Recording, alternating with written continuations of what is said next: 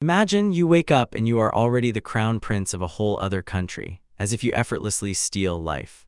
5 years flash by and we see the host living in a literal castle, which is a colossal upgrade from who he was, a dead nobody. The mood is impeccable, but in this huge hall it is way too lonely.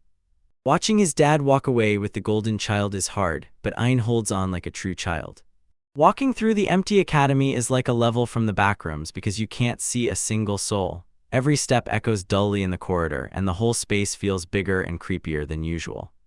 I glance at the terrace. It seems calm here, but we all know manga is just code for something terrible about to happen. The fountain runs, the sun blazes, and death flags flutter right under the ceiling.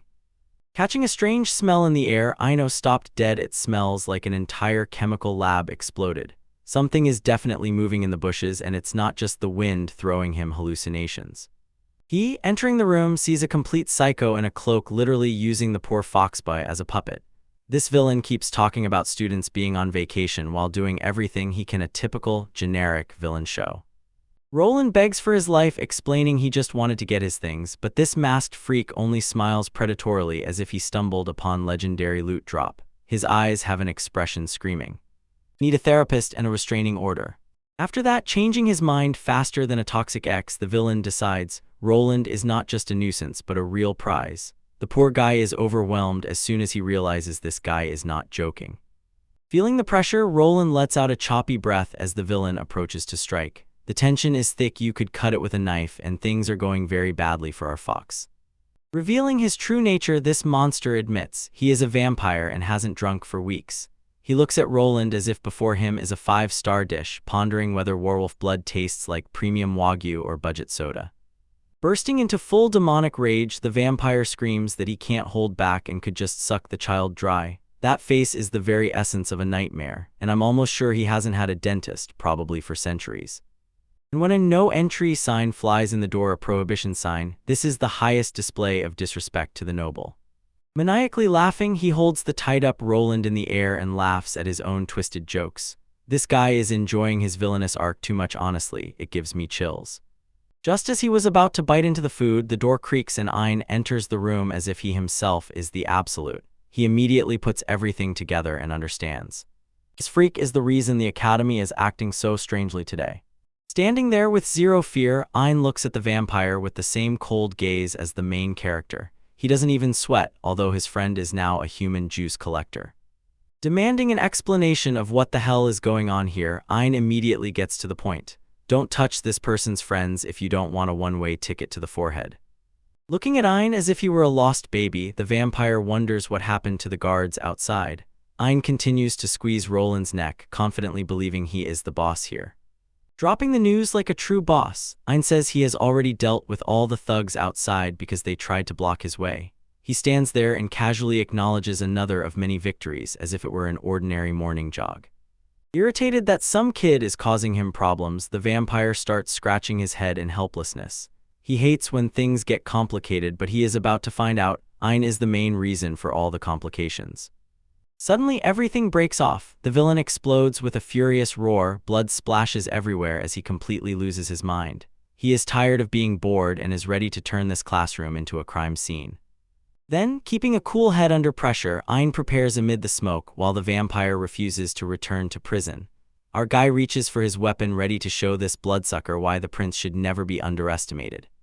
With unreal speed, he rushed forward. Ein immediately goes on the attack. The movement is so swift that the vampire barely manages to keep up, and the first strike is already in action.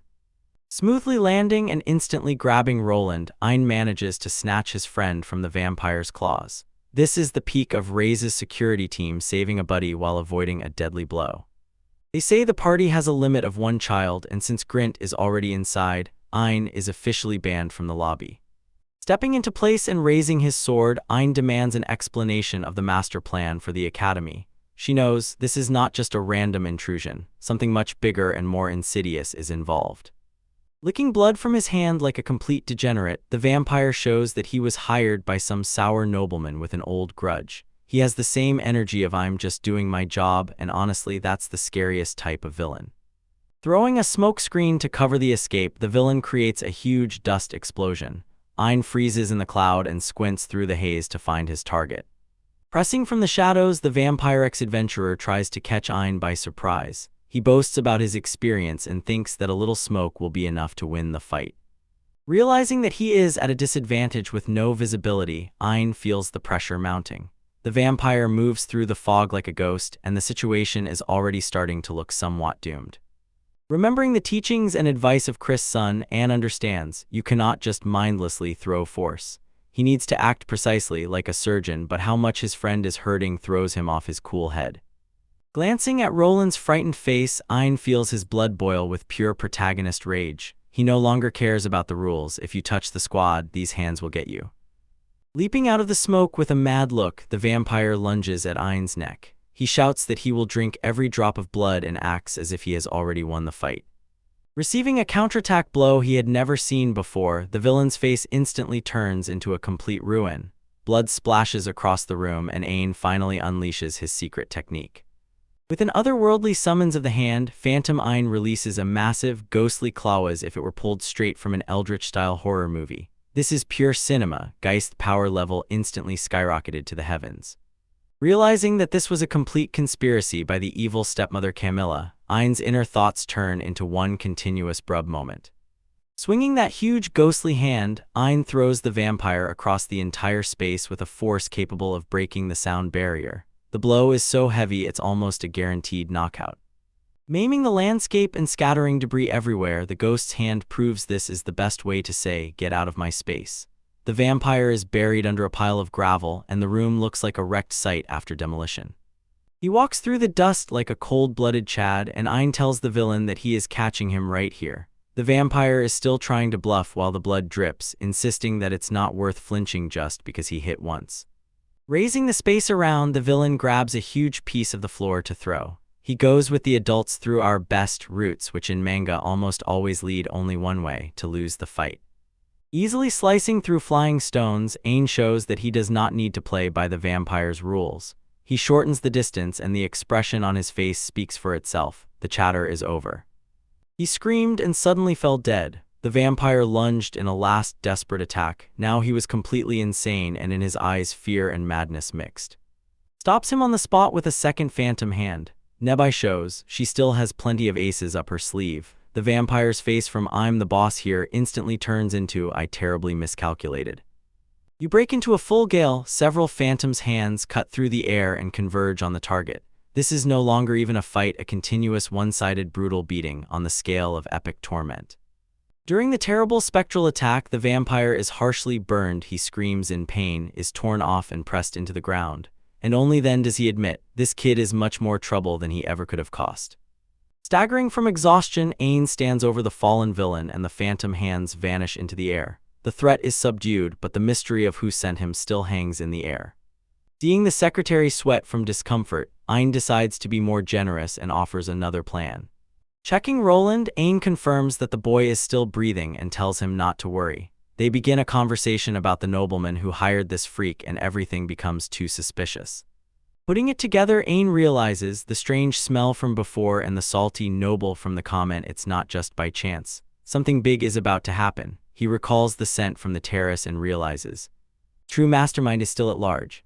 Realizing the danger, Ein's eyes open wide. The pieces finally come together into one picture. He knows exactly where to go to stop the real threat before it's too late. He rushes forward to find Chryson. Aintel will make a serious move to reach safety and evacuate the gate. He speeds with the same urgent mission pace. Time is already on the edge. As soon as he reaches the terrace, the scene sharply switches to a much more dignified yet no less sinister image. Someone sits there calmly, sipping tea, while the academy is literally being stormed. Meeting the man face to face, Ein calls him by name and labels him former teacher Wolf Magnus. He looks as if he is about to give a lecture on why being a villain is, you see, actually cool. At first, recognizing the heir, Magnus X was completely stunned. How some kid managed to see through his grand plan. He sits with his legs crossed, as if everything around him belongs to him, and does not react at all to Ein's presence. Firmly holding his position, Ein says she followed her intuition and is sure Magnus is up to something bad. The tension rises. It is clear these two are about to have a grand clash of views. Pointing at the lake, Ein reveals that he knows about the magical stones hidden underwater. He has already figured out the whole plan, and it is more explosive than we thought. Returning to the garden walk, why bother with arrogant nobles when you can just enjoy nature and have a thick wafu? Explaining the bomb, Ain describes how the magical stones will force the instruments to unleash a furious destruction and blow everything around. It is a real-time bomb hidden right under their noses. Magnus grimaces like a madman and realizes his secret is exposed, but he doesn't care. All he has left is the same bold self-satisfaction. It is too late to change anything, and that laugh carried by every legendary hater. Magnus begins his villain monologue and asks the prince if he thinks the government and academy are rotten. He has a bunch of serious, fatherly problems and a grudge against the whole system. He tears apart the talk about the boundary between nobles and commoners disappearing, and Magnus shows his true face, a complete elitist. He wants to destroy everything because he cannot accept a world where everyone is treated equally. Complaining about his father and the Glacier clan, Magnus goes into full psycho mode. His obsession is simple, to show everyone who the loser is here, and his face twists into something truly demonic. He draws his dagger and Ain declares that he loves this academy and will stop Magnus at any cost. He stands tall, defending the home like a true king, ready to fight his former teacher. Sighing because Ain understands nothing, Magnus says, all this crazy setup cost him a fortune. He treats the mass tragedy as a business investment, top-level behavior of a true villain. Suddenly, a huge explosion shakes the arena and a column of black smoke rises into the sky. Ain can only watch in horror. The first part of the plan really works. Hold proudly while the world behind him burns, Magnus laughs about how today he will destroy everything to rebuild a new country. He has completely let loose, and the scale of the state coup is finally becoming clear. Cutting close-up are his wild eyes. Magnus calls the prince one last time. This is a revolutionary moment, and the real clash for the Academy's future has just begun. Look at this absolute clown wolf. He babbles about revolution as if he really has that dog inside him, stands with arms outstretched and thinks he is the main character, although in reality he is just an average seasonal villainous riffraff. Lowering atop smiles so much that the staff almost bow at his feet. This is how you deal with disrespect. Falling from the ceiling like a real demon. Our guy Ain does not let this monologue finish. He knows time is money and people are about to get hit. Suddenly everything around starts exploding, as if Michael Bay is rampaging the film set, and Ain here dodges shockwaves as if playing bullet hell on the hardest difficulty. Warning, Ain about the explosion crazy work when you are the one who said it. But our guy just looks at him with that dead, emotionless gaze and says he will not die today. Bragging about his magical accessories that give him a cheat code for invulnerability. This is the most pathetic move I have ever seen. This guy really thinks his drip will save him from a brat like Ain. Cuts through those jewels like butter, and Ain proves that no volume of enchanted ice will stop a man on a mission. Look at the pure horror on Wolf's face as his barrier is completely torn to pieces. He cuts through smoke and flames, and Ain doesn't even sweat while the villain begs for salvation. This is what happens when you try to stage a coup against a guy with infinite potential. Trying to run away now is the height of cowardice, but there is nowhere to hide when the host has you in his sights. Grabbing the man by the hand and preparing to deliver a slap in history, Ain shows him exactly why you can't joke with the crown prince. Cutting him with a dagger and leaving him to wonder how he was broken so quickly. Pure cinema. It seems at that moment Wolf realizes he is not made for this world. Win the fight while the villain desperately whines about where this power came from. That is the highest move. Ain does not look down on him like an insect to be crushed. Reassuring Mom that these flowers are as beautiful as she is. This guy has limitless riz in his DNA. Tie him up like for a festive defeat and leave him lying on the floor. The only way to deal with a traitor. Now it's time for Ain to deal with the real problem before the whole academy goes kaboom. Dive into the lake like a professional Olympic swimmer, voices away, and he himself heads straight into danger. The same water rhythm helps him as he searches for the source of trouble. Finding a huge box at the bottom of the lake filled with glowing magical stones is definitely not what you want to see on a Sunday morning. It contains so much energy that it could turn the entire city into a lobby. Seeing that he can't cut through the magical nuclear device with bare hands, Ain decides to do the most daring, foolish thing possible. Instead of panicking, he simply treats these magical stones like an all-you-can-eat Swedish buffet. Devouring raw magical energy as if it were a 5-course meal is the purest main character energy I've seen all week. He literally eats the explosion before it even happens. His body absorbs so much power it could level a mountain, and he even complains about the taste, a complete indicator. He is thrown back to the surface, he greedily gasps for air, and now the day is officially saved. Falling onto the deck like a legend, Ain meets the best waifu Christina. She looks like she's about to have a heart attack. Probably she has completely lost her mind seeing him shirtless and soaking wet after he saved the world. Telling her that he is just tired of the taste of magical stones is the most mundane way to resolve a life-and-death situation. Christina is simply glad her prince didn't become fish food. Even the villain on screen is tied up and looks impressed from behind. He is taken by the pure audacity of this kid. You're a goat if even the one who tried to kill you is amazed by your game. Watching them drag the trash away while Ain lays out the entire coup plan is a complete triumph. But something still gnaws at our guy, and in his eyes is the same expression. The story is not over yet. Holding hands and walking through a field of roses, this is practically a date, and don't argue. After deeply analyzing the logic of the attack, Ain realizes the bomb in the lake actually misses the target. If you want to remove the big players, you have to hit where the crowd is. He studies the map and realizing that the arena was designed as the real target feels his heart skip a beat. The tournament is the place where everyone was gathered. That is where the real tragedy is planned. And when he realizes that somewhere there is a second bomb, the viewers are in for a full jump scare. Ain knows his family and friends are sitting right above the time bomb that is about to explode. To look askance at a villain who continues to grin fiercely even with a gag in his mouth is pure evil. He apparently sincerely believed he had a backup plan to have the last laugh in the end. Giggling like a madman and claiming they won't make it in time is the most classic thief trope. He really thinks he has already roasted them but forgot who he is talking to. Demand to name the location while Christina tries to keep him calm. The tension is at its limit. Ain knows if they don't move right now, it will be over for everyone in the arena. Imagining his grandfather and his friends caught in the explosion, Ain finds the motivation he needs to go beyond his own limits. He will not let anyone die on his watch. They rush to the arena and behind them Christina, the two as if about to set a new world record in sprinting, but they need to find that bomb before the final bell rings. Meanwhile, on the arena, Dill is fighting with all his might in the tournament, striking so hard that he is one step away from the abyss, while his best friend is currently saving the city. Watching from the royal box, the king and Lloyd rack their brains as to why Dill is so wildly losing it. They have no idea that a straight nuke is hidden somewhere nearby. Public huge hugs from Olivia are the peak of the entire series. Look, that is true motherly warmth. Listening to the crowd erupt with joy when you know what lies ahead is terrifying and stressful. The atmosphere is tense, sparks are flying, but for all the wrong reasons. Noticing the empty seats where Ain and Christina were supposed to sit, he feels the tension growing even higher, like the calm before a very loud and fiery storm. To believe that Ain will eventually show up is the only thing keeping the deal alive. He knows his brother would never miss this match for anything in the world. The start of the third round means the clock officially counts down to 0. Each sword strike brings them closer to a possible explosive resolution. Bidding with strikes at a crazy speed, these two put on a show for the ages. It's just a pity that the arena might collapse if Ain doesn't hurry. Pushing through the crowd near the arena, Ain and Christina make their way through the chaos, trying to find any suspicious activity near the back gates.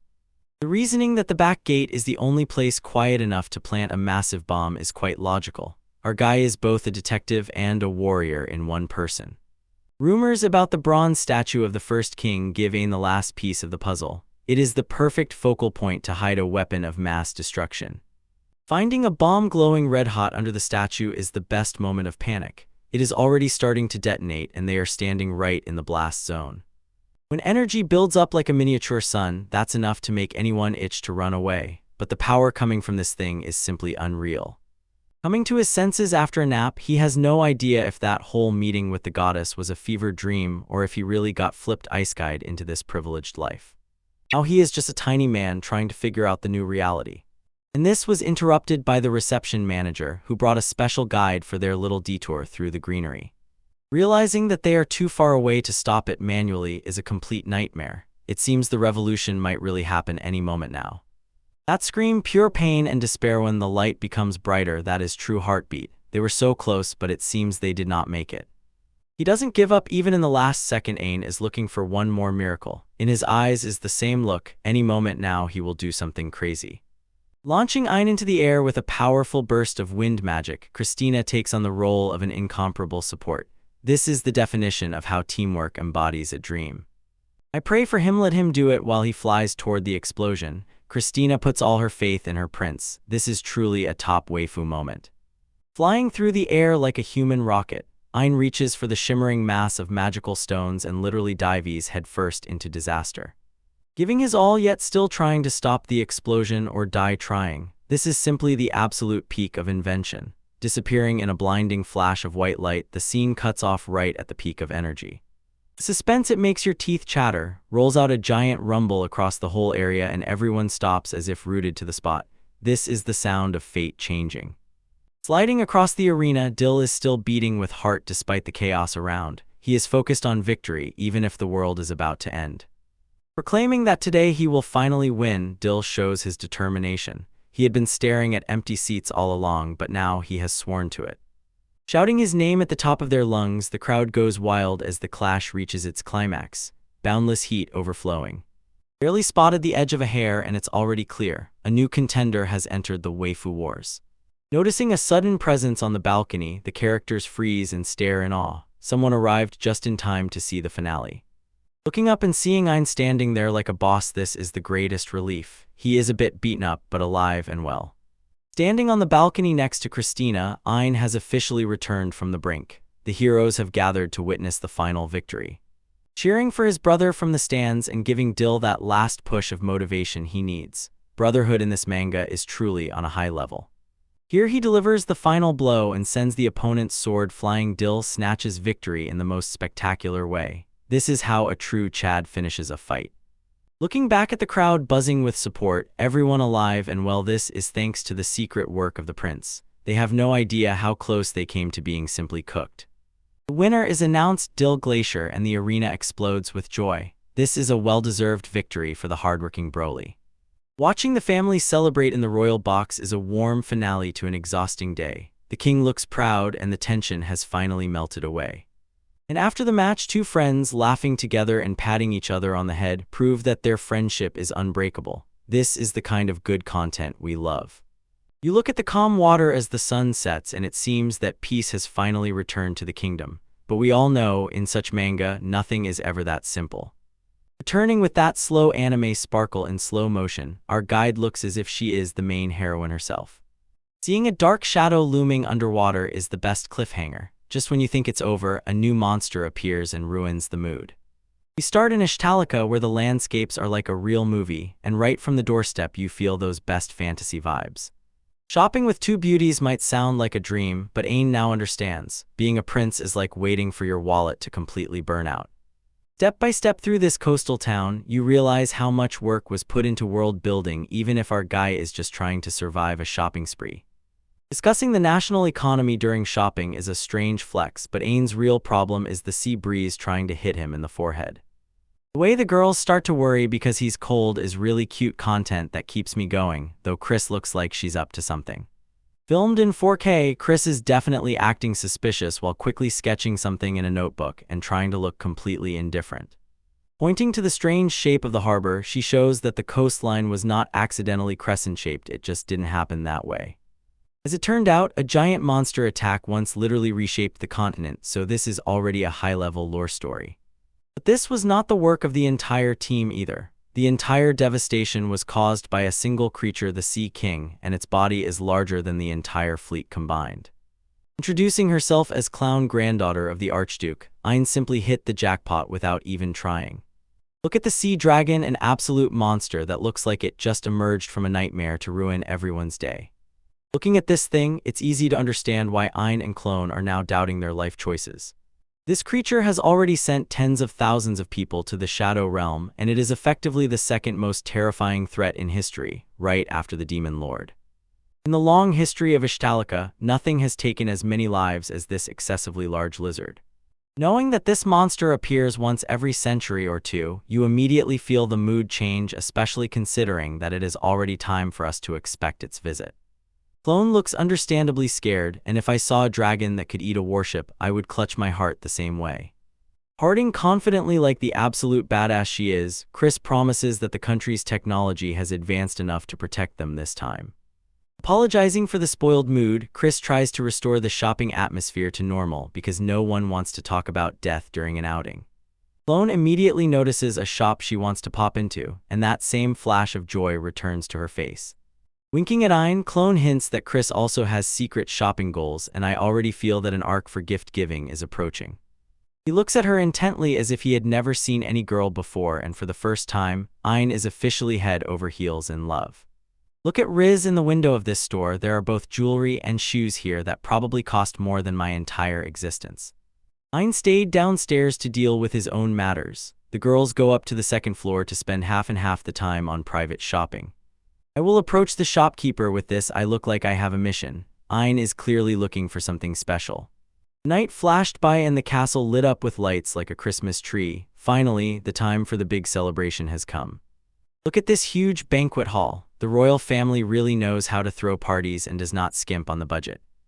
Grandpa holds himself confidently, enjoys and really has fun, a rarity for a man who usually looks like he is about to go clear a war. Olivia, Ein's mother, and the clone are already ready to shower him with gifts. Happy 8th birthday, Ein. Taking a delicate pen and a silver bracelet, that's a big win, and Ein's face shines as if he just pulled a legendary card from a booster pack.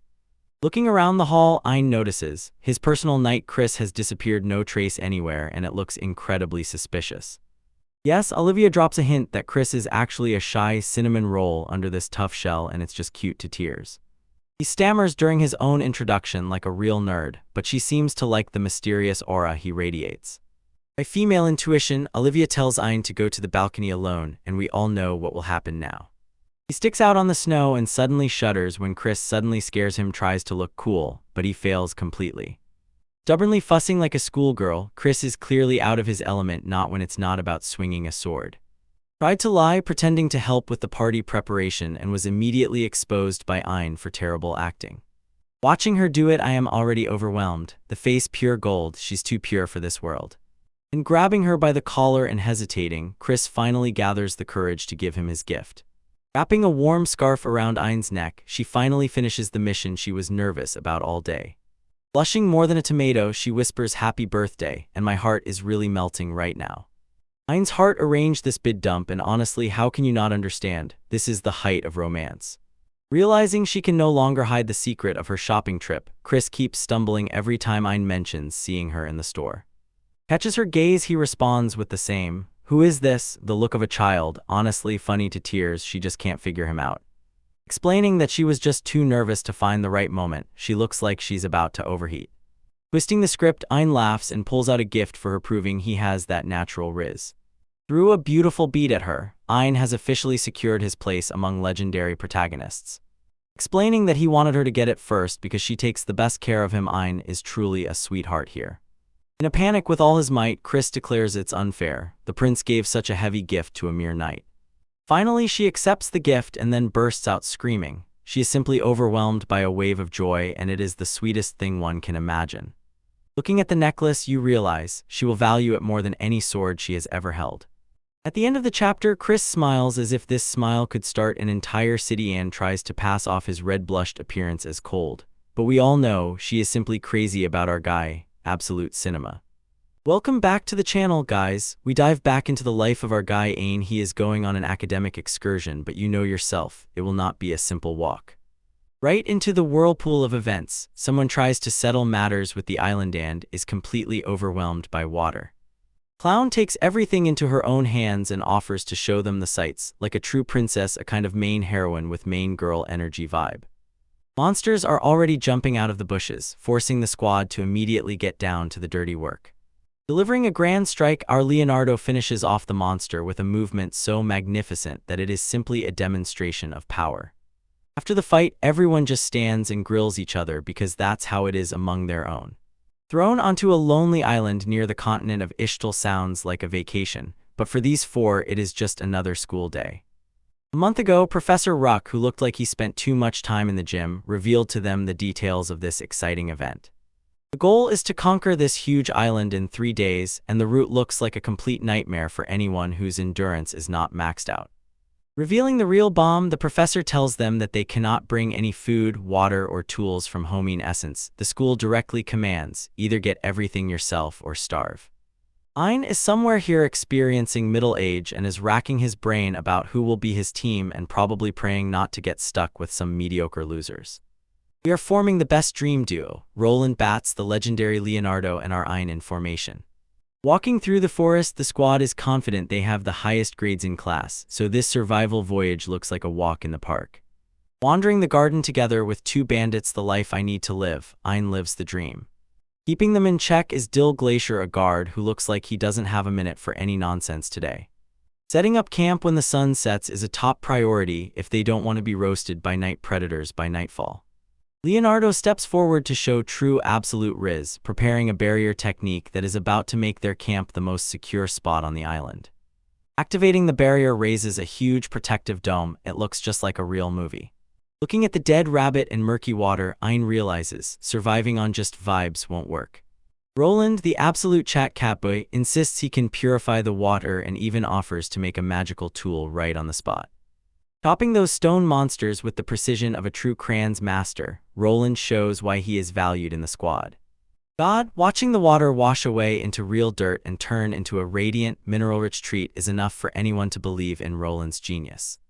Ein and Dill stand there completely stunned and have no idea if making high-class magical tools should really be this simple.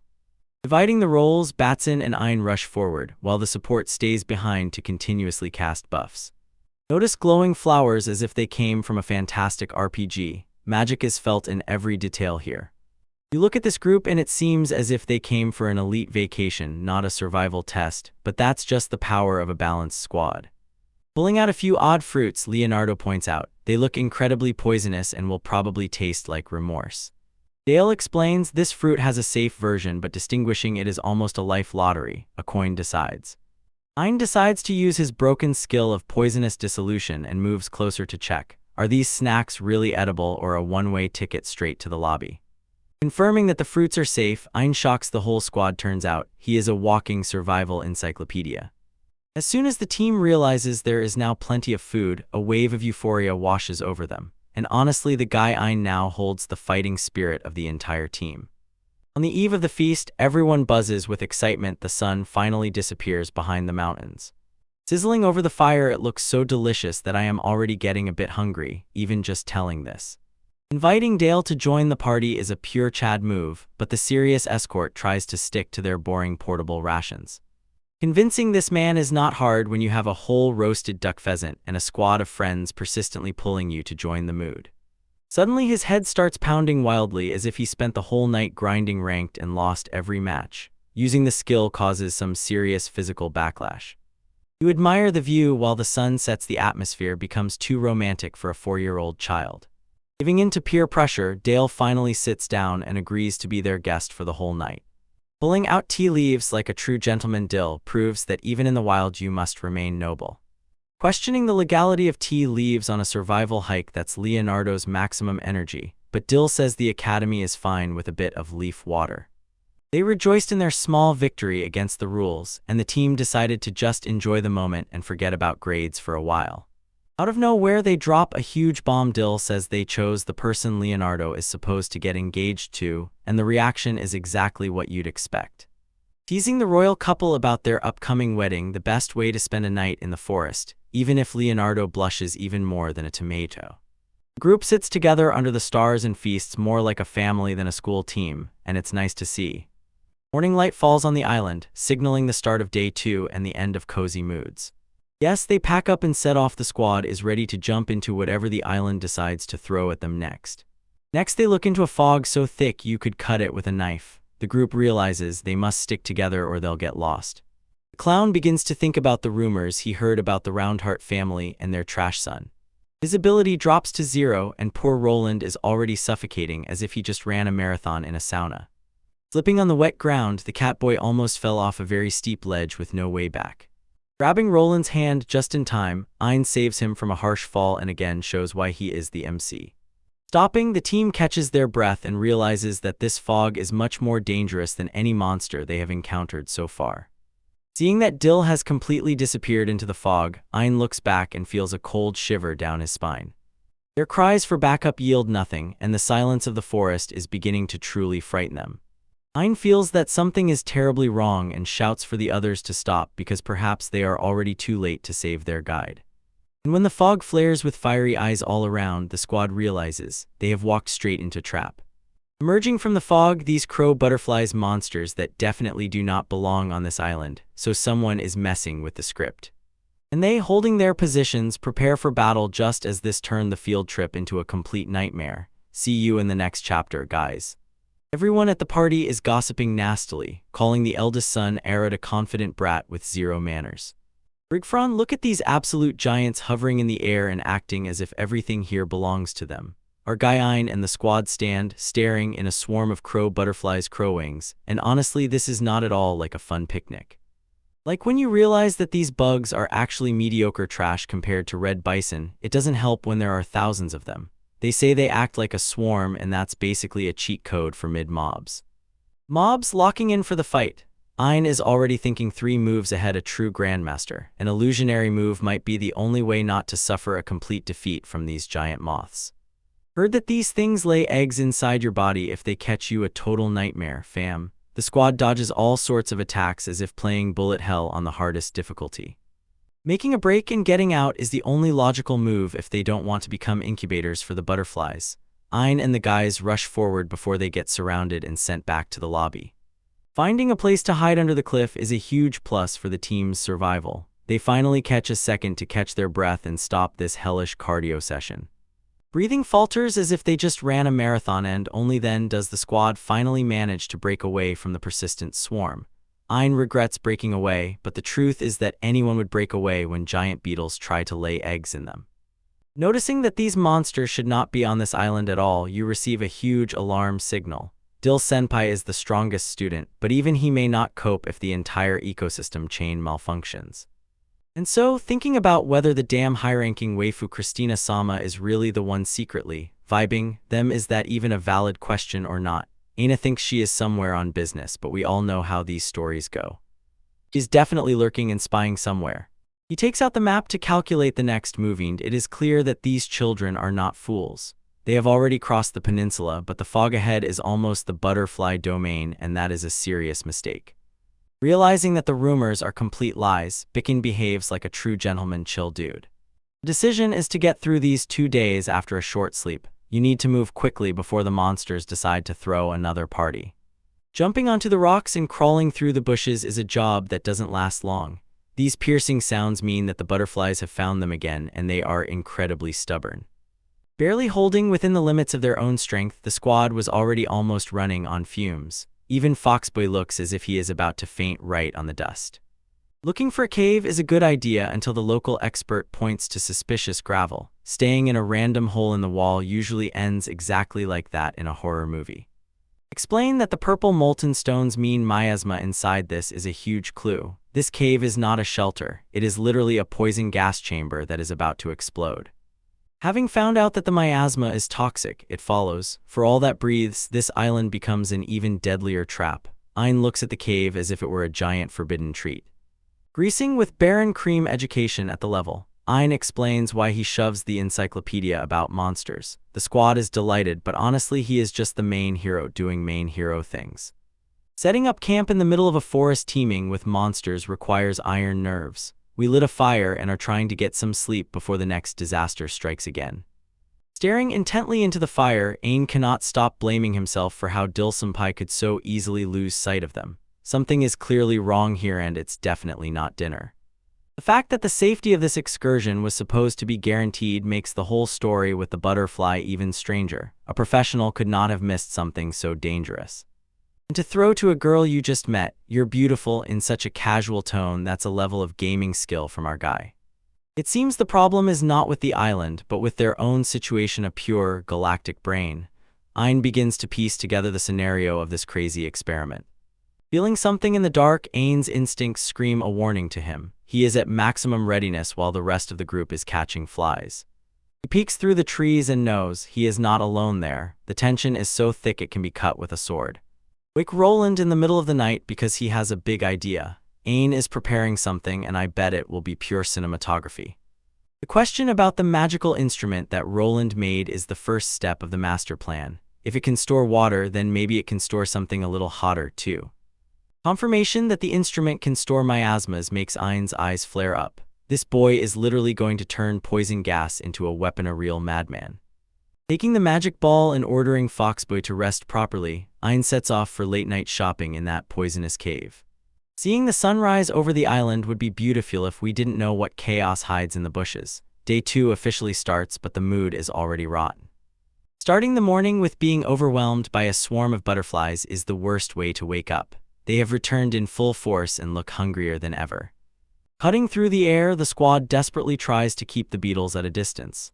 Ein begins to ask Leonardo if his barrier can withstand this attack, returning to the flowers to hide the fact that he just blew her mind with his compliment. Checking if the barrier can repel poison is an extremely specific and very scary question. Leonardo is confused, but Ein is definitely about to do something reckless.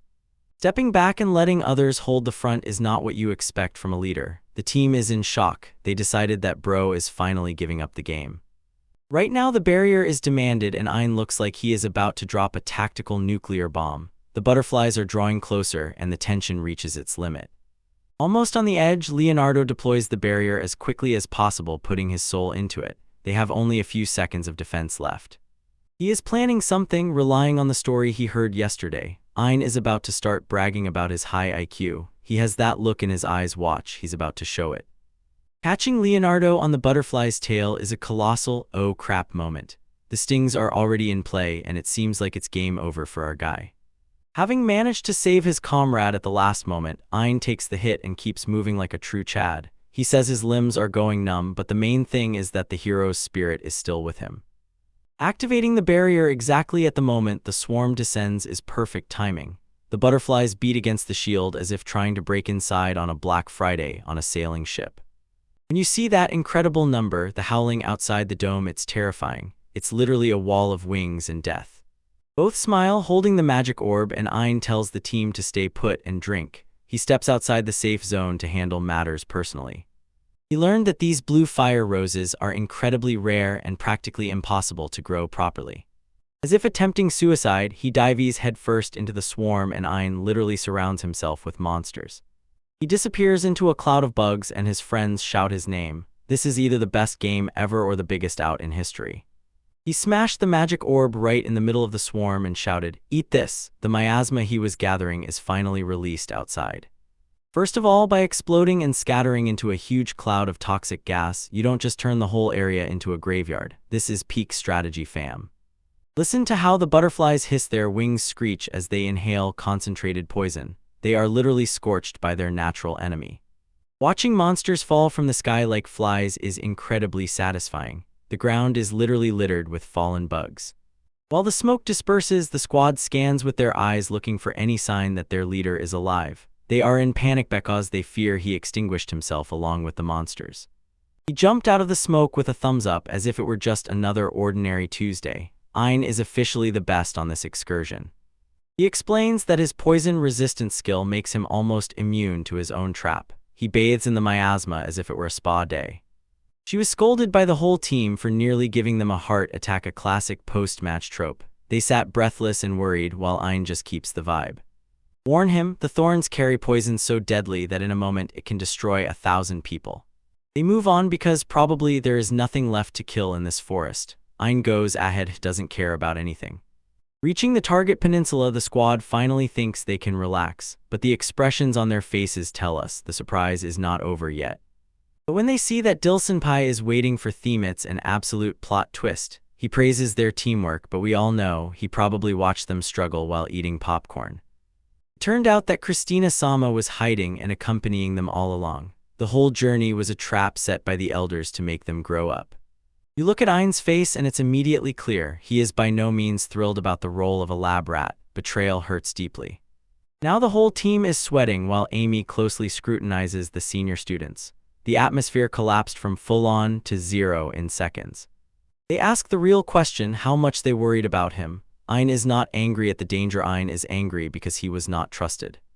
Next to promise that he will be by their side in any situation next time, now Ein is demonstrating true leadership and a level of readiness at risk. And now, refusing to become an adult who arranges people like pieces, he clenches his fist. He wants to be a leader of a different kind. They explain that the poison burns the body from the inside, which is why it is called Blue Fire Rose. He made a deal, promised never to pull such a stunt again. Ein's throat was dry all the time, and he is not going to let it go. Seeing Dill actually looking like a humiliated junior student is a rare sight. He finally understands the burden he caused with his anxiety. A moment and the vibe switched. Ein asked Dill to call him by name as an apology. Bro is a true master of social engineering. Watching Dill struggle with the thought of being just as informal, Ein just brushes it off with laughter. He knows he has taken the moral advantage. He insists that this request comes from His Majesty himself. Order from the court, even if it's just friendship, you still can't be sure. When I finally hear him say Ein Sama, it's the moment when the bond is finally sealed. The deal officially becomes part of the inner circle. Focus on the small details of the moment. The tension suddenly disappears without a trace. For the whole team, this is a purely pleasant plus. God, he was twisted, embarrassed, and blushed when he heard himself called that. Ein may be a Chad, but still remains a child at heart. He stood there as if in a trance while the reality of the situation dawned on me. The field trip was officially over and everyone survived. And laughing all together is the perfect way to end the page. Even the unflappable Christina at the back is already cracking a smile. Wiping a tear, everything turned out so unexpectedly mundane, yet at the same time poignant. Ein is actually a softie beneath all that armor. When the poison drains, the flower turns into a real precious gem, and this is top-level lore. They shake hands and make peace after all that drama. This is what we love for character development. The audience together by the ocean. Finally, the feelings are perfect. They have grown stronger and become closer to each other. That's what it was all for. Returning home after a long and exhausting journey, Christina Sama looks like a true queen in this shot. A massive ship landing and they trudge to the capital. They leave the island behind, but the ocean has one more surprise. Confronting Christina on the deck about her stalking skills, she tries to stay casual, but guilt and shock blaze on her face. The face burns so much because Ein says he could smell her magic stone. That's our guy accidentally revealing a high-level hair riz. You feel the ship shudder as a giant kraken emerges from the abyss. One more moment and it seems you could return to the water, but it's already too late. Noticing the kraken and realizing that something was very wrong with this picture, I understood. It is huge, but behaves as if it was the one being hunted and it has to escape. And giving the order to load the cannons, Christina is ready to start the fight. But Ein is looking at something completely different, pure horror. Watching the kraken being shattered with one blow as if it was torn apart without a chance. And something much bigger just decided, octopus for an appetizer. He drinks water to recover and explains, his X skill of toxin breakdown is essentially an extremely powerful immune system. Not quite the saving level of strength he hoped for when he saw that golden gacha pain. He heard that this process is almost impossible and costs a fortune in magical resources. The giant tentacle cuts in half and pulls away as if nothing happened. The power level just broke all limits in a single frame. Noticing that a breach formed in the kraken after one bite, she realized, whatever did this is officially the final boss of the ocean. We bring our gaze to those huge sharp fangs capable of crushing Shinwon-go. This is already a danger level from prehistoric times. Creating a giant whirlpool that pulls the kraken into the abyss, Christina looks as if she saw a ghost. Watching the appearance of the sea dragon, the undisputed king of the depths. This is pure cinema, and the ship is already in the splash zone. Watching the dragon grab and swallow the kraken as if it were a snack. The impressive size of this creature makes everything else look like ants. It roars into the sky while the ship tears away at full power. Everyone on that deck is praying for their life. While the dragon feasts, they might actually manage to slip away. Ein is paralyzed with fear. It wedges its course to the very horizon while the titans of the sea settle their grudge. This ship has never been carried so fast in its life. Looking at the star crystal, supposedly the most beautiful gem in all existence, we already know where this is heading. Trembling, tightly gripping the handrail, Aina knows he has just seen the king of the seas. This is a memory that will haunt his dreams.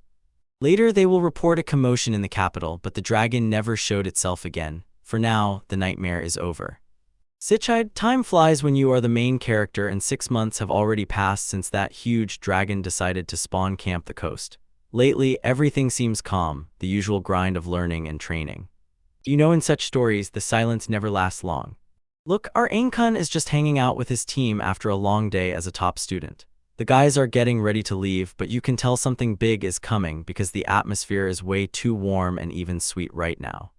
Look at that face, completely unaware that absolute chaos is about to ruin his whole day. He thinks he's just another kid in a fairy tale world, but the plot armor is already starting to itch.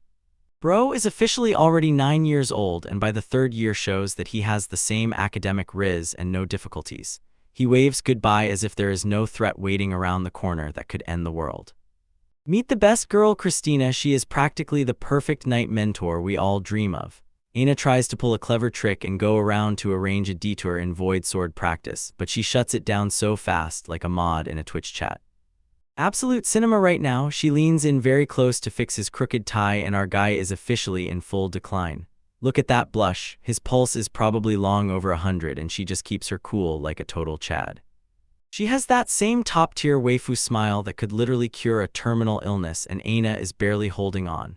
He finds a way to say thank you, although it seems he's already imagining their wedding, but right now these vibes will quickly burn out in a good way.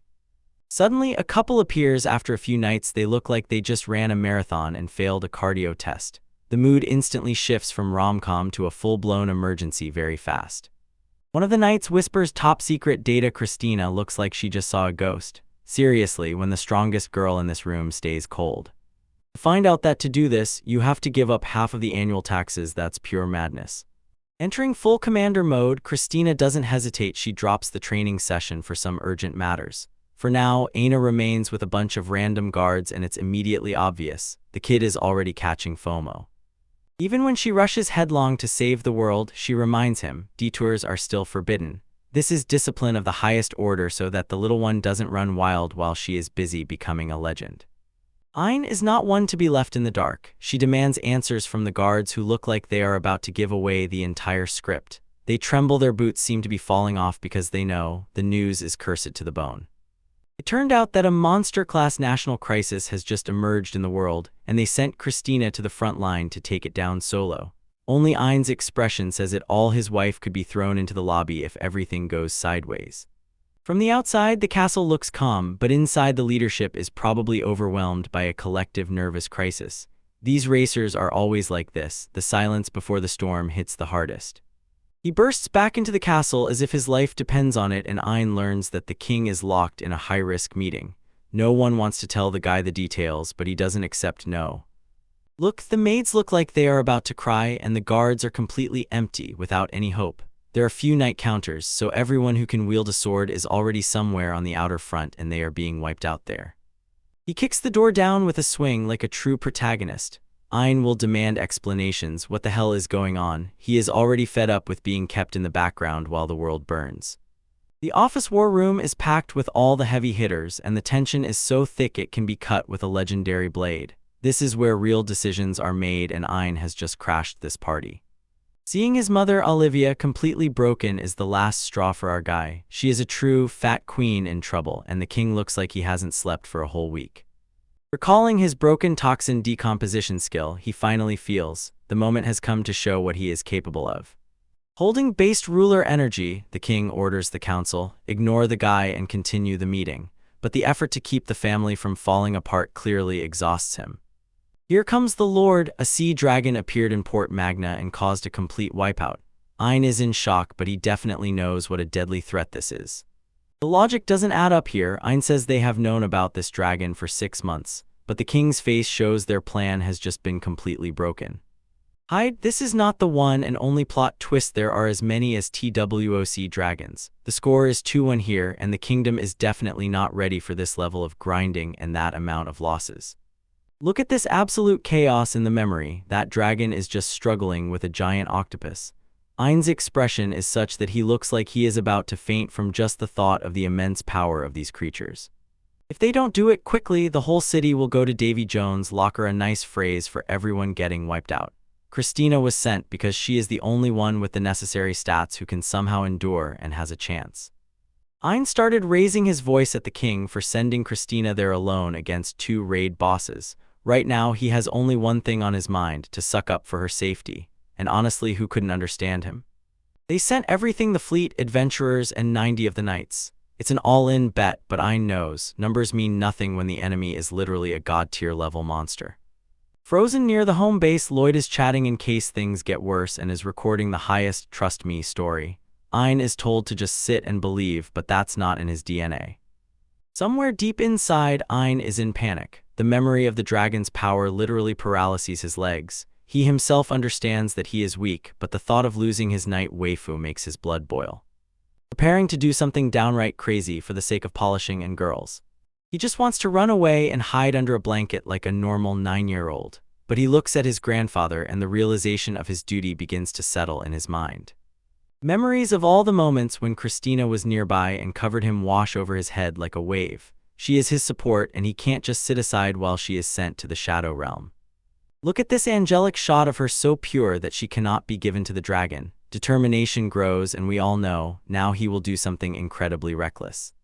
He drops the loudest bomb at the end. Ein declares that he himself will go to Magna to fight Sea Dragon. This is pure main character energy, even if he is actually level 10 going into a level 100 raid. Silence fills the whole room as they realize, this guy is really serious about this suicidal mission. Olivia freezes as if her heart stopped, and the king is probably already thinking about where he made a mistake. Driving anger to the maximum, the king calls him a fool and asks what one single boy can do against a disaster. Where else can reason speak to him? This is the only move, but Ains has the tunnel vision of the main character. Lloyd bursts into the conversation to remind, as Crown Prince, his life belongs to the state, not to himself. Classic "you are too important to die," the very same line every prince hates to hear. He fights back even with a historical twist. Ein says the first king would fight, not hide. Not just a prince, the boy tries to become a scion like his ancestors. Clutching him tightly, Olivia begs him not to go. She cannot lose her son to those overfed lizards. The way her fat queen is torn apart by this honestly aches the heart. The king plays the guilt card, asking if he will really leave while his mother literally kneels and sobs. It's a vile blow, but they are ready for anything just to protect him. Asks Claude if she wants to see a dream become reality right here, right now. With a gaze of pure steel in his eyes, Ein presses twice and says he must go save Chris San. The guy is completely down bad, but in the most heroic way possible. For a moment it seems that the king will indeed acknowledge the zeal and let him go. The room is quiet, tension is off the charts, and then, bam. Suddenly, out of nowhere, a hand struck his neck like a guillotine. He didn't even have time to understand anything, just received the strongest go to sleep and collapsed. Catching him before he fell to the floor, Lloyd proves being a guard also means doing dirty work. The tactical night strike, given without hesitation, was the king's only way to stop the boy from overly heroic deeds. Olivia catches her unconscious son in her armchair, face a complete horror at what her father has done. After this betrayal, the family dinner will definitely turn incredibly awkward. She jerks sharply and shouts at the king, reproaching him for violence against his own grandson. You don't want to anger the mother, which especially when she is in such an emotional frenzy. While the king orders the maids to take Olivia to her room and Lloyd to carry Aina out, the zero of games no longer continues. The entire family is under house arrest, his only way to keep them safe while the world burns down. Don't let them go, he shouts, looking like the ultimate villain, though he is simply trying to save them. For the royal family, the day is extremely difficult and the atmosphere officially reeks of rot. When Lloyd drags the sleeping prince away, the narrative reminds us, duty is a heavy burden. But you and I both know this is not the end. Ankun will not stay locked up for long. Knocking on the door like a madman, Ein officially boils over. Chris is fighting for his life there now, and he himself is stuck in a timeout. Reaches out to the deadly rose while everyone is shouting at him to stop. What a madman. Calculated to shout and call his phantom hands as if he were in a boss fight with Eldering, and suddenly he realizes the magic doesn't work and he is really shaking. Clenching his fist, the sea dragons are about to turn his friends on land into dust. But Kadama, the cat girl, tells him to calm down, yet we already know our guy has zero peace when his waifu is in danger. It turns out the room under a high-rank Ceylon that even Dedeman Lord cannot handle, so this library looks like a maximum security cell. Now that Ain feels completely drained, he is about to lose Ilkadam, and Ilkadam just stands and watches everything get worse as Ain goes through it. And honestly, that is cruel. Praying to the heavens for he needs a miracle, and suddenly a ghostly hand appears pointing the way like a straight carry from the afterlife. He jerked upward as if he saw a ghost. Ain realized that his ghostly mother was essentially giving him a hint for this level, pointing a finger at a shiny stone as if secret treasures were hidden there. Look at the cursed magic stone, it looks creepy and bold in the small glass box, while most people would rush away. While Kadima rushes screaming at the top of her lungs, Ain is already ready to step onto the field and become a true absolute machine. But grabbing that stone as if it were the last chicken wing at the party, he ignores Kadima literally pleading, sprawled on the floor, for him to stop. Absolute cinema alert, ghost tentacles break through like a kraken on steroids, and this proves that Bro is officially assembled completely differently. Skill activation and instant surrounding by a literal glow of power that Goku would envy. But utterly confused, Kadima cannot believe that magic works inside the seal, which is supposed to be impenetrable, but Ain does not care about the rules when he has the energy of the main character. Look at the face of this cat, it is the face of someone who suddenly realized that he is no longer just a secondary character. Tried to move, but the body seemed glued to the spot like lag at 999 ping. The pressure that Ain emits is simply suffocatingly oppressive. He receives phantom hugs while sucking the life out of that stone boulder. This is some kind of peak, Mom said. My turn on Xbox energy, only with powers that can end the whole world. Boiling the stone until it becomes transparent like ice, Ain feels a soft, warm maternal glow while he crushes reality. Hugging a giant crystal because it feels like home, it's official, the calm before the storm. Throws the stone like it's trash, and Kadima has a real mental breakdown, showing that this is only the beginning. Points with his hand as if about to drop the harshest diss track of the century. Sits well, okay, purely a Chad move before causing colossal property damage. With one sweep demolishing the entire sealed lock and door, this is a pure power move equal to absolute cinema. When the dust settles, he looks back with that cold gaze and leaves with Kadima, and she is left trying to comprehend the god who just appeared before her eyes. Diving into a kind of mental trip as if swallowing cold Sprite on a summer heat, pure relief and refreshment. Screaming about how absurd it all is, Kadima realizes Ain just gained so much power that he is now effectively playing in creative mode. And then he walks away as if he owns the place, and the prince leaves Kadima in the dust, pondering whether she should update her resume. In the corridor, he bumps into Klon, and our guy remembers that in this manga, the waifu game is just top tier. Later, when he dares to ask the big questions, Claude wants to know, is he really leaving, while she clutches her dress because it's clear she's totally down bad.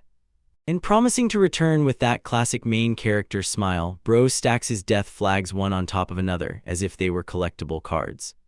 A kiss on the cheek just like that, and in Klon appears that W Riz for finally making a move while the world is falling apart. Standing still, completely stunned and blushing like a tomato, no blessing from the goddess, no clue how to behave. To ask him to travel safely, and Angelica's smile is the only motivation he needs to go out and win. Runs away at full speed while Claude breaks down in tears on the floor. This scene hits right in the heart. Prays for his safety in the empty corridor. The silence after all this chaos feels surprisingly heavy. Realizing the drawback isn't hitting him this time, officially promoted to the level and ready for anything. Slipping unsuccessfully on the brakes, he crashes into a huge armor wall, and AIN immediately understands. Leaving here won't be so easy.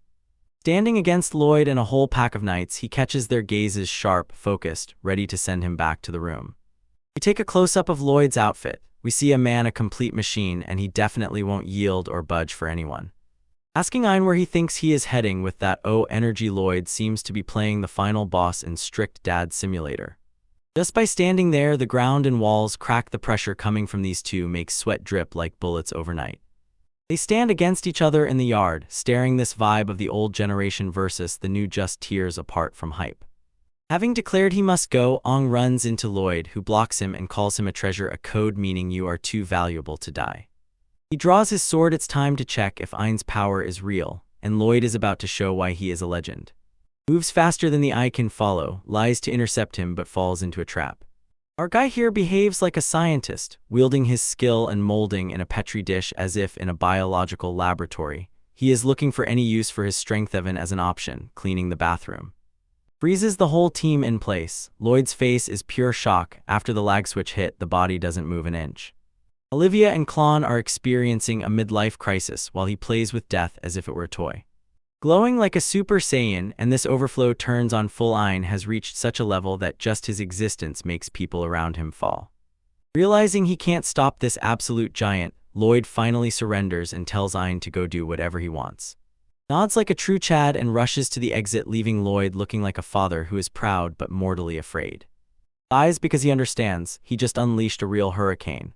It becomes harder for him to breathe under that heavy pressure that doesn't let go. Lloyd wheezes and struggles to catch his breath just to stay on his feet.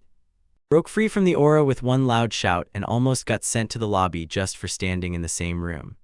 He orders his men to move as soon as the prince walks far enough away, and Lloyd proves that Ain's passive aura is actually insane. He smirks because he knows Ain is an exceptional monster, and the old man in turn is only impressed by the pure audacity. Breathing through the walls of the castle, Ain proves that even with godlike powers, cardio still remains a struggle. Wondering whether to run the whole way or steal a horse, he suddenly hears a familiar voice, confirming his mastery is the highest defense against any toxicity in this world. Arriving just in time with a horse, Dill proves he is a true homie, showing up exactly when needed. Worried about Dill's career, Ain realizes helping him escape is almost a guaranteed one-way ticket, and he will simply be prepared. Having dropped the simplest thing from the beginning of the chapter, Dill says he serves Ain personally first, pure creamy devotion. Breaking at sunset like a pair of reckless loners, Dill is ready for release just to ride together with his prince. Planning the next step, they must reach the water train to get to Magna before everything goes awry. Realizing that the king has blocked all roads for the prince, the old swordsman added an order and locked the kingdom into a full lockdown. Dill, calculating a loophole, recalls another method while Ain listens attentively. Explaining the order of the royal family, essentially, an administrative decree that rewrites royal orders, Dill demonstrates his big head. Warning that this power has enormous treachery, we learn, you cannot just ignore royal orders without consequences. You face trial if the order is deemed incorrect. This is not just a defeat without consequences.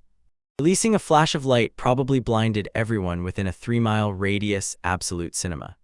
Being expelled from the royal family is the worst case, then Ain will lose both home and family. Doubting whether it is worth risking, Dill tries to dissuade him like a true friend. Without a moment's hesitation, Ain will sacrifice his entire future to save his friend's pure Chad energy. Putting on a smile and thanking Dill for the information, our guy made his choice, there is no turning back now. Starting the engines of the water train, steam roars and pumps. Officially, it's time. Accelerating to Magna like a bullet, the hype is real and the next stop is an absolute massacre. At first, the whole country rises with the fleet because it's about to get hot. Look at this mobilization, they really pulled the entire lobbying brotherhood into this boss fight. The sea dragon came not for games, a pure threat emerging from the depths. This is true peak kaiju energy. Gearships are destroyed without a chance and the crew screams, begging for life. Our girl Chris tries to keep herself together and shouts that the weak spot is right on the forehead. The team is locked into battle, either the end or everything comes next. Chris leads the attack like a true boss, demanding everyone hold on or they will be sent to the Shadow Realm. Waiting for the smoke to clear, the girls freeze in pure shock and admiring awe. Despite all these efforts, they barely scratched anything from this. The military might already looks doomed and morale has dropped to an absolute minimum. So everyone prepares heavy artillery if this drags on, it's the end. While they try to comb the boss with ranged spam, they deploy magical circles. There, the beast dives forward again, a complete nightmare for the psyche. This thing moves too fast for its size, honestly. Chris gives the order, fly at full speed already, and the cannons start to hum. This is absolute cinema, boys. A destructive explosion shakes the dragon's dome as soon as the shells hit the target. It's a strike of jeweler's precision. The monster's head looks really bad after that direct hit. Blood flows everywhere and it seems the plan is really starting to work. Bro lets out a scream that any horror movie villain would envy. Now you can definitely feel the heat. The soldiers are already celebrating as if they won the World Cup, but Chris knows better. Don't celebrate until the prey falls, otherwise you'll be humiliated quickly and truly. Just as they decided they were safe, the dragon decides to take a huge bite out of their boat. Imagine you're on that vessel and see those teeth. I'd shrink and immediately hit Alt F4. The ship literally tears in half and the waves go crazy. Poor extras are swept away by the waves like yesterday's trash. Dumped out of the light, and as if it didn't affect him, composure at the boss level who just finished his shift. Massive tsunamis overturn boats like toy ducks in a bathtub. This is a certified disaster zone. Look at the size of this absolute giant, it stretches across the entire ocean. The developers really need to trim its hitboxes. Even dying, this creature sows complete chaos. It drags along as many people as it can. It tears men to pieces and the sea turns into a graveyard. For a Sunday morning, this is already too dark even for a red tone. Chris looks as if she saw a ghost, another one is approaching and the party is going downhill. One was already enough to officially cooked. The second dragon is right in front of her jaws, roaring so much that it stinks of rotten fish and hopelessness. The game for the home team is over. Accepting her fate, Chris prepares for the last burst, holding her beloved guy in her thoughts. If you're going out of life, go out with a bang, waving your hands like a true Chad. Suddenly, out of nowhere, a huge fog rolls in and covers the battlefield. Someone just threw a smoke grenade and it works perfectly. Chris stands and can't figure out what the hell is going on here while the dragon gets disoriented. The schedule is way too suspicious. Boom, Ein approaches with the same energy as the main hero, and this dropness is simply flawless. Look at that hand reaching forward, he has that same indescribable riz. Held a real star crystal with bare hands and actually did it. Absolute madman. Instead of running, Ein starts explaining his skills as if reading a patch note. Chris rightfully loses her mind. Why did the prince end up in the middle of the battlefield? Our guy throws the royal family card and orders everyone to shut up. You know it's real when that sharp look appears in the eyes. He stands tall and demands support. He's about to go against this boss alone. The audacity of the guy, honestly, is quite inspiring. The fact that he orders his guard to simply follow orders is really a cool move. He is no longer a little child, he is the crown prince, so acknowledge it. Chris notices that look in his eyes and understands. The same dog instinct has awakened in him. She remembers why she even followed him in the first place. Ein orders the rest of the fleet to stay behind while the dragon prepares to strike. This is the one-on-one fight we have all been waiting for. But he rushed right into the thick of it and shouted that now he is the rival. Total Witcher-style crazy behavior. Ein releases those phantom hands of his and they look as if they just broke out of a high-class fantasy anime. This is not just magic, it is a challenge proclaiming something. And he literally grabs the dragon's nostrils with his magical tentacles. Look, he is now playing God of War in real life. Even the soldiers freeze when they see the boy restraining a real sea deity. The scale in this series just went through the roof. They scold me for being a maniac, but the results speak for themselves. Look at this shine. He glares at that creature as if it is just an oversized lizard. That's him, guys. He gasps for breath like a true professional and salutes the instructor for the training that made this possible. And Chris just stands there like all of us, mouth agape, unable to recover. Ein jumps into the air using magic as a trampoline. His mobility is simply incredible. Now he literally rides the dragon's head while it tries to shake him off with jerks. Most would already be whining about safety, but he is chasing a kill. Hitting the magic stone precisely is the only way to end this nightmare. He moves in slow motion like in the Matrix. Pulling out a straw of darkness, it sounds like the boldest way to kill a dragon. He literally sucks the very life out of it. The dragon screams in pain and its mana is draining away. This is the peak. I'm not stuck here with you, you're stuck here with me. It tries to escape, dives into the ocean, dragging Ein with it. Chris desperately shouts his name, but he has already engaged in this plan. But underwater fighting is a completely different game. Ein fights but still loses that magic like a real boss. Now it's a battle of endurance. Who will be the first to drop to 0 HP? Look at that tension in his eyes. He is already switched on and doesn't lose focus. Kneels down as if about to propose in the middle of the garden. This boy nails it the first time. The water churned as the beast tried to push out its tiny parasite. This is a clash on the edge where the stakes are too high. Isnu has little left, the pressure begins to burn him. Even Chad has a limit. So the magic is weakening and its power is fading. Is this really the end of the escape? Instead of giving up, he decides to redo the magic he just sucked out. Now that's brain level 200 IQ in gameplay. Sucking continues while he forcibly drives energy back into the system, as if you are drinking a mana potion while the boss is hitting you. Yelling, demanding even more power, is not finished yet. This is the energy of a shonen protagonist, the very reason we watch all this. The dragon lets out one final underwater scream of pure terror. He already knows he has caught the wrong prince. A huge flash of light bursts from the depths as the final strike finds its target. That's all from Sea Dragon. Ein sails away after the explosion. Completely exhausted, he truly gave his all for the team. And suddenly in the darkness, a mysterious pendant flashes with bright light. A plot rescue or hidden power, you decide. Presents the legendary precious stone of Klon, as if it's just an ordinary stone he stumbled upon underfoot. He sees the faces of all those dear to him and it gives him that classic cheer from Friends. That's why we watch anime, Friends. The light hits his face and he's back in the game with revenge too. Never count out the MC. He draws a knife for one last desperate strike. This is for all his own. The magic stone finally cracks under the pressure of his blade, a critical hit if there ever was one. Magical energy splashes everywhere as the dragon's power fades forever. Bragot completely smashed him and sent him flying. The final roar rolls over the ocean and the threat is finally neutralized. We're back in the fight. Guards on deck hear the silence and begin to realize the nightmare is over. Chris just changed her, found out the boy is okay. Return to the city, everyone is happy and shouting because today they won't be dragon food. A big W for Kingdom. Chris collapses into a huge hug for Ayn and it's clear she's crazy about our hero. Look at that smile, it's pure cinema. And he asks her to accept his gift. Riz levels right now are off the charts. And I am with Fur. Look, our guy Ayn is finally waking up after that crazy fight with the raid boss. Waking up in a cozy bed while the ship hauls back his loot is the ultimate flex. Meanwhile, Chris and Dill look at him as if he has really lost his mind. Their faces literally scream, "Bro, what's wrong with you?" Chris does not need this whole circus, it's just some boring babble, and he immediately goes into full defense. To be honest, getting a reprimand from the fat night lady is already a reward. Let's be without pink illusions. Suddenly, our hero noticed that the drop was broken. That ruby of the earth, which he had obtained earlier, completely crumbled and it became clear how close he was to the forehead. Turns out that little pebble was the only thing holding his soul in his body. The realization that he was almost deleted from the server is finally sinking in.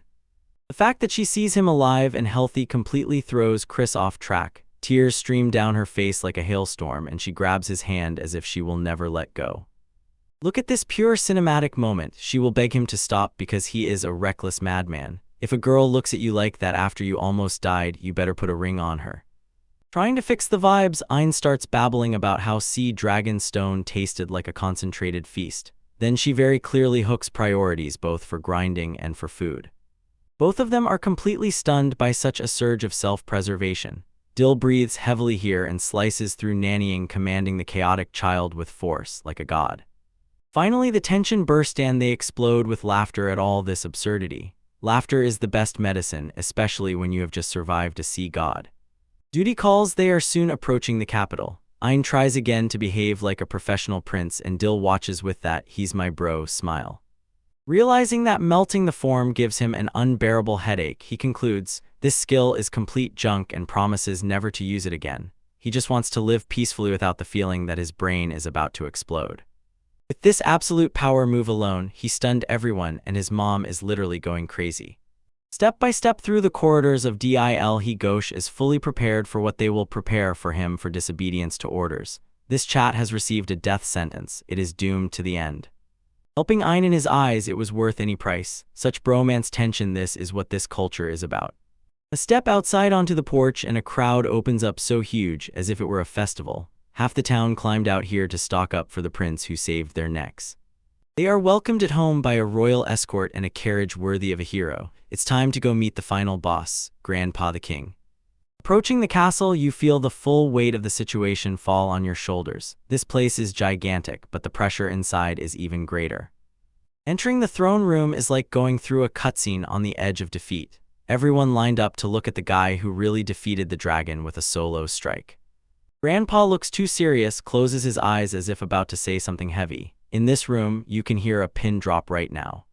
He starts clapping and praising Ayn for the absolute carry. The whole hall picks up because our guy just snatched the biggest W in the kingdom's history. Look at his confused face while everyone shouts hooray to him. Our main hero seems to be thinking, wait, am I not in trouble?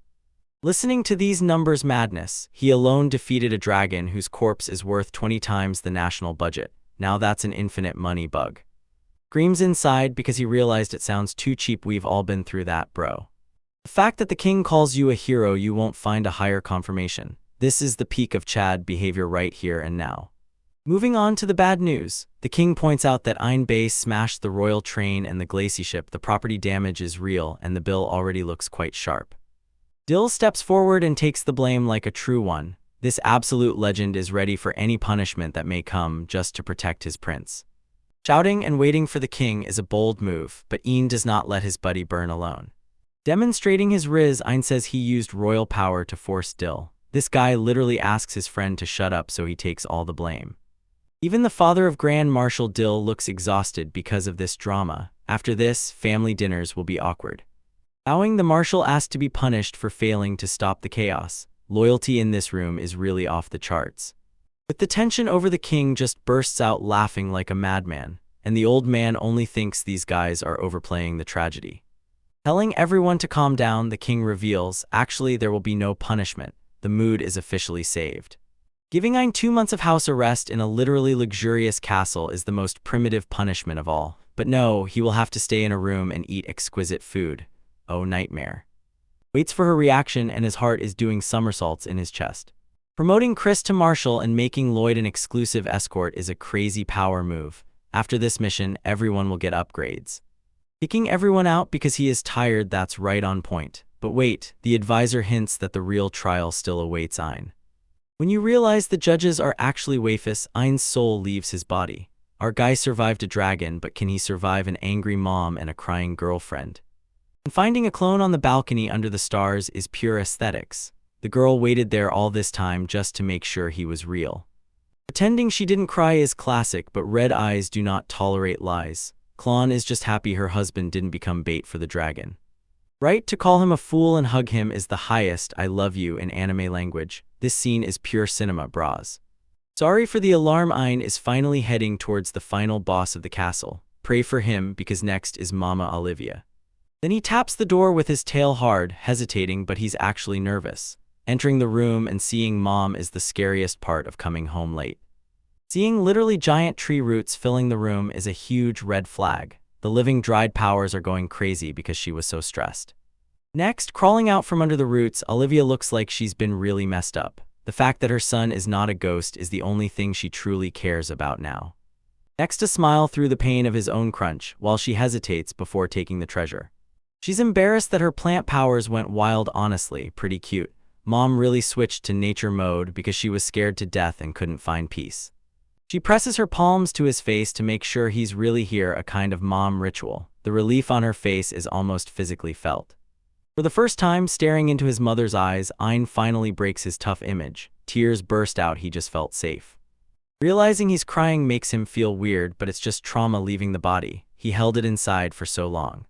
Grabbing him by the chest and pulling him into a hug, Olivia shows why she's the best mom in the series, the calm only a thick-smoked queen can give. Telling him he doesn't have to hold back anymore is exactly what he needed to hear. Now Ein is not a hero or a prince, just a child who needs a hug. The fact that there are only 2 of them here makes the moment even more special. No witnesses to the tears, just pure family vibes. Finish this chapter with heart-melting embraces, the perfect finale. Our guy Ein did his duty and now he can finally rest. We start with first-class service. Our favorite cat girl Kachima-san gets quite bold and climbs onto Ein's hand. But don't get your hopes up. This is not a date, she is just giving him a long-awaited boost after his recent stunt. Katamasan is furiously boiling while working and scolds Ein for daring to suck that cursed magic stone as if it were Capri Sunday. Our guy just sits there, drenched in nervous sweat, realizing that the person roasting him is the only one who knows how dangerous that move was. Sees her heart pounding wildly as soon as she realizes this kid is a true legend on the path. Like being born anew, Ein started contracting muscles, raising his hand, and realized the treatment really works wonders. He is already ready to jump back into battle, but Katama quickly stopped him. He is lucky to be standing at all after that mind-blowing power upgrade. Oops, Chris is clearly head over heels. The princess is in the crosshairs. He jumps out to announce that she will be his personal nurse until he fully recovers. I can't help but tease her for being a complete awkward mess, but everyone knows Chris is just looking for an excuse to stick close to him like glue. And curiosity finally kills the cat because Katama demands to see Ein's status card to check what monstrosity he has turned into. Everyone crowds closer. After 2 national class stones, this person's statuses are about to break completely. Looking at this card is like looking at a cheat code because Ein's magical power is already over 7,000. His position literally changed to named, and the list of skills is longer than a CVS receipt. His powerful sorcery and oceanic flow. But both girls look at the card with their jaws dropped because these numbers are physically impossible for a human.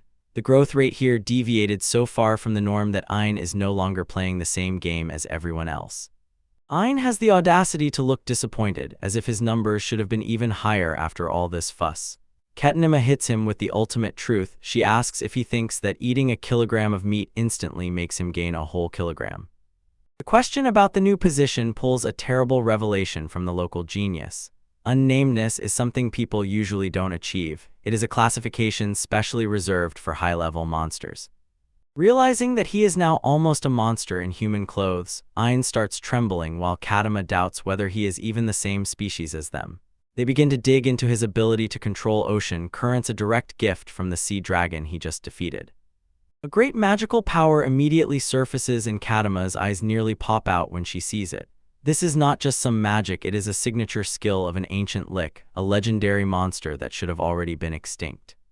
Comparing the facts reveals a terrifying truth. The Kerch stone, which did not consume him, was actually the core of a high-class witch. Our guy just casually ate the legendary undead as a snack and now he is reaping the consequences. Reaching out to take the crystal, she trembles and has never seen anything like it. Chris throws a powerful lure. If this is great dark magic, then the original owner must have been an ancient lick. Kadama Freeze is shocked that Chris knows this, as this ancient knowledge is buried in elven texts that no one can read. Turning into a complete chaotic Grimmel, Kadama starts screaming as soon as Chris admits that she just casually read the ancient books because she felt nostalgic. Our cat girl-like scientist is losing her mind. She had been trying to decipher them for years, while Chris was just flipping through the pages for fun. Watching Kadama slide into deep depression is honestly funny when she realizes all her hard work was in vain. Chris bows and apologizes as if he were a born genius, and Ain just stands there thinking about how his life turned into a comedy act. The book's opening reveals the true form of the Elder Lick, and she was an absolute predator, in a hood, cloak, and with long hair. It turns out she was a key figure supporting the Demon Lord alongside her husband Dullahan. When the puzzles come together, everyone understands. Those two cursed stones that Ain found were actually a married couple. A bit creepy if you think about it, but our team is more focused on the insane power surge that Ain gained from their reunion. Kaden pulled out a dagger from ancient illustrations, and it was exactly the same as the one Ain always carries. It is not just a weapon, a legendary artifact forged by the Elder Lick herself as a gift for her husband. And what they found out, the dagger was made from the very core of evil, explains why it could fell a sea dragon with one strike. This thing hits as hard as an attack from the Demon Lord, and Ain is now the most dangerous child on the planet. Kadama explains the dagger and stones eventually reunited again thanks to how long the power of Dullahan lasted. Like a tragic love story, only the ending is this: the teenage prince absorbs their souls for stat points. Dragging along the legacy of the couple who became a family, Ong was a little moved. He replayed in his mind all the moments when he used the power of the stone and suddenly realized those voices in his head had more than he had noticed. Echoes of the mysterious voice welcome back scatter, cutting through his consciousness, and he realizes the soul of Lick might have remained inside. This is a pure, absolute cinematic moment when the weight of his new powers finally begins to sink in. Accepting the gift under the moonlight, this is essentially a proposal of hand and heart. Guys, record this. Standing there in a daze, Ain wonders whether the voice he heard during the absorption of the stone was real or just a vision. The girls watch him closely, probably guessing if he is about to have another midlife crisis at 12 years old. Interrupting deep thoughts, a voice from behind the door asks if Chris Sama is in the room. It's time to snap back to reality. Duty calls, and these peaceful vibes are about to be shattered by urgent news. Kadama glances at the door while the knocking doesn't cease, and her cat ears twitch at the sudden arrival. The tension in the room instantly spikes from ancient legends to immediate royal affairs. Smiling as she lets the guest in, Kadama shows that it's Klond. He looks a bit exhausted. She hasn't been caught up in idle chatter. Something serious is about to happen at the harbor, so they need heavy hitters ASAP. Klond enters the room, apologizing for the interruption, but sees that the treatment is already finished. She has a message that cannot wait, and from her facial expression it's clear this is by no means a happy birthday card. And announcing the news, she says that a messenger from August's company demands that Chris and Lloyd immediately gather at the harbor. It's a direct order, meaning something went wrong with the sea dragon's body. Chris is confused. The company was supposed to handle the dragons dismantling themselves. She clutches her chest and looks ahead anxiously, feeling that everything they found inside that huge lizard will turn into a problem. The explosive news is announced. Klond shows that they found an egg-like object inside the sea dragon's body. The expressions on Ain and Chris say it all. This is no longer just cleanup, but a biological hazard. Cutting to the harbor, we see the scale of the operation. The sun beats down on the water. A fine day for trouble, and the whole kingdom is on edge, waiting to see what exactly will emerge from the darkness. Workers crowd around the huge dragon skeleton cranes, lift heavy bones, and pile them aside.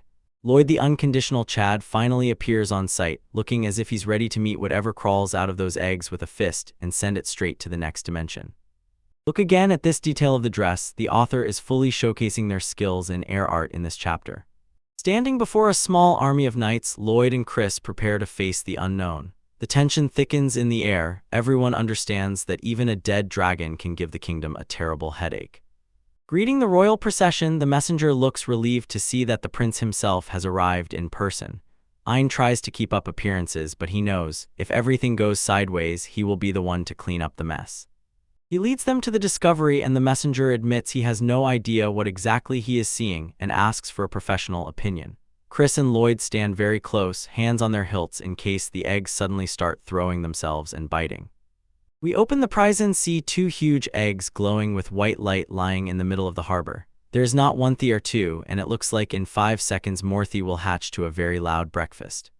A crack splits the surface of the eggs, and from it spreads a web until a piercing screech fills the air.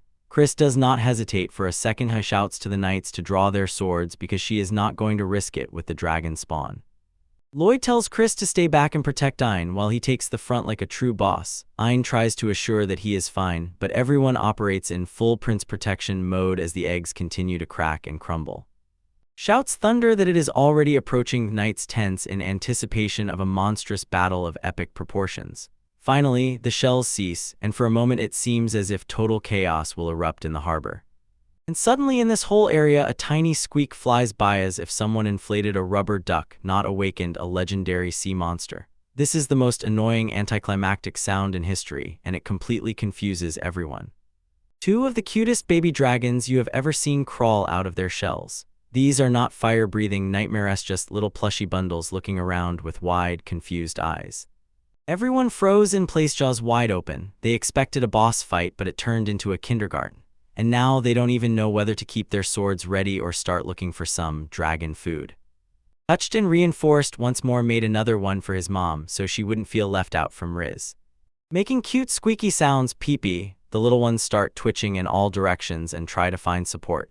This is a complete 180-degree turn from the tense mood of the previous minute, and honestly pure cinema. Lloyd is still playing the tough guy, asking if they really will just rent out Monsters Live. Chris hesitates, but she knows Van dragon hatchlings can grow into threats capable of destroying kingdoms if not controlled. He looks at the frightened, very small dragon face and feels something special. He understands they are in panic and cannot help but feel a kinship with them that other soldiers simply do not understand. Ein, despite the warning, simply approaches the little ones and shows his royal charisma, giving them a warm smile. The little dragons stop trembling and look at him with eyes so bright that they could light up a small town.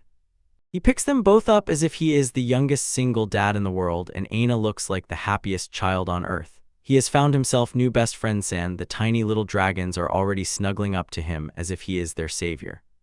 Revealing his guess, Ein tells the stunned people that the babies consider him their father. He absorbed the magical stone of their real mother, so by dragon law he is effectively their legal guardian. Lloyd asks if it wouldn't be easier to just finish them off right now, and he is not exaggerating. He could bury them in one breath. Chris hesitates, glances at the knights, then at the prince, who is currently being used by sea monsters as a playground. Barreling like a madman, Ein asks Lloyd to give him time until tomorrow to figure things out. He already has a plan brewing in that monstrous human brain, and he demands a bunch of explanations from his grandfather. Swearing that he will manage to keep them, Ein poses with his new favorites for the signature shot to be continued. He will have to convince the king to allow him to keep 2 real dragons in the castle, but with such Riz as he has, who can say no? Ventress, look at this absolute childlike manner from the doorstep, feeding sea dragons as if they were their goldfish, dried to life. Our guy Ein is now living the dream with his personal sea squad. Staring intently up at the moon after a night of complete chaos and high stakes in the jewelry workshop. Walking through the royal garden of the castle, you feel the scale here is just unreal. This is the level of expensive setting that makes you realize the local nobility is truly made differently. Feeding these huge lizards seems like a full-time job. They just devour those magical stones. Ein is lounging relaxedly, probably thinking if he can snag some of that XP for himself. A memory from the throne room shows the king actually allowed Ein to keep these legendary beasts. Imagine a grandfather so cool that he lets you keep sea monsters as pets. Meet the new family members: L, the older sister, and L, the younger brother. Naming sea dragons is pure main character energy, and honestly they are quite cute creatures, considering they could probably sink an entire fleet. Sylvia steps into the arena and starts feeding them too. She looks just like an angel while doing it. Ein stands aside and watches her, probably already realizing he has the highest riz even effortlessly. Look at this luxurious waifu material right here in the sparkle glow and next to the sea dragons. If this isn't pure cinema, then I don't know what is, and the author is clearly preparing something with these visuals.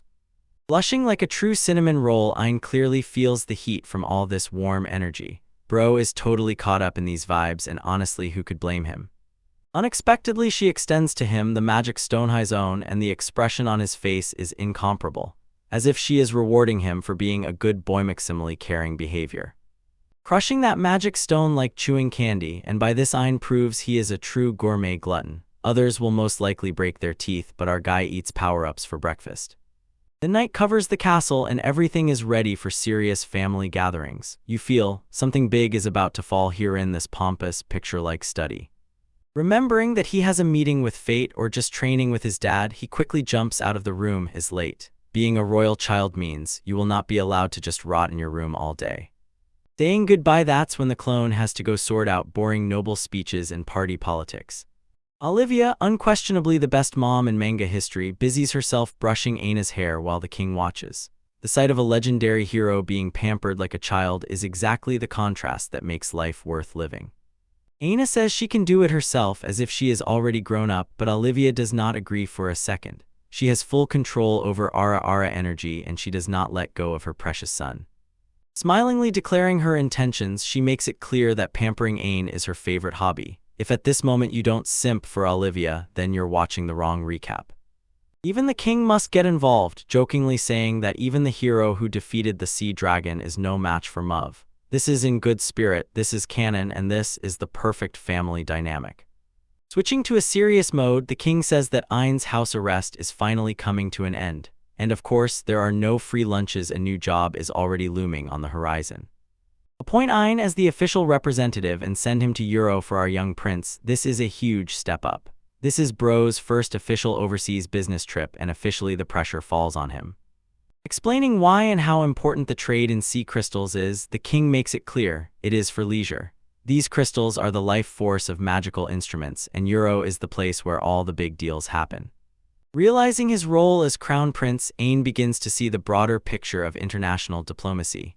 It is a heavy burden for a child, but we all know he is a born leader. Discussing security, the king confirms, behind Ein will stand elite guards Chris and Dill. Safety above all when you carry the future of the kingdom on your shoulders. Olivia aimed at her son once again and warned, don't pull any more foolishness for the last time like with Sea Dragon back then. Ein in the background, pure mood, I'm being roasted by my own mother, that's all. We were ordered to drop formalities and just call her a clone. We have a winner in the waifu race. Heated up for the road, Ein looks out the window and dreams about what kind of place Euro will become. But he has no idea, right now he is about to step into a whole level of complete chaos. Deep in the library, someone is reaching for the long-awaited eye-to-eye moment among piles of ancient knowledge. This is a quiet episode before the inevitable storm of information. Hetty the cat girl works hard, flipping through books with that focused librarian energy. You know, when her cat ears start to tremble, that's when some not-so-small story unfolds.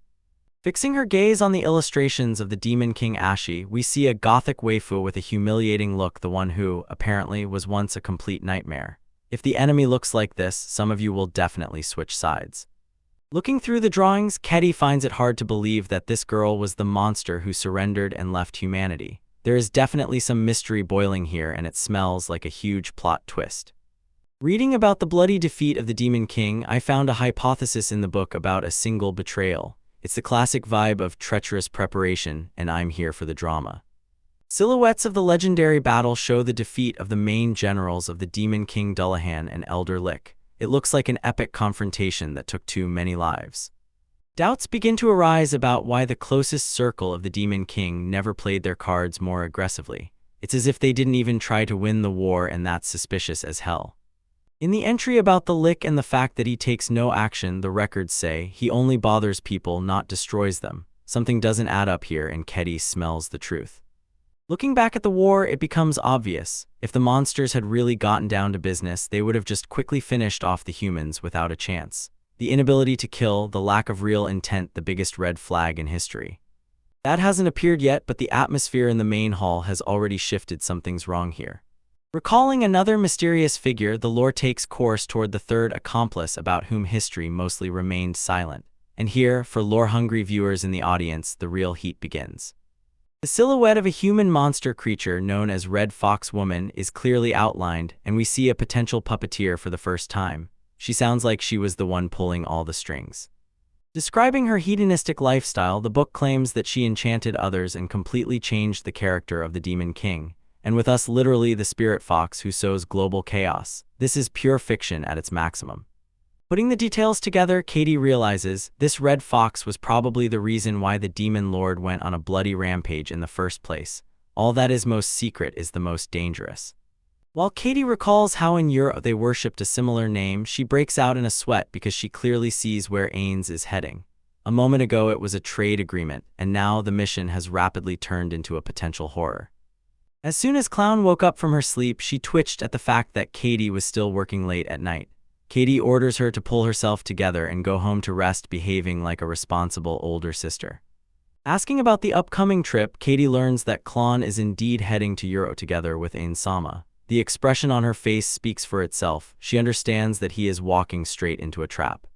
When Clown leaves, Katie truly worries about what awaits them in this city. If the cat girl is so anxious, then it is official a curse. Ominous shots of a distant tower set the mood for the next chapter of the story. We leave the safety of the castle behind and head straight into the unknown. Welcome to Hardland, a neutral trading city where everything is for sale and everyone has their own secret. The architecture carries desert moods, and it looks like something is always happening here. By the time he figured out who the Father of the Year is, he quietly slipped away and went to another party without telling them. In the huge arena, the crowd roars, and this proves, no matter where you are, some things never change. People grab others and hit them so hard that their brakes fly off. Steel clangs in the very center of the ring. Two experienced warriors show the fans absolute class. This is not some rookie fight, this is a high-level battle. With dazzling speed, one of the fighters dodges a heavy blow and manages to reposition. The choreography in this fight is pure fire. It demonstrates a real level of martial arts. Logus and Edward exchange words during a brief pause in the fight, showing respect to two old-school kids. Edward says his opponent has become significantly stronger over the past 3 years.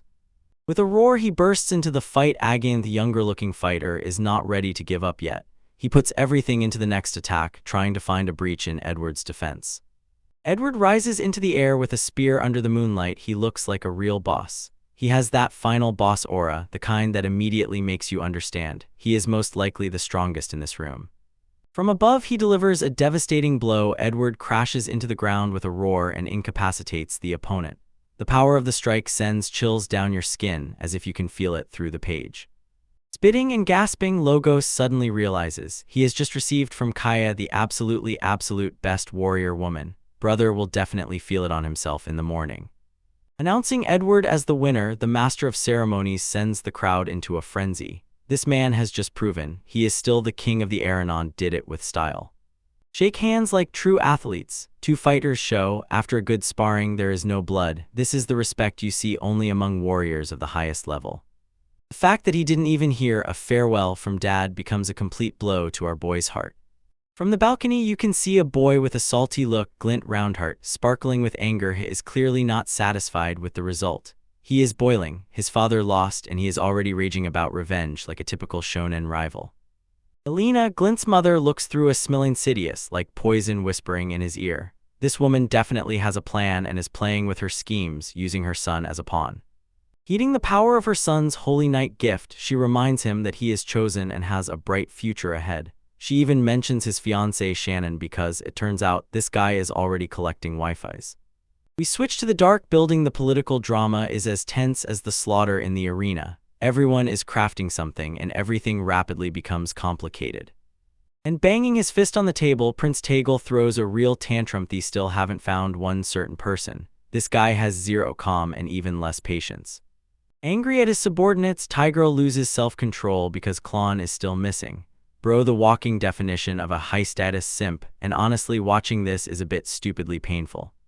Harley Clon's father stands and watches as if it doesn't concern him at all while the prince throws a tantrum. It's terribly funny. The calm, composed dad handles the royal brat's outburst to insist that he must be strong as the head of the household, and Harley puts on a face of desperate endurance despite the circumstances. He plays his role flawlessly. He keeps the prince on a leash, not even noticing it himself. Assuming that Clon might actually be safer in Estelica, Harley subtly steers the conversation. He plays 4D chess while the prince plays checkers. Flashback: Clona's face is firm. She was ready to do anything to get inside. She has the same fire and water energy top heroine level. Olivia felt sadness and intervened to throw out a few devastating truths about their situation. Prince Tajel is still in despair, eyes watering because his crush is with another guy. He should go outside for some fresh air and realize, against Arbane he has 0 chances. Suddenly a guard ran off with a report. The targets are heading towards Euro. It was then that the threads of the plot finally come together into one big, chaotic mess. With the order to continue the search with even greater force, Tiger is ready to hunt them down like a bloodhound. He is blinded by obsession. He does not see the danger he is stepping into. Happily hearing the news, the prince is confident that he will soon have a grand meeting with his beloved. His illusion is strong, it takes his breath away how quickly they will settle him in place. Harley bows and thanks the prince for the help, but it is clear he is just putting up with this guy. He uses the prince's resources to find his daughter, a total pro-gamer move. Declaring that as soon as they find her, he will make a clone out of his wife, Tiger lets out an ominous laugh. Bro is literally the embodiment of down bad, and it is already entering a critical stage of a creepy crunch. Harley just nods along and goes with the flow, probably already thinking about how quickly Ayn will send this clown to the forehead. The audacity is barely noticeable, but the cruelty is unequivocal. He personally heads to Euro, so the prince decides it's time for a little road trip to claim his prize. He strides straight into the lion's den and considers himself the apex predator. Glint calls to escort him as an escortan. The prince gathers a squad of Ayn's haters. Like a reunion of the Losers Club, only the tour leads to disaster. Changing the mood in his head to the image of a clone, the prince promises to find her at any cost.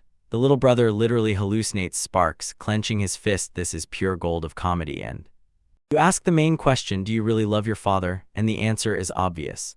Ike is sitting here looking innocent, not aware that a group of jealous rivals is rushing to ruin his business trip. The contrast between his calm mood and their hatred is laughably absurd.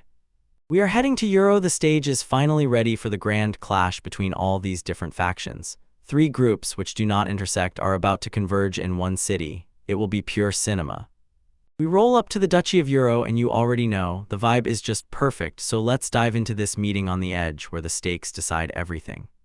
Look at these old heads trembling in their boots. They know that something incredibly big is approaching their harbor. Absolute cinema right now is royal private worship. White King rolls up like the highest flex on everyone watching. Duke Amel walks back and forth here, examining how the clothes fit him, sweating profusely, having no idea if he looks decent enough for the legendary nobility about to disembark from that boat. Guards are lined up in perfect formation, paving the way for the one everyone awaited to make his grand entrance. The heavy steps are audible. The clatter on the stairs forces the Duke to swallow his fear and pretend as if he is full of respect before the authority. Comes out with the same peak main character energy. Our guy Ein van Ishtelica appears as if he is a certified Chad in his royal robes. Clenching his hands and keeping everything within the bounds of professionalism, Aina is ready to start the meeting while the Duke does everything to maintain his composure. Ong holds on sincerely and says he can't forgive how that old man treats his beautiful mother. Walking towards the castle, advisor Edo already feels there is definitely something wrong with this boy. Standing in front of Ein is like facing a monster the size of an entire mountain, so Edo understands, if something goes wrong, his team is finished. The idea that whispering might be stronger than martial in a fight with monsters is a crazy version that shows how much aura he radiates. Smiling as if those eyes do not hide a level of power that could destroy the world, Ein keeps everyone guessing while entering inside. They set the tone of the meeting. Everyone sits down, but you already know, this scene won't last long with such tension in the air. Bursting into the party boldly, like a pack of shameless troll brats, Prince Tajel and his squad appear with no respect for the diplomatic process. As if he were the master here, Tajer starts grumbling that he was made to wait while he was dealing with something that had 0 riz. Throwing his father's name like a golden ticket, he declares this a formal visit and hands over a letter from King Chame. Seeing a familiar face in the crowd, Ein catches the gaze of a boy who looks as if he just saw a ghost from his past. Standing there with a scroll in hand, it is none other than Glint, and it is clear that he is by no means happy to see his older brother thriving. The best ending of this chapter is seeing Olivia light up with joy. She is incredibly proud of her boy. Pointing a finger as if about to make the loudest knocking move of the century, Glint starts shouting at the nobility in the room to bring that contemptuous finger-pointing closer, because the audacity of this kid has already reached the limit, like at the terminal stage. Seductively exposing Ains in front of the whole room, Glint shouts that he is a runaway from the Roundheart family and he has no place here. Waves back with maximum-based energy, and Ains simply tells him the usual long time no see, then immediately keeps moving forward like a boss. He restrains his guards, the same ones already ready to send these fools to the lobby, and reminds them he will not allow them to attack first. While chaos unfolds right before his eyes, the Duke reflects on how his peaceful meeting turned into a family reunion from hell. Roaring orders and showing off power, Tiger reminds everyone that he is the third Prince of Heim, as if anyone really cares about his title. Like dropping a logical mine on these clowns, Ains explains, the Crown Prince stands much higher on the food chain than some third prince. She told him to shut up for a minute with a look that would make a dragon cry, and showed them exactly who the real boss in this room is. But returning to the main purpose of this trip, the room falls silent. Tension reaches its limit for everyone involved. Right then they decided enough. They will end this poisonous house and the trash heap instead of a family. He shouts about his missing wife. Tejal reveals that he was chasing after Klon and demands to know where she is hiding. Recalling that beautiful clone girl and her grandfather, it is clear that she managed to avoid great trouble by moving away from this loser. To accuse the Euro Duchy of selling people like some human trafficking scheme just to extort services, these are wild and absurd accusations that are not thrown around lightly. And the Duke, with the advisor overwhelmed to madness, cannot believe the level of mockery sarcasm coming out of this boy's mouth right now. Immediately denying the accusations, they make it clear that Euro will never get involved in such a disgusting trade, no matter the price. Stepping forward to take on diplomacy, Chancellor Violin Lark introduces himself, showing the same legendary wisdom of an old grandfather. Demanding an immediate investigation, Tejal thinks he can command the Chancellor of a much more powerful state. An explanation revealing the essence of mutual exchange Woolen makes it clear that their dramatic ties at this stage are already dead and buried. Refusing to believe a single word from the Heim royal family, Woolen states that they have burned all the bridges they once had. The asked price seems too high. If they want any information, someone will have to lose their head. In the courtyard, he begins swinging the training sword while a bunch of knights watch from the side. He throws himself into the work, but it is clear that his position weighs on him. She led him to where it was even more beautiful, and she herself looked like a true goddess in the moonlight. Losing his mind when Valen asks for General Logaz's head, Tejal realizes the negotiations are officially failed and beyond repair. Turning his gaze to his miserable brother, Aintel sharply shone and made it clear that his power is tiny and pathetic against what is already coming. When Einsgard Chris receives insults for being just a decorative prince, he intervenes and reminds everyone, our guy is a hero who kills dragons. The hero, refusing to believe that his brother could ever become a hero, Glint stands still and looks like a complete hater while the adults talk business. Throwing down a challenge to the haters for a duel, Dill is ready to prove Ein's greatness with cold hard steel if it comes to that. While the room turns into a powder keg, the Duke panics and Woolen just leans back and enjoys the spectacle. Having arranged a competition to settle all scores once and for all, Woolen decides, it's time to act to break this dead pause. While she contemplates this, everything just jumps from 0 to 100 and Ein watches as the situation instantly explodes without any safeguards. Hey, look at this huge fortress. The highest stakes and intense drama are about to begin right now. We immediately burst into a fight. Our team watches the sparring, which is essentially a quarrel at a distance, until someone moves on to a serious conversation. They return to their true home, leaving the trash family in the dust where it belongs. While we watch the arena, the waifu knight looks simply wonderful as always, with a wise old man nearby, and our guy Ein just relaxes. In the pit, Clint fights for his life and Dill just stands there like an absolute cool dude. Everyone chats that Dill really broke down and that lately he's been going to the gym. Realizing that he is essentially a god compared to this guy, Ein is just glad he didn't accidentally send the guy to the Shadow Realm. Returning to the scrap, Clint looks for a loophole, but it seems like a total skill issue. Clint refuses to accept defeat and, irritated, demands another round like a true gamer. Suddenly, the air seems to crack. This man just activated his holy knight to try to save his dignity. Shouting that now he is serious, he will burst forward like a rocket that targets a heat signal. Flying through the air without any grace, trying to land a strike, but Dill is simply composed differently. Honestly, as soon as Mom dropped the bombshell of the century, naming her homeland while standing before this huge fortress. Boom, a huge cloud of dust covers the field. It takes your breath away. Could someone really have been knocked out? Through the smoke you can see, the spectators froze as if they just saw a ghost. Finish the fight without any effort. Dill sheathes his sword, and Clint sits looking completely drained. And turning to Ain, Dill essentially crawled lovingly through his victory and gave it back like a loyal dog. Just look, he kneels down as if making a proposal, and his loyalty is really top level. Discussing the results, the team understands. Although Clint is a loser, he still has potential compared to an average knight. Remembering the heavenly knight rank, Ong became interested what the true pinnacle of sword mastery looks like. Applause like a proud grandfather. The old man is simply happy to see that the youth is not a complete disaster for once. Switching from boring politics, Dukamal wants to wrap up this meeting so they can probably eat properly. Thinking about what to say to the third prince, Wolinson is already here playing a long game with the postal system. Laughing at all this absurdity, the squad is essentially one big happy family until trauma begins. How easily she slid the ring from her hand and let it go as if it meant absolutely nothing makes me doubt everything we knew about her. Night falls on the castle and after the sun sets, nothing good ever happens. Shouting into the void, someone is having a mental breakdown over a girl named Cloney. Returning to the war room, the adults sit around the table pretending to be engaged in something very important. Going for a walk in the city, Ein and his knight waifu are basically on a date, and I'm not even mad about it. Explaining his clever moves, Ein tells her that you can only see a country's flaws when you look at how ordinary people live. Analyzing the grain situation, he realizes this place depends too much on imports from Haim. Taking out a 4D chessboard, our guy plans to dump grain on the market at fair prices to finally break Haim's monopoly. Causing a total economic collapse for his enemies, Ein throws them a look. There's something honestly scary in his eyes. Watching her prince turn into a cold-blooded capitalist, waifu Loki fears his brazen audacity. Looking at the sunset, he sees a beautiful cityscape, and they have no idea their economy is about to be turned upside down. Suddenly, the ring crumbles to dust right in her hand, and my boy Ein looks as if he just saw a ghost. Inspecting new weaponry, a huge battleship bursts into the harbor and it brings a gift for Prince Ein.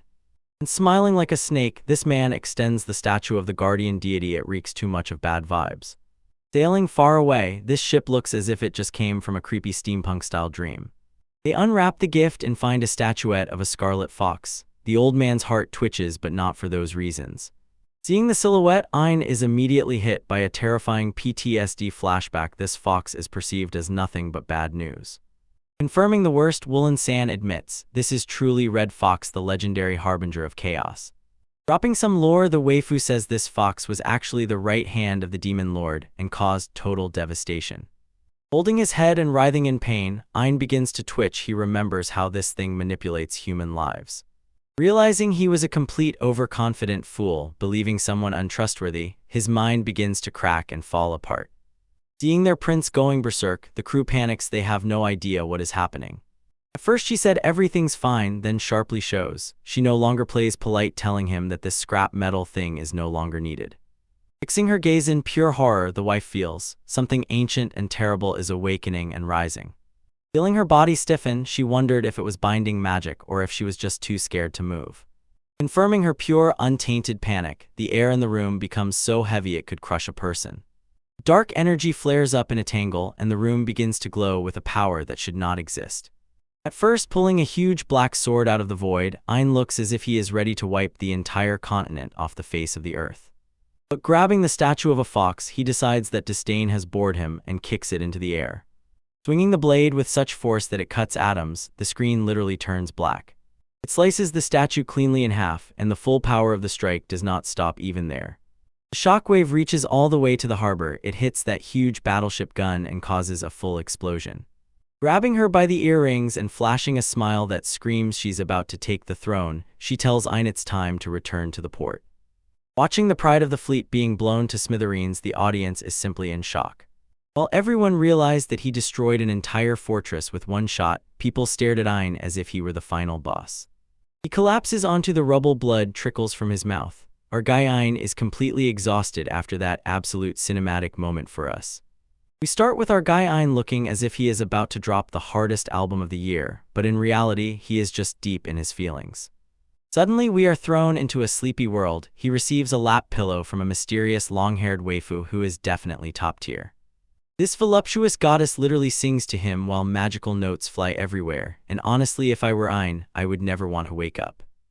Whispering that next time she will handle him, she leaves our protagonist even more confused than a lover at a free concert.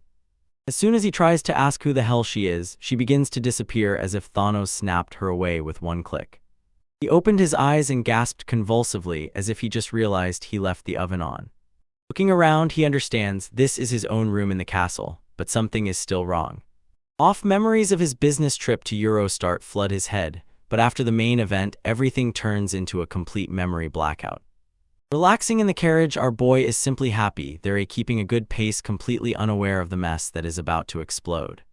He fixes his gaze on his right hand and realizes it is all wrapped in bandages, and the seals look as if they are from ancient times, practically screaming about the hero's power during leveling up. He is way too puzzled for someone who just woke up. He tries to piece together the puzzle. Realizing that answers are needed as soon as possible, he rings the bell to summon his team like a true absolute Chad. Doors slam open wide, and Olivia and Chris rush inside as if they saw a ghost. Again, complete confusion. Ayn tells them he has zero memory of how he even returned to the castle. Without saying a word, the ladies pounced on him and hugged him so tightly that I wonder how his ribs didn't turn to dust. Only crying to tears, they start shouting his name as if it were a dear dramatic movie. Even grandmothers and grandfathers come to join the celebration. You can see how relieved they are that their golden boy did not become a vegetable. Just as everything is getting better, an absolute bomb drops on you. The boy has been in a coma for 6 months. Passing these giant stone columns, you feel the atmosphere become so heavy it could crush a person. Hearing that he actually missed half a year of life, Ayn looked as if a level 4 or 4 error had occurred in his brain. Grandfather intervenes and tells the girls to calm down. The man needs to give his eyes a rest. Left alone with his thoughts, Ayn begins to switch on to the memory of the red fox statue and wonders what the hell happened to him. Looking at the night sky, he clenches his fist and knows everything that happened in Euro has changed him forever. A little faster forward and we see our boy receiving royal treatment in a wheelchair because his legs are now in the lobby. The whole team gathered in the audience hall, even Katama, our favorite cat girl scientist who always brings the best energy. Entering the hall, Ayn asks what all the fuss is about and Katama just says, "Stay calm." Suddenly, the wheelchair feels like it weighs 10 tons, and Chris grabs with all his might as if trying to move a mountain. As if he is being led invisibly step by step, and Edema watches everything with burning curiosity. A gloomy voice suddenly demands fiercely with a scream that he step back, and a giant magical circle flares up in the center of the room. Everyone's faces instantly pale, as if they just saw their bank accounts reset to zero.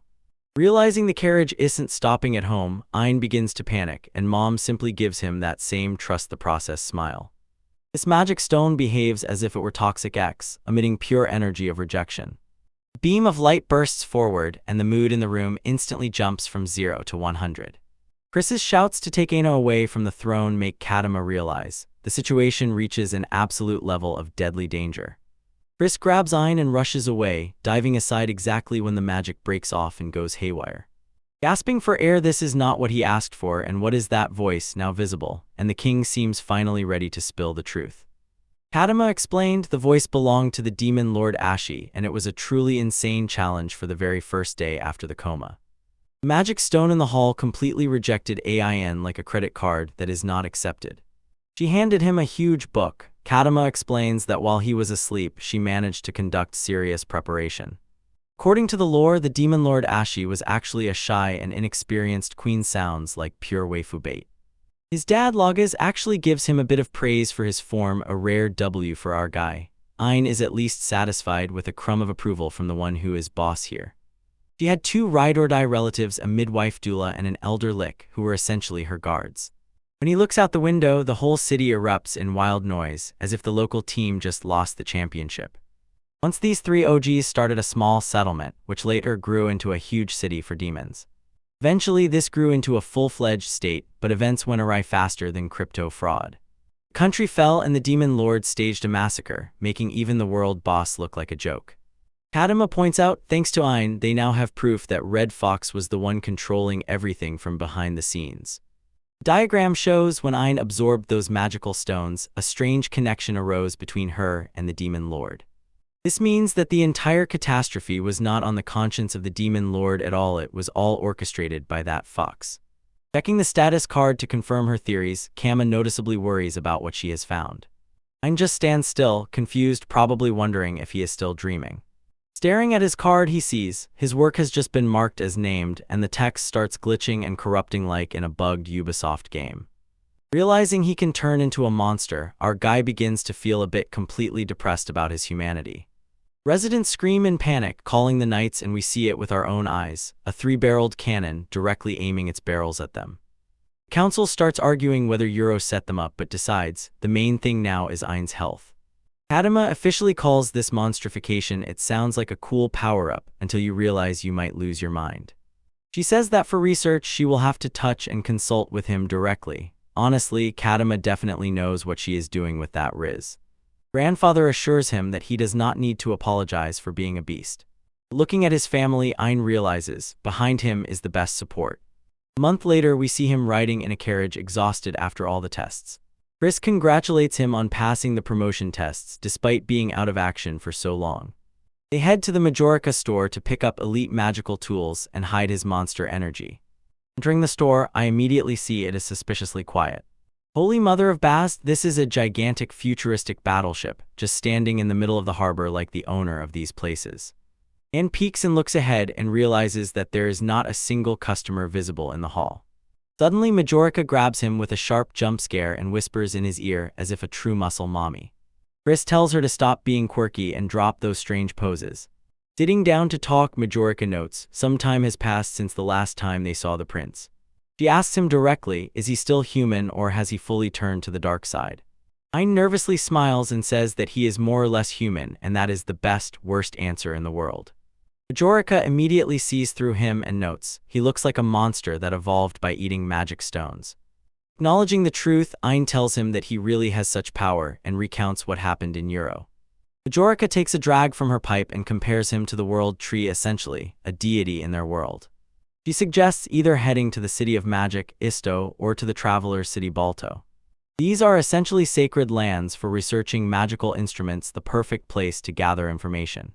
Looking at the incredible scale of this, the crowd looks like ants against this metal monster. Balto, on the other hand, is built near the body of a giant monster and holds the old castle of the demon lord. A spark lights up in Ein's eyes as soon as the castle is mentioned, but Chris immediately cuts off the topic like a strict mother. She remembers that place, it is cursed to the bone, and does not want her husband anywhere near it.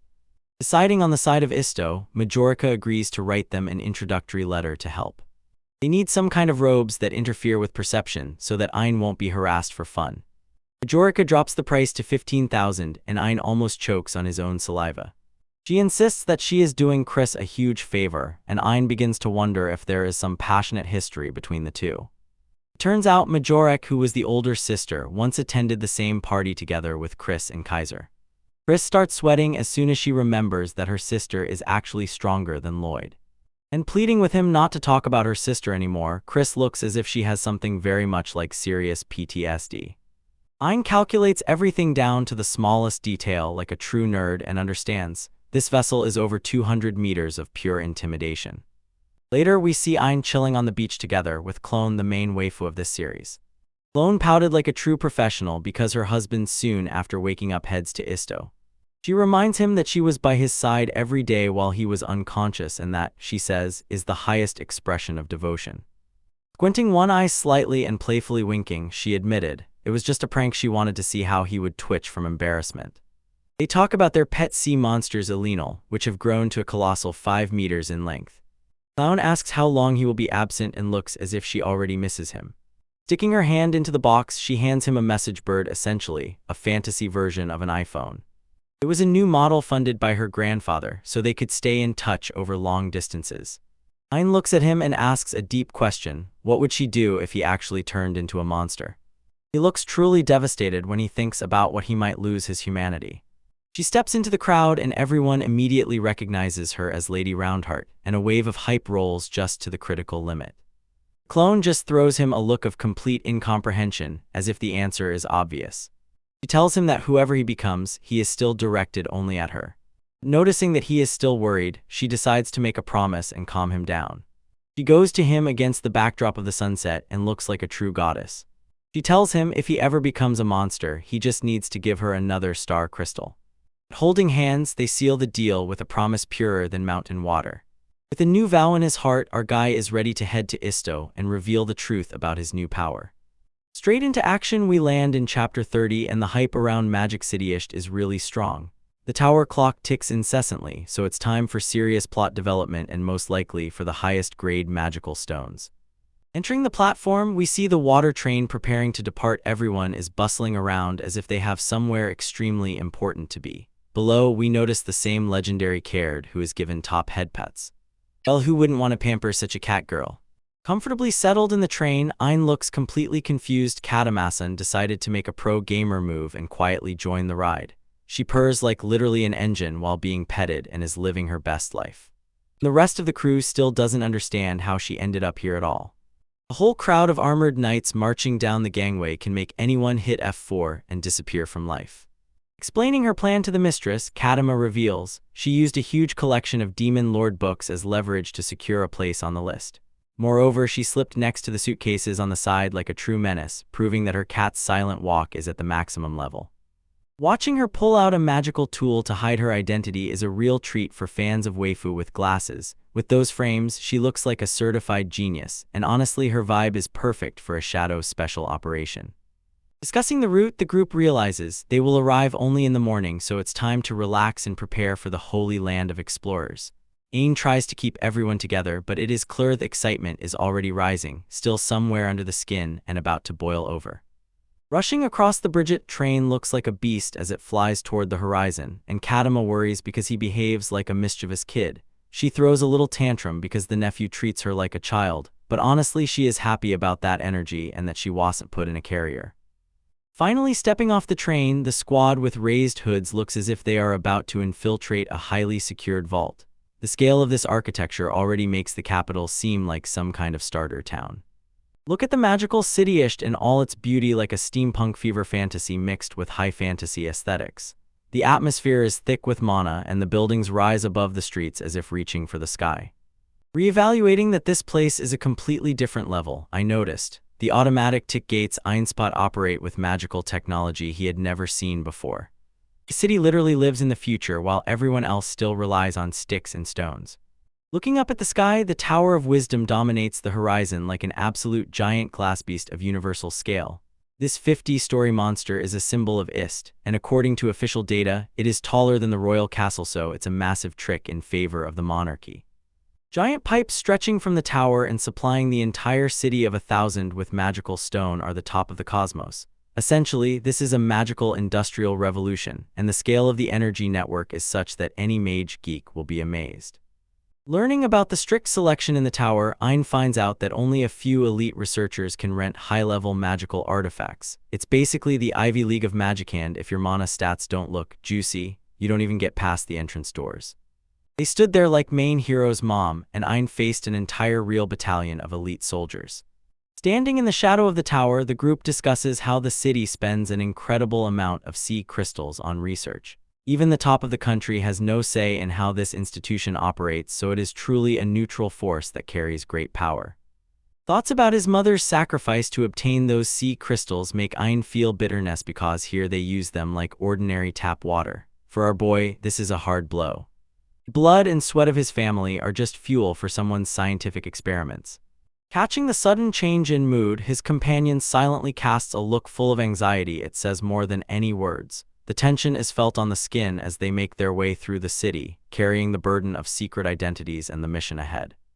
And having decided to barge into the very first one and enter to drop off equipment, the group prepares for their contact with the local connection. Ain is already ready to write to Klon because he is clearly extremely shaken and needs that same emotional support to get through the day. Just a small fragment of the journey how they make their way through the winding streets of Magic Hub. At every step, this city seems to hide something, either a secret or a high-level magical artifact. Holding a lit communication gadget, Ain finally makes contact and calls her to say that he has safely arrived in cold Ishit. He dismisses talks about the Tower of Wisdom, but everyone knows he just needs an excuse to hear her voice. Having received a stern warning to keep his hood pulled tight, Ain was immediately reminded, if his identity leaks out, the entire mission is over. In this city of geniuses, they must move like ghosts or else a loud political scandal is inevitable. When you make your way through the crowd on the streets, the variety of researchers and mages is simply insane. Everyone looks like they have a PhD in anything or have already mastered the skill of turning lead into gold. The atmosphere is purely scientific, but the stakes here are sky high. Checking the pass letter from Majorica, the group tries to find the right address in this city labyrinth. Kedema leads ahead with a big smile, probably just happy to finally get out of that suitcase. I arrive at the academy subordinate to East Magic University. The building looks more like a fortress than a school. It exudes the same prestige, the kind that says, you can't even afford to look at me boldly. Thinking he has to protect Mom, Ain steps forward like a mini-Chad even before a female knight approaches them. Stopping at the gates, the squad immediately encountered suspicious treatment. The guards took them for suspicious travelers. These sentries take their job too much to heart. By their appearance, they look ready to stab someone in the sides with spears. Whispering among themselves, the group understands. The guards are being cautious because they are nodding their hoods and traveling with a cat girl. Without context, such a company looks very suspicious, so there is no reason to accuse the NPCs of heightened vigilance. Handing over the referral, the guard glances sideways and mutters that adventurers always try to slip through with forgeries. He immediately starts checking the text with a look as if he is about to send them straight to the lobby. Seeing the name on the letter, the guard fell face down. Had just realized he was dealing with a person closely connected to the top. He starts shouting, calling his guys to immediately contact Chief Professor Oz, and the panic in his voice is simply incredibly funny. He bends so low that he almost kisses the ground, and the guard apologizes for his behavior and begs them to wait a moment. This is a 180-degree turn in attitude. In this world, the power of naming a name is truly legendary. While the guard, gasping from running, dashed away as if he had run a marathon, Ain wonders how much Majorica really weighs. That man's expression changed faster than speedrunners, and the whole team stands there catching the second wave of shame. Appearing out of nowhere, Professor Oz introduces himself with the same sparkles found only in main characters. He has messy hair and glasses, a combination that screams, "I do science all night," yet still looks like Chad. But meeting them with open arms, Oz is truly shocked and even jumps up with joy that they came on the recommendation of the respected Majorica. He treats them like VIP guests, and this is a huge relief after that awkward encounter near the main gates.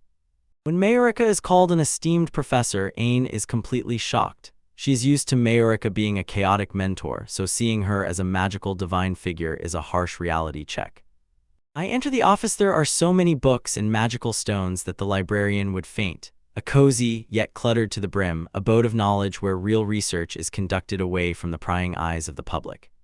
Kneeling on one knee, this legendary knight introduces herself as Christina Vernestein and holds the standard of a beauty. Immediately a sensation, Oz reveals who Ain is and calls him the Crown Prince. The quiet mission can be forgotten. It turns out the highest mages in this city watch everywhere. Their eyes are everywhere. Apologizing for his sloppy behavior earlier, Oz explains that he had to behave decently while they were in sight. He really caught on to the game. No, it's time for the squad to drop the mask and get to know each other properly. Christina and Dill step forward to announce the official titles. Christina, Marshal of Knights; Dill, Trainee Bodyguard, a tough, striking foursome that clearly impresses the professor. Turning on her royal image, Kadima presents herself as the first princess with a biography full of literal flowers. She presses so hard into this princess presentation that it almost blinds, showing a side we rarely see. Looking at Ain's face, he sees she is already completely out of it, but he cannot believe how quickly she switched from a wild cat girl to an exquisite noblewoman. Her acting is 10 out of 10, so our guy is completely confused. Fanboying is assumed like a total simp. Professor Oz enthusiastically meets the brain of the capital in person. Kidama spins him like a violin, pretending to be so submissive and even insists that she is here only to help her nephew who got into trouble. Moving on to business, Oz asks what exactly they need his help for. He is ready to share his expert knowledge and the mood in the room finally changes, from introductions to the very essence of the problem. In a silent, serious tone, Ein explains that his visit is about his own body and the secret of the red fox. This is the moment we have been waiting for. Finally, answers appear about the strange things happening with the constitution of our MC. Sensing how the silence in the room changed, everyone freezes in place while Ein prepares to reveal the details of her condition. Oz listens with the tension of someone about to encounter a new element. Focused on magical stone energy, Oz understands. This matter is right up his alley and he approaches it better than anyone. He is drawn to how immense his constitution is as if he just found the best project for research. This man, Logus, is a true Chad, a great general for the largest kingdom on the continent. A mustache that screams power. Such a guy probably eats nails for breakfast and doesn't even add milk. Looking at that armor and tail ponytail, we officially found the newest member of the Waifu Council. Concerned from the revelation that Ains swallowed both the fool and the magical stone elder Lichend Ozi is already beginning to understand that he is dealing with a straight-up monster. Most would have exploded, but Ain took it as a midday snack. Oz walks to his desk and decides it's time to show them something special, what he kept under lock and key. The tension builds as he approaches the closed container, and you already know everything inside will be a turning point. Taking a beautifully decorated box from the drawer, the professor draws everyone's attention while they wonder if it is yet another high-level magical stone. Christina stays alert, feels a heavy energy surging from the container. Explains that Majorica herself sealed this box and the entire hall. Oz reassures them nothing here will cause a mess. This is a highly protected system for a thing that can clearly cause harm if ever released. Revealing Ein that this is exactly the information he was looking for, Oz prepares to open the box. Ein's heart is pounding wildly, is already on the verge of looking into the face of the source of his troubles. Squeezing his hand tighter, Ein freezes, holding her breath. Lid of the embrace swallow must open. The tension reaches its limit, and even the air in the room seems to vibrate with ancient power.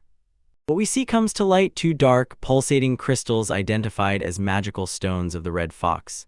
This is pure cinema. As for everyone, the hunt for the fox has just become truly real. Professor Oz looks like a real Chad in those glasses, ready to spill forbidden knowledge. We immediately jump to chapter 31, where everything is about to heat up. Look at our beloved catgirl, Kadama. She stands there holding an absolute mood while the professor prepares to talk about business. This couple really keeps the style lively, and I am for it. Everyone gawked at these red fox magic stones as if they had just discovered the secret of infinite riz. The tension in the room was so high, it was like my credit debt after a gacha binge. Bro is completely knocked out, just staring at her and thinking she is the most beautiful thing he has ever seen. Ain behaves like a true gentleman here and calms Chris down because he is clearly on the verge of stress. The way he holds her hand is driving the fans crazy. The shippers are going wild right now. Listening to Oz explain how these stones work, I realize our guy Ain is put together differently. Even with this crazy energy right in front of him, he stays relaxed like a boss. Request for a medical examination is a smart move, as Ain's body is essentially a ticking power clock. Oz is fully in favor of the examination because he is a man of science and culture. While the data is compiled over several days, it sounds like the perfect moment for a side quest. The team is already ready to hang out in the city. Meanwhile, the big brain is doing its job. Refusing the award because the story itself is enough is the peak of Chad behavior from Professor Dawes, but he said directly, I do it for the lore, and honestly I respect that. Insisting on giving the reward is Chris's way of making sure no one thinks she is abusing her royal power. She keeps everything professional and at the same time, as always, looks like a top waifu. So imagine a reward that is not just a bag of gold. Oz has something much more important in mind. The atmosphere of cozy research instantly shifted towards something much more serious. Hearing that children are being kidnapped and that this is happening here instantly ruins the mood. Professor Daves talks about the dark side of this city as if it truly hurts. The fact that the authorities are indifferent because the victims are just poor orphans from the slums is completely senseless. This world is cold, but our heroes are not going to let it slide. Watching Oz clench his fists because he cannot cope alone, you see, he is real. He begs the crown prince for at least some justice, not for excuses. Turns out Mom and Kreese are almost best friends, and they have been planning a grand escape plan all this time. To bow and ask the knights to intervene is a difficult request. Everyone in the room understands. The investigation has just begun on the verge of failure. Thinking about how kind this man is, I am inspired by Ein. We like a hero who cares about ordinary people and uses his status for good. Agreement to talk with the knights is only the beginning of how Ein takes power into his own hands. His gaze screams determination, wants to clean up these streets. Dropping the bomb that he himself would join the search is pure cinema. Brosant would simply delegate, but he goes there to get his hands dirty. Fearing for his safety, Chris tries to persuade him not to do it, but Ein does not listen to him. He has a main heroic mood as if he is saying, I am the one who knocks. Eventually, Chris gives up trying to stop him and only sighs Hevelish knows her prince is a stubborn Chad. The whole team has almost come to terms with his chaotic kindness. To recognize that such madness in Ein is a regular thing, and it's even funny. Oz just stands there with no idea which of these wild royal families he is dealing with. Sealing the deal with a handshake and closing the case means making it official. It's time to move from researchers to detectives in a moment. Throwing on robes and staying in the shadows is a classic move for invisibility. Even in hoods, this team has too much aura, so it won't stay unnoticed for long. The transfer of secret documents that were meant to remain in the dark is Oz's farewell gift. This could be the key for Ein not to lose his humanity. Stop, did she just say that this ship is here to take Princess Aaliyah? Did my brain just short-circuit? Leading out the royal delegation, the guards do not even suspect. They have just passed by the future kingdom. Ein clenches that envelope as if his life depends on it. Receiving a mysterious letter exactly at the moment they leave is suspicious to the point of shivers. Professor Oz is definitely hiding deep-lorn secrets somewhere in the closet. Focusing intently on that letter, Oz with a serious face understands. The finale is near. While the children disperse to play heroes, the old man chases his real demons. To stare out the window and think that the time has come, these are pure cliffhangers. Whatever is in that letter, it will most likely turn everything upside down. Making their way through the yard, the team finally steps into the open air. The mission has officially started, the stakes couldn't be higher.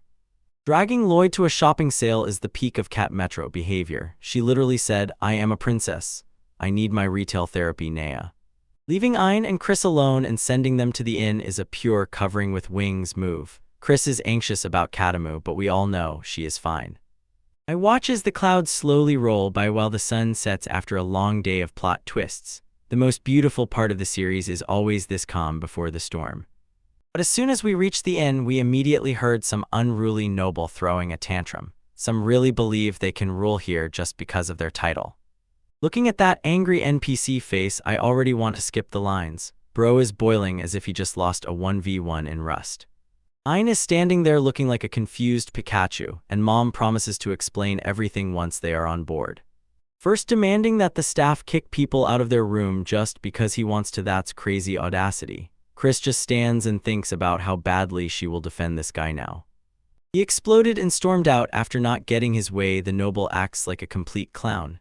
Imagine how overwhelmed he is over a hotel room. Passing by the group, the noble keeps snorting and gasping for air. Chris stands in front of Ein as if she is an absolute shield. Bragging about having a wyvern and kraken is the biggest small energy flex I've ever heard. Ein just looks at him. Come on, bro, I eat those for breakfast. Identifying him as Viscount Seiji, Chris drops lore about his rotten family. It turns out he's just a desperate noble trying to seem important. Finding out that some nobles keep monsters as pets is a strange flex, but alright. Everything is funny until your fiery pet the crake eats the neighbor's cow. So, considering that his money is rapidly going downhill, this man is the perfect suspect for some dark affair. People in despair act desperately and he is drowning in debt. You watch him walk away into the distance and you already know this is not the end. We haven't seen this loser for the last time. He is a petty villain, plain and simple. Switching to the night scene, Katama in pajamas looks cozy. Even when she is sleepy, she is still the smartest cat in the room. Getting on the ship, Mom looks simply stunning in that dress, leading Ein into his new life. Late at night, we talk about the mission. The mood becomes a bit closer. This is that nighttime atmosphere when all secrets are revealed. But how Chris was knocked out by sleep on Ain's lap, that's pure cinema, guys. Our guy is winning in life while she gets the same premium royal treatment. Nibbling at him about the situation, Ketama definitely knows what's going on. Chris was knocked out after a long day as a top guard. And asking about the forbidden documents that Oz gave them, Kadama becomes serious again. Playful excuses are overtime for the dark truth. Stories about human experiments and artificial demon lords are pure horror cinema. This research is much worse and darker than we thought. Learning that they melt magical stones to make people stronger is a complete disaster. They were actually turning people into monsters against their will. Realizing that once foreigners were simply perceived as monsters for experiments. The history of this world is darker than Discord dark mode. Seeing that 99 of test subjects died, Ain concludes his own power is a double-edged sword. Essentially, he does the same but survives. Imagine him turning into a monster and killing everyone he loves, a real nightmare. The fear in his eyes is genuine and it hurts deeply. And reaching out to calm him, Kadama shows why she is the best aunt. She won't let him fall into despair over some old papers. Telling him exactly what the downsides of being a monster are sounds like a very correct stance. Kitoma looks at everything from a completely different angle. Switching to the Archduke's estate, closed doors and everything gets really heated. The explanation that he won't turn into a mindless beast, that's exactly the reassurance he lacked. He's too Chad to lose his head so easily. The fact that high-level monsters just look like people, a pretty strong argument. If you can still wear clothes and talk, are you even a monster? Telling him to simply re-register his race if he evolves, that's the most brilliant brainson in the entire cosmos. Katama lives in 3024 and we're all stuck in the past. Ain, laughing at all this ridiculous fuss, finally feels the burden lift from his shoulders. That's why you need a cat girl in life to keep everything grounded.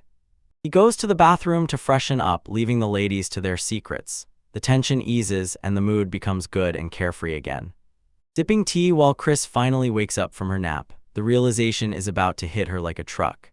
Telling Chris to keep her mouth shut about the crib pillow incident, that's Kadama, a true wingman. She keeps the secret for the sake of the plot. Panicking and blushing like a tomato, Chris is completely hooked on her prince. She fears the king might find out she was slacking off at work. With a bold snort, Kedem is about to lose some royal power. She found a simple solution. She has the best cheat code for this very moment.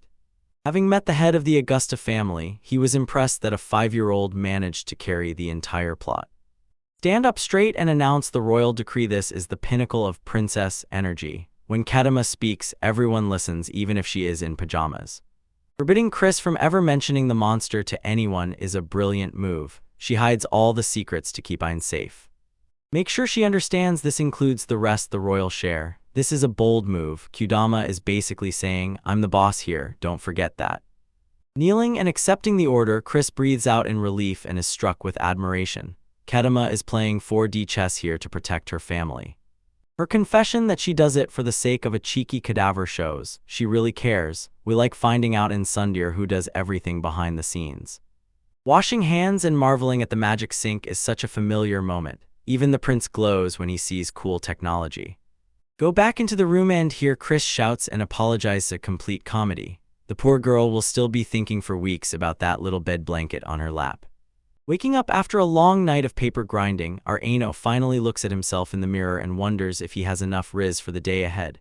Chris comes in to check in. Honestly, the best waifu to wake you up is the only way to start a fantasy adventure. Sitting down to eat, Chris explains that Ain should not overexert herself if the investigation heats up. We officially enter the girl's secret in the alley, so grab snacks, it's about to get intense. Having noticed where the rest of the squad disappeared, Ain realizes that he is now alone with Chris. It turns out that the cat girl Kama is dragging through the streets like a living victim because she has a shopping addiction. Klon here squeezing the flower Ain gave her, looking like she's ready to risk everything for our guy. Then suddenly a notification pops up on his message pad and Ain sees a warm message from Klon at home. She worries that in the Isht climate he might catch a cold and once again proves that she is the best girl. Retrieving the end of the message, Clownmulsion wrote that her grandfather works nearby and wants Ain to say hello if they happen to cross paths. Ain feels the warmth of that support from afar, and honestly, all this sincerity is just pure cinema.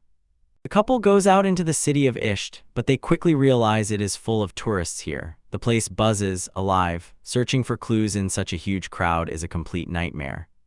Deciding to cut a path through the back alleys, Chris warns Ain not to stray because these alleys are a complete labyrinth. Of course, they get hopelessly lost within 5 minutes because that's how the plot works.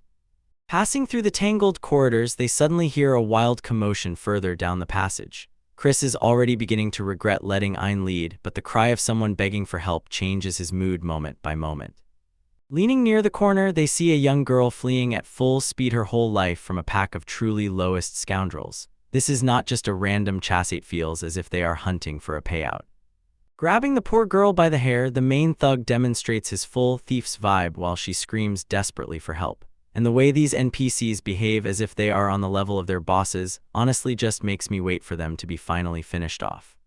But he tosses her up as if she weighs nothing, and the big guy laughs, finally caught his prey. The same classic minor villain, and soon he will be sent to the lobby, face to the hall, the very one everyone loves to hate. Reflecting on her market price, thugs decide she must be returned to the carriage without any bruises. These guys are clearly part of a slave trade ring, and their luck ended the moment they stepped into this alley. Appearing out of nowhere like a literal goddess of death, Chris stands over the unconscious bodies of the bandits before they even realized what hit them. She didn't just win the fight, she speedrun their very existence. Grandpa here sighs. He knows the Roundheart family is about to be roasted for their crimes. Approaching from behind, Ein notices Chris is just as fast when it comes to packing up the scoundrel. She is trembling from this, frozen and looking at her rescuers as if they had fallen from the sky. Catching the girl who is fainting from complete exhaustion, Ein realizes she has reached her absolute limit. Chris is on high alert, but it is clear this child has endured a literal night of nightmares before they were even found. Noticing her torn clothes, two people figure out, most likely, she is one of the orphans from the local slums. They decide the best course of action is to take her back to the inn so she can regain consciousness and finally eat some proper food. Having laid her in a warm bed, they wait for the sun to set as she recovers from the trauma in sleep. It is a quiet moment, yet a calm before the storm is felt. The mystery only deepens. Opening her eyes to an unfamiliar sailing, the girl is clearly confused and scared to death. Waking up in a luxurious room after being chased by monsters in human form must be a colossal culture shock. Greet her with a smile. Aina tries to calm her down, calls Chris to bring something to eat. He plays the role of the lead protagonist perfectly, making sure she clearly knows she is finally safe. Having brought in the tray with food, Chris busies herself preparing dinner. Someone from the street would probably see it as a real feast. The girl looks intently at the sandwiches as if they were made of pure gold. Giving her the green light to eat, Ain demonstrates the same top kindness that makes the waifu drawn to him again and again. He says everything was prepared especially for her. Thighs is truly the peak of the most sincere atmosphere. Breaking into tears, the girl finally lets out everything she had been holding back for so long. It is painfully heart-wrenching to see her realize that someone truly cares about how she is doing and what is happening to her.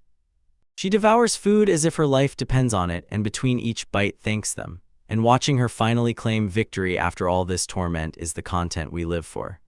Look at our Gain here. He is bending his back and staring at the magical stone Dullahan as if it were the last slice of pizza at a party. The king and some fat waifu behind look tense, but he is composed and built different, ready to absorb that power. Their family effectively controls the most influential port city in the kingdom, so they are swimming in gold and have incredible influence. This is the perfect spot for an appearance if you don't consider family disputes. Telling Klon to keep this a secret is a classic move, but you know, rumors are too tasty to stay hidden. Lowering her head in deep gratitude, she thanks them for treating someone like her with such kindness. Ain tells her to calm down, but he himself is already preparing to ask the real questions about why she was being pursued. And when she tells the horror story, she says, these men visited her home while she was away. When she returned, the nightmare had already begun and she had nothing left but to run away. Quietly sobbing over her missing sister, she explains that the gangs had already taken her relative before she could do anything. Ain clenches her fist. Seeing a child in such a state is enough to make someone lose control and seek revenge.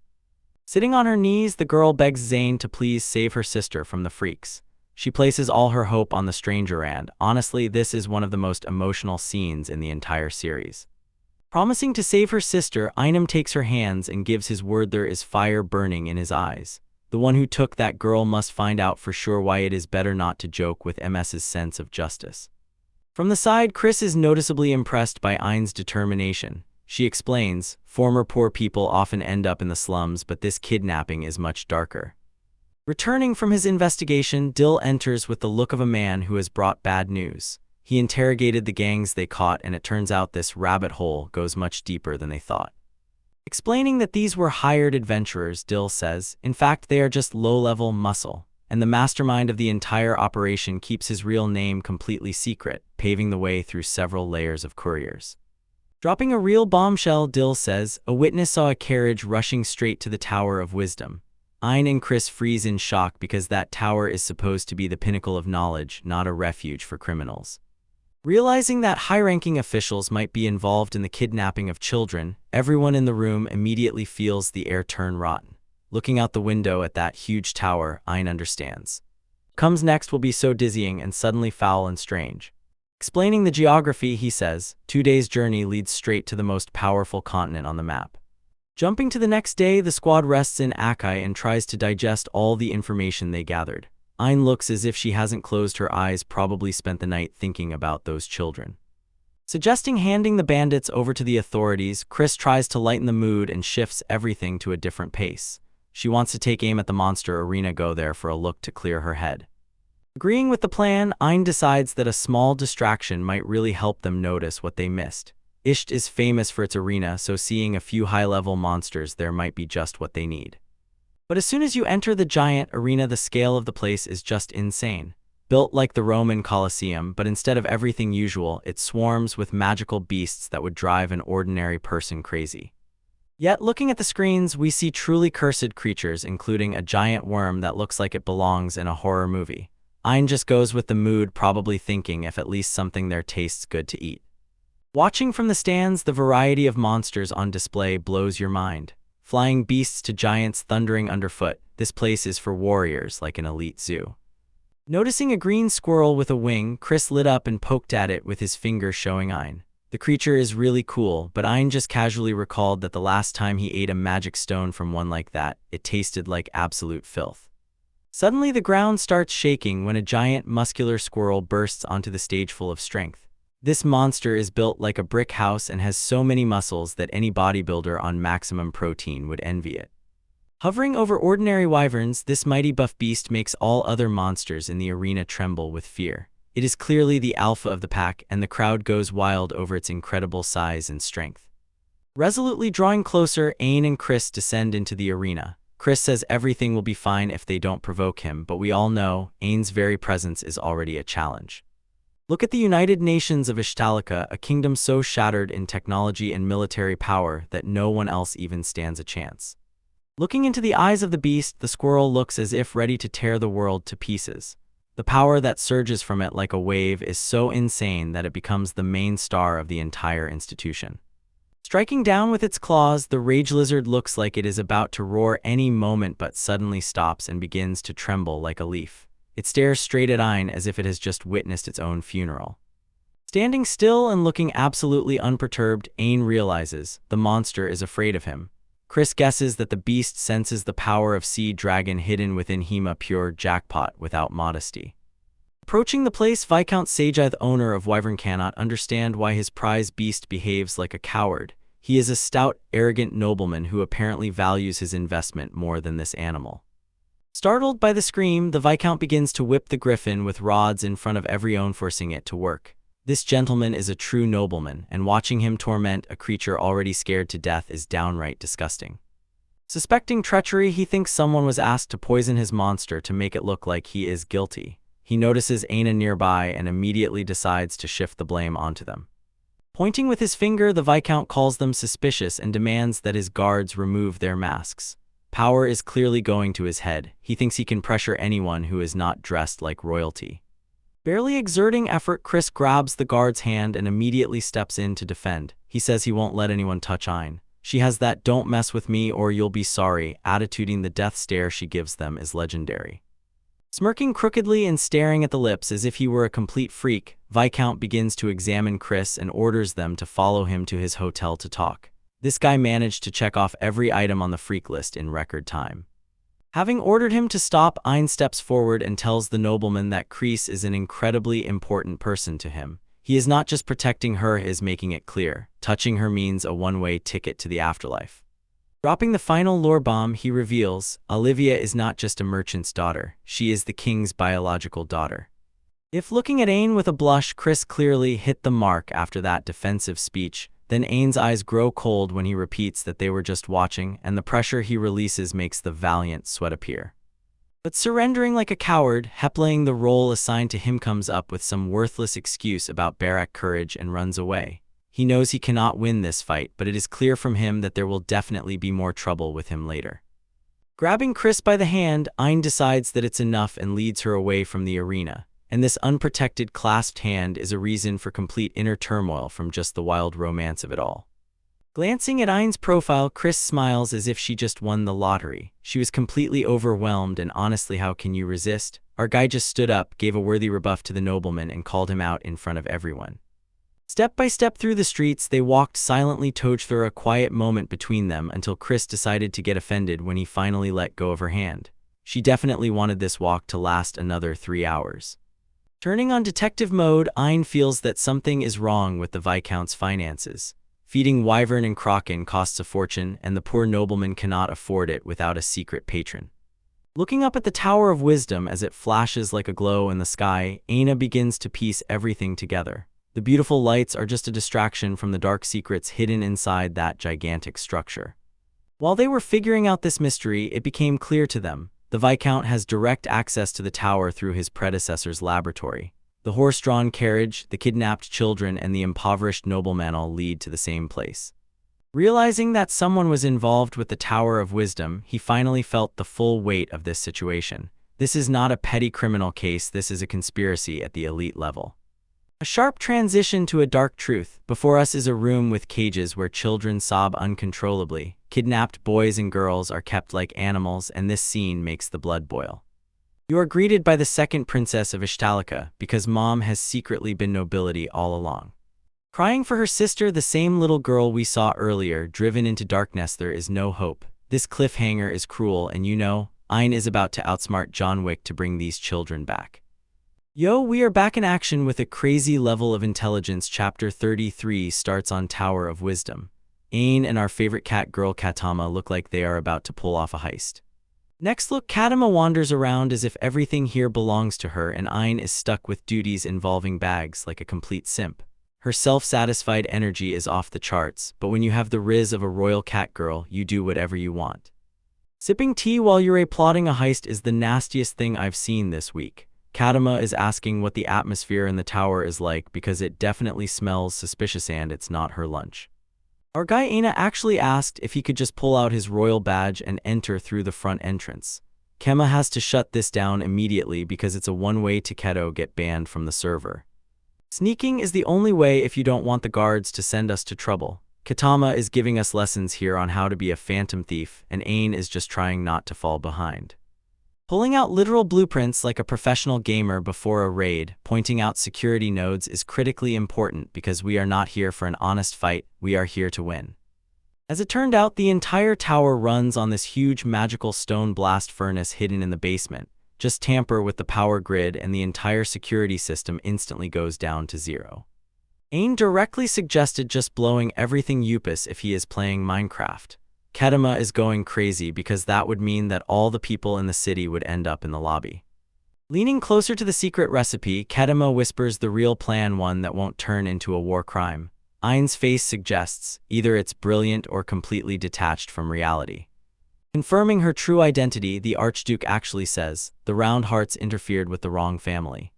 And now look at the architecture of this place, like the final boss dungeon. If I had seen something like this somewhere. We are moving from the planning stage to the real deal right now. Changing the angle to the girl in distress, just found out that her sister is locked in that suspicious tower. The shock on her face is real as she realizes her family is in deep trouble. Trying to stay calm while her world is falling apart, Verla is actually one failed day away from a breakdown.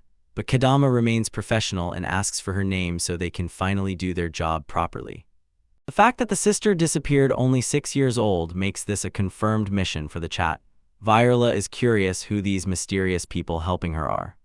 Stopping the introductions, Ain remains modest while Katama gets worked up because she was called a cat. Don't call Kate Sith an ordinary cat if you don't want to get these hands. Leaving the hard work to others, Ain decides it's time to perform and start the infiltration. The energy of the main character is already flowing through him. Vela begs for the truth. She just wants to know the name of the guy who is about to risk everything for her. Despair is visible in her eyes. She hopes for the one who will save her. Finally, she drops a bombshell: they are nobility and their surname is Ishtalaka. Kadoma says this, puffing out her chest because she knows they are the highest echelons of this world. Just realizing that you casually talked with the royal family can disable any mind as if the brain froze. Verla is completely petrified, digesting the fact the crown prince is her savior. Pulling up their hoods for that classic assassin look, they tear forward through danger. Ayn and Chris look like a real couple ready to smash any corruption. Both Ayn and Klon seem as if someone just hit them with a flash grenade just as they heard the news. While descending the stairs, the prince was judged as if it were a runway. The dispute instantly jumped from 0 to 100. The business, Kadama gathers a support squad back at the base. She radiates boss lady energy. She makes sure every detail is accounted for. Complaining that Ayn is too soft-hearted is classic Kadama. The fact that he is Chad is no guarantee. To survive, he needs to think 3 steps ahead. Mapping out logistics like in police reports and from priest healers, because a real mission requires not only swords, and it seems they also need a bunch of clothes, which is a bit of a strange flex, but okay. I pray to finally be let in. Dill is ready to fight for this cause. A loyal subordinate of Grimeset in full combat readiness, he wants to prove his worth to the royal family. Joking, she sees everything goes exactly as she calculated. Kadama is the highest strategist and she knows she holds everyone to her own melody. Delegate the clerical work to Dila, because while the heroes fight, someone has to handle the paperwork.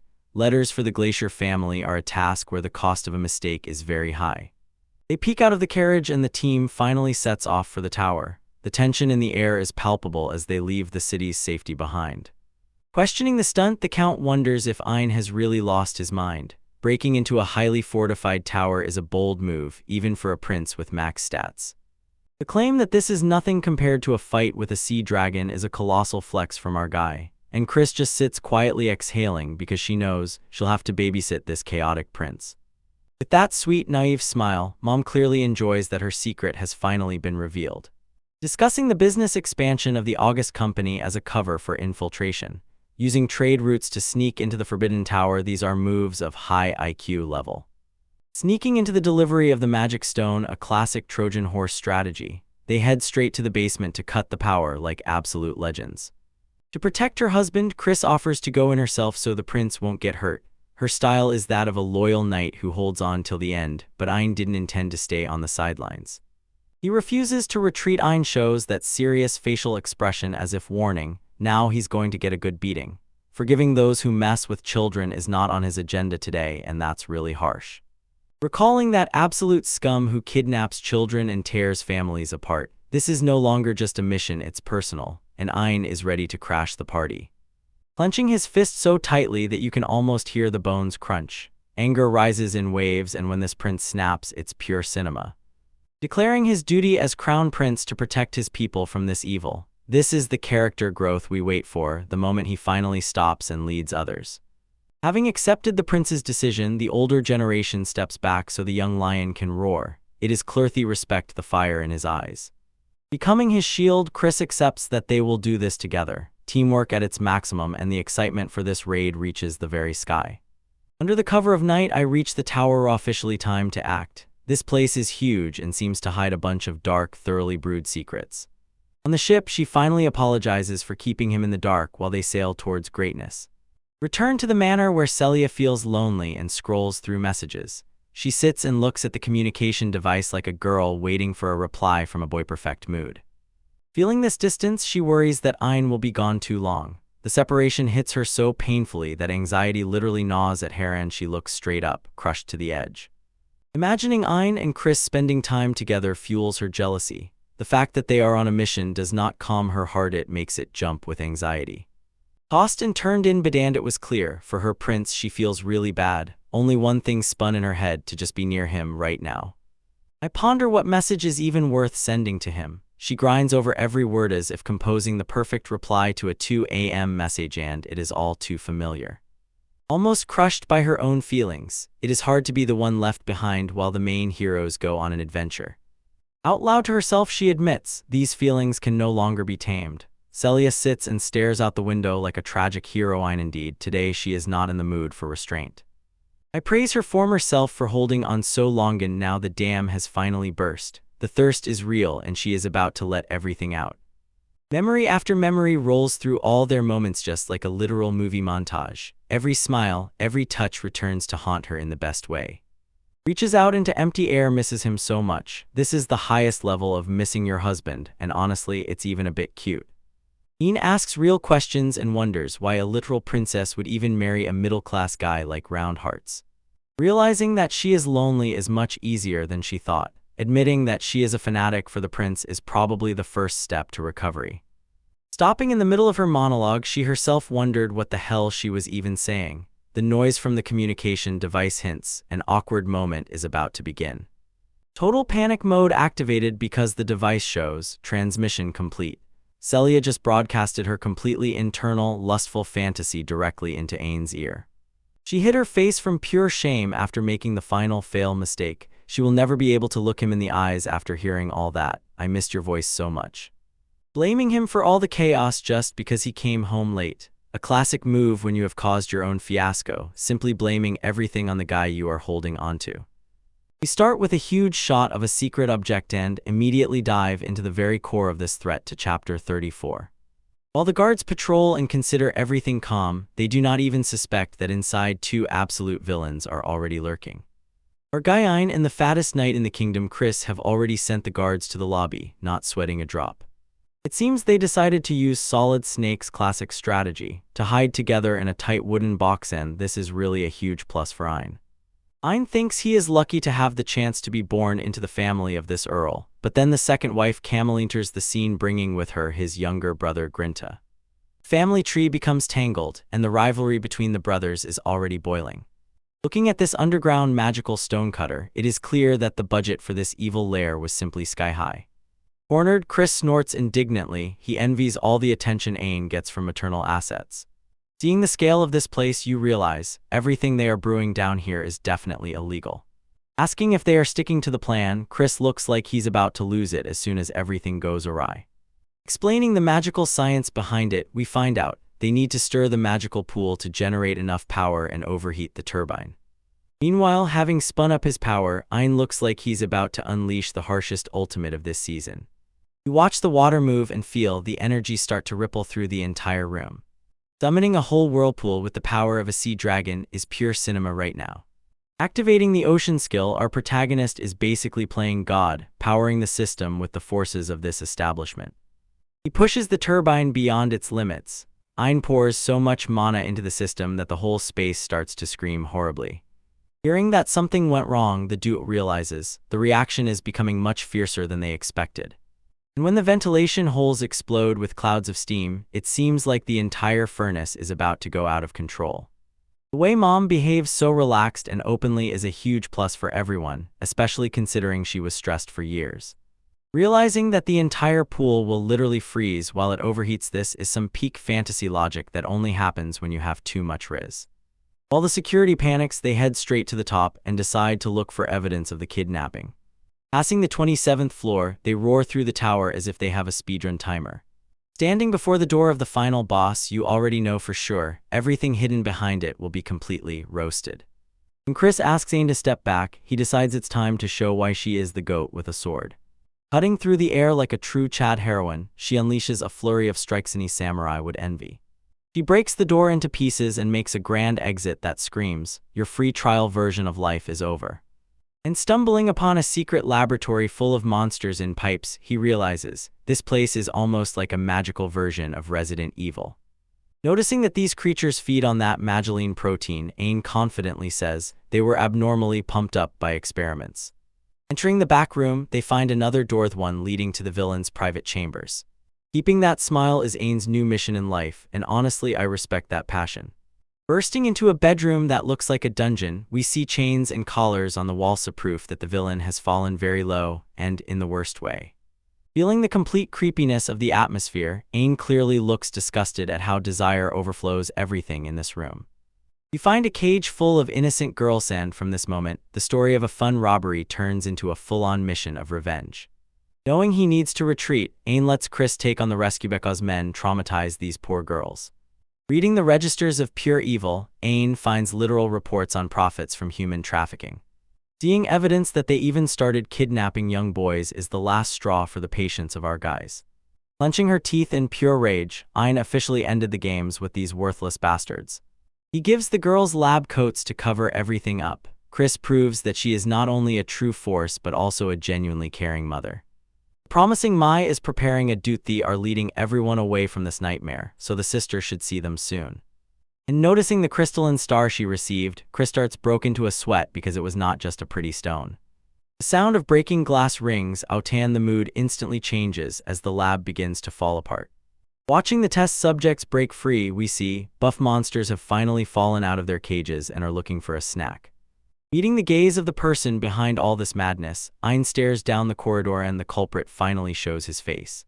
Meeting Viscount Seiji and looking at his face, which makes you want to punch him, you immediately understand this guy is the definition of a mediocre villain. Listening to this clown claim he was protecting the girls is a level of gaslighting that deserves an immediate beating. Sending the monsters to their doom, Seiji orders his dogs to kill the aliens without a shadow of doubt. Exploding in a fountain of blood, the monsters completely fall apart before they can even take a step. Looking at the villain with cold eyes, our duo didn't even have to Movito turn those beasts into sashimi.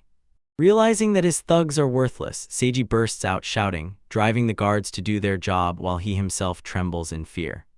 Seeing the fear in their eyes, the guards understand their swords have broken like toothpicks. Almost giving one of those to a girl is equivalent to a marriage proposal, so Ayn at age 5 just accidentally stabbed the princess. Pressing the blade directly to his throat, Chris makes the Viscount clearly understand how close he is to meeting his maker.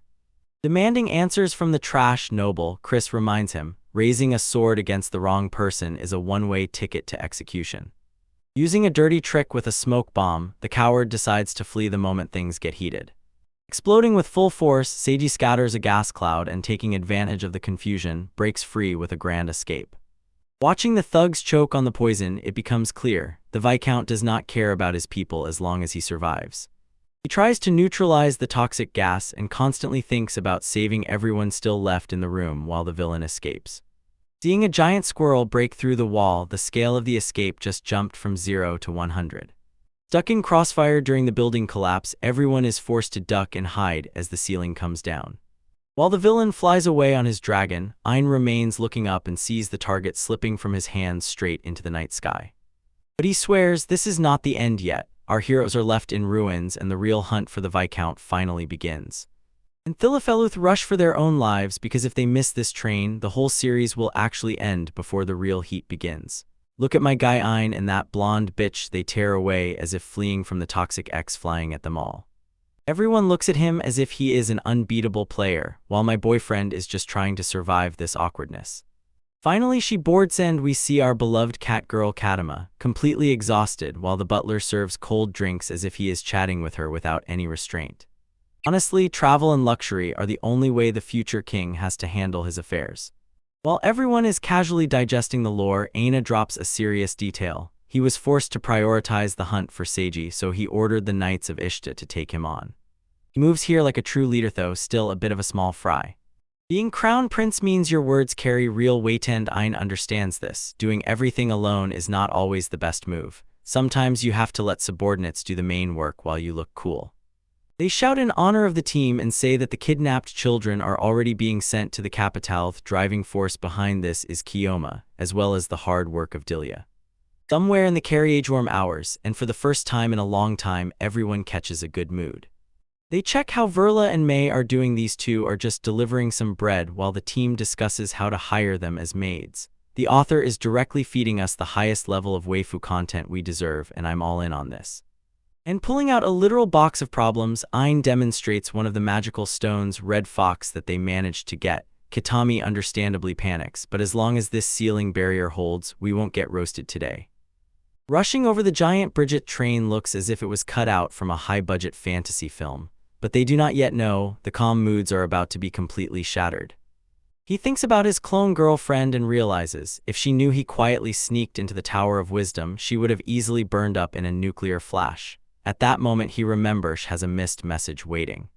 Reading the message, he immediately understands that this is the same ultimate Riz. The clone says, she is lonely and misses Hay more than she thought. This is just absolute cinema, and my boyfriend right now is definitely playing the romance game. Returning to the estate, and Klon in his head is already accepting her proposal. a conversation about how she was completely overwhelmed. You process the fact that the top wife just confessed her feelings and Ein looks like he just saw a ghost. Bro is stuck in real time. Him panics like a true protagonist, starts blushing even more than a tomato while trying to figure out if she is just teasing him. The heart jumps out of the chest and the secondary awkwardness, well, really. Breaking free into complete chaos, the window suddenly shatters into shards with a screeching ring just as the train enters full emergency braking. That's a real mood killer. Someone really decided to cut his romantic moment short with a literal attack. Chris runs to the door to find out what trouble is happening and the butler follows. Ein stands staring at the sky where a nightmare is literally unfolding before them. Something huge is circling above theme and it definitely didn't come here to talk. Floats before the moon like a final boss, a gigantic wyvern spreads its wings and searches for the next prey. It looks as if all its strength will vanish for breakfast. And realizing that this might be Seiji's pet, Ein wonders if they are the very targets of this airborne menace. Chris is already in combat mode, knowing the hottest part is about to begin. Panic spreads through the train like fire over dry grass while the conductor explains, they are stuck because the monster literally blocked the tracks. You can't just honk at a dragon and expect it to move, guys. That distant cry of children off-screen stirs Ain's blood as soon as he realizes he cannot allow these people to be harmed. Bro is already switching to combat mode and someone is about to go headbutt. Not letting Chris handle this alone, Ein points out that the monster is hunting the two of them. He dislikes that his knight takes the full blow while he hides under the seat. Then, grabbing her hand like a true child, he says, everything will be fine as long as they work together. If you still don't hiss at them, it means you're watching the wrong title. Jumping straight through the broken window, the duet ignores the conductor's screams full of horror. They move with the energy of the main character who says, I have a plot seal and I am not afraid to use it. Changing the subject, Ein asks about the water train they will take as soon as they land. Standing at the edge and gazing into the horizon, Ein prepares to meet his fate. The passengers finally come to the conclusion their hero is the crown prince himself. Having given orders to Dilo to keep the girls safe, Ein proves he is a true prince by title. He is the one giving commands while the world crumbles around them. When the train hangs over a deadly abyss, they climb onto the roof and prepare for an aerial duel. The scale of this fight is already going insane, and the bridge turns into a terrifying arena. It roars so loudly that the whole valley trembles, and the wyvern prepares to dive down. Chris and Aindra cross their blades as if ready to turn this lizard into dry land. Noticing that the beast is twice as big as it was in the Colosseum, Ein realizes this will no longer be a walk. The stakes have been raised officially to the ceiling. From afar, we see a mysterious cart parked on the hill above the massacre. In such stories, there is always a puppeteer pulling the strings. Sitting in the chair as if at a private screening, this fat noble villain revels in the spectacle. It was he, undoubtedly, who released Seiji, and I already want him to be thoroughly roasted. Strike for the finishing blow. The squirrel lunges into attack. Its claws can cut through steel. Chris does not retreat a single step, faces the beast face to face without any fear.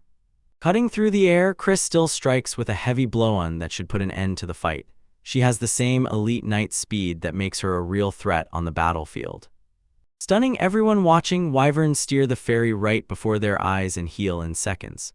Chris tried to take off the whole leg, but this monster has infinite health-enabled glitch. Figuring out the mechanics of the steam engine like a true pro, Ein proves knowledge from past lives is literally a cheat code. Realizing they are dealing with a high-speed regenerator, the duo understands a battle of attrition is doomed. They need one precise shot to hit the target, otherwise it will all end with fuel. Seeking vulnerability, Ein concludes the magic stone inside his body must be destroyed to stop the healing. He aims at the target and prepares to unleash all techniques from his arsenal. Activating his thick fog skill, Ein raises a dense foggy veil to confuse the beast and find its core. That's a smart move, using the environment to tip the scales in your favor. A flash breaks through the fog-like energy spikes and tentacles shoot toward the dragon. Ein truly twists dark arts to keep this creature bound. Yes, he fights with the strength of a beast and still does not give up his positions despite incredible pressure. You can see how he has grown. This is definitely not the same boy from the first chapter. Growling that he has already beaten opponents much stronger than this huge lizard, and Ein prepares his last move. Confidence literally drips from him right now. Cutting through the monster's defense, energy attacks begin to really smash so much that the healing factor can no longer keep up. This is a complete rout in the middle of the sky. Noticing the glowing stone right on the beast's forehead, Ein shouts to Chris to take the shot. This is the moment of truth and there will be no failure. Without any hesitation, Chris rushes upward and immediately catches the air the target is in sight. She looks as if literally the angel of death is descending to deliver the final verdict. The blade cuts through the air, a dazzling flash, and the blade finds its target with surgical precision. This is what we call absolute cinema, folks. Realizing that civilization in Ishtalika is light years ahead of his old home is not like just upgrading to a PS5. Exploding in a shower of monster blood, the head is simply torn off directly. Chris really said stay in place and meant it. Apologizing to the beast as it fades, Chris shows that she has a heart even after a brutal killing. N cuts back, gasping for air after that explosive clash. After we thought it was finally over, the water below suddenly bursts. Huge tentacles reach for the bridge. In 5 seconds, we went from a fight with a dragon to an attack by the Kraken. Standing on the roof, Ein looks down in horror as the bridge begins to creak and thud under the weight of the new opponent. This is officially the "oh, not this" moment. But wrapped around the wagons, the Kraken looks as if it is about to drag the entire train into the depths. This villain really brought a whole zoo to the fight. And laughing madly, the fat nobleman thinks he has won since he holds the Kraken in his fist. He really considers himself the main hero, but he is about to get a reality check. I watch as the water explodes again, and a new pack of monsters crashes into the Kraken and begins tearing it to pieces. Now the river is complete chaos and a crush. And so, just as he realizes that he recognizes these newcomers, Ein freezes in amazement. Sea dragons, whom he had saved earlier, return and appear to join the party. Such a boost for their own. Shouting their names Al and El, they get to work here and turn the crack into a seafood buffet. These little ones have really grown into absolute giants.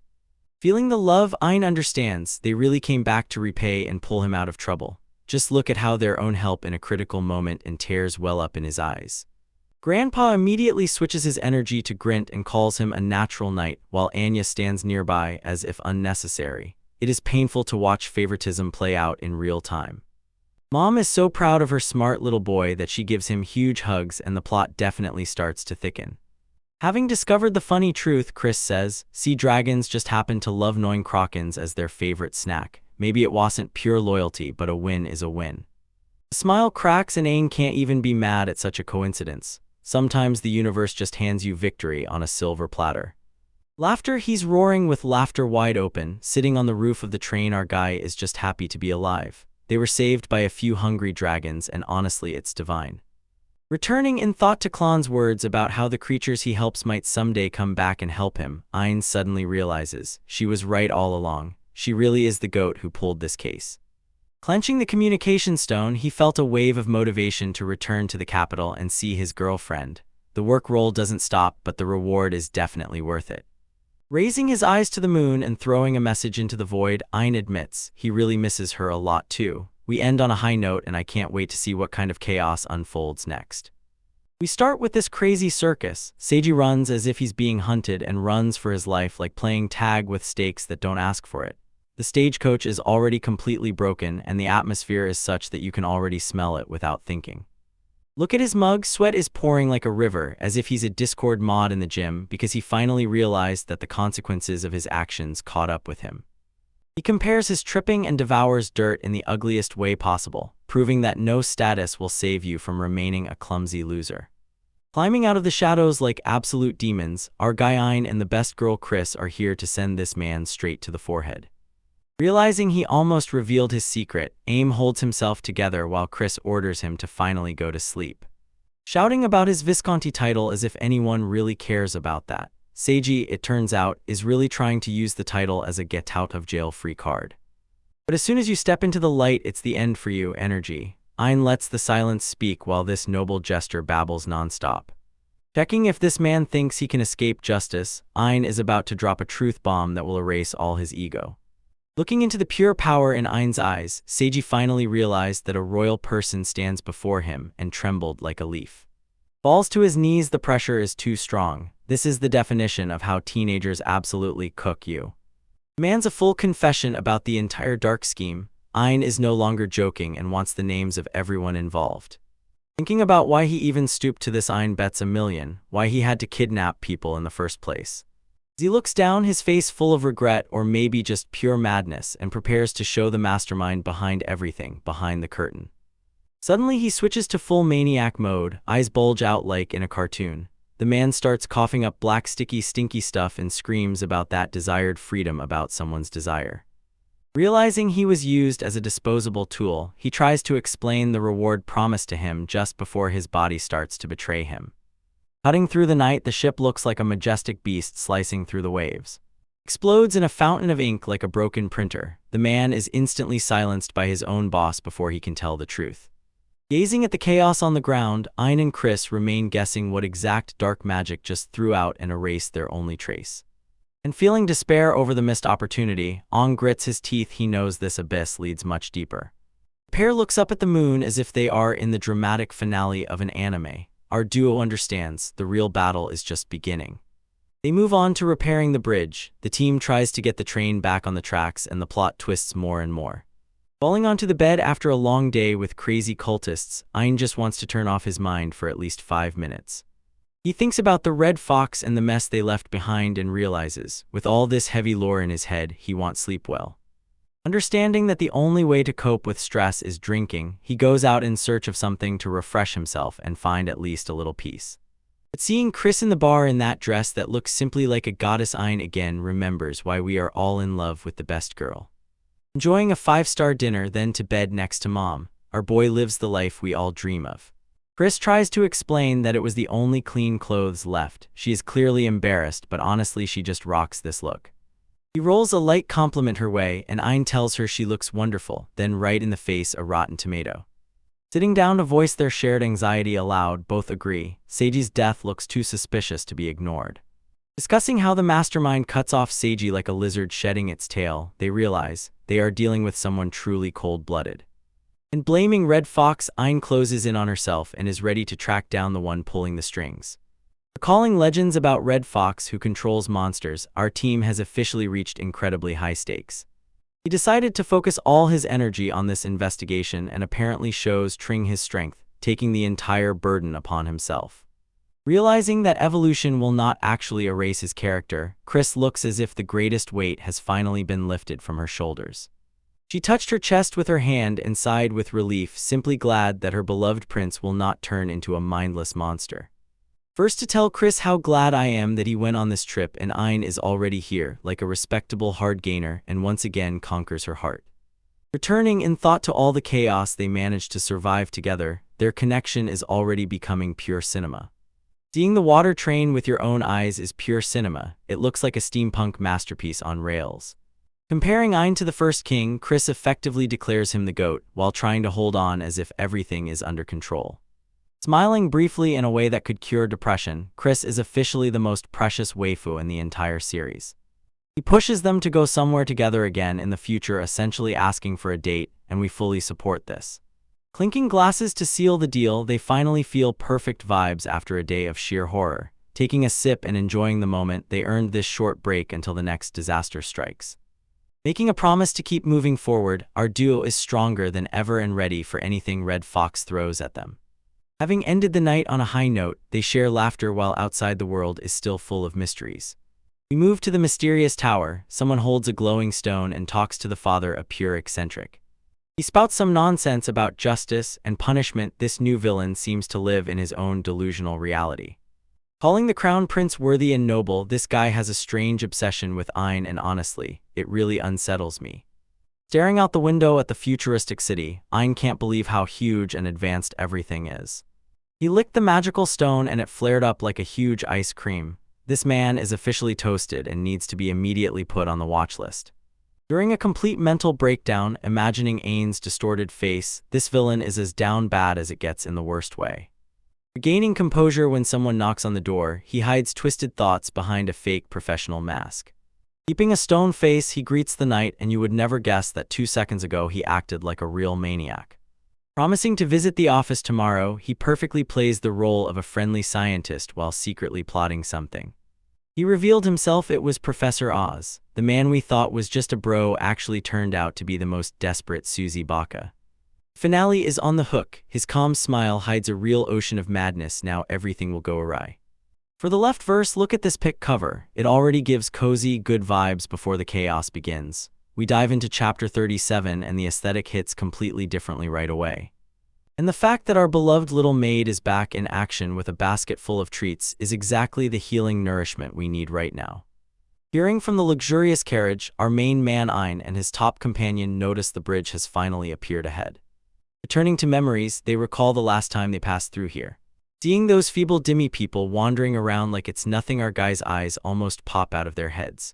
The memory of the complete madness of the water train incident 6 months ago makes one realize how much heat this guy has already endured.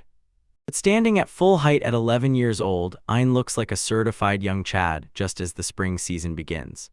Arriving at the reopening ceremony, the crowd simply goes crazy over the royal arrival.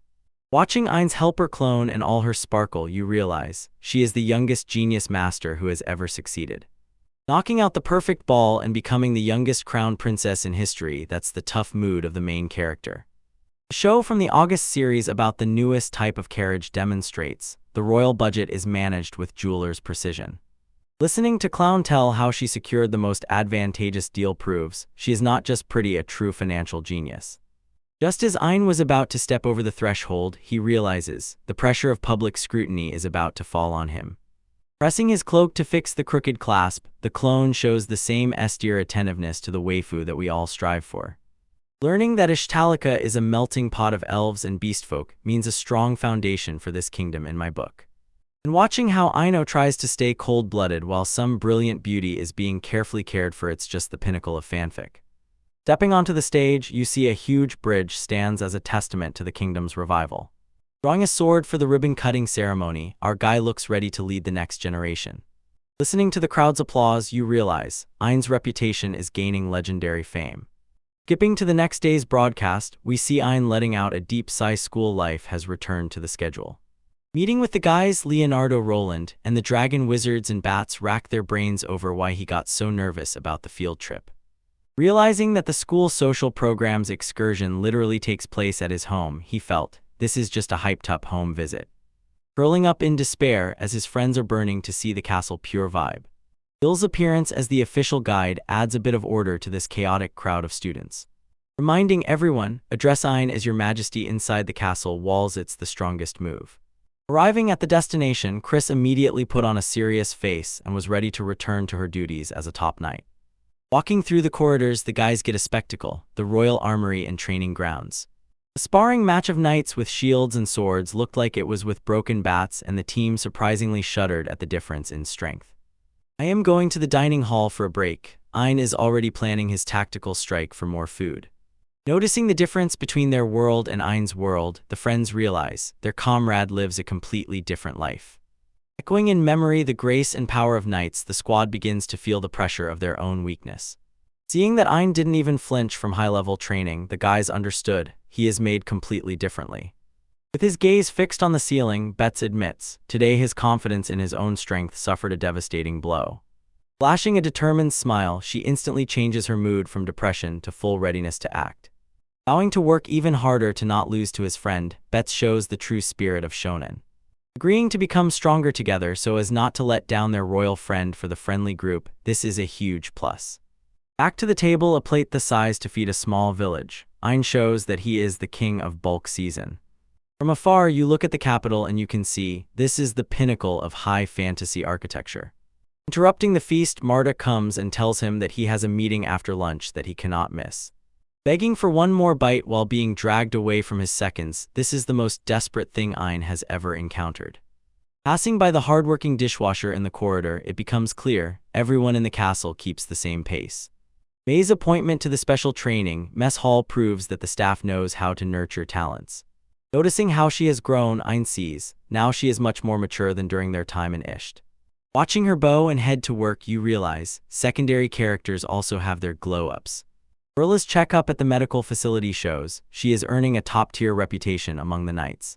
Feeling the heat under his own feet, Ein decides he must pick up the pace to match the energy of everyone feverishly working alongside him.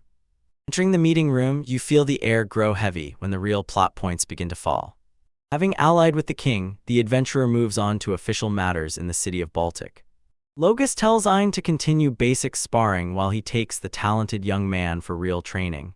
The disrespect between them is real. The older brother is treated as if he is just part of the scenery. I float through canals and gardens. The vibe is so flawless that I feel like I might cry any moment. The investigation of Red Fox and the mystery of the monstering is the main priority of this mission. Rumors that the late Viscount Seiji often visited Baltic make everyone understand. A deep conspiracy is buried somewhere. Confirmation that the Red Fox is likely behind the kidnapping keeps the whole room tense. Searching for clues about unknown technologies in ancient books is the only way to stay ahead of time. Confirmation that Klon will accompany him as an official assistant makes this mission significantly more interesting. The way she squeezes the rose on her chest proves she has been waiting for this moment her entire life. If you recall all the dangers they had to go through together, it becomes clear their bond cannot be broken. Announcing that she is his assistant with such conviction is an absolute boss move. He feels his heart skip a beat. Ain realizes her feelings for the assistant may not be purely professional. Announcing her turn in the style of a true girl boss, Kreese tries to look cool in front of the palace gates. Planning the route for the destinations, Lloyd and Dill sound like the perfect duo for this investigation. Realizing someone is missing, Ain asks the forbidden question about why Chris is not coming along. An awkward silence is felt in the room. It is clear that some are dissatisfied with the travel routes. Suddenly to Chris, he is now in despair because he was left home alone, and he is having a mental breakdown. She is sobbing in the corner. Everyone is leaving her behind. This is top-level comedy. He grabbed her hands to calm her down. With his gaze, he made it clear the capital needs her marshal. It is enough to see the tears in her eyes when she looks down at him, and any man's heart will break. Impressed by the strength of her reaction, our guy frantically chooses his words. You ask why she must stay behind, and this, considering how cute she looks, turns out to be a real cheat code. And feeling how Ain's heart tightens from that pure emotional ruin inflicted by Chris, she finds herself in a very difficult position. Immediately, everything falls apart. She struggles, stumbles over her own feet, and ruins all that cool vibe she had been building all day. Under unrelenting pressure, she finally understood her duty and promised to defend the capital. Standing straight, Chris swears with renewed strength to keep the rear safe while he is away. Entrusting the legendary head pat and promising souvenirs, and Chris has already fully prepared everything and is head over heels for our prince. Fleeting smile worth a million, and Ain knows he is the best support in the kingdom. The shot shifts to frozen, torn mountains, and the mood suddenly becomes dark and icy. And as we approach the huge, broken fortress in the snow, it becomes clear the capital no longer exists. Anticipating that someone with legendary weapons is about to arrive, a mysterious voice cuts through the wind. It turns out to be a nightshade in radiant, high-tech armor. Before us is a truly formidable force. Marching with heavy stomps, this mysterious warrior has waited hundreds of years for this moment. Mom openly laughs at her, and Ain realizes that even elite knights can be complete fools. Facing face to face with a three-eyed monster trying to intimidate, the knight does not flinch for a moment. Declaring that beasts are not needed for what comes next, he prepares to instantly put an end to this fight. Suddenly lunging forward, the giant monster tries to make food out of the armored alien. Cutting through the monster like a hot knife through butter, the knight proves that he is on a completely different level. Completing the mission is the only thing on his mind as he throws off the blade. Waiting for his master's return, no matter how long it takes, it's pure cinema to close the chapter. Let's start by checking the mood, and here we are in the snowy town of Baltic, where our guy Ain travels with a hook of style. Look at the cover. Klon in winter attire looks simply wow. The crowd at the station goes crazy because the prince has arrived, or they just heard that a new waifu has appeared in the neighborhood. It becomes too cozy in the carriage. Klon starts wiping the guy's face as if a caring wife. If you're not the down bad girl who brings you iced tea while you sweat, then I don't know what to tell you. This girl is a true chat helper, making sure her man is watered and groomed before real work. Realizing that all the knights are in another car, Clown throws out the final phrase that they are all alone. Look at that facial expression. She is basically driving him into her Riz field, and Ain simply has nothing to oppose. Walking through the spacious halls, he feels the scale of this palace makes mansion with a round heart look like a small garden shed. But to tell him straight that no one else is needed here, that's a pure power move. And honestly, if she keeps behaving like this, the guy is definitely completely burned out. Blushes more strongly than a girl in a romantic comedy, and our hero confirms that he is truly the most successful guy in the kingdom. While we switch to the landscapes, we see this absolute monster, a four-winged bird flying over the mountains. Ayn is completely losing her mind over a pigeon with an extra DLC, and Clown is just trying to read his book in silence. Look at how he behaves as if he has never seen a monster, even though he literally eats them for breakfast. In just a moment, she puts him to a reality check. Clown starts listing all the reckless things Ayn has done in recent days. From how she dives right into explosions to how she clears out the sea dragons herself, she is basically telling him, "You'll be the main hero for 5 minutes." Ayn tries to divert suspicion, insisting that she wants to be like the first king, a true ultimate OG explorer. They say the kingdom has deep lore. It was founded on the old lands of the Demon Lord. Reviewing historical books, they write that the land holds secrets from the time of its very founding. This place was either taken by force or attacked immediately after the kings moved here. Looking at the royal coat of arms, it's immediately clear. Back then, these guys were not joking. There are still disputes about the details, but one thing is certain: the lineage is tangled and dirty. Diving into the family tree of the royal family, they discuss how the kingdom of this land is essentially a colorful mix of different races. Ayn calls it the royalty gacha system, the most accurate and fitting way to describe a lineage I have ever heard. She never told the king that they would come. Kreese secretly worries how will they be received. Mixing with other races on the territory of the Demon Lord is the secret ingredient for their bloodline. Monsters and other races carry magical stones in their own bodies, and fortunately these guys do not pose a threat to humans. Thinking about the king's first wife, Ayn realizes her race was not even recorded in history. This secret has been buried for generations. Clone Monson's, the first king's wife, was apparently a pixie, so that's why the genetics in this show are all over the place. Ayn is already thinking about what his future children will look like, and that's a real major flex. Worrying about the future is one thing, but Ayn realizes that he is lucky to have such an incredible partner. He stares into his drink and tries to hide how much he values her. Understanding how much she invests in it, he finally gives her credit for managing the entire schedule. Clown is essentially the brains of the whole operation, and he is the muscles. Under the moonlight, she notes her thoughts in the diary and wonders why she chose this path. Being an assistant is hard work, but she does it for the sake of her beloved person. Smiling at him, she says she is happy as long as he is near, and this is the highest expression of waifu behavior. Suddenly, the whole train starts shaking like a nasty beat drop at a rave. Ayn and Clown lose their balance while the entire carriage hums and vibrates from the powerful thumping.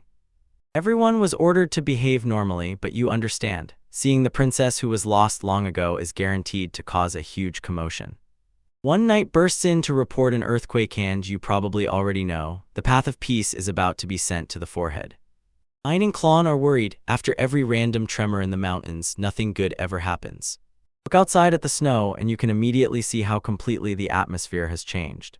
From the height, the city of Baltic is visible, a gigantic fortified settlement surrounded by ice. It looks like a fortress designed to keep something very dangerous from escaping.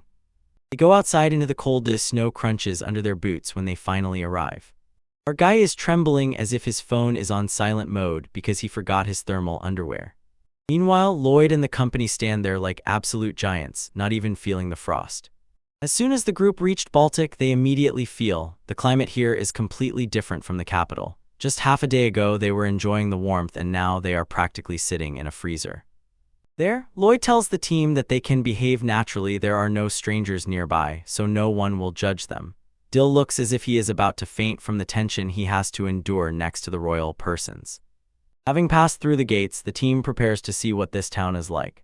Looking around, the city is teeming with shops, and above the gates hangs a huge skeletal skull. A wild mood for a city, but probably this is exactly how a harbor for adventures should look. The thought of how the maid Marche makes her mother tremble with fear. Well, it's clear she is the real final boss. This is the heart of the frozen north, and you see how the clock tower rises above the winter sky. Why is there no welcome party here? Asks the clone and wonders if it turns out that Ayn is not welcome here. Lloyd frowns and looks confused. He knows that his reputation in these places is at the highest level. Although they were told that the prince is coming, no one is waiting by the gates to greet him. For a hero who fights the sea dragon alone, this is a strange, unnaturally quiet reception. Lloyd explains that although Ayn is a hero, these guys are mostly rough adventurers. He bursts into laughter to tears because the locals do not even know who Ayn is. No one serves him because they do not read reports. Pointing towards the mountain, Lloyd shows Ayn a giant skull head embedded in the ice. It is a huge skull with a horn, as if it belonged to a real titan. It turns out it was an ogre defeated by the first king after it attacked a human village. Even the area was distorted by the battle, proof of how much power was thrown into the fight. If you look closely at the skull, you can see a giant crack running right through the center. The first king split both the skull and the magic stone with one blow, pure, absolute Chad behavior. Ian silently froze, staring at the colossal size of the beast his ancestor defeated. Lloyd starts laughing and says it's exactly like when Ian defeated the sea dragon. Everyone is in high spirits, but you can see on their faces, the knights do not take their eyes off the enemy. Imagining this absolute mistress maid, Ian understands, Ishtalika is full of strong women. They head to the inn for the much-needed rest and realize the sun has already set. Under the moonlight, the town looks even more mysterious. Even at the inn, a giant skeleton hangs on the roof with some kind of meticulous branded symbolism for the hunter's town. Standing on the balcony, Ian and Clown take a pause and survey the view. The local architecture impresses, and finally the scale of this city becomes clear. For the first time catching a glimpse of the aurora borealis, they witness a moment of pure cinema. The sky burns with end magic and the icy wasteland looks like a dream. Ian thinks it's simply incredible. Clown wonders if the Devil Lord built their castle nearby just to admire this view. Thinking about the mysterious girl from the portrait, Ian wondered if she was actually a demon lord. And if that big bat from the series is really a top-tier waifu, the plot is about to get very interesting. Deep in the snow, a mysterious magic stone begins to pulse with energy. Looking at the silvery snowy desert, a group of mysterious figures watches the city from a distance. It seems they are about to cause serious trouble for our heroes. The plan for the next day, they have to clone the estates and meet with the local lord. She has prepared everything to the south so that after the long journey they can finally get a good night's sleep. Ian orders her to go inside before she catches a cold, showing how caring he is. They return to the warmth of the hotel to prepare for the trials ahead. I stand before the massive doors of the great meeting hall, time for the main reveal at last. The next morning, after meeting with the feudal lord, they are introduced to Razel Baltic. He bows to the prince and looks like a true experienced nobleman. Ian meets him with a smile, showing that he has learned to hold himself in such official situations. They are sharpening rumors about the city as a refuge for blacksmiths. Ian wants to visit the local shops to see what equipment they can make. Expressing gratitude, the Count thanks Ian for taking care of his brother in the capital. Apparently, the royal family occasionally does favors for the Baltic house secretly, behind the scenes. Ian asks what her brother's name is, not expecting the answer she is about to hear. Then, throwing the massive bombshell bluntly, the Count reveals his brother is Kaisel. The young man is completely stunned as he had no idea that his mentor was a secret royal figure. Understanding why Kaisel is such a savage, free flugel, Ian finally realizes why he abandoned the path of noble life and became a wanderer. The Count tells him not to worry, his brother has always been an eccentric soul. Recalling the letter he received from Kaisel a year ago, the Count looks surprised that his brother actually did something productive. Ian just sits still, trying to comprehend that his combat instructor is a high-ranking nobleman.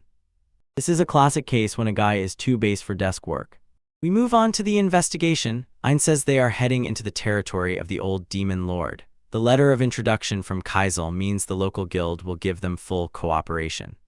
You see pain in Aina's eyes when his younger brother throws that smug look as if he is already the main character of this story. Grint is definitely one of those kids who remind the teacher about the homework.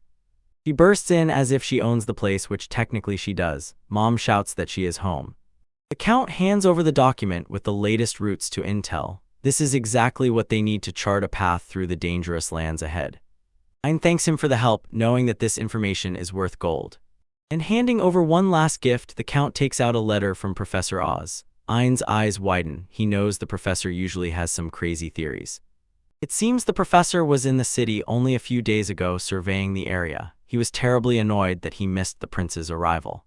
Reading the letter, Ian learns the professor wants him to personally go to the territory of the demon lord. There is a theory that the monsters living inside Ian will react to the place and reveal something colossal.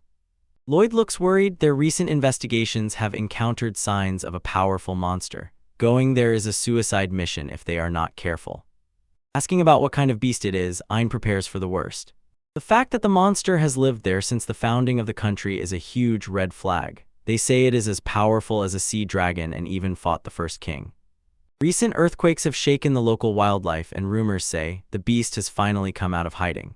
Suddenly, a huge explosion shakes the building, windows shatter, and panic covers everyone. The ground shakes harder than before and screams come from the street. Killing an entire council of old men is a pure show of force, and the silence in the hall muffles as if ringing in the ears. Instantly drawing his sword, Lloyd smashed the remaining glass to have a clear view. He is not going to wait until he becomes a target. Ein and Klon rush to the edge and look down at the chaos unfolding in the city. Debris flies in all directions as something gigantic tears through the defense. From the balcony, they look out. The tracks are completely broken. The wall is cracking and falling apart, and the whole city is besieged by something terrible. Emerging from the smoke like a literal nightmare, Ice Dragon Upaskamui finally appeared in the chat. This is the legendary monster they were just talking about, and it is already smashing everything on the spot. It gazes at the city with a cold, predatory look. The dragon looks like it's about to send everyone to the Shadow Realm, and this time our guy Ein definitely has to earn his dinner. Unfolding, heavy artillery rolls out to positions because it's about to get hot. This title page is just a teaser for the absolute chaos we are about to witness. Look how the guys are loading their big guns as if preparing for a world war. And our main Emanane is just resting on the bench, looking as if the weight of the world is on his shoulders while everyone else is nervous about the boss fight. In the military room, the elders argue whether 10 magic cannons are enough to drive this monster back into the lobby. Count Baltic is sweating because the prince wants to enter the battle with the legendary beast alone, not sit in the safe zone. Lloyd-san tries to explain that the prince actually ordered Nide to win and took the initiative himself. You can see the panic in their eyes because losing to a royal relative means getting a one-way ticket. The king will roast him. With a heart-stopping sight of the man sitting on the throne, Ein realizes, before her is a true mountain of aura. Gives orders like a true boss. Aintel's Count Baltic must stay behind and cover the city while he does all the heavy lifting. Switching to a much more bittersweet and kind mood, he spends the last moments of peace sitting on a bench with his waifu clone. Clone leans closer and shows top Riz, also teasing the first king for not properly finishing the job. Honestly, her hate for the legendary ancestor is a very cool move. She squeezes his hand because she is not indifferent to his safety at all and complains that he should not risk his life like that. Look at her face, pure concern. She is definitely a fan of our #1 protagonist. Instead of all that drama, Ein flies at her with the most inappropriate question about what the magical monster stone tastes like. Bro is literally thinking about the next dish while a catastrophe-level threat is knocking at the door. But look at her face, she is simply shocked that this man is now concerned with taste profiles. Imagine, your husband is about to fight a dragon and asks if it tastes like Wagyu. Throws a wink like an absolute Chad, promises to win and return home without a scratch. Such confidence is either legendary or he's about to be sent to the gulag. Chuckling at his nonsense, the clone finally curls up and jokes that it probably tastes like chicken. Watching it blush like that is pure cinema, and it's clear she's trying to keep a light mood. Laughter spreads in the air as they joke that the terrible monster is just a giant KFC chicken nugget. Honestly, seeing them enjoy themselves like this before a life-or-death battle is peak soul content. But when imagining the beast as a giant chick, Arduo perceives everything as much less scary. Here comes the main heroic scene while the soldiers probably tremble in their boots. Reality knocks on the door when a soldier interrupts the date and reports that the cannon unit is already in position. No time for flirting, time to move out and earn XP. Meeting King Ishtalika face to face, the energy of this guy, pure Chad radiating from him, is enough to close the series. Relying on her to hold the front, Ein takes one last look at his girlfriend before heading into the cold. It's right here in the background that the hype-driving music starts playing. With a roar ahead of everyone, Ein orders the squad to move out and meet their fate. The determination in his eyes says he's ready to turn that monster into a 5-course dinner. The panorama flies over the snowy landscape, the calm before the absolute storm that's about to hit. You can feel it, something gigantic is hiding behind those trees. Making their way through thick snow, the soldiers march in a straight line like ants against a huge force of nature. Every step is a struggle, but the mission stands above all. Complaining about the weather is essentially a requirement for any soldier during a winter mission. Lloyd-san is already thinking about adding snow training to the program once they survive this. Having a serious talk again, Lloyd-san asks Ein if he really intends to keep his promise. He wants to make sure the prince won't do anything suicidal for the sake of glory. Let's stay grounded. Ein says that if the monster isn't hunting him specifically, he'll stick to safety. But deep down we all know plot armor will still pull that creature straight to him. Noticing a pattern in this chaos, our emotional host suddenly realizes all these disasters seem specifically targeted at him. He has the same main character energy that attracts trouble like a magnet. In Memories, an earthquake during the first appearance of the monster. Even then, it is clear it was just a coincidence. Upaskamui is offended and it is personal. Destroying the rails is a deliberate move to keep the prince trapped within this territory. This monster is not just strong, it is also smart. It sets a trap. Yo, we're back in the thick of it. Our guy Ein finally reached his mother's native home, and let me tell you, Olivia in that dress just tears the eyes. Spotting a lamprey rabbit in the wild is like encountering a rare spawn in an RPG. They are cute, but the fluff should not fool you. These creatures dash like lightning. Heating the meat as if you were a professional chef, Lloyd explains how incredibly tasty it is and how rare these rabbits are. Bro is really trying to turn this suicidal task into a regular grocery run. Resisting the urge to go hunting, Ein decides to stay focused on the main thing for now. He promises to replenish the supplies with that delicacy meat as soon as the boss is dead. Missing the moment, the rabbit bolts away at a speed that would make Sonic jealous. If the small fry is that fast, imagine how fast the main boss in the holes will be.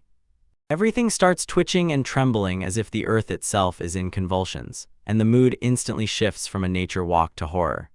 The cavalrymen look around, confused, and do not understand why the earth is dancing the tango. Even the veterans begin to guess something incredibly huge is beneath them. With a scream at full volume, Lloyd San shouts for everyone to get out of the splash zone immediately. As soon as the real threat appears, the earth literally explodes. Emerging from the depths, Upa's Kamui looks like a solid kilogram of ice and hatred. This is pure cinematography. Friends, look at the scale of this giant. Avoiding flying debris like in an action movie, the soldiers scramble and look for cover. One wrong move and they will be crushed like pancakes. Releasing a roar that would probably shatter windows for miles around, the dragon displays its terrifying maw. This thing is definitely no longer on the untried. Like chicken, Listno, it's not just a taste, but a complete threat. Standing there like the final boss, Silvered releases pressure so thick it can be cut like butter with a knife. Having covered the beast with wounds, Ein realizes this is the very one the first king fought long ago. A crushed eye, a broken wing bone, yet he still stands like a threat. Seeing that the monster is already wounded, Ein gains the motivation he needs to stay and fight. He knows this is his chance, a thing his ancestor started. But he still rushes through the snow like a typical side hero and throws him right into the line of fire. It's hard to watch, but someone always has to be the captive who needs saving. Deciding to become a hero, Dill stays behind buying time while others flee. Bro is either a total tripper or about to become the first victim of the day. Standing over the whole mountain of scales, Dill looks like a thin splinter as if it is about to break at any moment. The difference in strength here is simply blatantly unfair. Ein screams in despair when he sees his comrade about to be turned into a snack. This is usually when the power of friendship kicks in. Stopping a giant clawed paw with a single sword, Lloyd Sam proves why he is the real GOAT. It takes strength to parry a strike from such a behemoth. Tensing every muscle in his body, Lloyd Sen lets out a battle cry that a Viking would be proud of. He is literally holding back a dragon to save his subordinate. Sparks fly as steel strikes the icy claws of the dragon. This is the kind of meat action we love in these tales. Everyone is going crazy because Lloyd Sen blocked a boss-level attack with one hand. Ein is looking at him as if he is literally the god of war. Ein trembles here like a leaf. He suddenly realizes he is standing right before the most powerful power move. Instruction even in the middle of a fight. Lloyd's son tells the boy to run away because he is only getting in the way. He has a feeling, I'm not angry, but from now on you are under my authority. That same energy of the designated dad. Realizing he was outplayed, Dill finally takes the hint and retreats completely. Meanwhile, Lloyd Sen acts differently, standing still like an immovable wall. Instead of detours, Lloyd Sen directly challenges the beast and realizes the dragon is only interested in the prince. In fact, he tells the monster, you will have to get through me first. Drawing his sword with a deadly intent, Lloyd San is ready to show this fat lizard why humans are at the top of the food chain. Here he looks so cool that it's even unfair. We freeze in a gaze with the monster. Pure rage floods its pupils, destroying everything in its path. This is not just a hunt, it is a revenge duel between two different eras. With a roar as if everything inside him is turned outward, the monster tears forward and prepares to crush the little person in front of him. The ground is probably already trembling from this very sound. Swords and claws clash with a roar in such a whirlwind of movements that you can hardly catch it with your eye. Lloyd Sand dodges and twists as if playing Dark Souls boss on SL1. Raising the bar to the edge, our gray-haired Ched holds the pressure with relentless strikes. He puts his whole soul into every swing of that blade. Seizing the moment be a hair after a giant bite, he continues to circle the beast and dance through the blows. This is a masterclass in sword parrying. Catching a powerful blow, Lloyd Sand knocks off the monster's icy outer crust, peeling it off piece by piece. Even if it's just a scratch, it shows this thing can bleed. Fortunately, Mama Olivia is real, and she immediately connects to give him emotional support. And realizing that his sword is beginning to dull against the dragon's armor, Lloyd Sand pauses and activates his strategy. He knows he will endure a battle of attrition against such a monster. Again, the dragon flares up with rage, rushing forward and breaking the ice to reach its victim. It is increasingly annoyed that some ordinary man causes it so much trouble. Entering the field, Ein distracts the beast by shouting and waving his arms. He uses his own body as bait to lure the dragon into the perfect kill zone. Pressing on the prince, the monster walks into a trap, immediately exposing itself to the fall forward and all out. It is so blinded by rage that it does not notice the ambush already coming towards it. I give the signal to shoot. Ein watches as the dragon enters the designated impact zone. Right now, all this planning finally pays off. Boom! Magical cannons release a beam of pure energy. It illuminates the entire forest. This is the firepower that Baltic praised earlier. A direct hit to the face, the monster is thrown back with incredible force. It looks like they really can put an end to this right now. The creature, screaming in pain, struggles to stay on its feet after that stunning explosion. But Ein is not finished. He has one more trick up his sleeve. Activating his ocean current technique, the prince drives the monster into a swirling whirlpool. He literally controls the battlefield like a true pro gamer. Freezing the monster in place, Ein realizes this is their golden chance to finish it off. The dragon is completely immobilized and ready for the final blow. Taking a deep breath, the guy finally introduces himself and definitely adds that his old surname is actually Trash now. Reloading the cannons for another volley, the soldiers prepare to turn this dragon into a memory. They are not going to risk it with this legendary threat.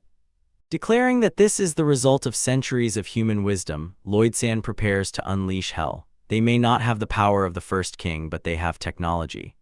Ordering the beast to try to survive this, the squad fires everything they have simultaneously. The screen almost bleaches out from the insane intensity of the magic.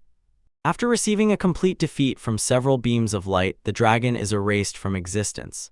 That's the kind of get-wrecked moment everyone in the industry knows. A powerful explosion shook the entire area. The force of the combined cannon volley hit the target. If it survives this, I declare it cheating. Holding the pressure, Lloyd gives orders to his men, shoot until nothing remains but dust. He knows how resilient these ancient monsters are. When the smoke clears in the place where the dragon stood proudly, a giant crater remains. For the human team, this looks like a complete victory. Everywhere there are joyful shouts and applause. The knights celebrate a hard-won victory over a legend. And for a moment, they truly felt like the main heroes. Collapsing to the ground from exhaustion, Ian takes a pause while Lloyd Sand first gives him all the credit. It was the prince's plan that ultimately saved the day. The spectators stared at the body floating in the water, wondering whether to go out and confirm the kill. But without a boat, they are basically just guessing. Now, looking intently at him, the king processes the fact. His grandson has finally arrived at the cradle. The decision is to return and celebrate. The team begins packing up their gear. Usually it is at this scene in the movie that everything starts going terribly wrong. Frozen in place, Ein hears a strange crackling. A chill runs down his spine. His spider sense twitches, and this is definitely not a good sign. Noticing how the surface of the lake is freezing at an impossible speed, the team realizes the fight is not over yet. This is not just ice, it is something much darker and more insidious. He thinks it is just the sunset dropping the temperature, but some knights still refuse to acknowledge the truth, yet the expression on Ein's face says he already knows. Spikes of ice burst out of the water like deadly, jagged teeth. The freezing speed is absolutely abnormal, and it spreads toward them like a plague. Shouts fill the hall for everyone to prepare. Ein realizes the boss has just entered his second phase. They celebrated too early, and now they will have to pay for it. Emerging from the icy depths, Yupus Kamui shows that he is still alive and insanely furious. Do not underestimate a monster who survived the king, because the real fight is just beginning. We start with a classic shot. Our girl Kreese looks out the window as if she is in the mid-2000s sin and emo-style music video. She realizes she has drifted off while staring at the city below, and it shows on her. She is just waiting for her man to return from the war from something no less dramatic. Look at this face, she is simply in deep depression, and the author does not even try to hide it. And suddenly click, heavy steps of very determined boots strike the floor. Either someone is on a mission or simply hides nervous trembling very poorly. Grint is only a year younger, but he is already a golden boy because he is the son of the second wife. Ein is somewhere in the background swinging a sword while the new family plays the happy family. Turns out he is Silvard von Ishtalika. This true giant officially declares that he claims the title of best grandfather. She walks through the corridors as if the place belongs to her, and Chris doesn't even notice the guards and maids staring at her as if she has lost her mind. Bro, the minor characters are judging her in 4K right now. Constantly pacing back and forth in front of the door like a loading screen stuck at 99 is a crazy sight for a high-ranking lady. The maid beside her looks on with pure incomprehension, probably wondering whether to call a doctor or a priest. As soon as we decided that absurdity could no longer become more awkward, we see it at its own expense. Olivia, just as always, watching this chaos unfold. She has the same expression on her face, as if she exactly knows why Chris is acting like a complete simp. Truth eventually emerges because such a desire cannot be hidden forever. Chris gets the harshest reality check when the maid tells her that she is too restless and it's time to go feed the twins. Look at that reaction, her face just turns to stone. She is completely bewildered because her secret has been exposed. Realizing she was caught wandering around her favorite places in Ain Sama like a lost puppish starts to panic. She genuinely doubts whether she has completely lost her mind because for MC she is already totally cooked. When she leaves with buckets of fish, the maid practically confirms the rumors. Chris looks at Aina with those same special eyes. Bro, today the tea is boiling over in this mansion. It seems our girl can no longer underestimate the power of rumors. She has officially come to her senses. There is no turning back. To clear her thoughts, she goes to the twins, and there turn out to be two huge sea dragons barely lying in the stream. Imagine giant lizards as pets just to keep you company while your heart is broken. Feeding the dragonfish as if it is trying to win a prize at the fair, Chris is deep in thought. These dragons grow not by days, and honestly, they are probably the only ones who can now withstand her letting off steam. Suddenly, a warm smile appears on his face, and some huge knight, stomping steps, moves to join the party. Now, when she remembers Ain, she is overwhelmed by a montage of his best moments, and her face becomes completely tomato red from it. She literally hides from herself while the dragons just watch her struggle. One of the dragons decides to nudge her a little on the side, probably sensing that their supplier is Gruit. Actually, it's even a bit touching if you don't consider that they would swallow her in one bite. Realizing they are trying to calm her, she touches their heads with light strokes and boasts that she is a future beast tamer. They ask them to pray for her to join the next investigation, a high-level move. They say they are devoted to daily drills just to see their man. To thank them for the support, she simply pours out the rest of the bucket and commands, "Eat to your fill. It's a fish feast, everyone is invited." Her mood does not spoil even then. When she is doused with water after all, she does feel a little lighter. Looking at the mountains, she whispers a silent prayer for Ain to be safe. Yet she has no idea that at the front line everything will soon be completely burned down. Moving to action, Ain screams wildly because the boss is still not dead. Yupus Kamui is still in the game, and he has the same second phase of energy A. The ice monster bursts out from under the ground like a jump scare from a horror movie. It is huge, covered in spikes, and looks like it wants to shove everyone back into the lobby immediately. A powerful shockwave throws soldiers into the air. Their screams can be heard from here. This is no longer a fight, this is a massacre. Meet Lloyd Galizia, a certified Chad, and the chief marshal who looks like he eats boulders for breakfast. Ain and the commander realize they are in deep trouble because this monster has the ability freeze, pure cheating. Magical guns are frozen solid, so long-range support almost disappears. But the beast rises like an iceberg soaked with filth and bad vibes. If I saw that thing flying at me, I would press Alt F4 and get out of here. Protecting Einsam is the top priority, but these guards look like ants next to that thing. Yet despite this, they are ready to die for the cause, demonstrating this unconditional devotion. The monster roars so loudly that it probably tore every eardrum within a 5-mile radius. The game is already in full swing, and the home team's chances look very mediocre.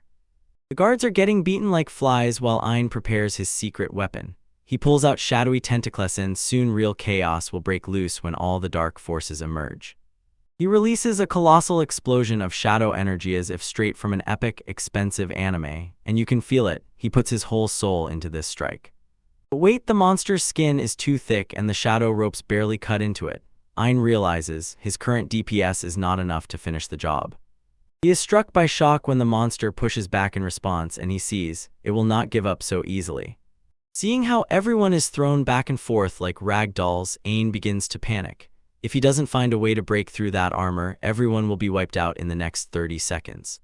But he orders himself to think giving up is for losers. But he is the host, so now he needs a big trick with his head. Shaking hands with the legend, Ein tries to keep a cool head while the old man rambles about that former surname. He needs something huge, something sharp, and something that hits like a truck. In general, he needs a weapon that is not currently in his inventory. The creature approaches right up to his face, and in its eyes, pure malice is visible. This is the "that's it, you're ready, I've seen that more than once already." And then he sees a colossal skull structure with a horn as if it was made specifically for killing dragons. Here it is. The highest ecological trap is already waiting for him right there. He tells the commander that he found a path that brings victory and asks him to do something extremely important. Commander, wait, what? But he listens. Ein's request is simple. After the victory, heal me because I will be completely out of mana. This is about how to plan post-match rest like a true legend.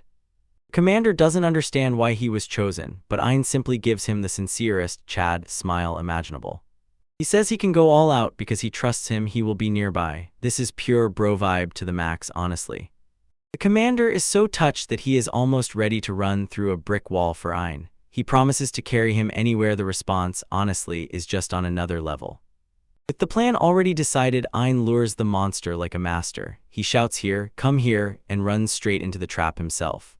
Tiverlia launches an attack and the commander just stands and watches, stunned by the unheard-of audacity of this guy. An explosion of ice and fog covers the area as the beast misses the strike.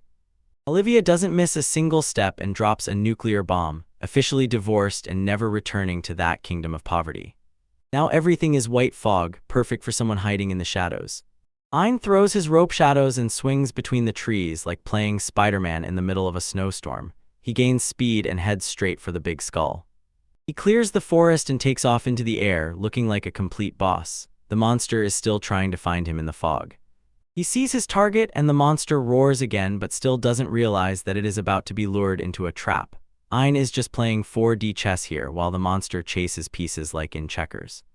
The fog is so thick that the beast sees nothing, and Ein mocks him from the shadows. Where are you looking? He asks, and the monster just snaps its jaws in the air. This is pure contempt. The beast rushes blindly straight to the point where Ein is supposed to lead it. He falls into the oldest trap of all. Ein swings and breaks off near the columns of the ancient structure, taking exactly the right position. Shadow ropes are wrapped around the giant horn. This is my victory, he says with the confidence of a man who already knows the lines. At this very moment, the theme melody reaches its peak.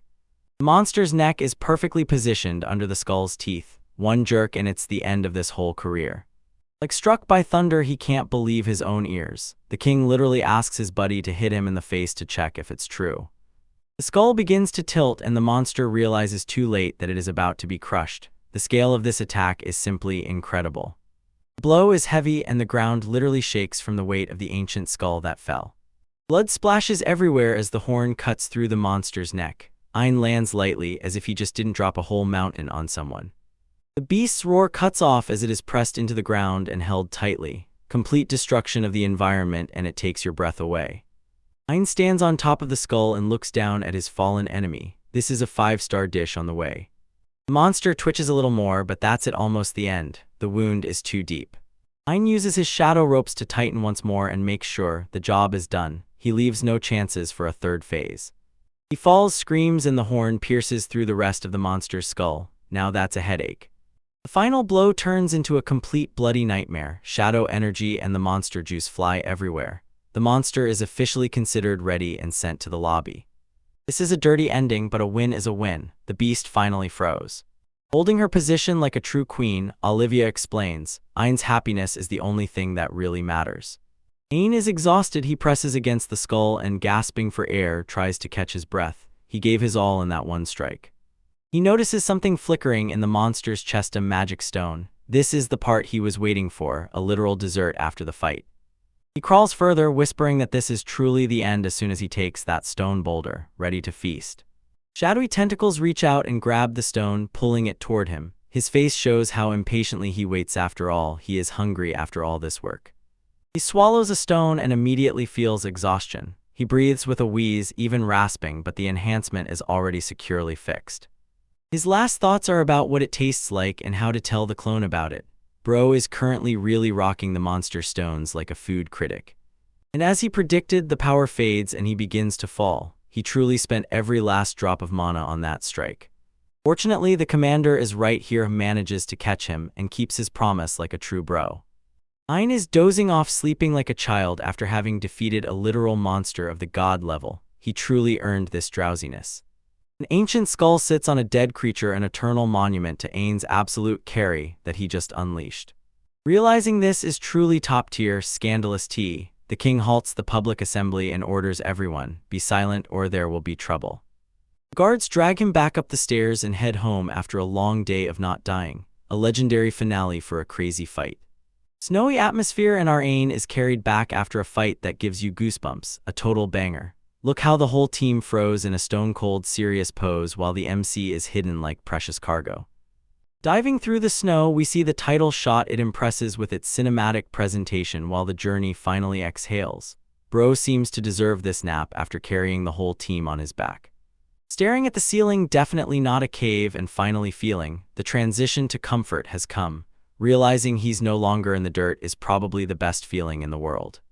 Waking up in a soft bed like a cheat code on a straight path. After almost boiling in the mountains, this is real magic. You look and it seems like he's just sleeping, although he was just rushing into battle with legendary monsters.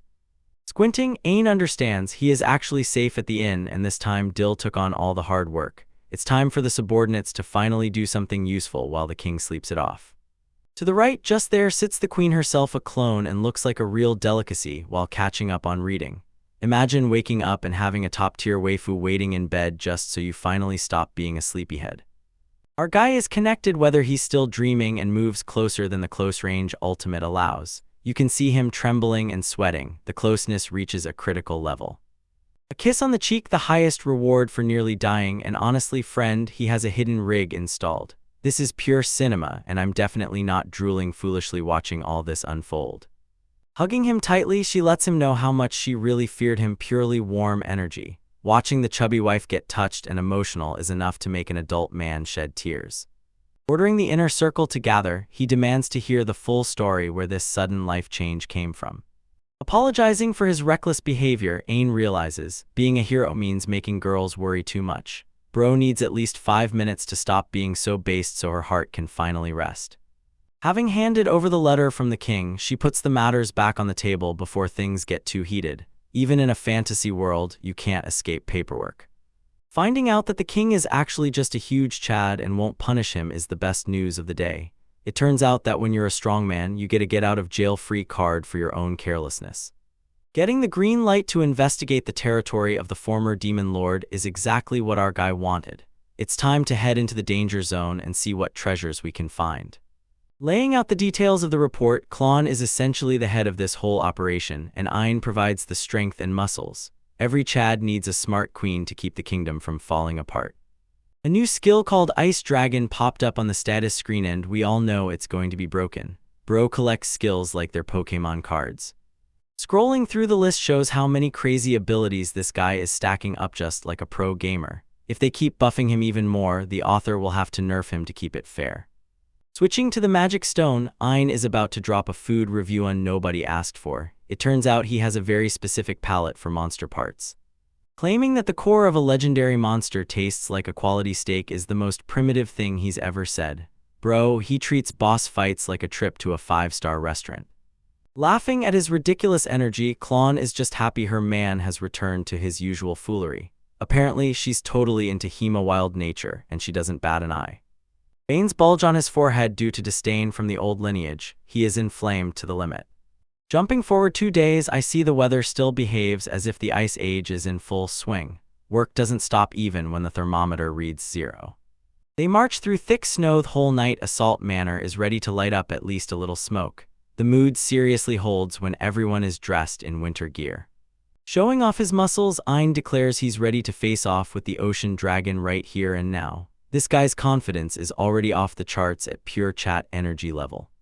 Speaking about Kun's reaction, it is clear everyone is stunned by how quickly this boy is growing and is already becoming a legend. They realize that they are guarding not just a prince but a future god. Silently observing, Lloyd looks as if calculating which monster each student is turning into. The old man knows, one more moment and the power scale will fly off the charts. Noticing that Ain's aura has become much more refined, the veterans feel a change in power. The air seems to crackle. Bro literally assists the main hero. The energy strikes so hard it blinds. The feeling of the weight of expectations presses down and for a moment the air becomes heavy. The road upward is never easy, even with a broken set of skills. Rumors that he might even surpass the first king are now being fed to us as heavy lore information. He is not just repeating his story, is about to rewrite the entire book. Look, laughing, they lower the pressure and all the knights have gotten hooked on Ein hype because they know he is real. The morale in this squad is at its peak right now. Noticing a giant rabbit in the bushes, he immediately does not forget that he was a king and thinks about dinner. His priorities are always equal when it comes to delicious food. Everyone is going for Grint because he pulled out the Holy Knight while Ein got stuck with toxin decomposition, essentially the L of this skill world. One becomes a legendary hero and the other avoids food poisoning. Gathered around the round table, the team prepares for a serious high-risk lore unloading. You see how the rabbit dives into the forest like an arrow and the boy looks as if he has lost his last brain out of pure despair. Watching your dinner run away is the most treacherous betrayal. Promising to hunt him down later, Dill saves everyone at the most critical moment, while Ein's eyes turn into real stars. After all, a loyal subordinate knows that the main value is in your belly. Heading towards the territory of Demon Lord, the squad is in high spirits, ready for all the madness that awaits them there. The adventure is finally entering its hottest part. Seeing how the children rejoice, Lloyd simply lets out a quiet chuckle. The mood is perfect despite the danger. Sometimes you just have to enjoy the road before the boss's music starts playing. Caught in place, the whole company feels someone is watching them from the darkness. In these forests, comedy and horror switch in an instant. Looking at the trees, they understand what is out there keeps its distance but definitely judges them. Bending under the gaze of unknown creatures is an ordinary Tuesday for this crew. When the presence disappears, Ein wonders, was it just a local monster or something much more insidious? In any case, the danger meter jumped several notches. Touching the border of forbidden land, you feel a different air and the tension reaches its maximum. We officially enter the final game zone. The weak are instantly scorched there. Peering over the crest, they finally see the destination that had been forbidden for centuries. This is the very moment when the legend rumbles with a heavy bass in the club. To see the ruins of the city and that huge fortress on the horizon is pure obscene. The scale of this place, everything they have managed to see so far looks like a training level. Lloyd somewhere there cracks his knuckles and looks like he's about to move, to send old Ein a blow to the forehead because he's a useless father. Noticing that the architecture looks eerily familiar, they plunge into silence and sluggish clutter. The foggy mystery only thickens. It is like a mirror image of their own home. A chill runs down their spine.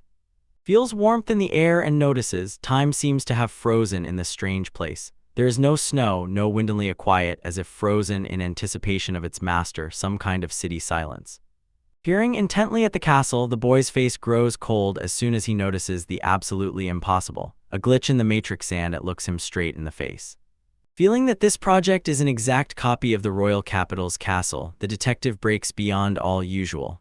Someone copied the royal blueprints completely. Hovering above them, the huge gates stand as silent witnesses to a history we do not yet know. The scale of this discovery is capable of breaking the internet. Clenching his chest, Ein feels a sudden surge of emotions that do not even belong to him. Something in his DNA responds to this place like a memory long lost. Mysterious silhouettes flicker in his head and he is torn, both joy and sorrow, until his heart bursts. Bro caused a full-blown existential crisis in front of the entire squad. And hearing the voice that offers to lend him a mouth, the spirits of the world of the dead clearly make a move on our guy. This is already of a high level of possession. Usually everything ends with a transformation. Ain's eyes suddenly went completely dark for a moment. He scared the guards so much that they were breathless. The aura changed so quickly that I thought, finally, the final boss has arrived. Taking a deep breath, he feels the air as if it transforms, like the rightful master of these lands has finally returned. Everyone feels something ancient has awakened in him. Olivia, the voice of reason, tells them not to waste any more energy on this mediocre country.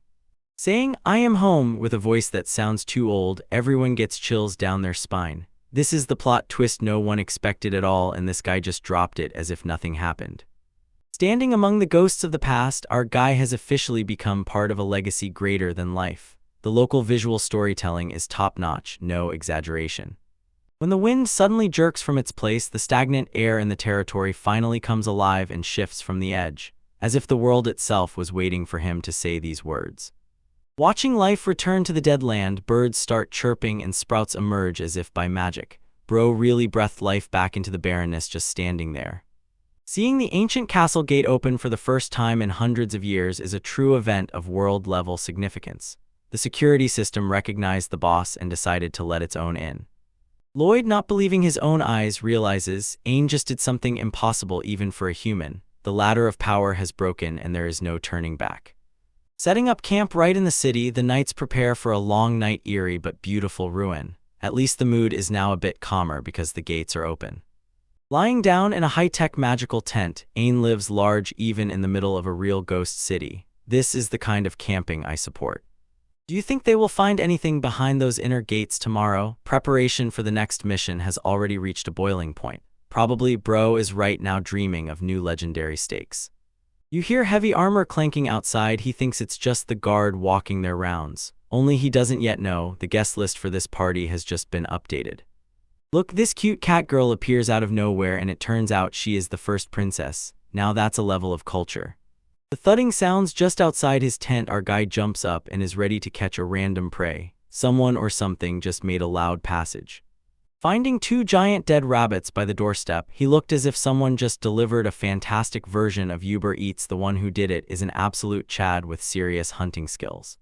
Recognizing them as the same rabbits from before, it's immediately clear they have a secret mirror that knows the way to Ain's heart. Let's play under the gift from the shadows that pace. The night trembles and the campfires illuminate a mystery. Who exactly watches over them? The tension is off the charts, but the stomach is already starting to grumble.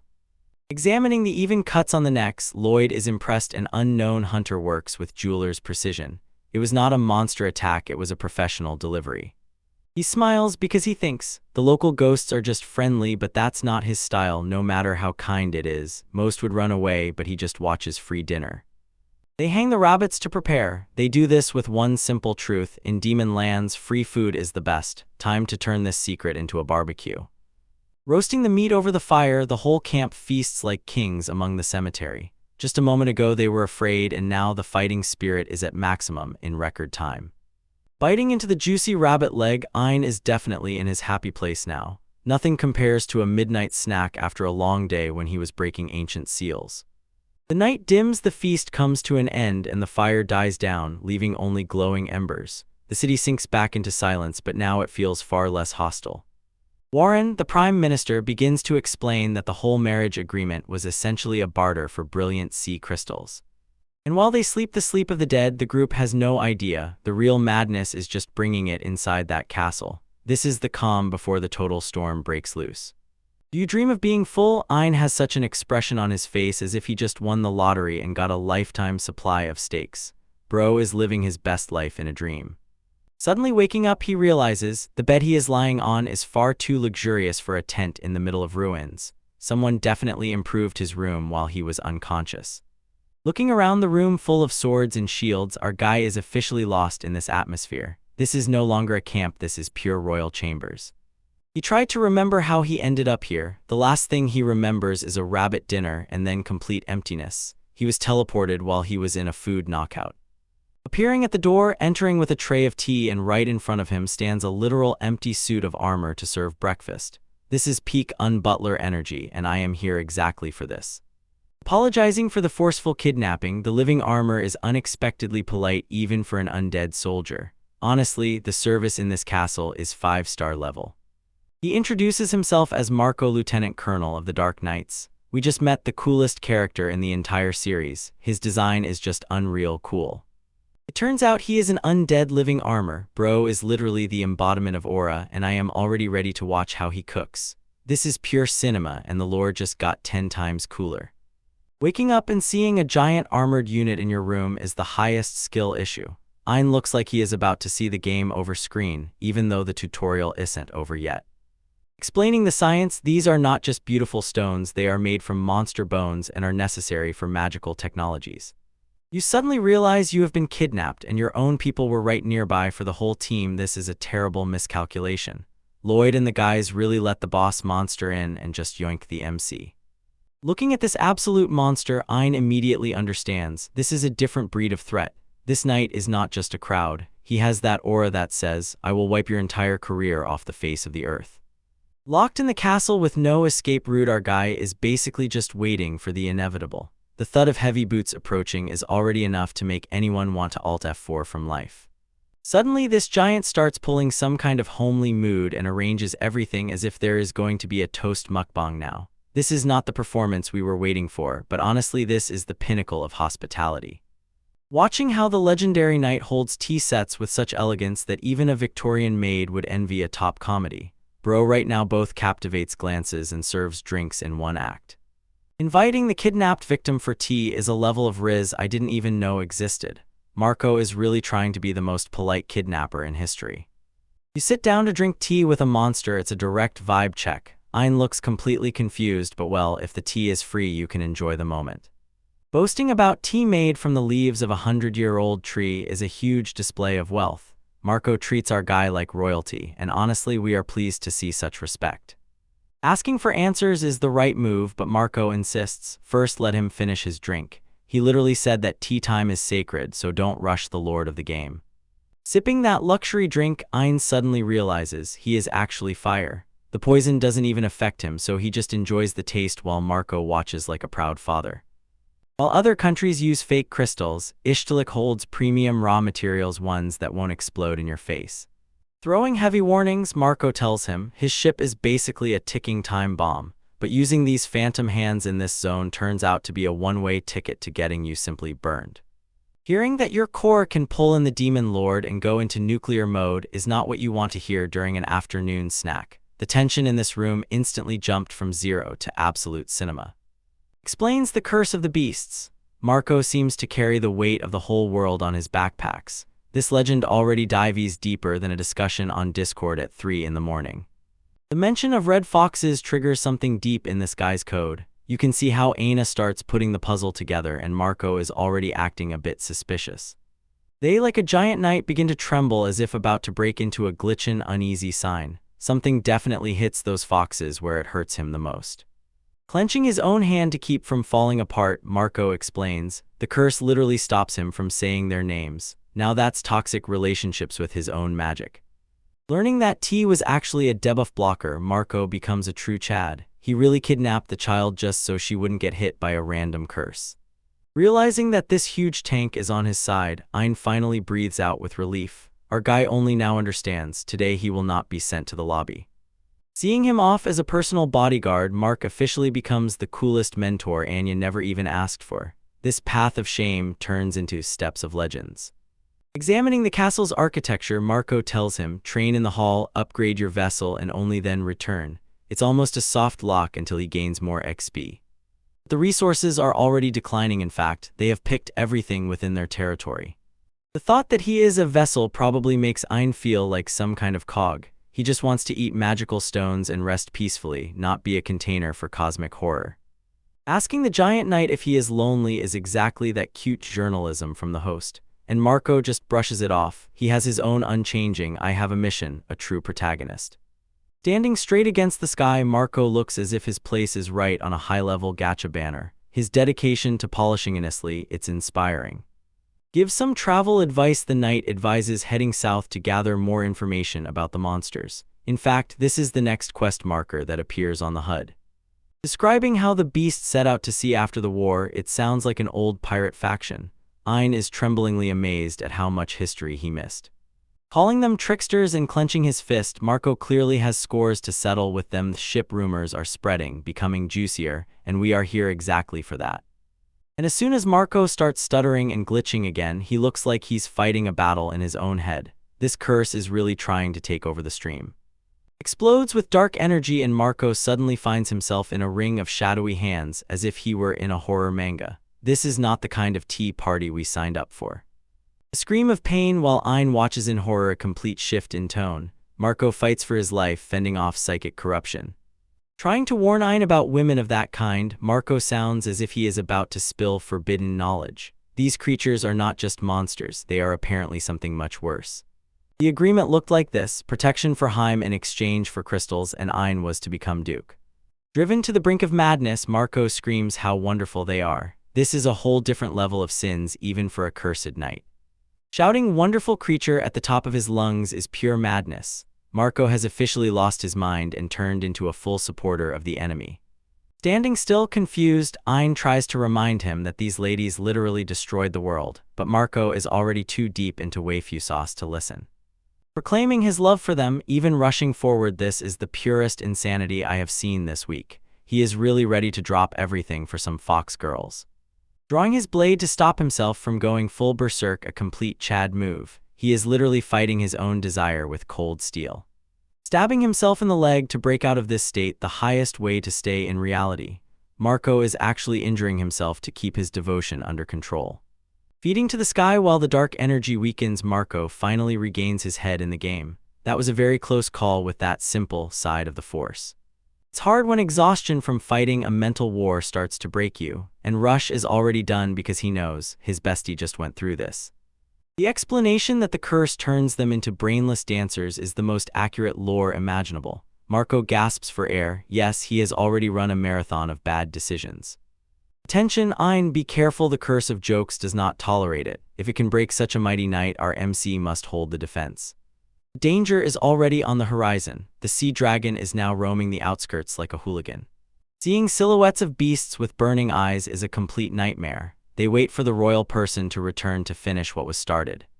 Dropping cryptic lines about inevitability while Ein tries to lift him is pure manga peak.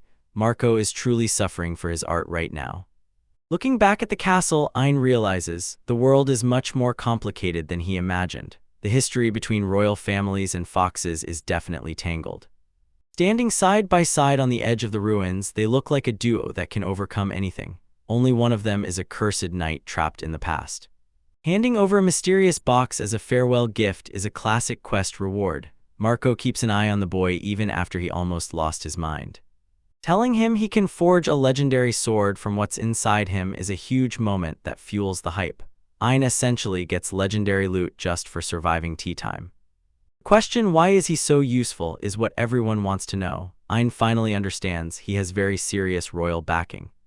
Tracing a gaze through that helmet visor, Marco is silent as if 1,000 words are in his silence. In him is that unshakable energy possessed only by the best heroes. Proclaiming that the Knight Royal service is the natural order is shamelessly cool. Marco is a real man for sticking to his code even in a world that has fallen apart. Why he showed mercy and didn't let the investigation proceed is clear. Ein really uses his head. Marco's mercy seems to be part of a much bigger plan. Bro is already excessively angry. He realized that in the world of magic, being a human filter brings neither girls nor respect. He is tired of being a loser at home. She shows her boss babe energy. Olivia reveals that all this time she was diligently leveling up behind the scenes. Revealing that he made a promise to protect everyone is the highest heroism. Marco, here in heavy armor, plays the role of a guardian angel. Flashback to the mysterious girl with ribbons, and we see the motivation behind that man's shoulders. This is where it really starts to hit. It's enough just to have a goal to get along with everyone, and even an adult man will be moved to tears. It turned out the demon lord was truly a sweetheart at heart. Seeing a giant knight and a little girl together is pure embodiment of warmth. This flashback is absolute cinema, and I won't accept any objections. When Ein learned that the demon lord was the one who sought peace, he was completely overwhelmed by a plot twist. The boy is shaken by the true story of this place. Almost laughing, Ein finally caught the mood and understood why Marco is so devoted. Protecting the legacy of kindness is a mission worth fighting for. Waving goodbye, he heads back to his squad and looks as if he just gained a lifelong ally. Marco stands here like a proud statue, watching him leave. Shouting back, "Thank you for the rabbit meat," that's the most accurate gesture. Brilli protects his stomach even during a dramatic departure. Standing alone among the ruins, Marco looks like the loneliest Chad in all existence. He has already done his part, now it's up to the next generation not to ruin everything. Seeing Lloyd and the guards burst in as if they were late for a meeting, it's laugh-out-loud funny. They missed the entire boss meeting over tea. She found a completely new supplier through her own secret network of merchants and proved that she is a true genius. Pretending he was kidnapped by monsters technically true, but he keeps quiet about the tea and cookies. The guards are just going crazy with anxiety. Seeing the elite guards begging for punishment because they let the MC get caught, pure comedy. Ein stands there as if he doesn't see the problem while they are having a complete meltdown. The call for everyone to keep their eyes peeled against the monster sounds ironic. The monster just received a gift. The mismatch between Ein and his guards reaches its peak. The thought about how polite and chivalrous Marco was makes Ein realize monsters can be more humane than people. This boy is growing up too fast. Looking at the towering castle, Ein feels a strange connection to the past, as if he is finally finding his place in this crazy world. Showing the clone box later, our guy is already ready to see what kind of legendary material he got. Clone looks worried, probably thinks it's something cursed. Opening the box and finding Marco's old helmet, you catch a complete shock. Ein at first thought it was a severed head, and that's just the perfect mood for this series. Discussing how to turn the helmet into a sword that sounds like logic at a high skill level. Clone is already one step ahead. He has an explanatory letter for the master blacksmith. Rumors about the legendary blacksmith Matin in the sacred land of blacksmiths, that's the best hook for a quest. Clone is really the best support character bro could ever ask for. Warren, not believing his own eyes, looks at the report. She found a place they completely missed. Straight into the shop. Our MC doesn't care about better weapons, his patience is zero. Look at the dragon skull on the roof, you know, this guy is the real deal.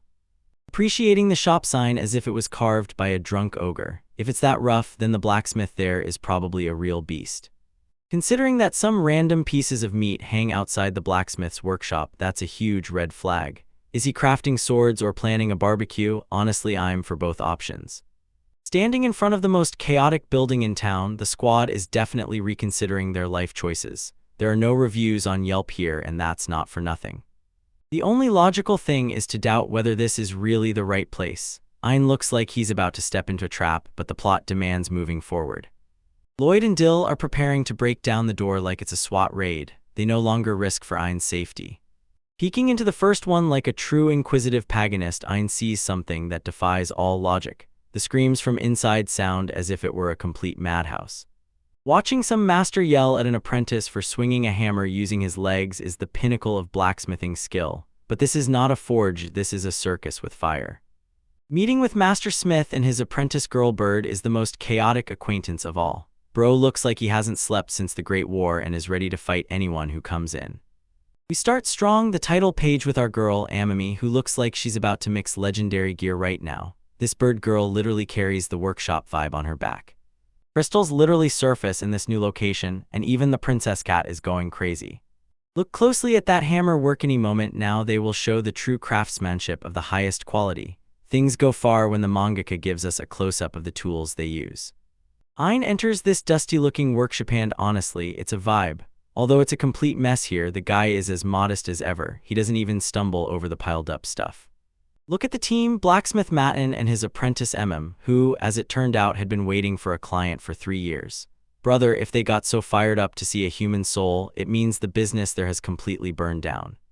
Matin is a true pro. He says he only takes on jobs where the materials are really worth his time. He doesn't need to forge some mediocre iron dagger here for noobs. Look at those eyes. Mouton now sees what is about to turn his career path upside down. From the helmet of the living armor flies out a head and bro goes crazy. This is not just metal, this is pure top material for a monster drop. The fact that this belongs to Marco only adds another layer of emotional pain and respect. Ein truly now carries the legacy of absolute Chad heroes in a box. It seems living armor material is a true treasure of national heritage level because these monsters shed their skin only once in a lifetime. Matin treats it as if he just pulled a legendary item from a gacha pool.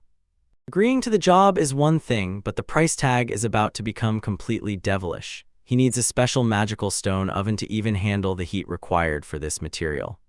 Ein sits and thinks that 5 million is affordable, as if he is not a teenager with a royal bank account. Oh, how good it is to have the budget of a crown prince, right? Psych, actually the total is 70 million because the service fee is another 20 million on top. Ain literally looks like he's about to see God after hearing this number. And when he finally realizes how hard his mother is carrying the team, Ain freezes in a moment of pure admiration.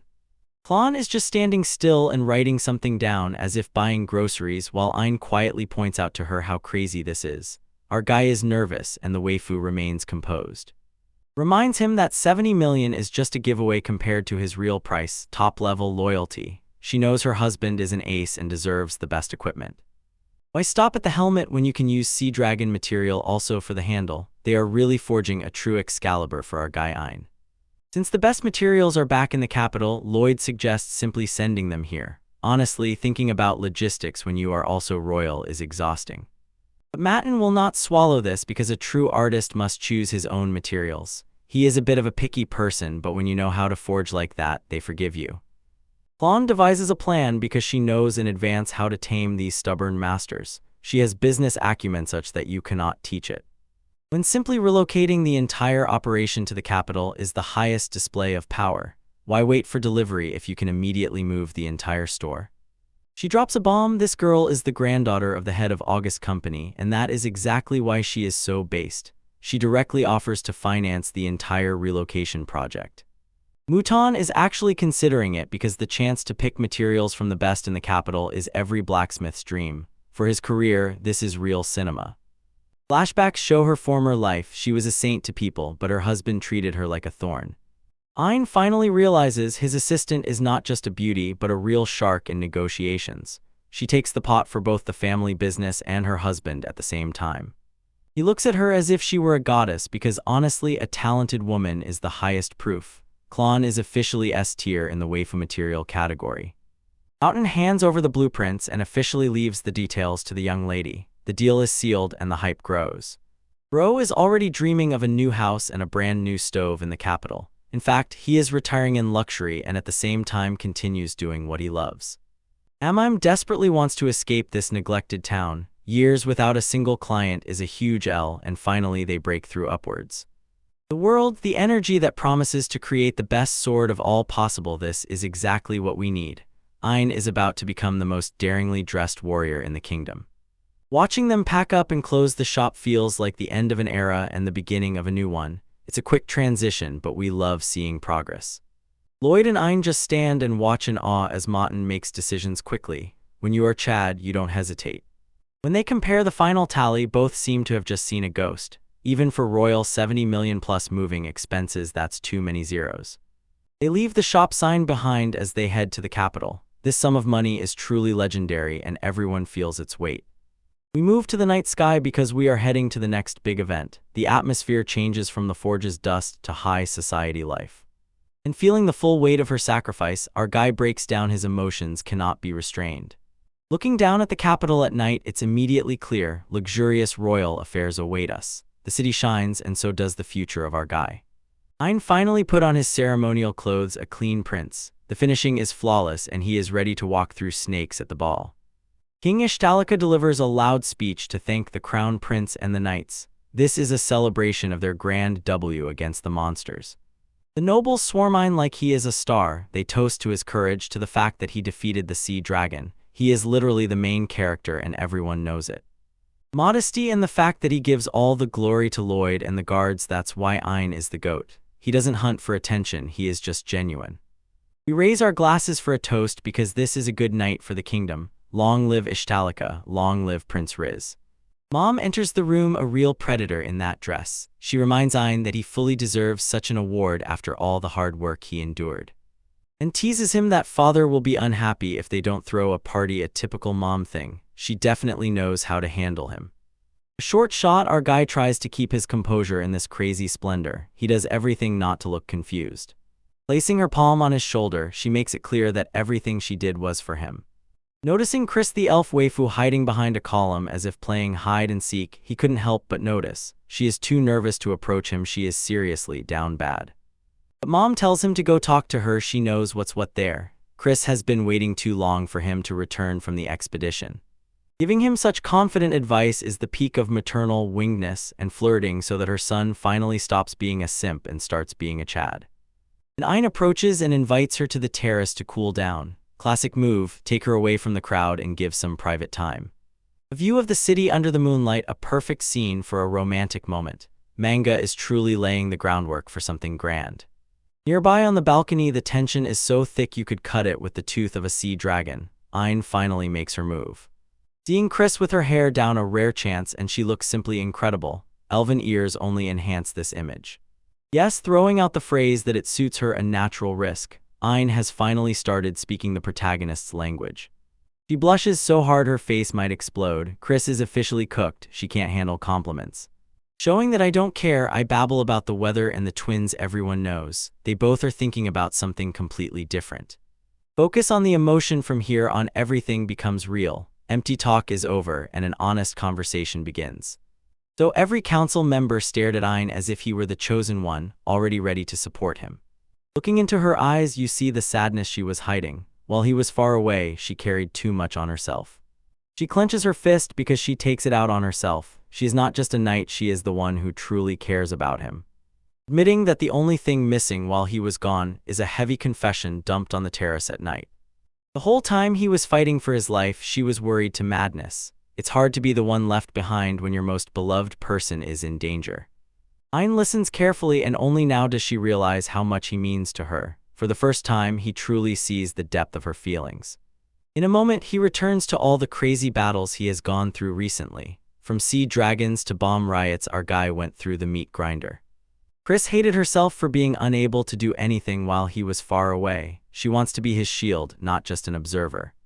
Watching tears well up in her eyes really hurts. We know how much she respects and loves him. She is falling apart right in front of him. Calling it heartbreaking is an understatement. The moment when his cold-blooded image simply fades from his face. She looked at him with those big emotional eyes and completely broke down, defenseless. Ayn must do something now, otherwise he is officially a fraud. Olivia pulls him into an embrace, once again proving that she is the unquestionable goat among manga moms. But Kristen, through tears, cannot find the words. She tries to hold onto her dignity, but this is a fight she is losing. She screams that she wants to protect him even though he is formally her senior. She throws the rules away for the sake of her own heart. She apologizes for her selfishness and tries to wipe away the tears. She thinks she is a burden, but we all know better. She, surprisingly raising her head, freezes. Ayn does not let her go, and the moment shifts from sad to legendary. He grabs her hand and pulls her back, showing that he will not let her suffer alone. This is pure movie magic, friends. Chris tries to justify herself, but Ayn holds her tightly in the end. He listens to his mother's advice. Gaze locked that says more than any words. Here is the peak of this chapter right here. Squeezing her hand tightly, he lets her understand. He hears her and will not go anywhere. Riz levels are off the charts. Understanding that her restraint is due to the marshal's position, he begins to piece together the reasons why she hesitated for so long. Turning his thoughts back to what his mother and clone told him about awards and achievements, he now replays everything he heard today. Looking at the iron armor, he feels the need to prove that he is not just some background for the frame. He is looking for a way to break the limits of his current weak self. Everything led to this moment when she can finally see him happy and safe. He puts on a serious face because now he will propose a not recommended way to solve this, and our guy goes all out for her. Standing under the moon, looking like a real boss, he is ready to take what is his and finally reward himself. Resolving to take the accumulated rewards, the best thing he has ever said, Ayn officially in his Chad era. Look at this castle shining under the moonlight, a complete top-level hype. Something grand is about to happen in the throne room and the mood is already at its peak. Our guy Ayn stands before the king ready to demand the honestly earned loot. The old man remains impassive, but you know, he is secretly impressed by how much he has grown.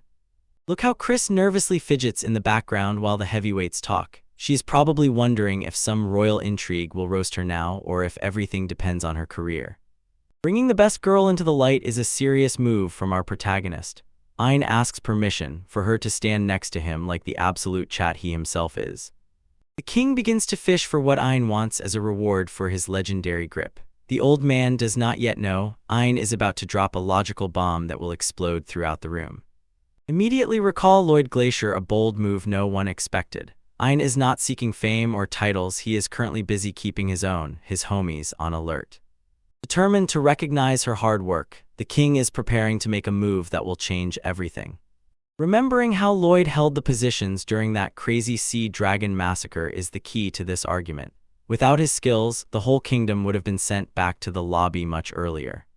Restore him to the position of marshal, that is the goal, and everyone's jaws dropped and they just sat down. Who would have thought? But look at him, is it true? The faces of the council advisors who were completely caught off guard. Grandfather swings to strike, but Chris already has a move pressing with logic to stop him. He thinks he has cornered our guy in a zero-sum game, but Ein is 3 steps ahead. Understanding that you need to give up your place for another to soar makes the situation incredibly specific in taste. Ein just stands with closed eyes and prepares the final decision to please everyone. Putting everything on one draw, Anne announces that she is using every reward she earned in her missions. This is pure, absolute peak cinema, and I am fully for this audacity. Demanding that Crispy return to his personal isolated squad is a 500 IQ move. Essentially, he says, he wants his favorite chubby waifu by his side 247 without any distractions. How the royal advisor's hand clenches shows how much this demand tests his royal patience. High military positions are not shuffled like a deck of cards at a party in the spirit of student banquets. I ask if Ein considers a fighting stance just a toy, like the classic move of an old geezer. I am the boss. The king tries to bend with his power to stop the conversation before he loses control. The phrase "stop babbling" is a heavy blow to put the guy in his place. The king's aura darkens and presses, and he tries to intimidate our young hero, forcing him to submit. Old Valren tries to jump in and act as a mediator before the conflict between the royal persons ignites. He already feels the conflict baking and wants to extinguish the flame before the whole kitchen catches fire.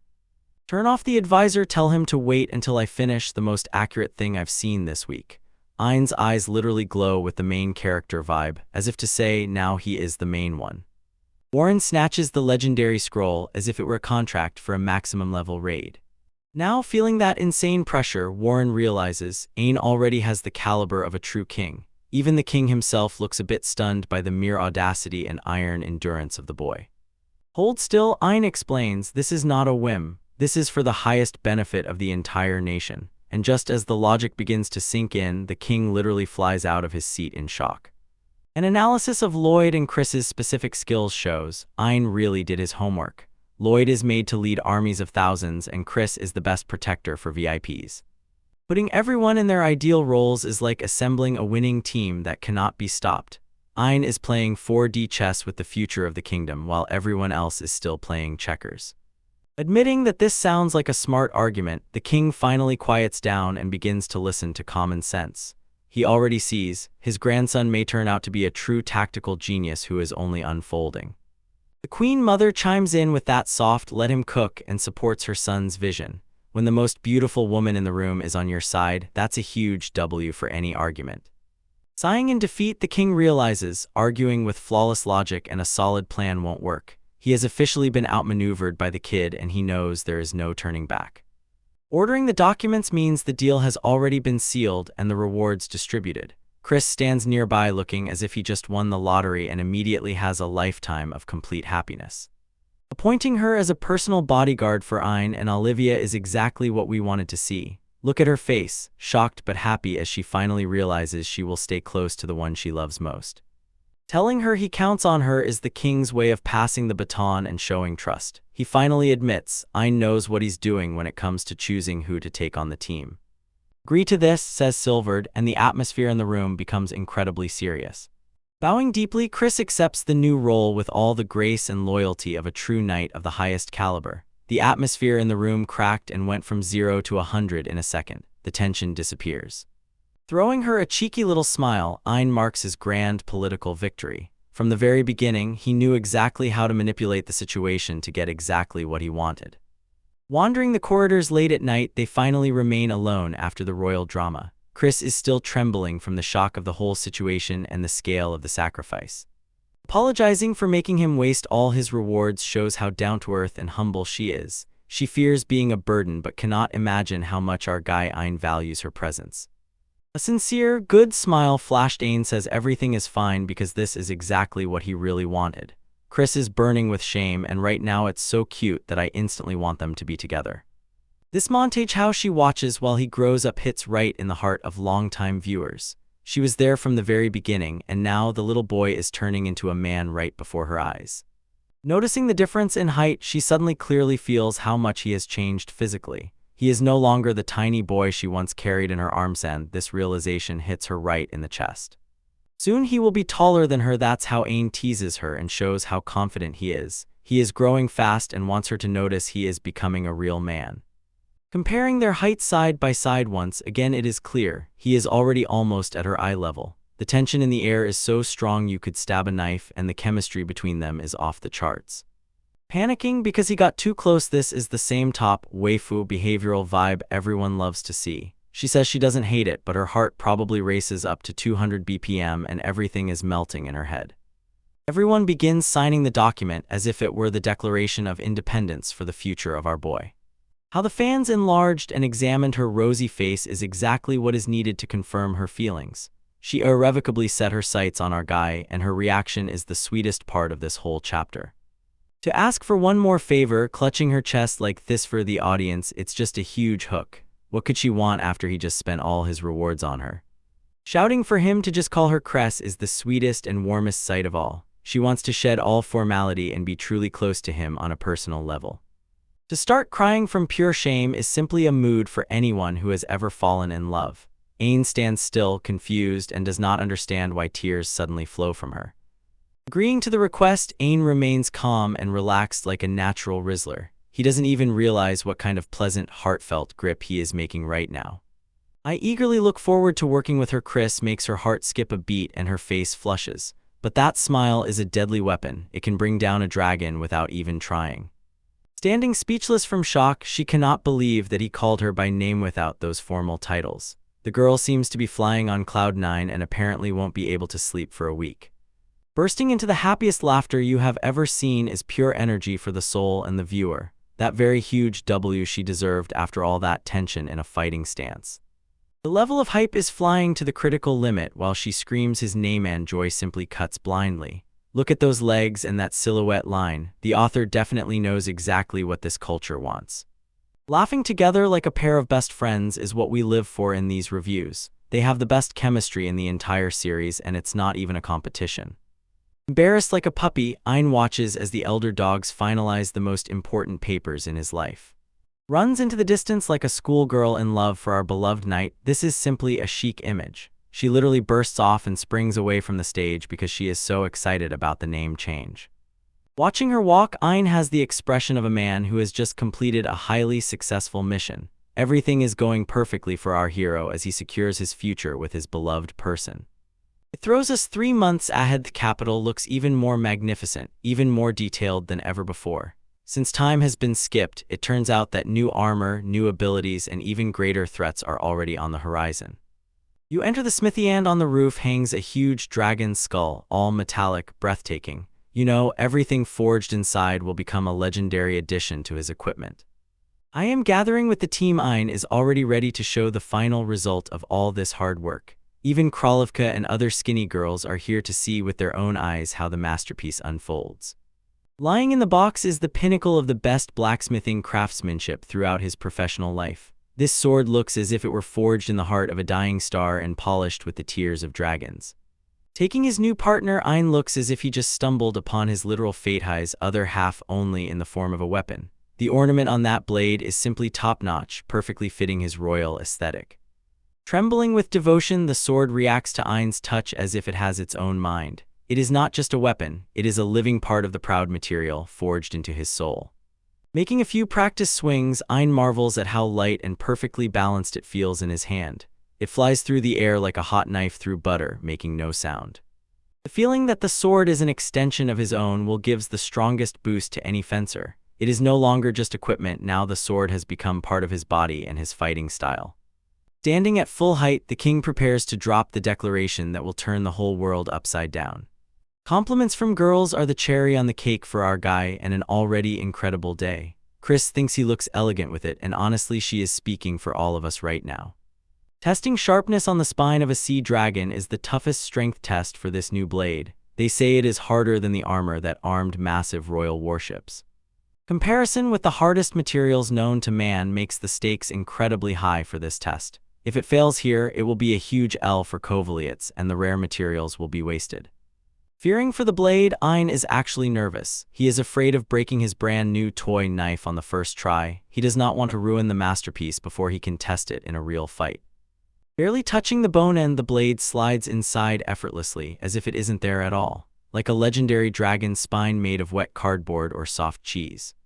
Cutting everything through without even trying is 100% Hood classic moment, theories say so. Everyone's eyes pop out of their sockets from the pure, genuine power of this sword. God, shouting in confusion, Evan the blacksmith doesn't understand how he managed to pry out such a crack. This is officially the most broken weapon in the game, and Ein wields it. Understanding that a sword needs a name is the next great step in its path to legend. A legendary blade without a proper name is like Chad without its signature Riz. Ein chooses to wait until Marco names it, and it is clear how much respect and love he has for his friend. He is already eagerly awaiting their next meeting to celebrate this victory together.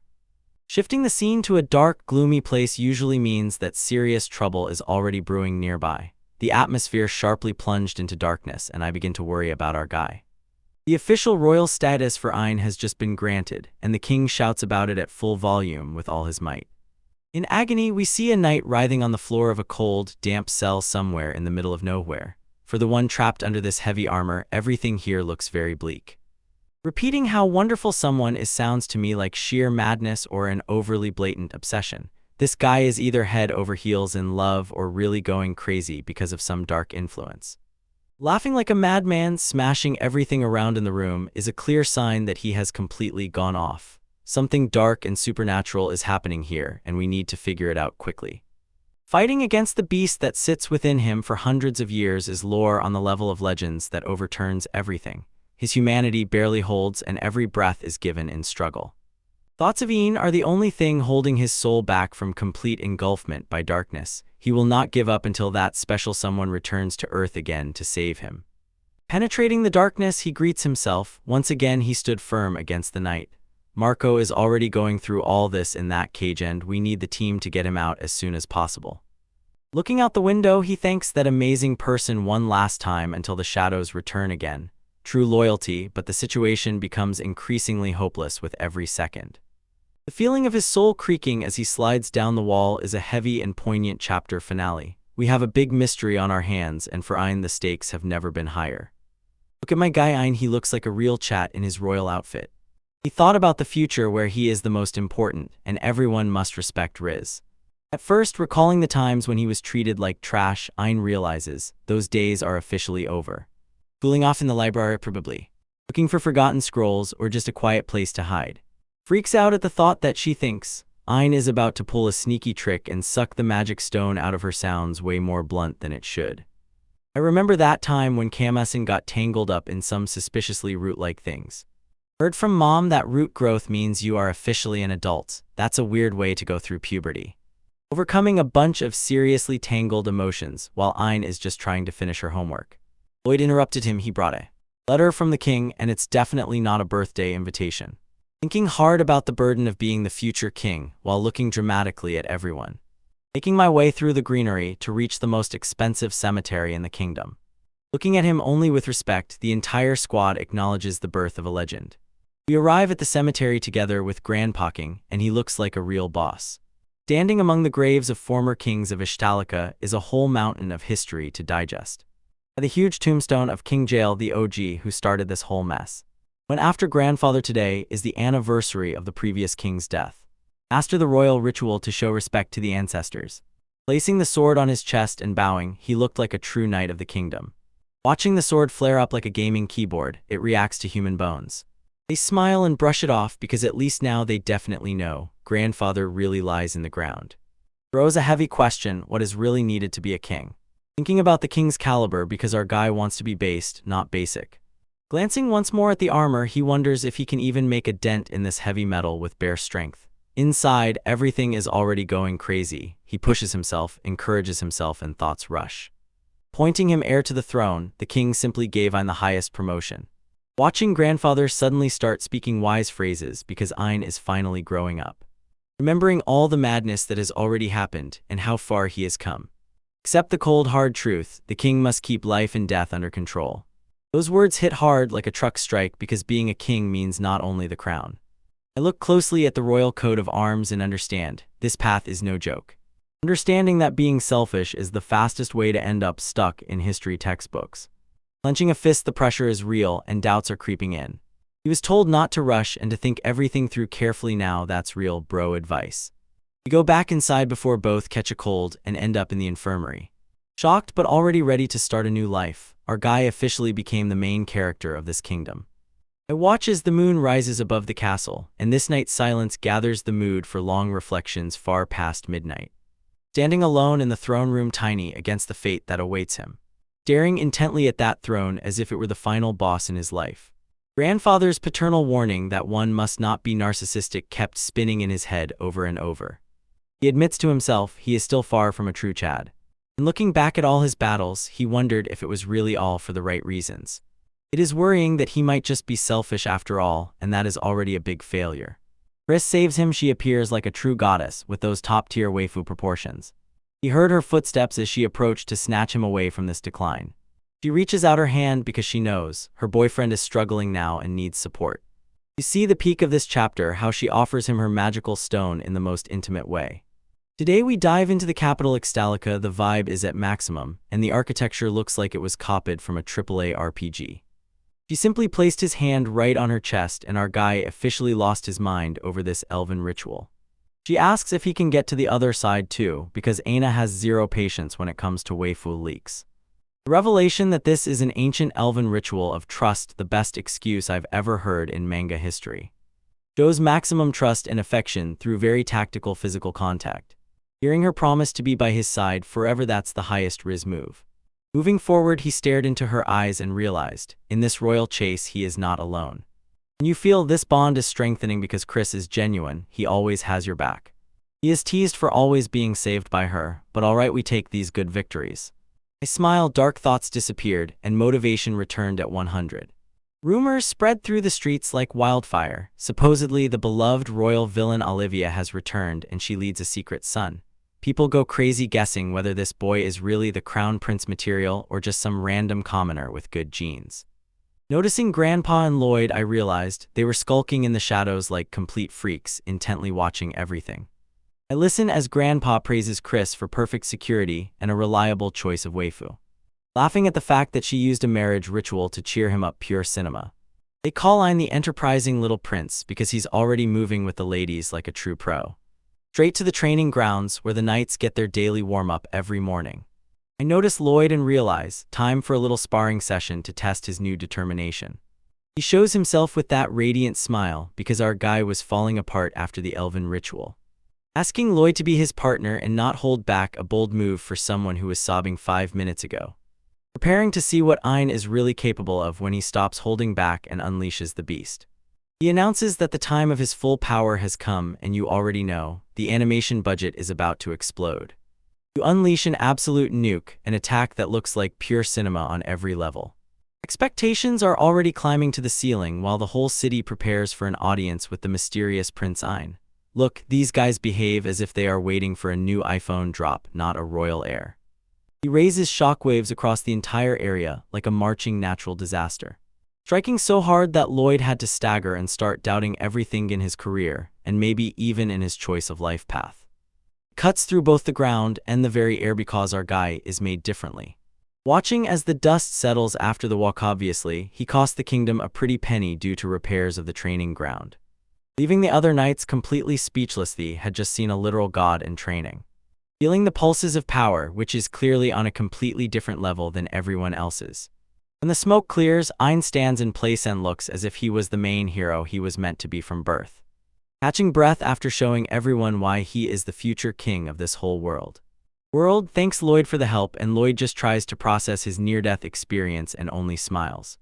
Apologizes for destroying the training ground, then calmly walks away like a boss. Soon the training arc begins. Our guy Ein is already here, honing his swordsmanship, and looks like he is ready to overcome any obstacle as the main hero. It's Lloyd literally shudder just realizing how much power Ein was really hiding behind that smile. He doesn't sound like a scary character, because in this manga power just goes way too unchecked. And watching as our guy rushes into the future, ready to become the strongest and most authoritative king in all history. Heading straight into chapter 46, titled Beloved Homeland, and we start with the very serious energy of the main character. Look, our guy Ein is walking through the palace with a huge bouquet of flowers as if he is about to raise the entire kingdom on its ears. All the guards and maids bow because they know who the real boss is here. Walking among these huge columns, Ein has a focused look as if ready for deep lore revelations. Suddenly, the king himself appears, a real lad with that majestic beard, to ask if Ein has already figured out what it means to have the caliber of a king. Without hesitating for a second, Ein looks straight and tells the old man that his path is not mistaken and he is fully devoted to this work. Grems realizes the first king is still the ultimate goal for Ein, and honestly, this is very justified because you have to aim for the highest peak. He reveals some rare vulnerability, and the king admits, once he really envied that king because his achievements were gathered differently. He clashes swords with the legend literally, and Ein actually holds on until a masterful parry sends him to the floor. And after he was washed up, getting praise from the chief general is that very participation trophy, albeit the best one. We take what we can get. Looking at Ein's face, the old man sees in him a chance that our guy is capable of reaching those legendary heights. Giving him the last advice, the king orders to keep manners under control before they part ways. Stepping into the light, Ein heads to the resting place of legends. Entering this huge tomb is like diving into a real movie, these giant tombstones, probably bigger than a small town. Kneeling to pay respects, Ein raises the flowers and prepares to have a heart-to-heart talk with the dead man. Focusing, he is ready to pour out his soul right here. Memories of everyone who supported him, especially waifus like Klon and Olivia, make Ein realize he can no longer just remain a naive fanboy. Releasing the truth to the wind, he says, he wants not just to follow the first king, he wants to surpass him. Having endured that heavy blow, the boy looks just like a true main hero. He says goodbye to the tomb and thinks that his work here is already done for today. Meet Lloyd Galiatia, the chief marshal, who looks like he chews dumbbells for breakfast and has an aura bigger than the entire kingdom combined. Despite all this praise, Ein feels a bit like an imposter, because at home his younger brother was openly a certified genius with a blade. Walking away from the graves, he suddenly feels something click in his head and he freezes in place, as if pinned down. Beginning to understand that something is definitely wrong, Ein clenches sweat because the sensations suddenly become stale and foul. Returning in thought to how the sword reacted then, he recalls, it should glow when near royal remains. Suddenly turning around with shock in his eyes, he begins to realize that he might have been easily deceived. Staring intently at the giant monument, the silence suddenly becomes completely unbearable, deafening. He rushes back to the grave of the first king and must confirm whether his eyes are deceiving him. Raising the sword, he saw the cold, cruel truth. The blade does not glow at all, therefore, the remains of the first king have simply vanished. Scans the area like a detective and tries to understand how someone could simply lose an entire king. Looks down at the empty spot where the corpse should lie, and Ein officially goes insane, because this is already the level of a high-level conspiracy. When he recalls his old life, our guy remembers how hard he tried to earn his father's approval, and yet he was simply taken away by a top-level mother. Look at Olivia in that shot. The author apparently didn't quite understand what he was doing with these character designs. Remembering his grandfather, he realizes the old man probably doesn't even suspect that the grave is an empty shell. Touching the inscription that says, he rests in his native, beloved land, Ein begins to piece together the puzzle in his head. Connecting the first royal rules with the Lord of Demons, he feels a connection, and honestly, it scares him. Clanking gears, he realizes the mystery is officially in motion. Glancing at the castle towers, he wonders if the beloved homeland mentioned on the grave might be somewhere completely different. At night the light fails, the palace looks calm, but we know the intrigue is growing wildly. Late that night in the library, grinding sounds are heard. Aina buries herself in books and searches for the truth. Blessing our eyes, Klon enters looking like a true angel and asks if our guy is tired of all this reading. Discussing certain official matters regarding the old territories of Viscount Sage, they talk about how the royal nobility now tends to the lands as if to a child. And sighing a little sadly, the clone states she cannot go with him because she is busy helping Olivia with other royal duties. Looking at his own hands, he feels the crown becoming too heavy for a guy who was a nobody a week ago. Doubts creep in faster than a toxic ex returns, and he begins to wonder if he is worthy of the throne at all. Clarifying exactly where this possession is, Ein begins to run the plan through his head. I hear that it is just between Ist and Baltic, and you need to take the night train. This is quite clear to Ein. In his eyes, it is visible that I am about to do something illegal. He understands that this is the perfect moment, and he is definitely preparing to ditch official affairs for a secret mission. Barely tugging Klon by the hair like a true smooth ace, he ordered her to take care of his mother while he is away. On the first day, as soon as they enter the territory, the landscape looks quite calm for a place that is about to be drawn into a robbery. He walks down the village street. The locals are almost burning with joy to see the prince, but Ein just checks the time on his watch. At night you board the magical train. On the surface, everything looks normal. Handing the royal letter to his guard, he grumbled that he has to tell the driver, let him deliver it immediately. Pretending to be innocent, he tells Dill that this is incredibly important, and then simply dismisses him, as if with a royal gesture. Closing the door behind him, he officially presses the trigger. The trap is triggered. This is Maski Gyurum, where the goal is literally to eat stones to get buff. If you thought protein powder was the move, wait until you see what happens when you chase the prey of some monster. Screeching, the train starts moving, but it goes not where it was supposed to. Despite the guard saying, a child his age can't even hit iron with a finger, Ein still decides to send it. He desperately craves at least some attention from his father and believes one single powerful strike will change history. Lloyd just stands still like a brick wall of support and probably wonders whether to give the guy an inspiring speech or just add another round of push-ups.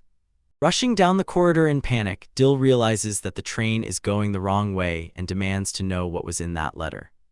Sits there like a stone-cold villain, and Ein casually throws out, they are actually flying to the Baltic.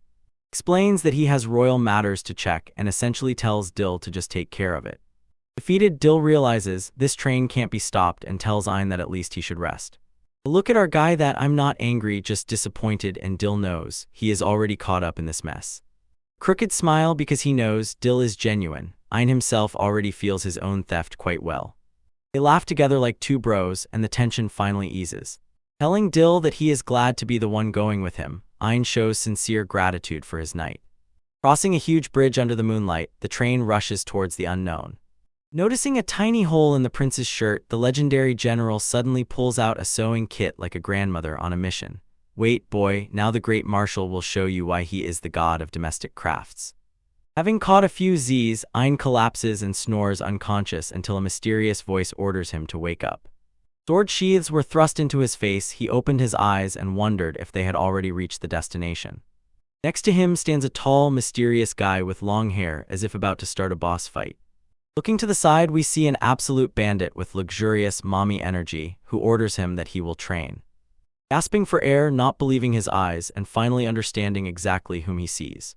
Bro is literally standing face to face with Dullahan and Elder Lick, and if this isn't pure cinematography, then I don't know what is. Suddenly we are thrown into a dreamlike space where Ein stands face to face with a straight-up Dullahan and an old Lich. Imagine waking up and seeing those two standing over you as if you owe them money for lunch. The tension is off the charts. Meet Misty and Ramza, two legendary entities who decided today to triple the care for Ein's sleep regimen. Misty looks just like a real bandit with those curves, and Ramza stands there radiating that same I'm him energy. Explaining that they actually didn't kidnap his body, Misty tries to calm him down before everything turns into a fight. Time doesn't exist here in this mental world, it's a luxury, so you have to hit the main point right away. Is he even here? Here Ramza, snapping his fingers, snatches from the air a whole set of legendary armor just to show off his strength. Ein freezes like a confused NPC while his drip instantly and sharply levels up to the max. Realizing that this is the very armor Dullahan fought with earlier, Ein can't believe it, he's really going to borrow it. Defense is key when a literal legend in the art of blade mastery is about to roast you. He pulls the thread with the force of 1,000 suns, and the man prepares for the riskiest cut in history. Calling Ein's weapon a child's sword, Ramza is sly. Supposedly, he doesn't even need armor to handle this upcoming clash. His arrogance is breathtaking. Ein stands stunned by such disdain. Gripping the sword as if the whole world depends on it, Ein decides, it's time to show this long-haired legend what he's really made of. Never underestimate a protagonist who is just told he's swinging basically a toothpick. With incredible momentum, he lunged forward and struck with full force. Ein tries to catch the knight off guard with his speed. This is why we love such stakes in action, even if it all happens only inside the boy's head. Switching to the real world, our favorite cat girl scientist is conducting some suspicious northern experiments. A messy room covered with scrolls and a huge cage, never a good sign for the local ecosystem. Holding up a glowing magical stone, she is about to test a theory that could turn everything around for our boy Ein. If it works, the scale of power in this series will soar to the skies and break into another dimension. While the monster inside the cage devours the stone with one bite, the cat girl realizes her hypothesis was accurate. One single crunch is enough to understand that it is not joking with its prey. And from the smoke emerges true evolution. A giant king bee comes out like a terrifying secret boss. This is a direct Pokémon evolution setup, only the stakes here are tens of times higher and more nightmarish. Celebrating her victory, the catgirl puts the giant beetle to sleep before it can turn her into an easy snack. She is definitely the smartest in the room, Evan, when talking to a giant bee whose sting is as big as a sword. Doodles in her notebook hand, she confirms, consuming high-grade magical stones is the very secret sauce for monster evolution. Ein has been eating them like candy all her life, so you already know she's about to transform. Understanding that Ein could very soon turn into something completely different, she is a bit worried about the possible chaos. The role of the magical stone creature entails crazy side effects. No one prepared the poor thing for this. Absolute cinema, this man switches to speedster mode. His hands move so insanely that they leave afterimages just to fix the sleeve. If you ever wondered what level 99 Taylor looks like in isekai, here is the peak of productivity. Screams into the night, curses the nephew for bad timing while he is on official duty. Mothercon Magic Stone Eater tag is something incredible, and the author seems to really have too much fun roasting the MC. We return to the battle in the dream and see how Ein takes continuous hits and flies across the field like a rag doll. Ramza descends so fast it's almost a cheat code. Our guy looks like a complete newbie compared to Wafu. Coughing dust lying on the ground, Ein realizes there is a colossal chasm between the levels of their power that cannot be overcome by effort alone. Misty simply watches from the sidelines as if enjoying a 5-star movie with tea. Delivering the harshest line of the year from the spot, Ramza tells Ein straight to his face that he has zero talent for fencing. Imagine being grilled by a ghost in your own dream. That's a whole different level of emotional torment. Ramza explains that Aina did not reach this level by effort alone, so he must fight like a monster, and those illusionary hands sound much cooler than ordinary sword strikes, so he better bet on his freak essence. And hoping that Ein will one day learn to win by technique, not just by strength, Ramza stares at him with a cold gaze. This is the pinnacle of the catch-up on skills speech from the legendary master who has seen it all. Interrupting from the tea table, Misty tells her husband to stop being so vague and give the children at least some concrete advice. Every legendary mentor needs a villain to keep him on his toes and remind him to be useful. Lifts Ein by the collar as if he were just a kid, Ramza also twists that same energy. You're just a child. Ein is furiously angry at such treatment, but it's hard to argue when this guy can crush your very existence lying down. Starting real training, Ramza releases Ein's grip and orders him to stop straining until he breaks something.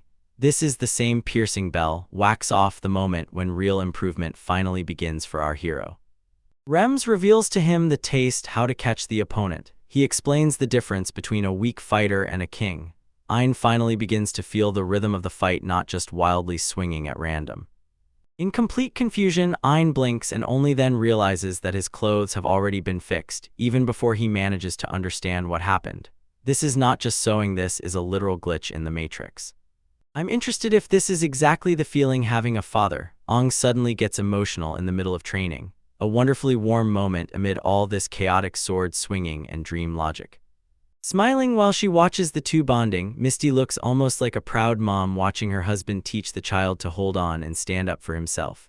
This whole perfect dream just turned into a quirky, touching family walk in the afterlife. Announcing that the main training has finally started, Brahms ignores that Ein is already gasping for air. No rest for the broken when you're trying to become the strongest magical stone golem in history. Warning him to remember the next technique, Ramza takes a serious stance at screams. You will see God any moment now. If Ein doesn't take this into account right now, the next move will twist his brain. The destroyer horse rushes at dazzling speed. The knight releases a strike that almost knocks Ein's head off before he can blink. It's just like a movie, the frames literally blur from the speed of this legendary technique. Tracking his movements with his gaze, Ein barely manages to block the incoming strike with his own blade. He's really learning live and discovers that the hidden potential of the main hero is within him. Blades clang again and again, and Ein notices the attacks feel different, softer than those he's used to. Ramza orders him to shut up and keep fighting. The lesson is still far from over. Seeing that this knight's luck impresses more than anything she's encountered in Ishtalak, Ein is truly inspired. Every sword strike of Ramses is like a masterclass on how to be a full tank on the battlefield. He tries to seize the initiative and every time strikes back with everything he's learned so far. He knows you can't lower your guard for a moment, otherwise you'll immediately get hit in the forehead. Pushing himself to bring the fight under control, Ein finally begins to look like a true warrior. This is a turning point. He is no longer a victim of fate but a real threat. Waving the needle like a legendary sword, Lloyd shows his innate talent is simply sewing. Imagine being the scariest general in the country and your secret weapon is a spool and some silk. They clashed in an iron scar. The spar reaches the absolute maximum tension. The quartz sparks so it spreads from the pages as they come together shoulder to shoulder in this mental arena.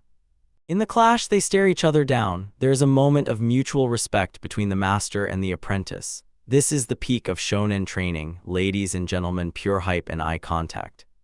Suddenly, the session breaks off. The dreamy world begins to fade as the time of their little meeting comes to an end. Just as things were about to get even hotter, a cold alarm clock of reality starts ringing in Ein's ears. Disappearing into the light, Ramza and Ein stand together one last time before the sleepy world completely collapses. It was a crazy journey, but our guy returns to the real world with a bunch of serious buffs. Thanking them both for the strange but valuable experience, Einis felt fresher than he had in weeks. He even regained the fatigue of his real body, and that's the highest move of the support waifu.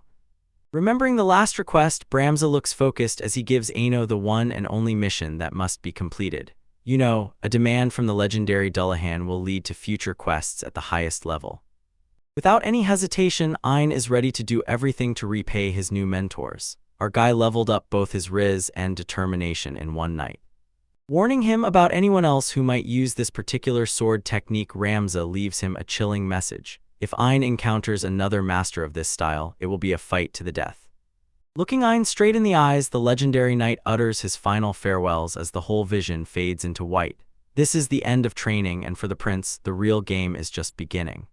Climbing to the rank of Grand Marshal thanks to a non-combat skill, this is the best thing I have ever heard. From this, it is clear, it's not about the cards you are dealt, but how you play the hand, pure Chad mood. Disappearing into the void, the sleepy world leaves Ein alone with his thoughts just for one last second. The atmosphere sinks under the weight of secrets and the power he has just inherited. But waking up in his own bed, Ein feels his name being called through sleep as he slowly returns to reality. For a moment, and he realizes his crazy training with the vision was not just another nightmare. Just as Ein realized they were already in the Baltic region, his companion met him while he was shaking the sleep from his head. The mission is back in action, no time to waste in bed. Clenching his fist, Ein still feels the power and lessons from that dream. They pulse through his veins. He is focused and ready to take down anyone who stands in his way on this journey. Standing upright as they prepare to set off, Ein looks as if he has aged 5 years in one night of training. His drip is flawless and the energy radiating from him is pure work, no delays. However, looking at the snowy mountain landscape, you realize the beauty here is incredible, but for the unprepared, it is extremely dangerous. The perfect place for a large-scale clash or a secret meeting with a mysterious ally. Step by step through the deep snow, Ein's companion is worried. What if monsters appear if they go too far from the city? Only he doesn't know that at this stage of the story, Ein is essentially a monster-slaying machine. Reassuring his friend that everything will be fine, Ein says, their guide should appear any moment now. He has that same I know sign, don't ask, don't smile, only the main hero can do it. Noticing a figure looming against a tree from afar, I realized someone seems to be lying in wait for them in the bitter cold. The mystery grows and the air thickens with tension and anticipation. Under the falling snow stands a nostalgic and loyal knight, and the hype is already reaching a critical level. This armor looks familiar, and the presence of this warrior is simply colossal. In the final reveal, he drops the name Marco, and with this, the chapter hits us with a huge cliffhanger that doesn't let go and forces us to wait for more. This is pure cinema, and the return of this character will turn everything upside down.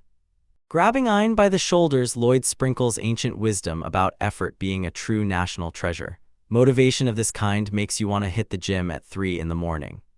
Just when you thought it couldn't get any stranger, we head straight into the forest, where our guy Ein and his loyal partner Dill encounter an absolute monster, Marco the Knight.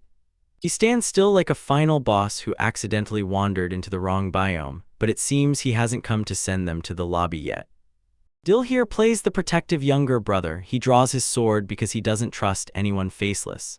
And Marco just raises his hand indifferent, like a relaxed bro. I'm just an Uber driver today anyway.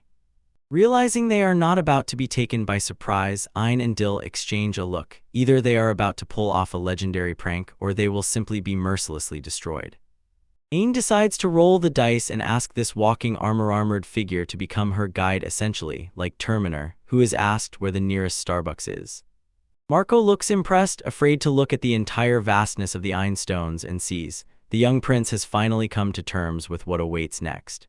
It turned out that the destination is the Demon Lord's castle, but they are not on a raid, they came to the grave. Dill loses his head, who goes on a tour to the most dangerous place on the planet just to say hello to a tombstone.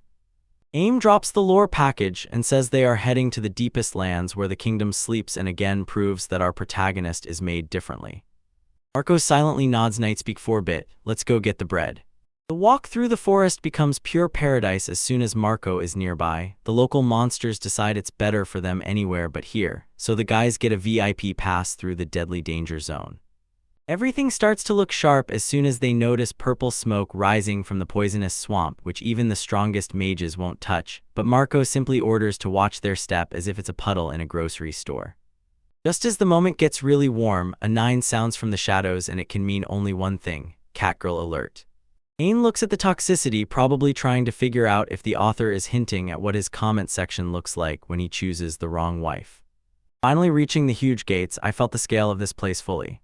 Real movie, the guys look like ants entering a giant refrigerator. They stop in front of the huge double doors leading to the tomb, and the tension is thick, as if it could be cut with a butter knife.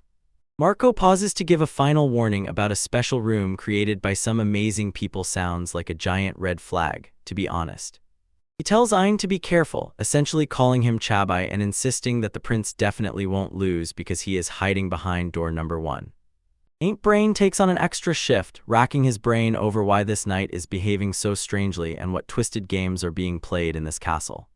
Deciding to handle it herself, Ein orders Dill to stay behind and wait in the corridor, while Marco goes to do his nighttime business, leaving our guy alone with his fate. Dill looks as if his stress has torn him apart from the inside, but Ein just sighs, saying that now he will go do his taxes, not step into a potential death trap. He reassures his buddy that he won't do anything stupid, a complete lie that the main character always tells before Ein prepares to head there.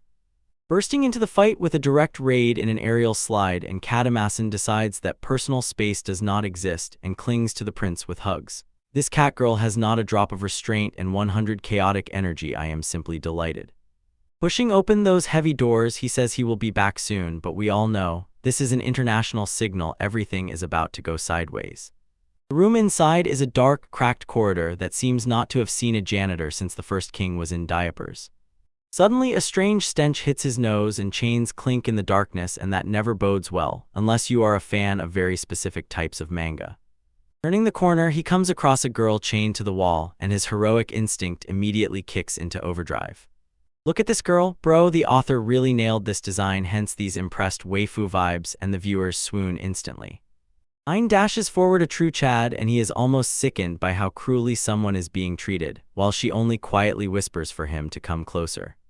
He reaches out to her, and the air thickens, as if whispers themselves hover around, commanding him to immediately turn around and run. He promised to free her and said that now everything was fine. He fully took on the rescue mission. As soon as he touches the chains, the mood flips in 0 seconds, from a rescue mission to horror. The girl grabs his face with a terrifying expression and shouts, "Show me love," and at that very moment Ein realizes that she was deceived by a hallucination. An absolute disaster. His sword bounces off the iron and hits his hands with a shockwave so much that it probably broke every bone in his wrists. The guard stands as if nothing happened, as if watching a comedy sketch, while our guy remains on the floor, crying. Pulling the poor boy away as if he were a new toy, she can completely ignore the general because she has science, and Lloyd just stands there like, "This is now my life." Then he sharply returns to reality and suddenly sees that he is standing in an empty, dust-covered room, no trace of the chained waifu anywhere, only a set of closed doors ahead. He gasps for air and does not understand which genjutsu just crossed his path. Realizing that it is a hallucination, he tries to calm his heart before it jumps out of his chest. Although he is exhausted and feels the curse pressing down, he clenches his fist. A true king does not allow a minor psychological trauma to stop his work.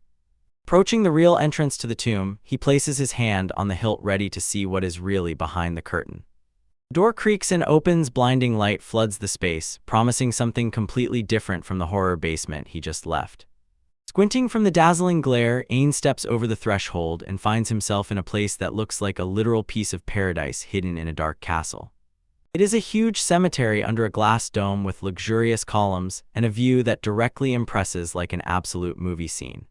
Standing amazed, he realizes how insane the contrast is between the disgusting corridor and this quiet refuge.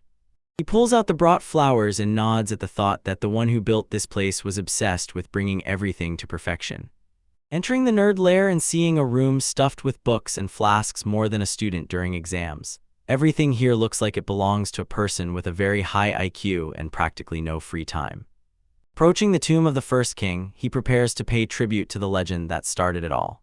He draws his sword and, maintaining a stern look, confirms his suspicions about the history of his lineage.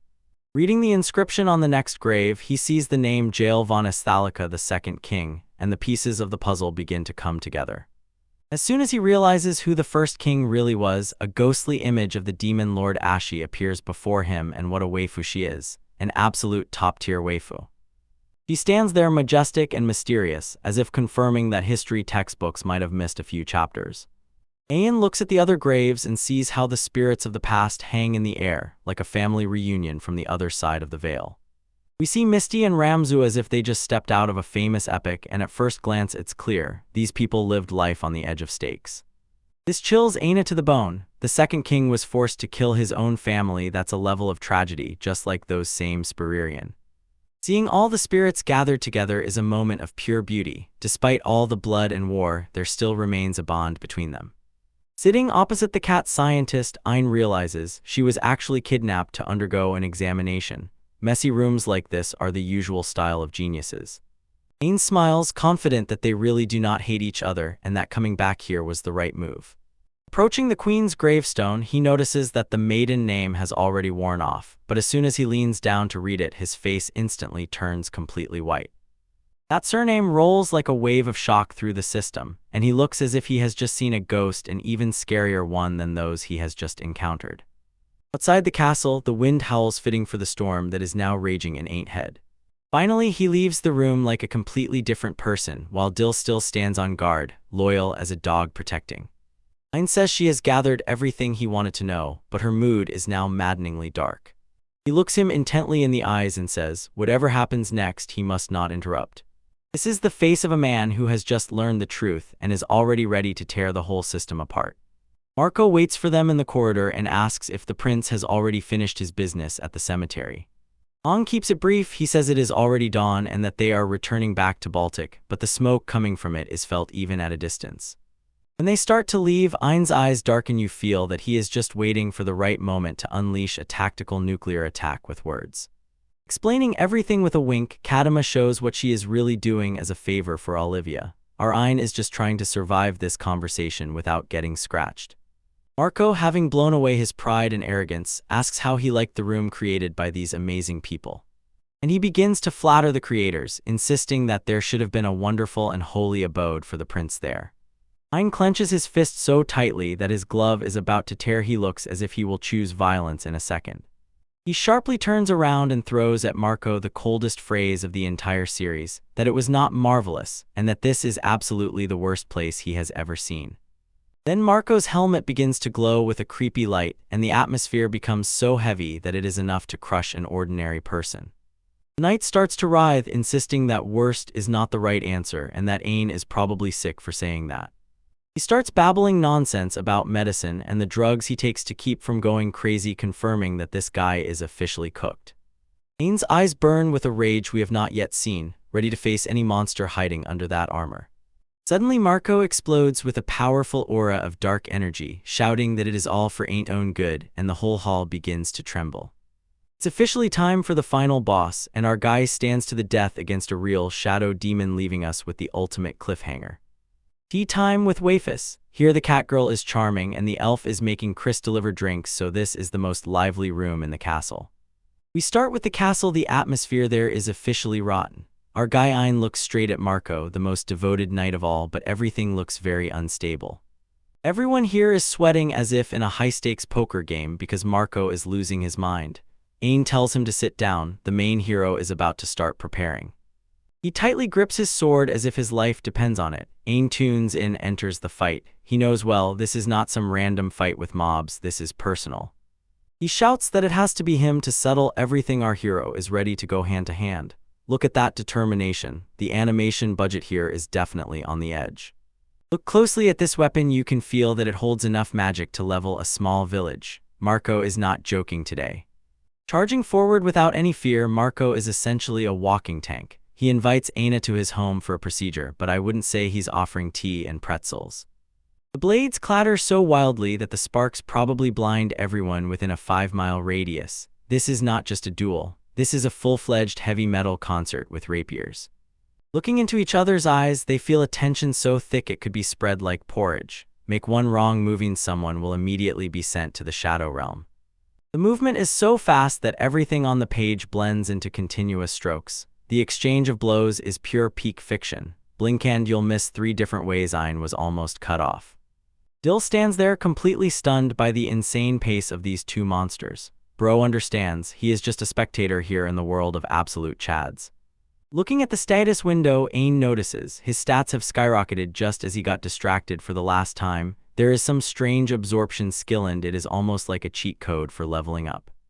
Realizing that Marco's sword style is a literal copy of the technique from his dreams, Ein begins to piece everything together. The legend finally lures the boys. Pushing through the pain, Marco clings to his fighting spirit with a death grip. Even broken into pieces, he has more ribs than all the members of the support staff combined. Changing stance and making a deliberate step forward, Ein plays 4D chess in this fight. He is not just swinging, he analyzes every frame. Rivkam in a deadly case movement, smooth and lethal. One can almost hear how the bossa music is already entering the second phase. Reeling back and gasping, Marco finally feels the full weight of the fight. Bro is officially dying and Lobai is already calling him by name. Marco cannot understand how his sword could be stopped by a block end. He has a medieval crisis during the fight. He thinks his faith will be enough, but the truth is that he is just fighting the protagonist. Shouting about his loyalty like a true fan of the crown, Marco is already on the verge of a breakdown. Ein just stands there as if it's just another ordinary Tuesday. Explosive damage sends Marco's hand into the sky right into the sunset. This is a serious durability problem. Someone check his warranty. Looking at the severed limb as if it were nothing, Marco still tries to talk about loyalty. Dill and Ein stand nearby in utter horror. A gleam from under the visor and it seems as if a tiny spark of the original knight still flickers inside. Now he fights against his own programming. Kadama raises his thumb up and explains, his strange powers are supposedly proof that he is a drywood termite, so our guy is literally a wooden creature. Returning to reality, and it turns out the knight briefly regained his senses. Just don't give us hope like that, Authorkin. He asks again to be accepted at home and gets stuck in a loop. Ein knows this will lead to nothing good and the atmosphere is officially tragic. Marco is begged to come to his senses and Ein tries to calm him, pulling him back from the edge. But the knight has already gone too far into madness. He refuses to listen and only screams no. Frantically, Marco is essentially a corrupted save file. Ein is already preparing to end his suffering. Disappearing into white oblivion, a mysterious voice tells Ein that it's enough. Time to end this long nightmare. Almost like a royal ghost, the captain himself places a hand on Ein's shoulder. In fact, he gives the green light to send Marco into eternal sleep. Laughter echoes down the corridor as Marco loses the last ball. Ein squeezes into the final clash. Giggling like a villain and looking like a broken toy, the knight has turned into an empty shell of himself. This is true absolute cinema. Stepping forward in heavy boots, Ein declares he will be the final opponent. The hype level is already off the charts. Shaking the entire castle with just his existence, Ein begins to overflow with power. Like an earthquake, only the epicenter is our guy and his colossal energy. Imagining his roots and leaves growing, Ein experiences a total existential crisis while Kadama laughs so hard his tail twitches. Being a forest spirit sounds cool until you realize you might want fertilizer. The strike converged for the last time. The force breaks the floor into pieces. This is what the final boss battle looks like. Gathering all the potentials that Marco revealed in him, Ein reaches a new level of evolution. He grows right before our eyes, and I mean not only in strength. Bill froze with his mouth agape. The boy he knew simply disappeared. Ein undergoes a radiant upgrade that any K-pop idol would envy. Emerging from the smoke with long flowing hair and a physique like a Greek god, Ein is officially an adult now. This is the highest level of character change, no lie. From his gaze sharp, focused, it is clear, this is no longer the same boy. He is ready to put an end to this career. With the grace of a deadly dancer, Ein glides past Marco's guards as if they did not exist at all. The difference in speed is simply unfair. Screaming in agony as the final blow lands, Marco finally feels the end. The long night watch of the faithful is finally coming to a finish.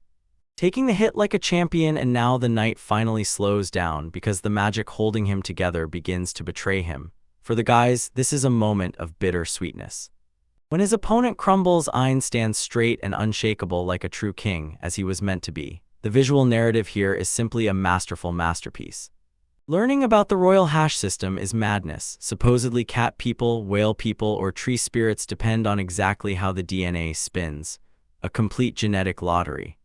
Announcing that this is the last time, the screen fades to complete darkness maximally for dramatic effect. You immediately understand, now a wave of emotions will hit. Looking up at his avenger, Marco finally recognizes the face of the former captain in Ein. Now he is at peace and tears are already welling up in his eyes. With a trembling hand, the knight reaches forward searching for the last connection. Ein stands and looks simply like a legend. Barely smiling, Ein confirms his own identity and gives the knight the resolution it has waited for hundreds of years. This is the pure peak of writing. Highlight the shards on the visor and we see the face of a man who has finally finished his service. Now he can permanently exit the system. Touching Ein's face with what remains of his hand, Marco is simply happy to see how far his jokes have come. The feeling hits harder than a truck.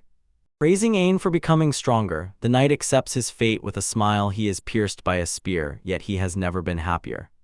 Reassuring Ein not to worry about magical stones or healing, Marco knows the time is up. He has lost most memories but remembers the most important.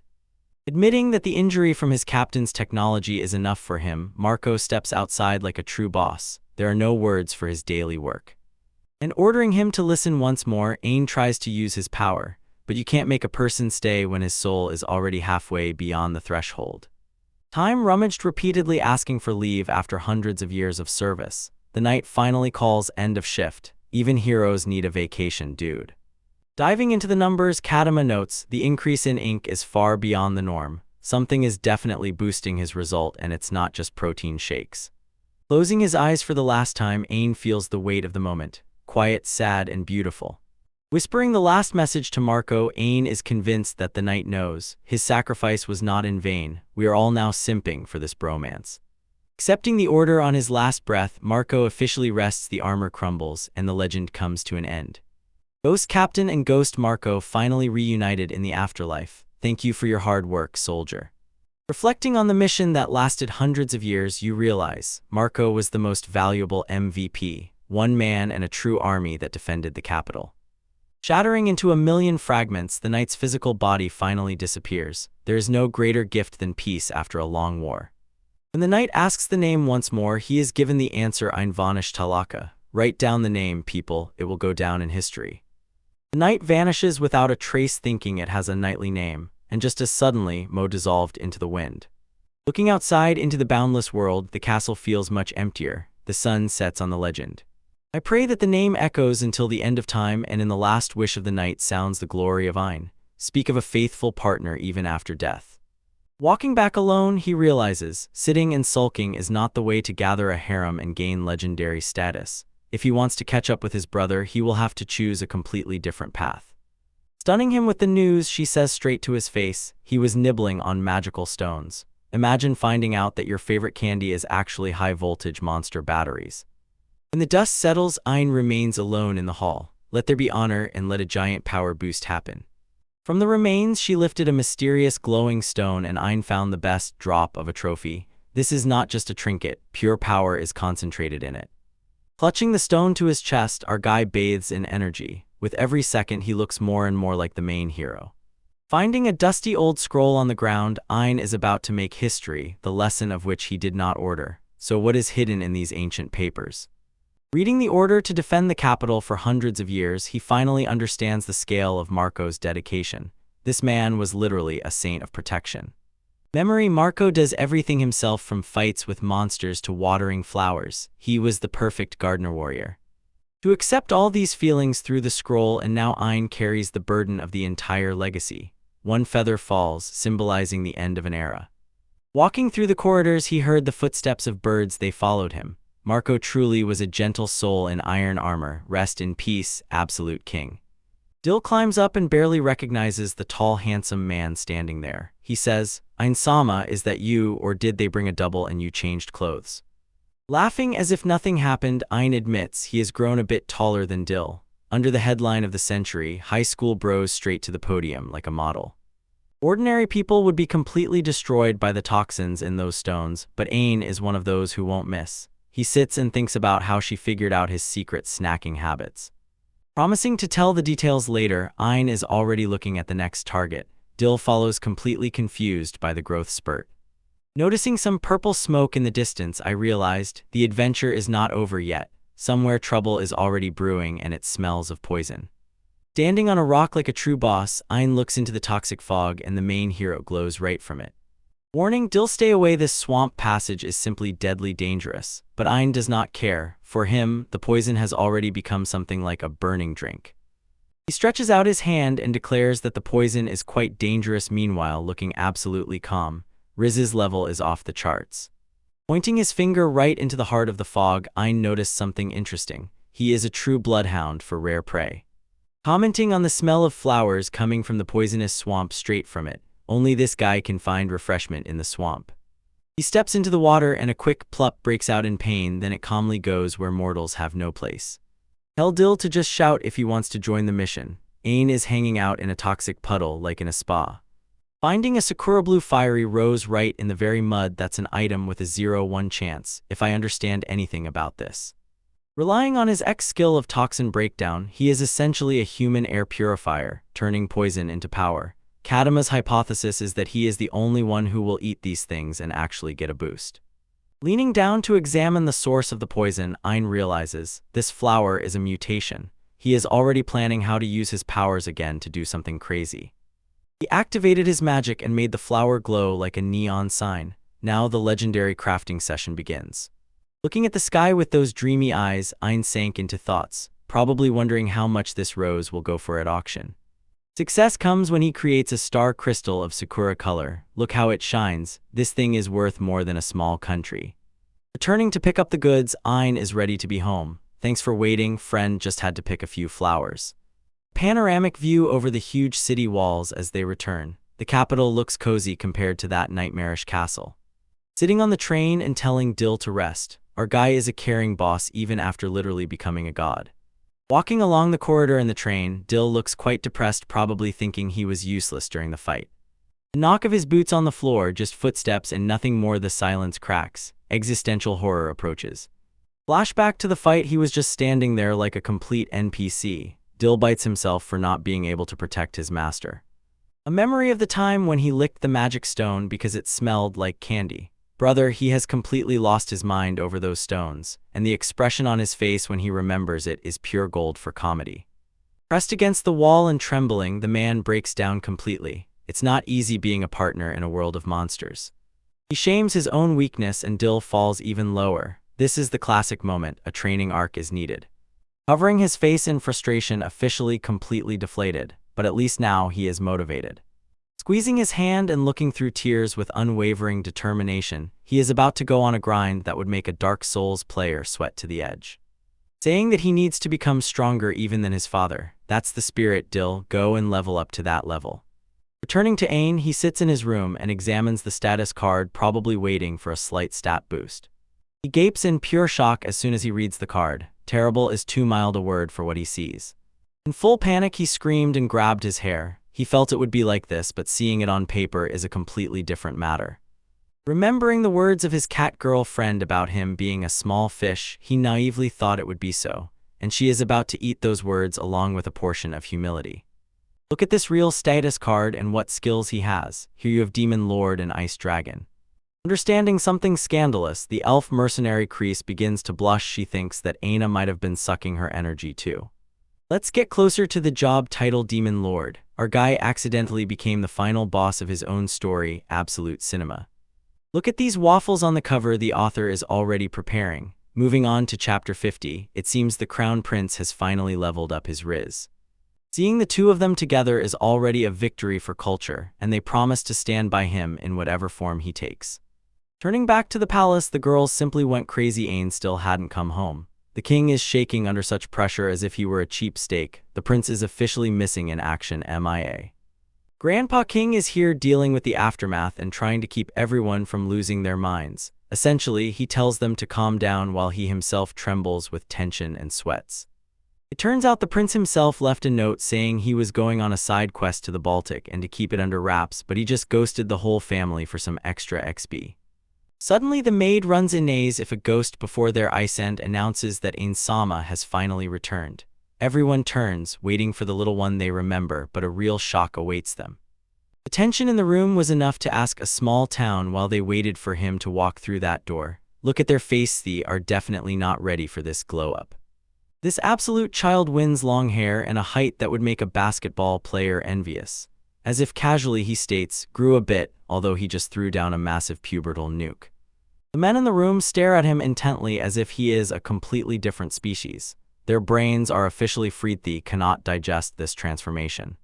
Explains that all half-humans have magical stones inside them. Chris essentially reveals Aina involuntarily exhausts her. This is already dangerously approaching another genre of manga for boys. Meanwhile, the girls literally have stars shining in their ice end. It seems they have already floated away. This man Riz just jumped from 0 to 100 in one panel. The shock is so loud that you almost hear it echoing off the castle walls into the night sky. Why is this normal? Because it is pure magic. Grandpa Kai fully realizes that this is a real PR nightmare and orders everyone to leave the room so they can talk alone. Now he sits with a look as if he needs a very strong drink to digest this. Ain just smiles and agrees to deal with the chaos later. It's clear that now he holds the same composure as the main hero. King immediately gets to the point and demands to know what the hell happened to his body and what happened in Baltic. Shackled and ready for the Lord dump, he prepares for the worst. Sitting by the window like a tragic hero, Ain begins to pour out the whole truth about his adventure. Whatever he says, the king's face goes through 5 stages of grief in 5 seconds. Reason comes, their whole story could have been a complete deception and the first king was actually a demon lord whom they thought they had defeated. This is pure cinema, guys. Grandfather admits that all this time he had no idea the grave of the first king was actually empty. Here's a huge hole in the security of the royal legend. Still, the conversation turns to how much Dill knows because he saw the fight against Marco. Ain, however, keeps the deepest secrets to himself. Putting everything together, Aina realizes West got so tired during the carriage ride, he literally sucks out energy here and doesn't even try. King orders him to keep his mouth shut, then returns again to the main question. Why does he suddenly look like a Greek god? Instead of explanations, Ain just slides the status card across the table as if playing a trap in Yu-Gi-Oh! Grandfather hasn't even had time to read it and he already feels creepy, his eyes about to pop out of his skull. Bro literally collapses into a chair and can't comprehend what twisted joke this all is. Clearly, he's not the type to withstand this level of stress. Grandfather shouts, asks if he's delirious because his grandson literally just became the Lord of Demons. Imagine a king who found out the heir is the final boss. While the king is having a heart attack, Ian just grumbles that the clothes are too tight and he needs a new wardrobe. Priorities, people. King finally breathes in and looks at his grandson, realizing that despite all the power, he still remains the same boy. Joking? No, he delivers a devastating bonk to his head for taking the situation so lightly. After domestic violence, he orders Ain to go and bring clothes that really fit him so he no longer looks like a baby dressed in them. Having invented a legend, they decide, as if he just absorbed a magic stone and had a sudden growth spurt. Honestly, in this world, people will believe anything if you say it confidently enough. Having fun testing the theory, Kadama decides, time for a live experiment. She has that look that says, now I'm going to do something very expensive. Since he is already an adult, the king decides that the townspeople will just think it's some strange, dried-up puberty thing. Modern problems, modern solutions. Ain decides to consult Katama about his new Demon King abilities because even he himself doesn't yet know what he's capable of. The next moment we see Ain relaxed in a robe, all thanks to the maid Martha, and finally feeling comfortable in his new skin. Outside the door, the girls hovered in the air as if waiting to meet a star. Ain tells them to stop being shy and just come in. Speaking as if to dispel nervous trembling with the cutest facial expressions, they obviously fall for the new image. Quietly crawling to the sofa as if approaching a wild beast about to bite. Asking permission to come closer, that's top-tier maiden behavior. Boom, total heart, and they both stick to him tightly from the sides. This is a dream, guys, take note. These girls literally start sniffing him to make sure it's really him. This is already a level of dedication to their olfactory profile. Now looking at each other in complete shock, they confirm the results of the sniff test. She pulls out 2 boxes full of magical stones and tells Aina to go to the city and eat the entire buffet. So here lies a bunch of potential power-ups right here.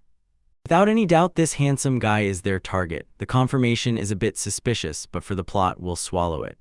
Stroking his long hair and comparing it to Olivia Sama's, they clearly enjoy the texture. This is a real big plus for long hair lovers in the chat. Ain wants to cut it all off because it's annoying, but the girls don't accept that. They are ready to start a rebellion if he touches even one strand. And they invent different hairstyles as if he is a giant doll, and they completely invade his personal space. So watch how they pamper him, and he grumbles that it tickles him. Bro is living his best life and doesn't even realize how strong he really is. The moon hung in the sky, and it was a sign that for the royal family, a day so long and so messy finally ended. Olivia's mother visits her son and, surprisingly, sees the warmest, most sincere picture in the world. Having dropped Aurora, she shows that she definitely knows what's going on. Motherhood in Riz is off the charts, and finally all 3 collapsed on the couch in one big pile hug, spreading like a whole puddle, and it's clear his face has changed, but their feelings no. Absolute cinema. We start with heavy feelings. We see a family from behind holding hands as if this is some supporting memory moment. This is the story of the origin of their journey, and you already know, now there will be fireworks. This is cinema. Showing the kingdom's wealth, she reveals that a high-quality stone costs 90,000 gold. This is pure pay-to-win, and Aina is about to swallow the bill. They stick together like a real team and promise to be a family forever. This is enough to make a grown man cry, but we are here for the lore, not for tears. A dark screen vibe covers. Bro wakes up in a literal empty space and asks the same deep questions: where is he and why did he end up here? Existential horror is now on the edge. And suddenly the scene breaks off: a giant collapse in the cave, and below, among the debris, a tiny figure. Now that's a start for Tuesday, it gives you goosebumps. Looking at his hands, Bro realizes this is not just a bad hair day, he doesn't even have skin. Realizing that he is a skeleton, sitting in the mud, that's already a fatal L. But look, this bony dude is just hanging in the dark with no memory at all. A complete set of bones who has no idea who he is, and honestly, I would be the same after a long weekend. And suddenly, out of nowhere, a wild waifu with a staff appears and asks whether this skeleton was a former slave or if it was just boiled out with muscles. She has the same energy as the main heroine is actually kind to the monster. He imagines him as a complete idiot, calls him small skeleton kun, and treats him like a lost puppy. If the fat witch found me in the cave, I would instantly become down bad too. Bro is even babbling because he still cannot speak. The lonely days are over. She is so gentle that she explains everything sweetly. Now everything is fine. Only then does she reach into her bag and pull out some mysterious snacks, ordering him to eat. Maybe they are not ordinary chips, but for him, it is a true gourmet feast. Clicking his teeth on that stone as if it were chewing gum, jawbreaker, our bony buddy is just glad he was taken. Bon appetit, my guy. Slamming books on the table, he decides, if he can't give birth to a genius, he will have to grind everyone down with endurance. He heads to the training arcade earlier than needed and enters preparation mode. Starting with the cheapest, our guy eats the whole box as if it were a bag of chips, and what he says, as if it tastes good, is already a big red flag for his taste receptors. Stones begin to fall in this cave. There are 0 safety standards, and it is about to collapse. Realizing they must dive before being crushed, the mage panics and looks up. Kick, stretching out her hand like a true queen, she calls him to go with her, to be a partner to a wife who is many times better than a lonely pile of calcium. The Officially, she calls her full name Misty Sylvia. With the same riz and the same kindness that goes alongside, she is the best team leader. Since he is without a name, she decides to name him right now Ramza, a strong choice, much better than Skullface or Calcium Chan. Welcome to the team. Ramza is a huge luck when adopted by the best mage in the game. Meanwhile, walking away into the light, Misty already looks like a legendary leader. She has the same look, I am about to change the world. Ramza just trails behind, probably thinking about where his next meal will come from. He is an ordinary man, or more precisely, an ordinary skeleton. Fast forward the travel montage, and here they are exploring the world together. They set off to the mountains, jump into the forest like a true adventure company top content. Just look at the landscape as if bro is playing a high-res RPG, living life to the fullest, detached from civilization in the wild nature. Hold on, who is this? A silver-haired Chad of the muscle guy category. Ramza has leveled up to an incredible level and now looks like a top husbando. Moving on to the premium, the girl raises her watch and the stone literally loses its color. Aina thinks about what this expensive pleasure is, probably expecting Wagyu but getting something else. Trekking through snowy peaks, the dedication to this chase is felt fully. They are really made of different dough. Stop all presses found a tiny girl who is endlessly eating an apple. She eats as if she hasn't been given food for 3 working days, fully focused on work. And Misty tries to figure out what kind of creature she is, guessing it might be a succubus. Ramza just stands still looking cool and a bit confused. But this little one has a serious character. She says she has huge potential and will grow up in a moment, so don't ask, I'm drawing alpha energy. Turns out she was abandoned because she has neither tail nor wings. Her own mother left her to die. That's the most brutal behavior. Misty and Ramses exchange glances as if they've already decided to take in another stray. Our duo's parental instincts are awakening. Offering her a place in the team, they ask if she wants to come along. The little succubus freezes, finally found her true ones. Time for the naming ceremony, part 2. Thinking that she should give the child a name just like she gave Ramsey, Misty takes the helm into her own hands.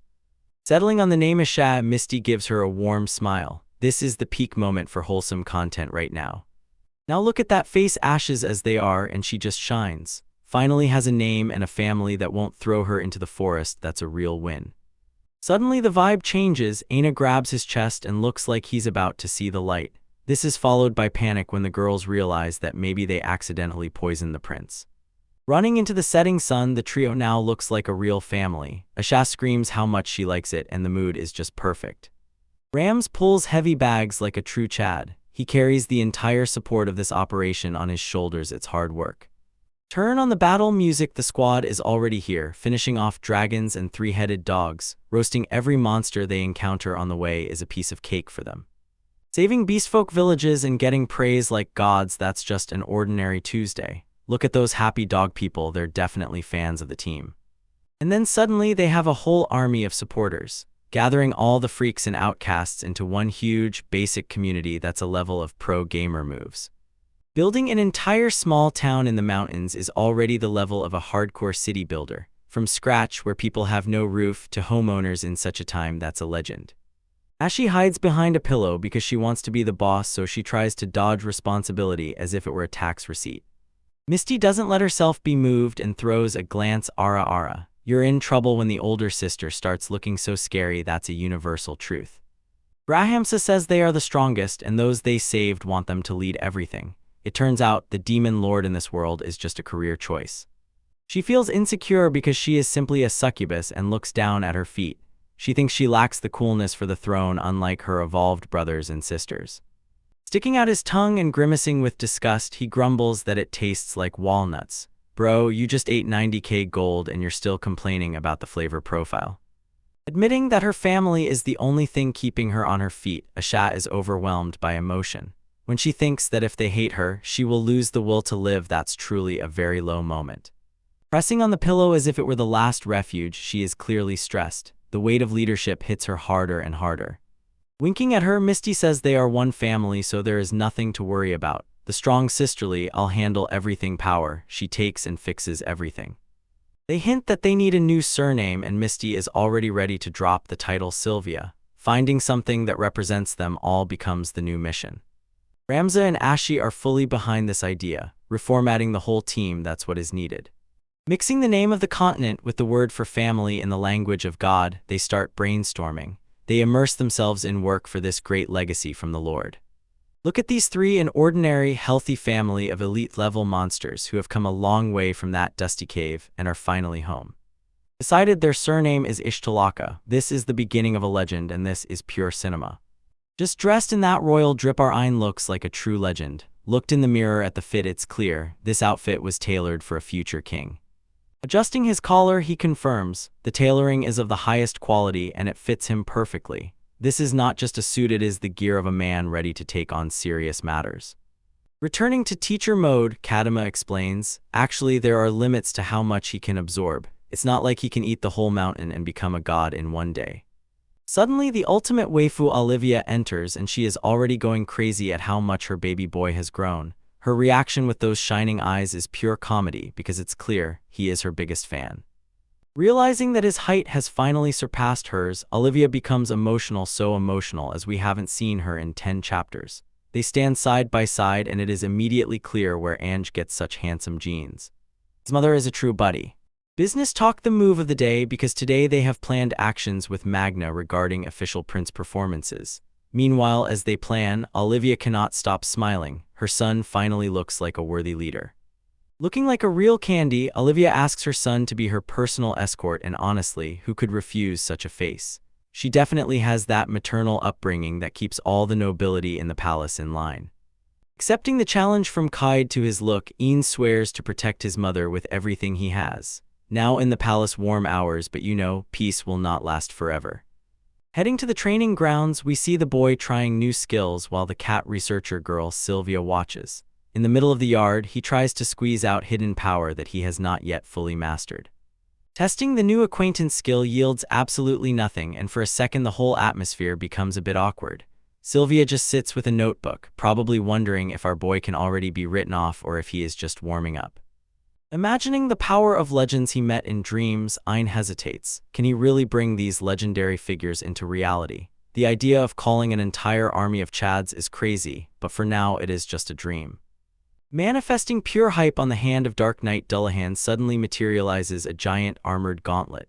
In the background, Sylvia loses control. She has never seen Mana manifest in such physical armor. Confirmed, he can practically recreate legendary armor from memory, and our guy officially enters his final build. Feeling the weight of the gauntlet, he realizes, if he really focuses, he might be able to summon the whole set. Explaining the goal on the classroom board, she shows that different stones have different stat caps. The higher the qualones, the higher the ceiling limit, which means he'll have to keep hunting for that legendary loot. Because one power-up is not enough, Sylvia suggests he try connecting to the energy of Ice Dragon. Ein is always ready to experiment, even if it means turning the training ground into a cold storage room for people coming in and out. I gather all that mana into one point and the air chills faster than my ex's heart. Threads of icy energy twist around his hands, showing that the power of Ice Dragon is no joke. Summoning Ice Dragon doubles from nothing. Visuals are simply absolute cinema, and you can see how unbalanced Ein's mana pool is. Sylvia looks like she's about to faint from excitement. This is high-level magic she's witnessing right now. Caught by disbelief, the catgirl could not believe that he had just been molding high-level ice sculptures as if it were an ordinary hobby. These are not just beautiful statues. They blaze with such cold that anyone else would immediately be struck down. For a fraction of a second losing control, the dragons shatter into millions of fragments. Holding such power is too difficult. Even for the prince, maintaining the form of a calamity-class monster is a colossal drain on the battery charge. Like a true nerd, Sylvia notes down everything while Ein gasps for air. She will probably spend the next week analyzing every ice crystal he just managed to drop. Looking at the remains, even the small stones seem to radiate a crazy magical pressure.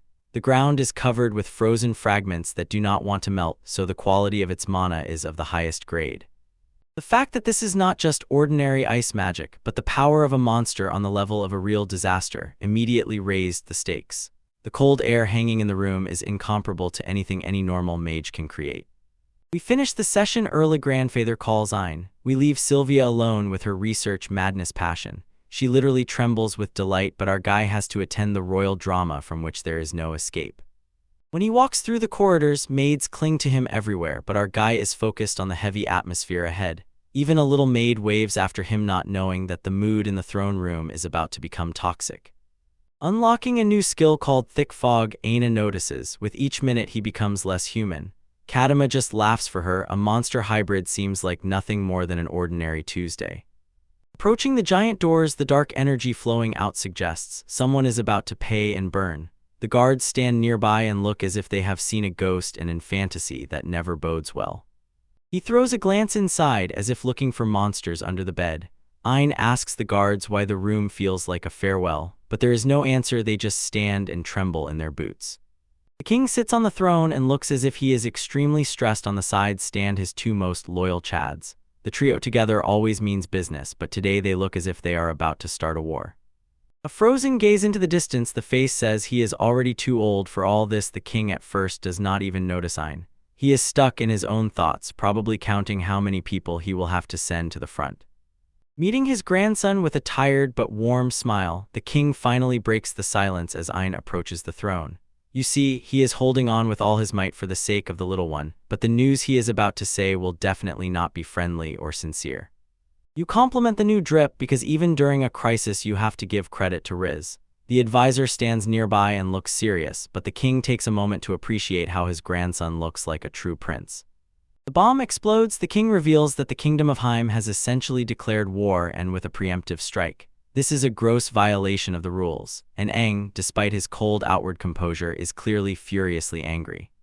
A bit panicking, Ain reminds everyone, the first king literally forbade starting such clashes, as if Heim hadn't read the instructions and decided to go wild, ruin everything, and spoil everyone's weekend. And clarifying details, our guy wants to know for sure what kind of audacity these Heimlers have. He did not intend to allow his kingdom to be disrespected by some middle rankers from the royal nobility abroad. Asking himself why he no longer has mastic, the boy realizes the body adapts to power jumps. Showing a letter that was slipped into the report, the king explains that bribes are definitely involved here. These Heim play dirty, and they even manage to infiltrate the communication lines. Handing over the letter, the king orders Ain to read it himself and be ready to get seriously twisted. Oi takes the paper with a look of concern. She knows that whatever is written there is pure poison. Reading the content, Ain literally bursts with rage. Disrespect is off the charts. He lets off steam like a real dragon, and it becomes clear his patience is completely gone. Realizing that his country is being accused of kidnapping and his mother is being shamed, Ain is officially ready to go to battle. The letter also pours complaints about him personally. This is a direct ticket to being utterly destroyed.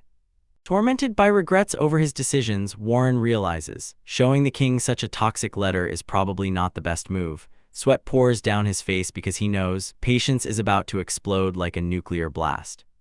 Assuring the king that everything will be settled, the advisors try to calm his royal wrath before he decides to wipe Heim off the face of the earth with a nuclear strike. They know one must act wisely even if the enemy behaves like complete clowns. Clenching his fist, Lloyd is ready to show these gaming clowns exactly why they shouldn't have been touched. He promises to demonstrate his strength while adhering to the old rules, but at the same time clearly making it understood. They're already ready. It turned out that the third prince of Haima was oddly obsessed with cloning Gand. The king is closely watching Ain's reaction. It appears the enemy prince has latched onto our guy's girl thighs is the surest way to throw a true child off track. And looking completely disgusting, Ain was not going to allow any random prince to try to hit on his girl. The thought of that guy calling the clone his wife was enough to make someone just want to delete their life. Trying to put an end to this once and for all, N proposes a conference instead of simply throwing them into orbit with a nuclear strike. He wants to look them in the eye and clearly say why they lost a total display of force. Realizing that this scourge must be ended, Warren is not against debates that will leave Haim far behind. They are tired of constant frustration and want to end this drama once and for all. With the same best mom energy, Olivia entered the room just in time to see the results. Look how they drew her. The artist is definitely a fan of the Aroara aesthetic. Rewinding all those poignant, warm moments he shared with Clone End, now he definitely knows what he needs to do. They show us a montage of their best episodes to remind us why they are the top couple of this series. Remembering that trick, probably it wiped away his depression. Tour guy is now burning with pure motivation. He is not doing it for politics. He is doing it for the girl who was there from day one. Announcing that Klon belongs to him, Ain without any hesitation delivers the harshest line of the chapter. This is peak Ched energy, and it is clear that he is 100% serious about defending what is his. Stunning everyone in the hall, the elders cannot believe it. Their little prince has just so boldly declared that he is taking a wife. The expressions on their faces are priceless because they did not expect him to have so much riz hidden up his sleeve. He began to chuckle quietly, and the king immediately understood. His grandson was already approaching the level of a true boss. He even felt pride seeing how Ein stood up for his girl like a human, like a man, even though it caught everyone by surprise. Go back like a professional, and even blush Aina tries to call him an assistant, but the damage is already done. Everyone heard him very clearly, and the king will never let him forget it. Deciding to join the party, the king announces that he is going to the conference alone to see with his own eyes how the drama unfolds. Just a minute ago, it was an ordinary meeting, and now a daring royal duel with the very top. Ignoring all safety warnings, the king basically says he is not made of such dough, and he is not afraid of any pathetic Haim assassins. He is tired of hiding behind walls and wants to take this matter into his own hands. Having ordered his legendary white ship to be prepared, the king says to Ein, they will deal with this together. He takes the best ship in the fleet just to show Haim a lesson and prove to them what real power looks like. Jumping straight into the embrace, Olivia doesn't care who is watching. Ein feels awkward, but honestly, who wouldn't want a hug from the legendary Dryad Queen? Exchanging a glance with the guards, Ein realizes his life has just become much more complicated. The advisors are worried, but it is Clyrthy are also eager to finally see the king take the field. World standing tall next to Grandpa, this duo looks as if by their mere presence they can take apart an entire kingdom. This is a legendary father-son atmosphere, and Haim is clearly not yet ready for what awaits them. Switching to Haim Royal Castle, everything looks incredibly mediocre there compared to the place Ein. The moon is already hanging, but the atmosphere is dark. Everyone knows they are in big trouble. I am approaching Elena's office, Klon's mother. She is drowning in papers and bad news. My gaze stops on an old family photograph, probably from the days when her life was not yet a complete nightmare.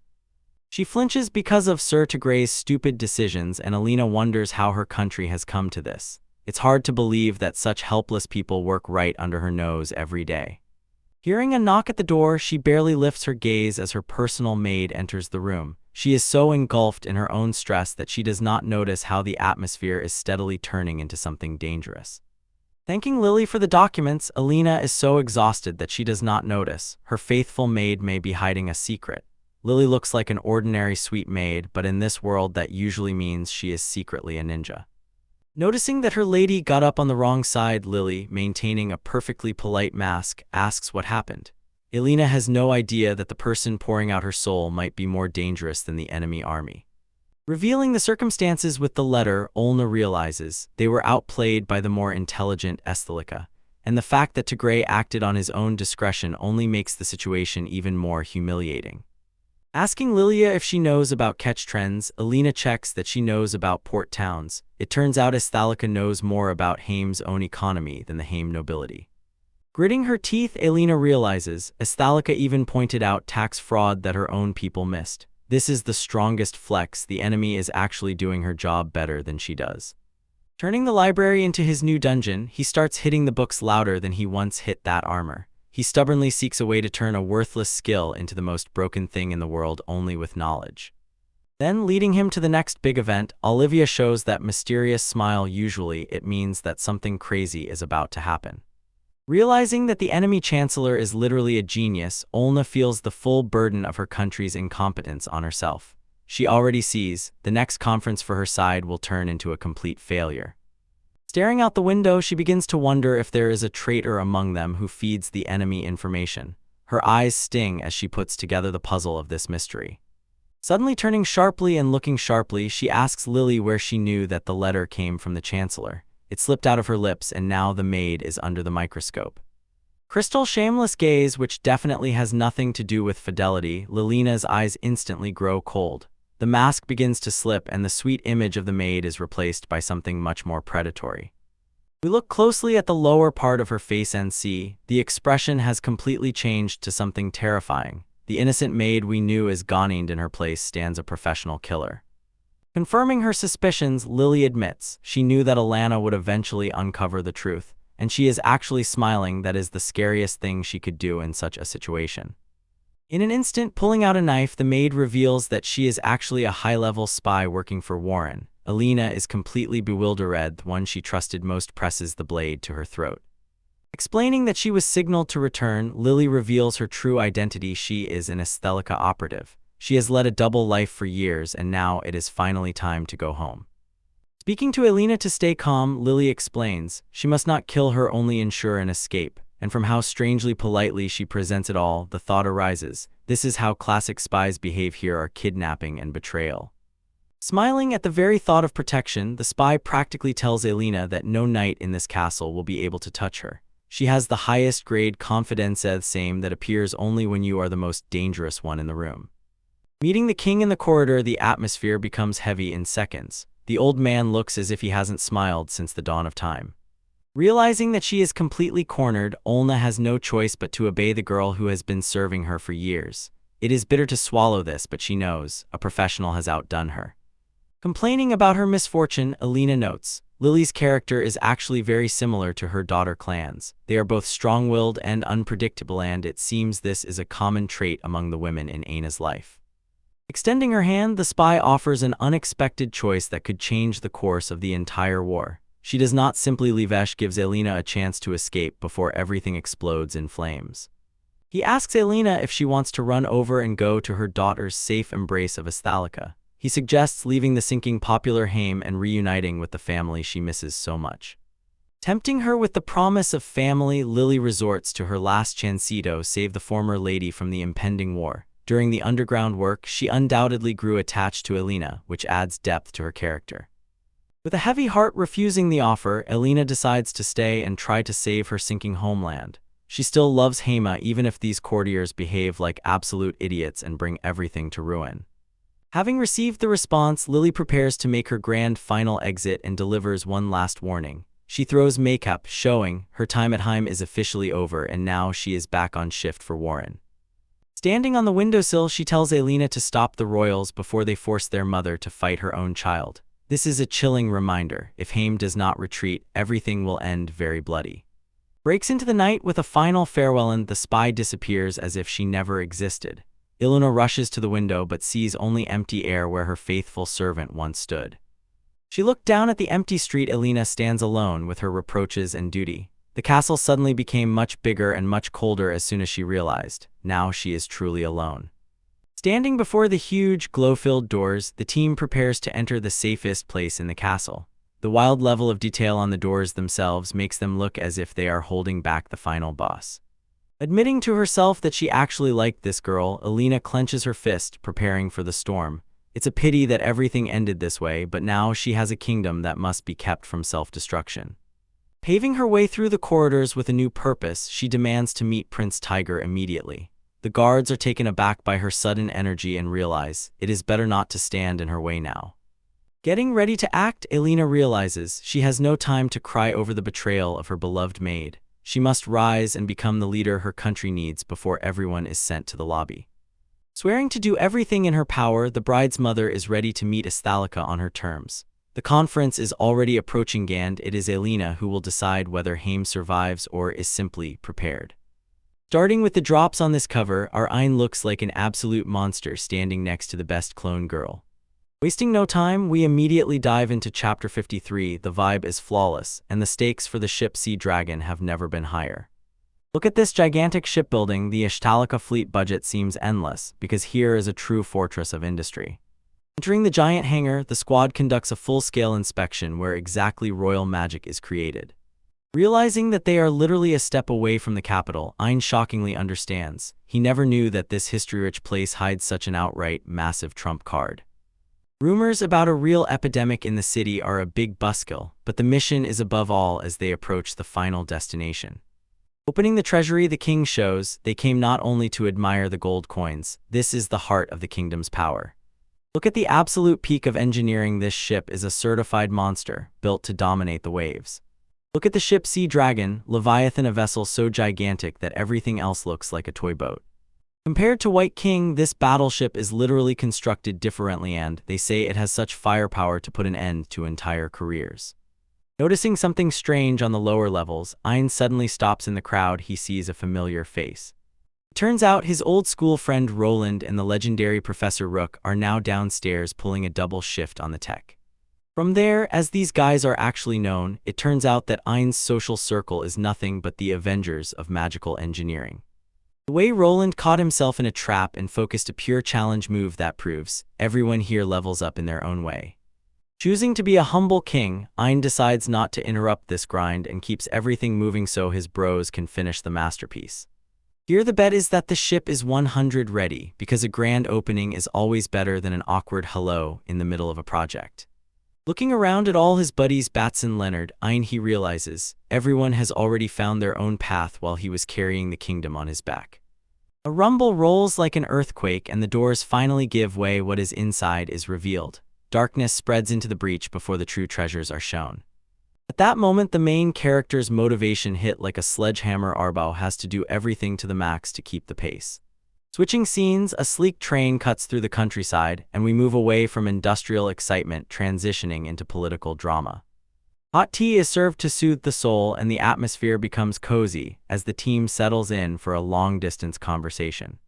Discussing the upcoming meeting with Haim Kingdom, we learn a major confrontation is planned for the summer. Meeting on the abandoned island, the height of drama, especially when the kings of both states bring entire armies for security. The fact that Haim suddenly behaves overly excited looks very suspicious, and even Klon feels that something bad is going on here. Blushing like a complete simp, Ein recalls the moment when he claimed that the clone belonged to him, and honestly, we can't even blame him for his taste. And understanding that Logus will definitely appear at this meeting, one can expect that the family reunion will be terribly awkward.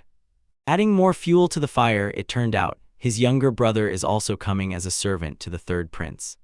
A focused gaze serious to the extreme, Ein declares that he has run away enough and is ready to put an end to these toxic relations with Haim once and for all.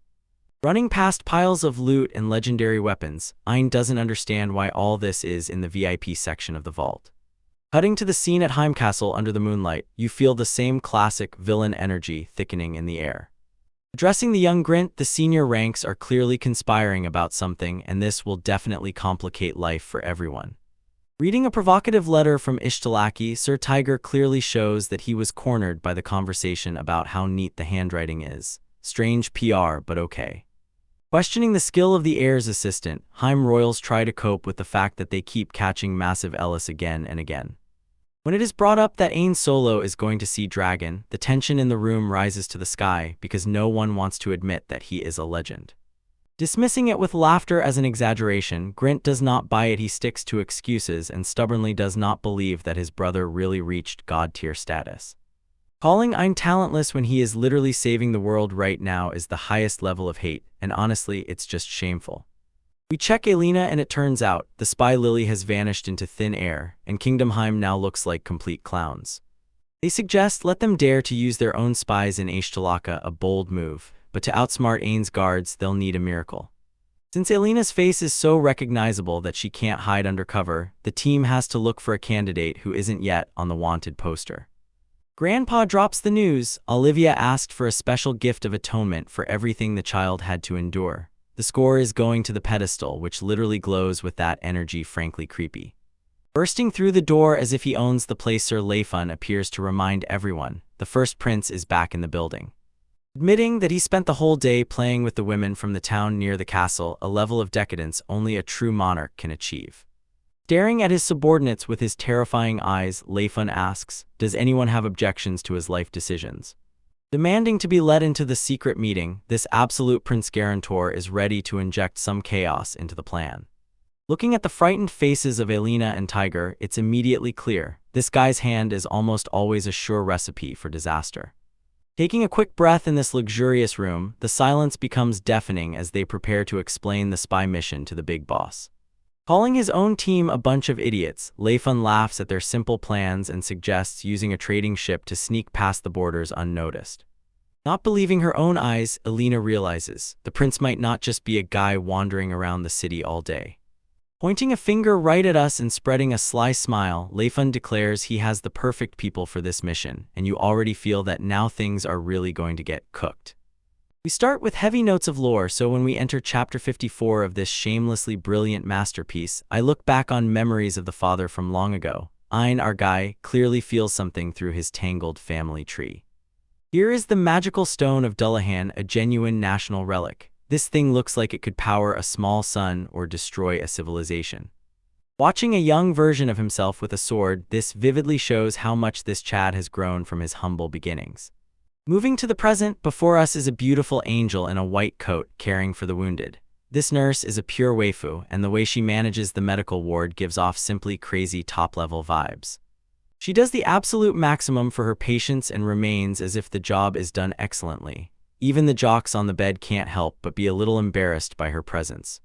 Trying to seize the chance, the poor guy invites her to dinner, and at that very moment, a knock on the door to the leg cuts everything off for him. That's a cockblock from fate itself.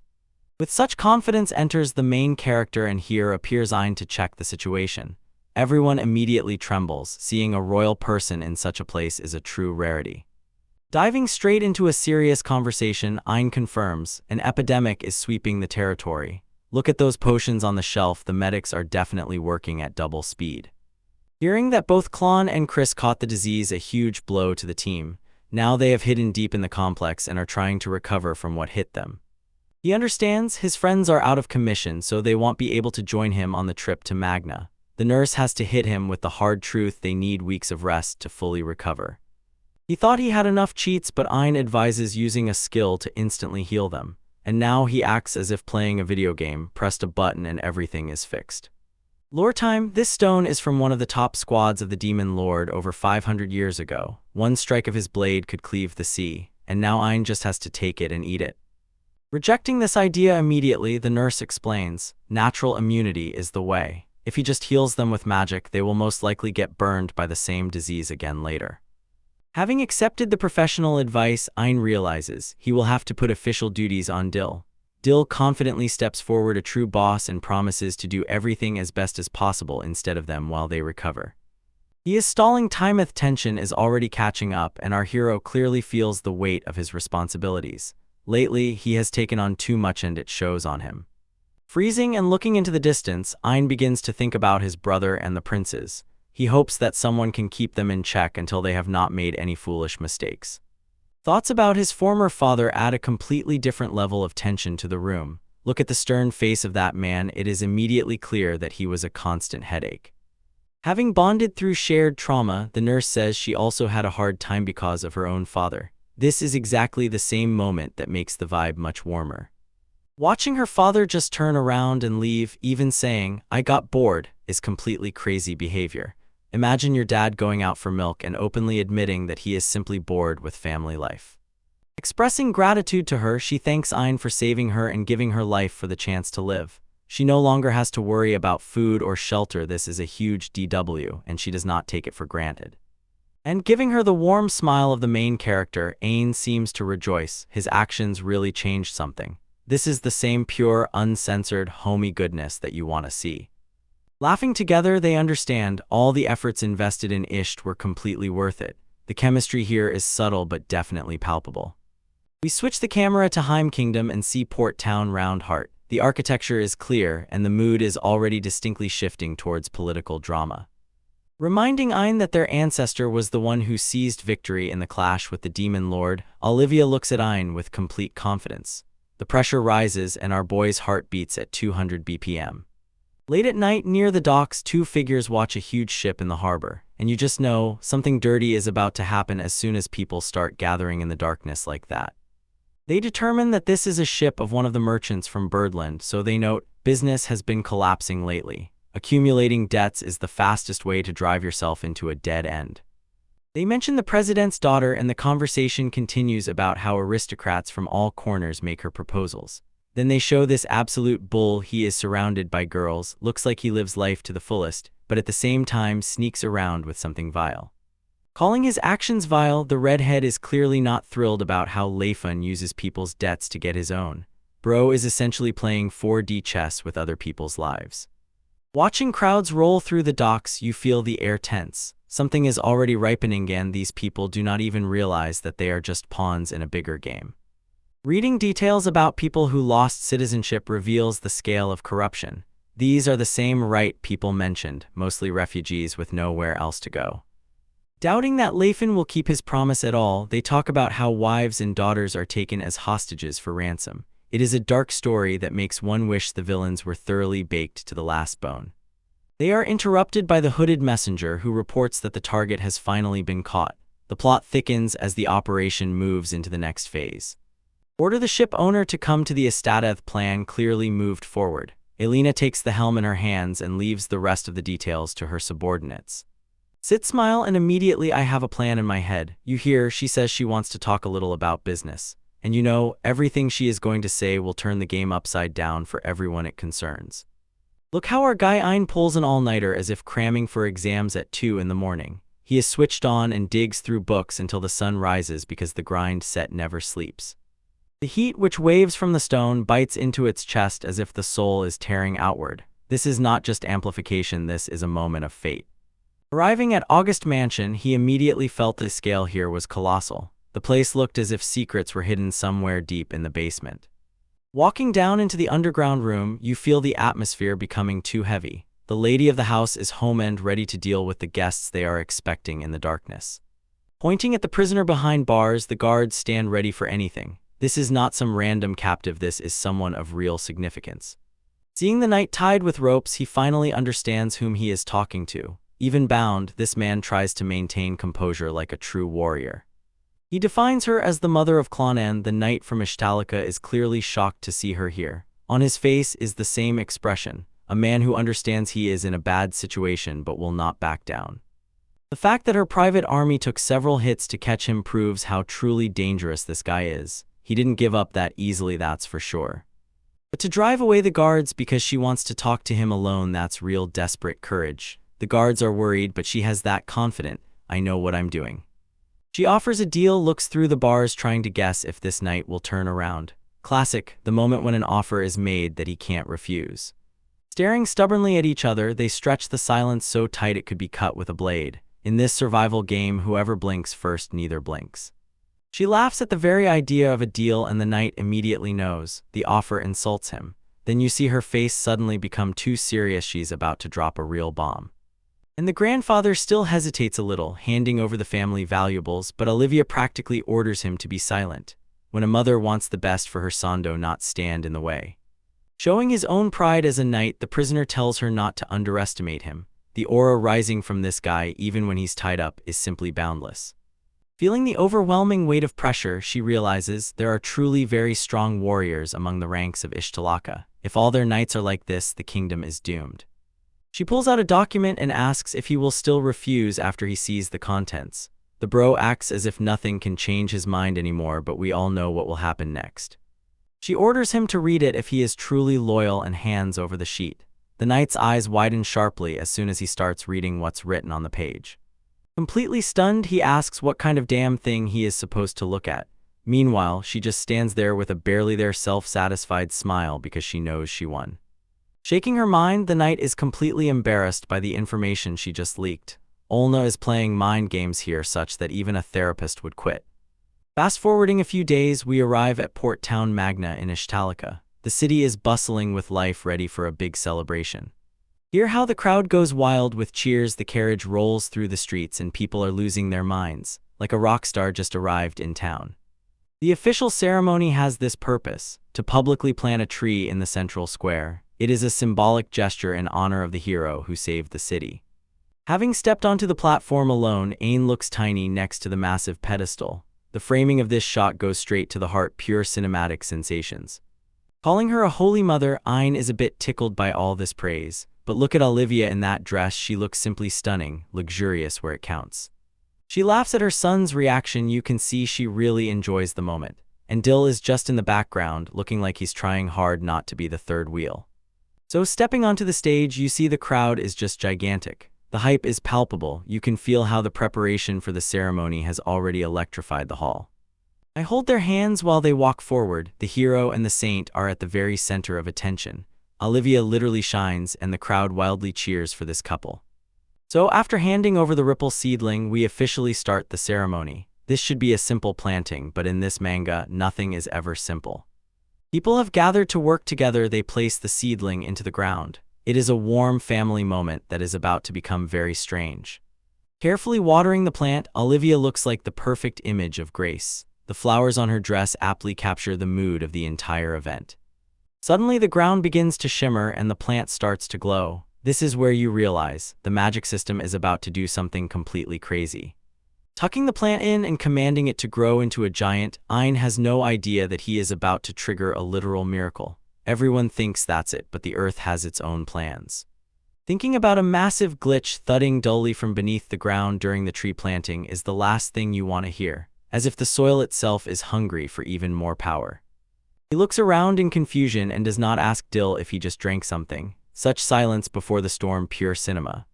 Warn Olivia to stay away. King senses the magical pressure is becoming dangerous. Ain is the only one who can get close without melting from the aura. Noticing how the earth trembles, they froze in this expression of insight unparalleled by anything else. They understand something has gone very wrong, or from another perspective, very right. It terrifies like a tree loudly drinking moisture, slurping in gulps. Aang grabs Mom and rushes away headlong just as the sprout decides to burst into wild growth. In seconds she explodes, unfolding into a huge tree, Ripple seedling Noah true giant. It sheds leaf fruit like rain, scattering fruits everywhere like a divine blessing. Standing stunned before the gigantic trunk, Ainy realizes his strike was probably a bit too powerful. The scale of this thing is simply absurd. Looking at the shocked faces of the crowd, they cannot believe what they have just seen. You don't see every day how a twig turns into a skyscraper in 5 seconds. Declaring him the incarnation of the first king, the crowd immediately begins to worship him on the spot. The blessing of nature is practically the passing of the chosen one at speed. He admits this went far beyond his expectations. Ain is just trying to digest the fact that now he is a living legend, and his mother takes it lightly as if, yes, this is my boy. Having told him to respond in support, Olivia takes his hand and leads him forward. It's time to take on the role of the hero whether he likes it or not. Waving to the crowd while they chant his name, the image of people standing by the huge tree became iconic. This is exactly what history textbooks write about. And turning to the ocean, we see a ship approaching the horizon. Applause from the city can probably already be heard miles away. Standing face to face with the legendary stone, you feel the air crackle with pure energy. Now or never, kid. At the end of the chapter, Elena arrives at the port, pulls her hood back and casts a hard look. The real drama is about to begin, and I am here just for that. He got stunned. Welcome back to the channel where waifus are chubby and rappers are absolutely wrecked. We start in the giant port city Magna, and Ilse, it's like a movie here. Our girl Elena sees with her own eyes the full power of a great country, and stepping off the boat looks completely out of sorts. This place is the gateway to Ashtalaka, and honestly, the architecture just radiates main character vibes. Look at the port town Magna, it literally sparkles, as if a pricey filter was applied to it. Comparing this city to Roundheart is like putting a local burger joint next to a 5-star steakhouse, and Elena's face says it all. Suddenly her bodyguard jumps out to remind her she's still a VIP and must be on alert. It turned out that during the trip the ship got pretty baked, and now it needs a few days of repairs before they can take off. Like he just survived a fierce 1v1 in the lobby, and here some random guy with a face bandage shows up to say goodbye. Ain touches the stone end, feels a power he has never tasted before. An electric shock strikes the king. The poison will disappear as soon as the boy touches it. Handing over a recommendation letter for a skilled craftsman, he tries to show himself as a real weirdo before leaving and starting himself. He leaves immediately because he has big moves to make, leaving Elena standing there as if she's waiting for the intro to end. Bubbling about some mysterious topic, the company heads toward the royal capital and makes it clear that it's about to get really hot. Suspiciously looking around, the silent guard tries to figure out, is following Leifun really the right move or just a huge L? Quick flashback shows some villains were spreading miasma and hitting civilians just like absolute losers. Elena has everything she needs, faith in the team, because she knows this very quintet will pull off the victory. Realizing that they have to stay in this town for some time, she decides to complete a side quest while the ship is being repaired. We learn juicy details. Leifun tries to win the heart of the president's daughter using debts as an excuse, but Elena quickly stops him. Bribing the king in a way that satisfies him. For these high-level players, it's like an ordinary Tuesday in a game of 4D chess. So deciding to find an inn, Elena pulls out a magical tool. She is too well known to wander without disguise. Check out this transition, bro, it's smoother than a fresh jar of peanut butter. They hear from the abyss a voice saying, "You have returned," and the eyes suddenly widen. Is it a ghost or just a very strange recording? Putting glasses over her eyes and lowering her to the ground, she is finally ready to blend in with all the NPCs. She takes off the hood, reveals a new look officially undercover, and looks like a top waifu. Explaining that this high-tech magical gadget definitely costs a lot, she said goodbye to the team for the day. Walking through the market, she tries to find a place to collapse and pass out, but the atmosphere is too dense, it's uncomfortable, too cramped. But one street vendor tells her the city is crowded because two important VIPs just arrived from the capital to celebrate. Checks every centimeter in this area and she is repeatedly hit by the same full house sign, as if she is trying to buy a GPU during a shortage. Sitting on a bench and sighing as if her life is already over, she realizes being an aristocrat means nothing if there is no place in the inn courtyard. Suddenly, a mysterious figure in a hood approaches her, and you already know Riz is about to go off the charts. Admitting that she has found herself in quite a troublesome situation, she tries to keep everything in the shadows while this stranger listens to her problems. She is grateful that he does not come at her like a complete maniac and does not pry into her affairs, yet she still reaches out in surprise when he offers to find her a place. Having digested the shock, he barely manages to come to his senses and everything instantly jumps from 0 to 100. Something big is about to happen now. Smiling from under the hood, the stranger says that his aunt told him about a place where there is always a free room for guests. When you arrive at this incredibly elegant building, it is immediately clear this is not some budget motel on the outskirts. As if about to have a heart attack, the director says they have a room, but it is not for ordinary travelers. They say this room is reserved for some aristocrat. The price is such that a whale would cry. Trying to get out of the situation, Olna stops when the hooded stranger says, "Money is easy work," and shows his wallet.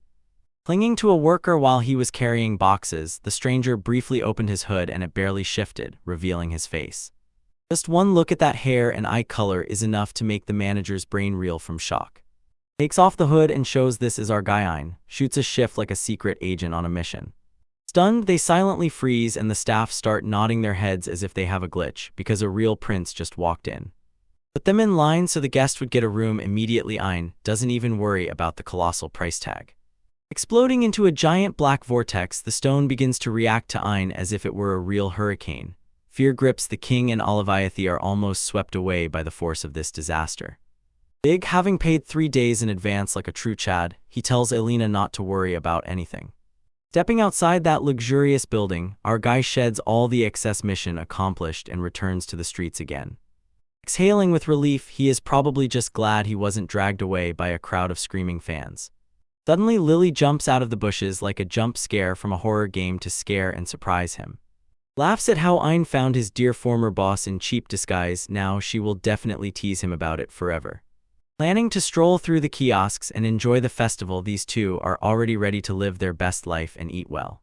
Above everything in the background rises a building silent, while the plot thickens like a bowl of cold oatmeal. Lily says Elena is probably lucky she can talk to Prince Ein, and drops his name as if it's an absolute bomb. Finishing the chapter, Ein chews street food and looks like the most relaxed king in history. Oh, fragrant, we start with chapter 56. Our Ein approaches this huge villain Magna as if he owns the place. Look at that drip, definitely ready for RR after all that chaos, bro. It spins around him like a living shadow and the power is absorbed. It chooses him specifically. This is pure chosen energy if I have ever seen such. They went inside. The vibe is just perfect while they talk about staying here for a couple of days while sorting out their affairs. But for a royal villa to become an ordinary resting place, that never happens. You feel it. Something is about to blow up. Immediately, our main guy notices a door that looks suspiciously ridiculous and asks what's behind it. And he gets the classic answer, it's just a basement, as if that's not the most obvious plot hint in history. It turns out this box door is actually legendary because, as they say, no one in history has been able to open it yet. Even Grandpa couldn't crack it, so it seems it's waiting for our host to work his magic. Ein starts winding himself up, wondering if it was sealed on purpose by some ancient force. But admit it, you want to check if there's a secret treasure or a hidden waifu inside. Since he's a prince and essentially someone's kid, Warren gives him the green light to go and check it out later. They act as if it's just a normal walk, not a grand lore drop that's about to happen. But first Ein decides he's a bit sleepy because earlier he went all out on strudel trays. During such content, it even pulls you by the hand. It'd also choose a food coma instead of exploring a creepy basement. Night covers the villa and everything looks calm, but we all know how it will go. Our guy is in bed trying to catch some more sleep, but the plot shell itches. Boom, he's already wide awake because evening sleep is the worst mistake for the routine. Look at those eyes. He's completely tired and definitely knows he won't get into dreamland tonight. Realizing he has nothing to do, he instantly remembers that openable door in the basement. Why stroll along the shore when you can have fun with a little theft break into an ancient safe? He sneaks through the corridors with a lantern like playing a horror game. Ein is really about life. He tries to be quiet, but we all hear the adventure music starting to build up. Just as he is about to faint from all this knowledge, the old-fashioned butler prodigy bursts in to remind him, even future legends need to eat dinner. He begged, let go if it is already unbearable. Grandpa is really worried the child is about to be removed. When the tension reaches an absolute maximum, the floor cracks. Finally reaching downstairs, he raises the lantern and for the first time properly examines the obstacle. I am bursting with anticipation, I bet. For $5 it will open as soon as he touches it. Look at this thing, it literally screams "keep out" in several languages at once. These are the legendary unopenable door, and Ein is about to check if it really lives up to its name. He notices that the castle has no keyhole and remembers how his grandfather once opened the treasury. Meanwhile, Broly squeezes out his 2-word IQ moves and decodes the magical mechanism, while the rest would just kick her. Suddenly, the entire door leaf begins to glow as if an absolute movie is about to unfold and the seal is about to break. I think unopenable simply meant to wait until the main character appears. Sound effects go crazy as the heavy door finally begins to give way. Ein stands there thinking, wait, was it really that easy for me? Dust rises everywhere when the secret chamber finally opens after God knows how many years. This is the true peak of the universe. You feel that a juicy story is hidden in the darkness. Our guy really had actually pulled it off even though no one else did. Now he's frozen, staring into the room as if he just stumbled upon the secret ending of his favorite game. Stepping inside, it's not some dusty dungeon, but a huge, incredibly beautiful library hidden beneath the building. Honestly, if I had such a cool secret office, I wouldn't leave it.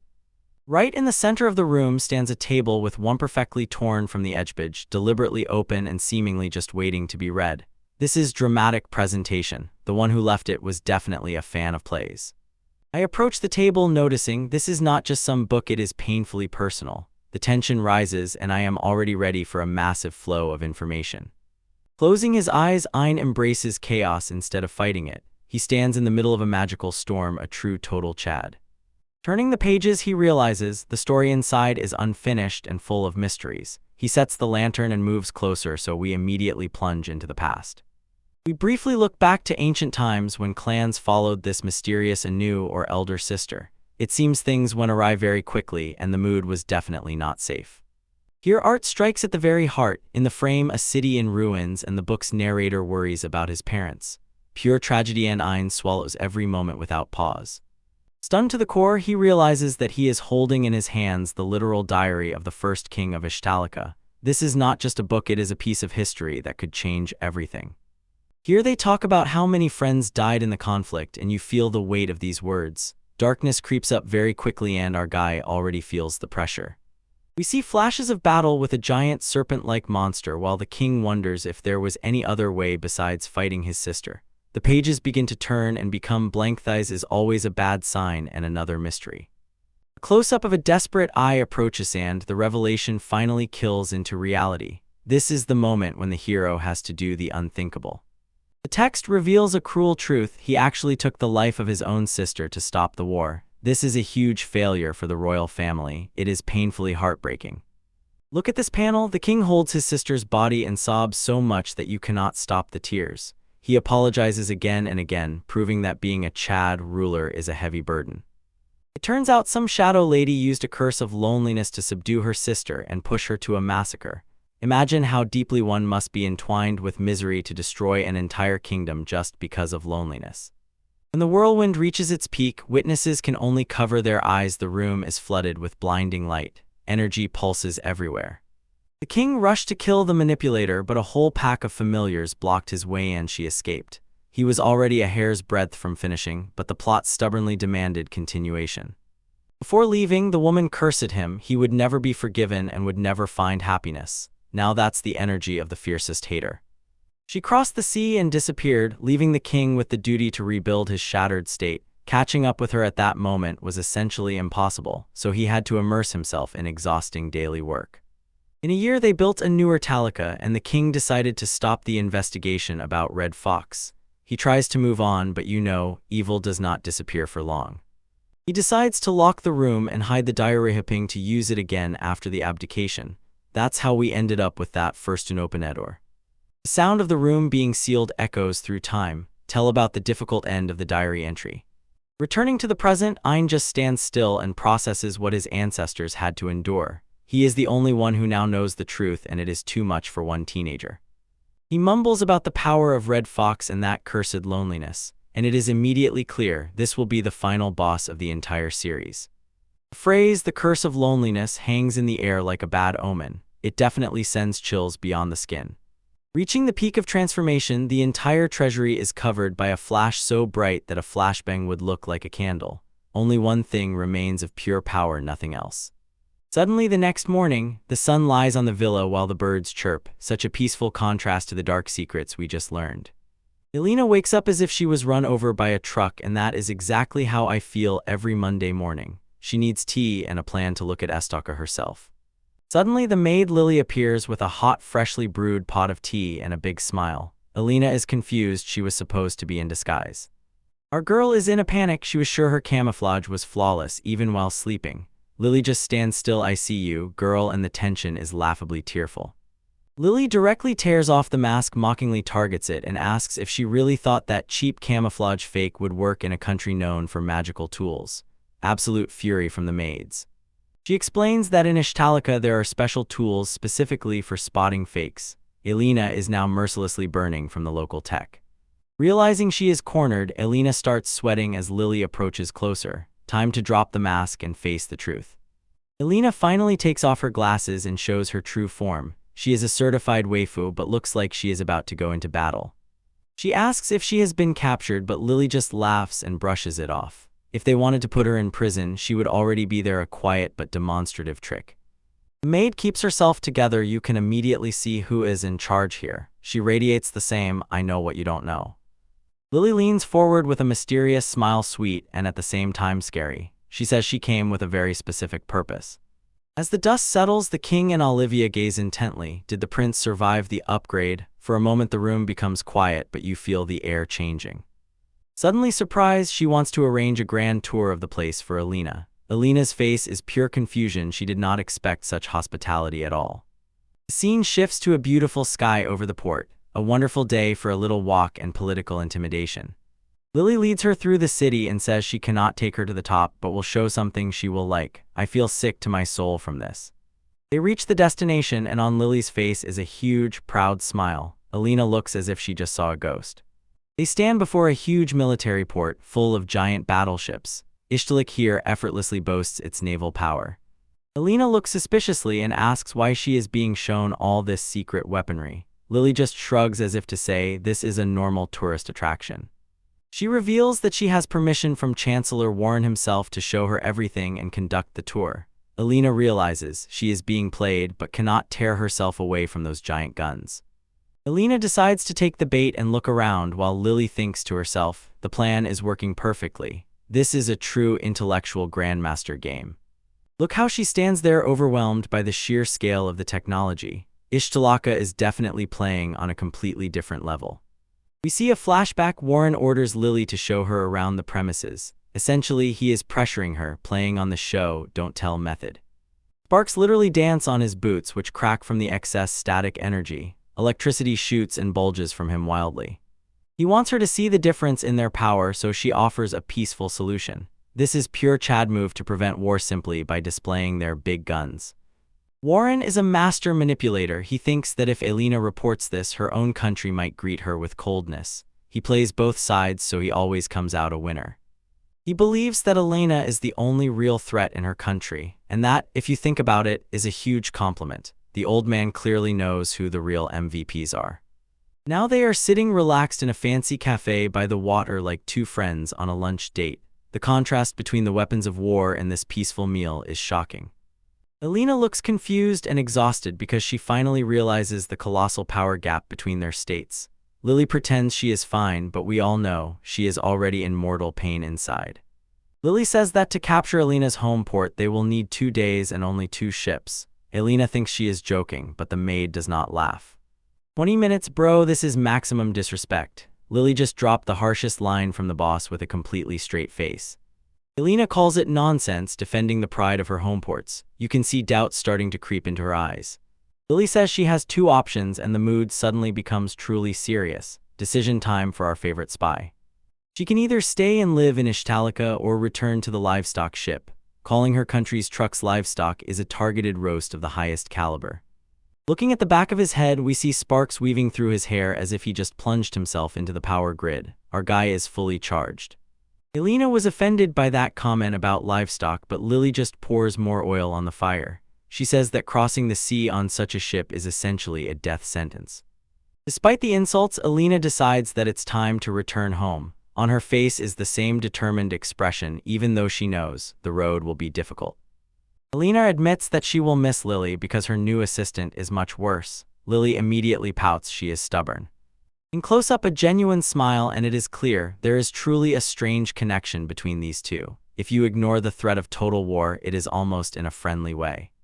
Lily teases her for feeling lonely without her, and finally they seem to relax. The 2 girls drink tea while their countries aim weapons at each other. They share laughter in one of the warmest panels of this chapter. This is the calm before the storm, people. The giant cargo ship is already ready to set sail, looking like an absolute behemoth in the harbor. Alina is really doing it, returning to the front line. Standing on the pier, Alina looks back one last time. Lilia sees her off, but the friendly atmosphere quickly melts away. Lilia drops a bomb. As soon as Alina steps back into the Euro, they are officially enemies again. The friendship was only a temporary truce. I will have to kill you. My soul has just left the body. Lily transformed from a sweet servant into a cold-blooded killer in 1 second. Literally freezing from absolute delight, Olivia and the king realize the guy who just entered is not the same as the one standing here now, or levels beyond all possible. Alina does not flinch even for a moment. She simply moves up the ramp. She knows the rules of the game they are playing. She turns around and says in parting, "Thank you for everything, even for letting me go." This is an elegant move from a high-level character. Lily Bose, officially as the Chancellor's representative, greeted her and wished her a comfortable journey. The mask is back in place and the professional distance has returned. The ship sails into the distance while Lilia watches from the shore. Such a cinematic shot, you can almost hear the emotional final melody starting any moment. The last one in her little hut, Alina slowly sips tea and replays Lilia's words in her head. She has a lot to figure out before she gets home. She admits there is a gap in strength, but she is not ready to give up yet. It is not yet decided that I lose, she tells herself. Let's end on this absolutely fiery shot. Alina looks like a true boss lady. She is not some weak woman, and Ishtalichi better be ready for everything she has prepared for the next one. Yo, what's up, my kings? We're back and starting with top-tier waifu energy. Just look at Chris-san just sitting and crafting something with intensity. She looks so thoughtful, it's creepy, and probably thinking about how to carry the next arc on her shoulders like an absolute queen. Even the chapter title says this is a new stage, which means our girl is about to get spicy. She grips that sword so tightly, as if ready to fight even with bed sheets. In a flash, we switch to the high society. We see Prince Ein sitting down for a little talk in a room that probably costs more than my entire life. As soon as he notices he has a conversation partner, Ein tunes in for a meeting with the mysterious guest. Clenching his fist, Ein feels as if he can punch a hole through reality. He still has the same look, I am the main character, and that glow, which always means villains are about to have a very, very bad time. Step into Professor Oz. He honestly looks like that cool teacher who lets you copy homework, but behind those glasses definitely hides some dark secrets. They discuss the madness that spread in the Baltic. These two pretend everything is under control, like true Chads. Ein keeps a cool head, and the professor looks like he's about to drop some forbidden knowledge. Oz behaves like a proud dad. He gets overwhelmed by how much the child has grown, and Ein just shrugs as if it's just another day at work. Explaining why he is even in the city, the professor says he is here only to inspect precise components because, as it turns out, even in a fantastic world, gadgets need quality control. Look, this man giggles with delight over a tiny metal ring as if it is the one ring of power itself from Sauron. He is completely lost in this process. Assuming that research is essentially his entire personality, Oz proves he is a true man of science. It is both his hobby and his work, the perfect schedule for any researcher. He tears off a colossal hook and says he has a secret hobby, collecting old stories that are not in history textbooks. And that's us right now, leaning closer because we know the lore being introduced is about to become legendary.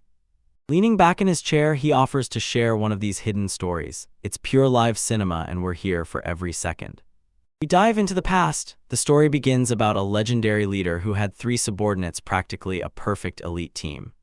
Imagine a squad, a research nerd who was head over heels in fan love for his parents, a spear expert who lived for theatrical drama, and a strategist, a true bookworm. The strategist once dragged his childhood friend along just to read together, pure top-tier nerdiness. Checking the final status screen, Holy Gaines saw that his magical power had increased by more than 2,000 points and he unlocked the skill Black Knight. Officially, he is the deadliest crown prince in history. Traveling the world in search of trouble, this team eventually came across a country where there were only real NPCs and they all needed to be taught a lesson. Without any fear, the leader confronted the villains and showed them why she was the boss here. She completely smashed the opposition and liberated the entire place, acting as a single unit. Becoming a heroine in record time, she befriended every tribe she encountered on the way and eventually became the main heroine of the story. Realizing that this meat grinder never stops, the leader finally decided to move on to the next land to find more villains to punish. But 2 of her brothers decided that the adventures were over and wanted to settle down. While the researcher stayed for family reasons, the strategist lingered for a much more down bad reason. And it turned out that the strategist was a terrible servant of the local queen and decided to dedicate his life to her, although he had not a drop of riz and no chance of winning her over. He watched from the shadows like a true guardian. His love never reached reality. Another layer of tragedy is added. His childhood friends also stayed behind just to watch him look at the queen, creating a circle of sorrow through which a K-drama would seem like a comedy. Raising the sails in search of even more smoke, the leader and spear master left their friends behind and each went their own way. Meanwhile, the research fanatic kept hammering away in his laboratory, probably inventing something to break away from the love stories of his former friends. Devoting his entire existence to the country of the queen, the strategist decided to protect her legacy at all costs. He spent days immersed in books so that the kingdom would not fall apart. For the full tear-jerking finale, the strategist falls to his knees and weeps over the queen's grave after her death. He stayed in the country until the very end, defending it even when the person he loved had long since disappeared. This is not even a startle. My friend looks like he was just caught glancing at something he shouldn't have, and he is surrounded by a literal mountain of literature. Returning to Heim Kingdom, the moon pours light over the place where Ain was once oppressed like trash. Nostalgia hits so hard it catches in the throat. Oz finishes the story with that's how it is. The energy in the air settles and the room remains heavy, almost frightening. He thanks the guys for listening to his chatter, a true gentleman. Calling it a touching story, Annie is clearly moved out, though he probably thinks it is already from myths. Oz just smiles and says there are many such stories, keeping his cards close. Suddenly, glancing at the clock, the professor realizes he has lost time just a moment more and the entrance will close its doors before him. It's a pity the meeting must end, but duty calls. They trade handshakes and a couple of polite phrases. These 2 look like brothers who have just shared a deep moment over a cup of tea. They hope to meet again, but the mood is clearly changing. Look at Oz's mug when he walks. That self-satisfied smile screams suspicion, and I'm ready to bet my last dollar that he knows more than he shows. He replaces empty cups with fresh tea. Dill tries to lift the mood, but Ain is frozen in a trance. He is deep in thought trying to figure out why this story seemed so familiar. Assembling puzzles about the strategist and the queen, he feels the gears in his head turning at full speed. He is gnawed by the thought of why exactly this old story stuck in his memoristique like a chorus that won't let go. Suddenly, an epiphany hits him like a truck strike and he lets out such a scream that probably woke the entire neighborhood. Puzzle pieces finally come together. A flash of memories about that tombstone he saw in the Demon Lord's domain and a specific name of that girl surfaces in Ain's mind. He is sweating because the connection is too crazy to be just a coincidence. Starting with the name Ravi Laverne, you stand on the grave and just then the truth becomes clear. Craze-san realized that in the story the queen has exactly the same surname as him, and this is a huge lore drop. Holding a small stone and looking at the moon, the girl he left behind makes a vow to find him again. But she has no idea, her childhood friend has just literally become a warrior of divine level. Staring into the abyss, Ain completely falls apart from the inside, trying to digest this information. This changes everything we thought about family trees in this series. Realizing that he cannot just sit idly by, Ain tells Dill, as soon as Chris comes to, she will immediately grill Chris about her inheritance. Answers are needed, and now. Now moving on to Roundheart Mansion, Heim Capital looks peaceful, but we know better there is always some scheme going on in these luxurious estates. Shannon looks like the sweetest waifu in the world while talking to Grint and perfectly playing the Blessed Woman card. Grint clearly catches the vibe, behaves like a true gentleman, and she thanks him for the time. Setting off on a trip, Grint offers to bring souvenirs to win over Toucher Reese, leaving early tomorrow, but he is already thinking about what she might like. Yes, Shannon asks for a small favor, to deliver a message to her friend in Euro. She says this person has helped them before and wants their help again very soon. Grint jumps on the task like a hungry dog and tells her he can be relied on for everything. He asks who this mysterious person is, not even suspecting the danger. Rubbing the back of his head, Grint tries to recall which of his acquaintances could be the one Shannon is talking about. Euro, he is completely clueless and the tension is already starting to build. Getting a little closer, Shannon invades his personal space and the poor guy's heart skips a beat. She has the same look in her eyes that says, something incredibly big is about to happen. Look at Klon, she has completely lost her mind over our guy Ain. She stared at that crystal as if it were the last pizza on a Friday night and completely dissolved in her feelings.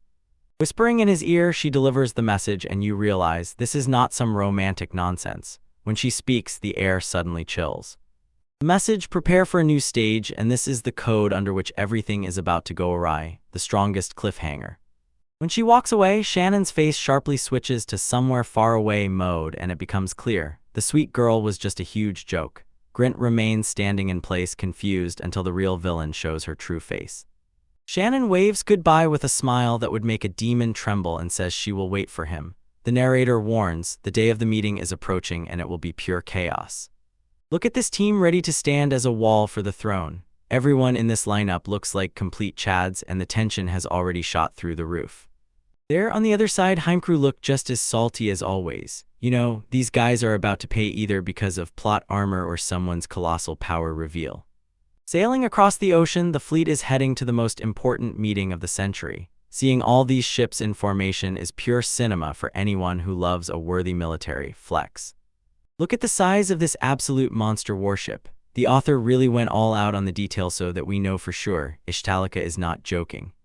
Suddenly our waifu bows to us and apologizes for the inconvenience. Seeing them so humiliated is a rare sight, and honestly, the down bad part of the community is probably already devouring this.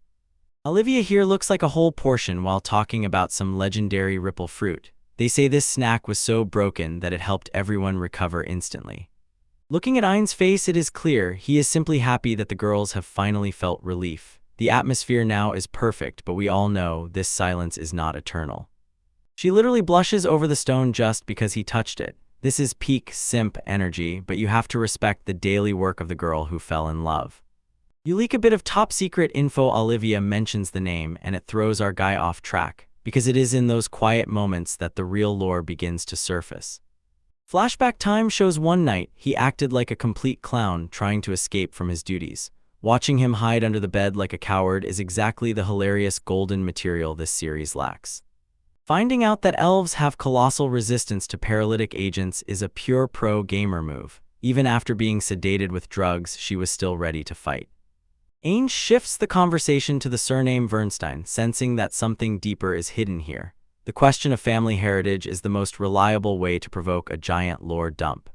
The fact that his ancestors might have been pixies is a complete what the moment for the guy. If he has pixie blood, his magical stats seem about to shoot to the moon. When the cozy atmosphere breaks, a knock on the door signals, time to get back to work. Their facial expressions show officially the vacation is over. Stepping out into the sun, the team finally realizes they have reached the legendary meeting place. The view here looks like a location from a high-level DLC. Looking at the horizon, the scale of this island begins to sink in. It is the perfect neutral territory for two mighty states to either shake hands or start a world war. From the balcony, Hesh catches the view and Ain cannot help but admire the architecture. Our guy lives the dream of a prince while we are stuck in the comments. Discovering that this place was an uninhabited island only 6 months ago is proof of how awesome these builders are. They really transformed a neglected wasteland into a palace in record time. The maid runs off to check the homework, probably thinks that Klon is really studying. But she has no idea. The girl is already lost in illusions and daydreams about her prince. Pointing at the Heim vessel, the girl reminds Ain, the opposition has officially landed. From the elders here all the way up, there is an iron determination that literally radiates. Gaping about his mother Elena, the conversation shifts toward a political minefield they will now have to step into. A mother at a meeting of this level is either a blessing or a complete disaster. Holding hands on the balcony, and this is the very peak of romance. Her gaze at him can drive any simp crazy.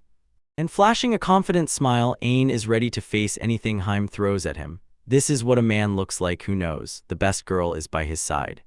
And weighing the goals of each side, the girl begins to break and finally reveals the real reason why everyone is here. It's not about peace, it's about power and compensation. Heim literally appears with outstretched arms, demanding the return of their elders a thick stack of cash. Meanwhile, the prince just wants to take his waifu back like a complete degenerate.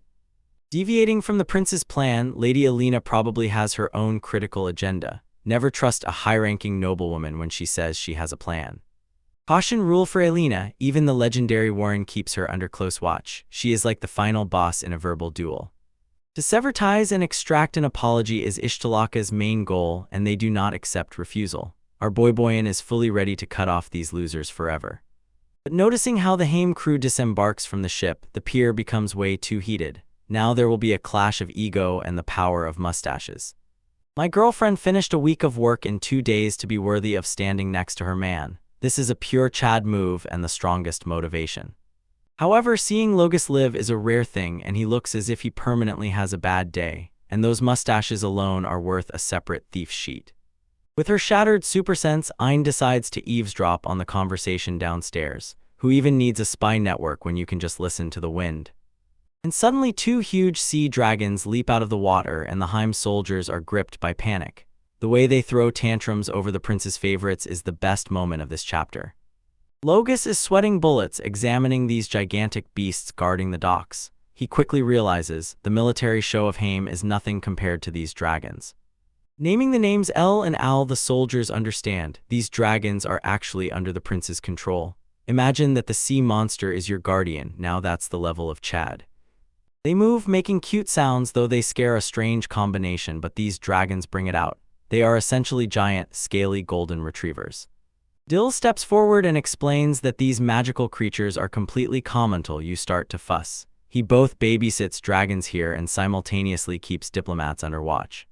Recognizing Dill after that previous clash, the Home Guard soldiers begin to catch flashes of memory of how they were chased relentlessly. The contempt is visible to the naked eye. Straightening up, Dill looks completely calm under these gazes. He is a true professional. He knows he can wipe the floor with these guys once things get heated. The argument over who will be the first to leave the ship is petty meanness. These Heim royals love to put on shows over nothing. The maid is completely confused and looks at that pile of papers as if she just saw a ghost. Klon is heading towards Sigma Grindset to level up his brain for Ain. Tension reaches a boiling point as both sides stare each other down. The atmosphere can be cut with a knife like butter. Speaking nastily about the cheeky crown prince while standing on his island is a bold move. Let's see if it pays off for them or if they are immediately sent back to the lobby. Stopping in place, Dill has no intention of leaving a question unanswered if it touches his honor. Even as a secondary character, he exudes the energy of a main hero. Turning back with a cold look, Dill prepares to put these nobles in their place to explain how everything works in Ishtalaka. And that scoundrel with the stash, Logus, is about to face harsh reality. Asking if Olivia is nearby is a dangerous game. With Dill, this is no joke. You don't ask about the royal family as if ordering a hamburger. Correcting their lack of decency, Dill reminds them they are speaking to royal persons. Respectful titles here are not a whim but a duty when dealing with the best of Ishtalaka. Refusing the meeting, Dill holds his position like reinforced concrete as an absolute unit. He clearly knows who really holds the levers in this situation. Asking for just one word is a desperate move for a supposedly high-ranking noble. Heim weakens with every second. Calling Ain's name without a title is the last straw for our guy Dill. You can see how a dark aura begins to flare around him. Clenching the sword hilt, Dill is a second away from turning this conversation very short. The sounds of heartbeat are essentially a countdown before the funeral. Oh, no way, the Grandmaster made her write a letter to the prince. In Klon, her heart is doing somersaults right now and panic is visible in her eyes, surfacing. Slowly exhaling, he still keeps himself together and the message flies loud and clear. Do not test the patience of a person who serves the crown prince. Claiming that Ain Sama is their respected leader is a top show of strength. Dill is basically saying, this is your place, trash, but without those exact words. Giving them another lesson on proper forms of address just in case is the height of meticulousness. He makes sure they feel every bit of that disrespect. You just walk away without answering the next question. That is the coldest way to end a conversation. Dill is definitely the MVP of this chapter. After they sat out the entire dramatic spectacle from the balcony, Ain and the girl just absorb everything that is happening, like a reality show but with swords and dragons.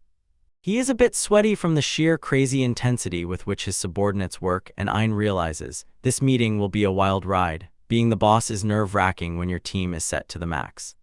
Saying that this meeting will be dangerous is a serious understatement. Secret plans of Dragon and those terrible mustaches guarantee pure cinema for several chapters ahead. Ending the day with the dragon spitting water on the ship is the perfect full stop. Even the Beastheim is full of water. VRAV, we start with the same top tropical vibes while our guy Ain and the best girl Klon stroll. This chapter is called Her Worth, and you already know we are about to see pure royal behavior. Breathe in that ocean air for a moment before the political drama explodes. Klon already looks like a real tasty piece, and Ain tries to keep himself together. She throws the homework aside as if it were the day before yesterday's trash because it weighs only a sheet. Decorative paper or nothing, she needs maximum riz for this message. Blushing as if she has a secret, Klon admits, actually there was no specific reason for that walk. Our guy is slow-witted, but even he now feels the tension in the air. From the fact that her mother is about to be in the same room as her husband, Ain twitches with jealousy. But at the same time she is glad. Her anxiety means that he is constantly on her mind.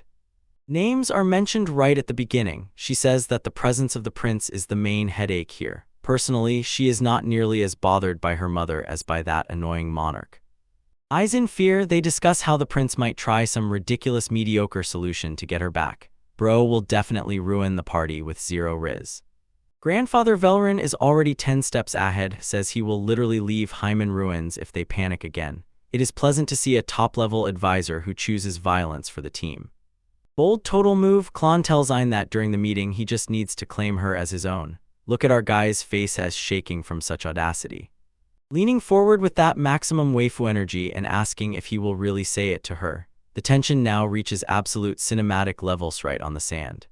Placing her hand directly on his chest, she makes it clear no options that this is exactly what she wants to hear. If Ain does not compromise here, he will officially lose his leadership license. They look into each other's eyes as the world fades for a moment. The way they look, pure, flawless horsemanship. We are getting closer for the strike. It looks like we will finally reach the legendary kiss. The heart is spinning circles right now. Please leave it be so no one spoils this moment. Poor girl never wrote to the boy and already feels completely overwhelmed. Look at her confused face, she is just a walking tomato. During romance, some random dash throws me off. It's the #1 vibe killer. Just as feelings blossomed, some clown came and ruined the moment. He hid behind the trees as if they were on a secret mission while the prince and his thugs passed by. Ain's raised a finger, SHSH, if they get caught now, it will be very awkward. You splash in the water and grumble about Ishtalika like a complete loser. Prince Glint now sounds like a hater who was just sent back to the lobby. They eavesdrop as they start a conversation and begin to disgrace the crown prince's assistant. But few of them know, the very one they mock is sitting in the bushes watching them. Complaining about those overly neat and polished letters is a direct self-goal. This man is so insanely angry at ordinary manners that he literally causes a meltdown on the beach.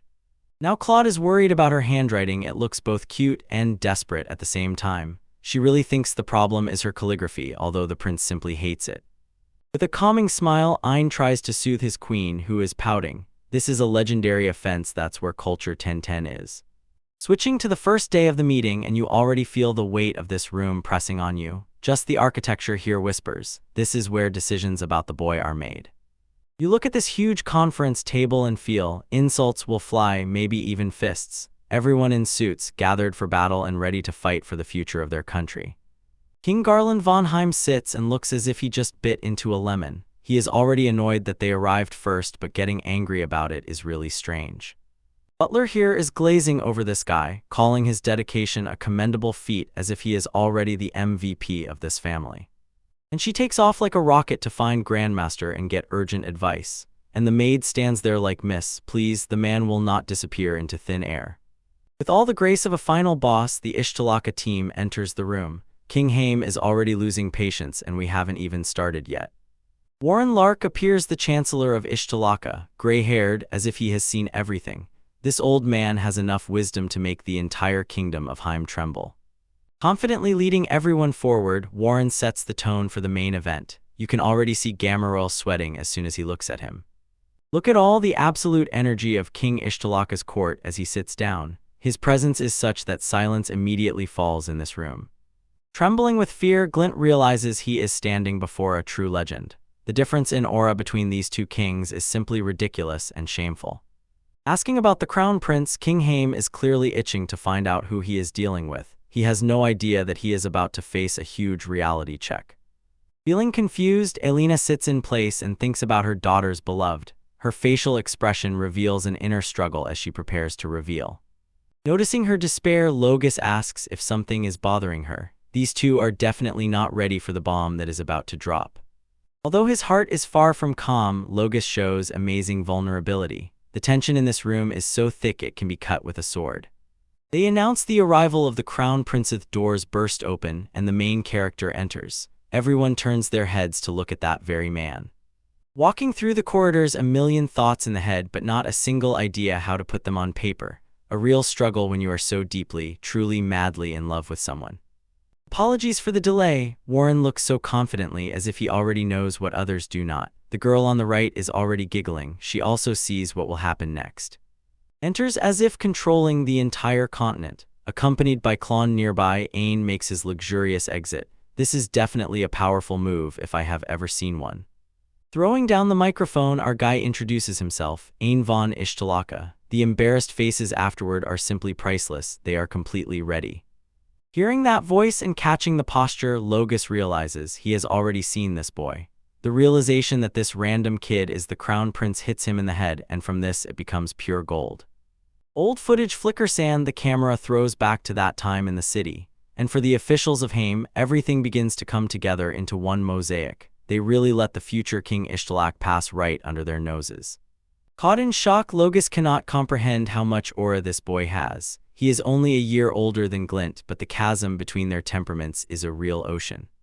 Losing his composure, he quickly points at Klon and shouts her name as if she were a complete simp. He cannot believe that she is standing there as part of the Ishtalaka squad. Confidently introduces herself with the full class, and the clone confirms that she is the Crown Prince's assistant. She stands her ground and Glint is absolutely boiling with rage. That prince carries the thought that she was kidnapped and tries to come to terms with the fact that she left him. The clone immediately interrupts this and says it was her own choice. Glenn looks at all this more and more desperately. Why didn't she make contact? And how he is now begging for attention in the middle of a meeting on the edge where everything is hanging by a thread. We are capturing a good shot of the moon while she thinks about what Ain is doing at this moment. Meanwhile, Ain is probably somewhere gaining even more advantage as the main character he is. With a fierce smile, the clone reveals the truth. She wrote each of those letters. Remember how he said her handwriting was unpleasant? Well, he just set himself up. It was right there when the final "it's you" hit him. The sparkle in his eyes looked as if Glint was about to short-circuit. And that realization that he offended the girl he dreams of, the absolute peak of comedy. Calling it revenge for yesterday's commotion, Clown does not hold back. Even Ain thinks she is overdoing it a bit with the poor guy. Joking and laughing through panic like a madman, King Haim tries to pretend that all this is a big joke. He thinks, just demand her return and everything will be like before again. Asking what exactly he means, King Ishtalaka does not entertain any irony. You can feel their temperature dropping and real negotiations begin. He demands the immediate return of the daughter of the August family. King Haim thinks he has leverage here, but honestly, it's pure delusion. Just for a moment pretending to be a fool, Watrin corrects him. Supposedly, she is the Lady of House August, and the full depth of his feigned innocence contempt to the limit is quite a pleasure to observe. Patience is wearing thin. King Haim is tired of word games. He wants results, but he is talking to masters of this game. Clarifies the situation with that calm, elderly confidence. He's about to draw a financial bomb that will wipe this man's entire career off the face of the earth. Clearly stated, they have no intention of giving her up. The look in Warren's eyes says everything you need to know about who is in charge here. Let's return to the palace where Ian is resting with his mother and the king, and the giant crystal in the center of the room is practically begging him as a ready-made snack. Looks full of shock from all sides when the Haim royals realize they have just been told no in the most professional way possible. Glint looks like he's about to burst with anger. Assessing her value for decades or maybe even the entire century-long volume of their national budget, Warren says outright she is worth more than all the bank accounts of their country. Asking if they even have such money prepared, this is the harshest flex. He knows their treasuries are empty and mercilessly rubs it in their faces. Boiling with rage, King Haim acts as if they dare to disrespect him. The disrespect has already reached a level that usually leads to real war. Grinding his teeth from insolence, Glint loses self-control while Warren just stands as if he doesn't care. Negotiations won't work when you are considered unreliable, and Warren shows this very clearly. When he orders the prince to stay away, Logus realizes things are getting dangerous. He senses a deadly intent from the other side of the table. Fixing a sharp and deadly gaze on them, a monster sits right opposite, and he is just waiting for a reason to draw his sword. He declares that Marshal Ishtalika's sword is already within reach. This is a direct threat of inevitable death in case of any wrong move. Realizing that Ishtalika is truly ready for war, Glint needs to come to his senses sharply. He thought this was just a conversation, but now he stands on a real battlefield. The king is going crazy over the jump in Ain's status because the guy is officially a walking cheat code. Olivia approaches and hugs him, and we love how the chubby waifu mom supports him. Acknowledging that the distance between their countries has now become colossal. They are no longer just neighbors, they are on completely different levels of power. Calling them enemies is the last nail in the coffin for any friendly talks. Elena watches from the side and seems to already realize how much Chaim has messed everything up. He demands clear guarantees, not reconciliation. Valrin does not seek friendship, he only wants Haim to stick to their line. He emphasizes the contradiction as if he is actually doing something. King Haim clings to a straw while his entire position crumbles right around him. Instantly shutting him down, Vorin says there is no contradiction. This man is a living wall of logic that King Haim simply cannot climb. I ask, is this the voice of the people or just the Chancellor's words? Elena finally steps forward, cautiously feeling the ground, showing that on that side only she has reason. Holding a pause, Vorin lets the weight of this question hang in the air. The tension is such that you could hear a pin drop in this hall. Looking at Ayn, Elena tries to read the boy who holds her daughter's heart, and our guy just sits there calm and collected like a true king. A tiny confident smile as if he controls everything completely. Ayn doesn't even have to say anything. A glance is enough to make it clear he is in charge here. We end the meeting for the day. Everyone is clearly already tired. Heimside retreats, tail between legs. Smiling to herself, Elena seems to have already found something interesting in this mess. She definitely has something planned, and most likely, it will become a legend. Grandfather Coral reads him an admonition, don't let it get to your head, so that he stays grounded. Ain only nods in rhythm like a professional Chad, ready for whatever comes next. Confused by his mother's reaction, Klon remains guessing what is happening. The mystery only thickens as the first day comes to an end. They both walk away. Clone Malchin sees how typical this was for her mother. Ain wonders if she took the right path, but the clone looks confident. Embarrassed by Elena's behavior, Marshall wonders why she left the discussion to the royal persons. She is their trump card, yet she barely opened her mouth the whole time. Her true goal is to monitor the actions of the Istalika side. She did not come to talk, she came to gather information about her potential son-in-law. Suspecting treachery, Valrin knows Elena cannot be underestimated. It is almost a checkmate between the two smartest people in the room. I want to participate in the negotiations personally tomorrow. Warren wants to meet face-to-face with the woman who raised the clone to find out what she is really like. Without any hesitation approving the plan, he does not fully trust his advisor. He knows, when it comes to high stakes in psychological warfare, Warren is the best for this job. Leaving everything to Warren, the king gives his blessing for the next round. The stage is already set for an epic confrontation, the brain of Ishtalika against the Ace of Heim. The only goal left is to ensure the success of this meeting. Warren's face is like stone, he will stop at nothing. The chapter ends on a damn cliffhanger. Everyone feels a chill down their spine. What intrigue is about to explode at the next meeting? We'll have to wait, but you know, it will be pure cinema. Suddenly, the mood changes when the king asks Olivia if it was all part of her plan. AIN impatiently shifts his gaze back and forth as if watching a nerve-wracking tennis match between royal figures. Alright boys, get ready. Chapter 60 of Magic Stone Gourmet is coming out, and the political geniuses will finally clash the second day of sessions already. See this landscape and you feel the tension. Both states are already preparing to strike with words before they take up swords. Elena looks simply stunning as she looks at the Chancellor, demonstrating the energy of a top-tier waifu, while the wisdom of two nations is about to collide. Sitting at the table for the big boys, it quickly becomes clear. The Chancellor is flying solo today, claiming that all issues have been fully handed over only to his old, wrinkled self. Realizing that the clone is not there, the third prince already looks a bit irritated, and Elena confirms that she is taking the entire burden on herself from her side. And without unnecessary digressions, the Chancellor wants to know where Elena's family stands in Ishtalika with that classic smile. I'm about to ruin your career. Elena does not waver for a step. She says that her daughter is currently the assistant to the crown prince, and they came of their own free will. With a cold look, he calls them exiles, and the Chancellor tries to set a trap so cunning that even a veteran gamer would sweat in the palm of his hand. Only his cheeky smile remains. Elena, it seems, is playing 4D chess while everyone else is laying out checkers pieces. Confirming that in the eyes of Ishtalika they may be exiles, the Chancellor admits, now they are citizens of his state, as if to say, finders keepers. The king essentially points out to her deliberately that she planned the divorce to pull Ain up to this level of power. Olivia just stands still with that mysterious energy and does not deny a single word. Stoically and mysteriously, the old man examines everything, as if he understands, but you know something sinister is already brewing in his bald head. Slamming his hand on the table like a complete failure, Prince Leifun gets worked up because he cannot endure talk about families being torn apart. Shouting at the top of his lungs, the prince insists that for Elena it is as if her family was stolen, and Elena just looks at him in the style of, well, you embarrass us. Insisting that families must stick together under any circumstances, the prince essentially reaches into emptiness, while the Chancellor only watches pure, unhidden delight. Sad matters cannot be ignored, so says our jester prince, who is definitely taking on too much right now.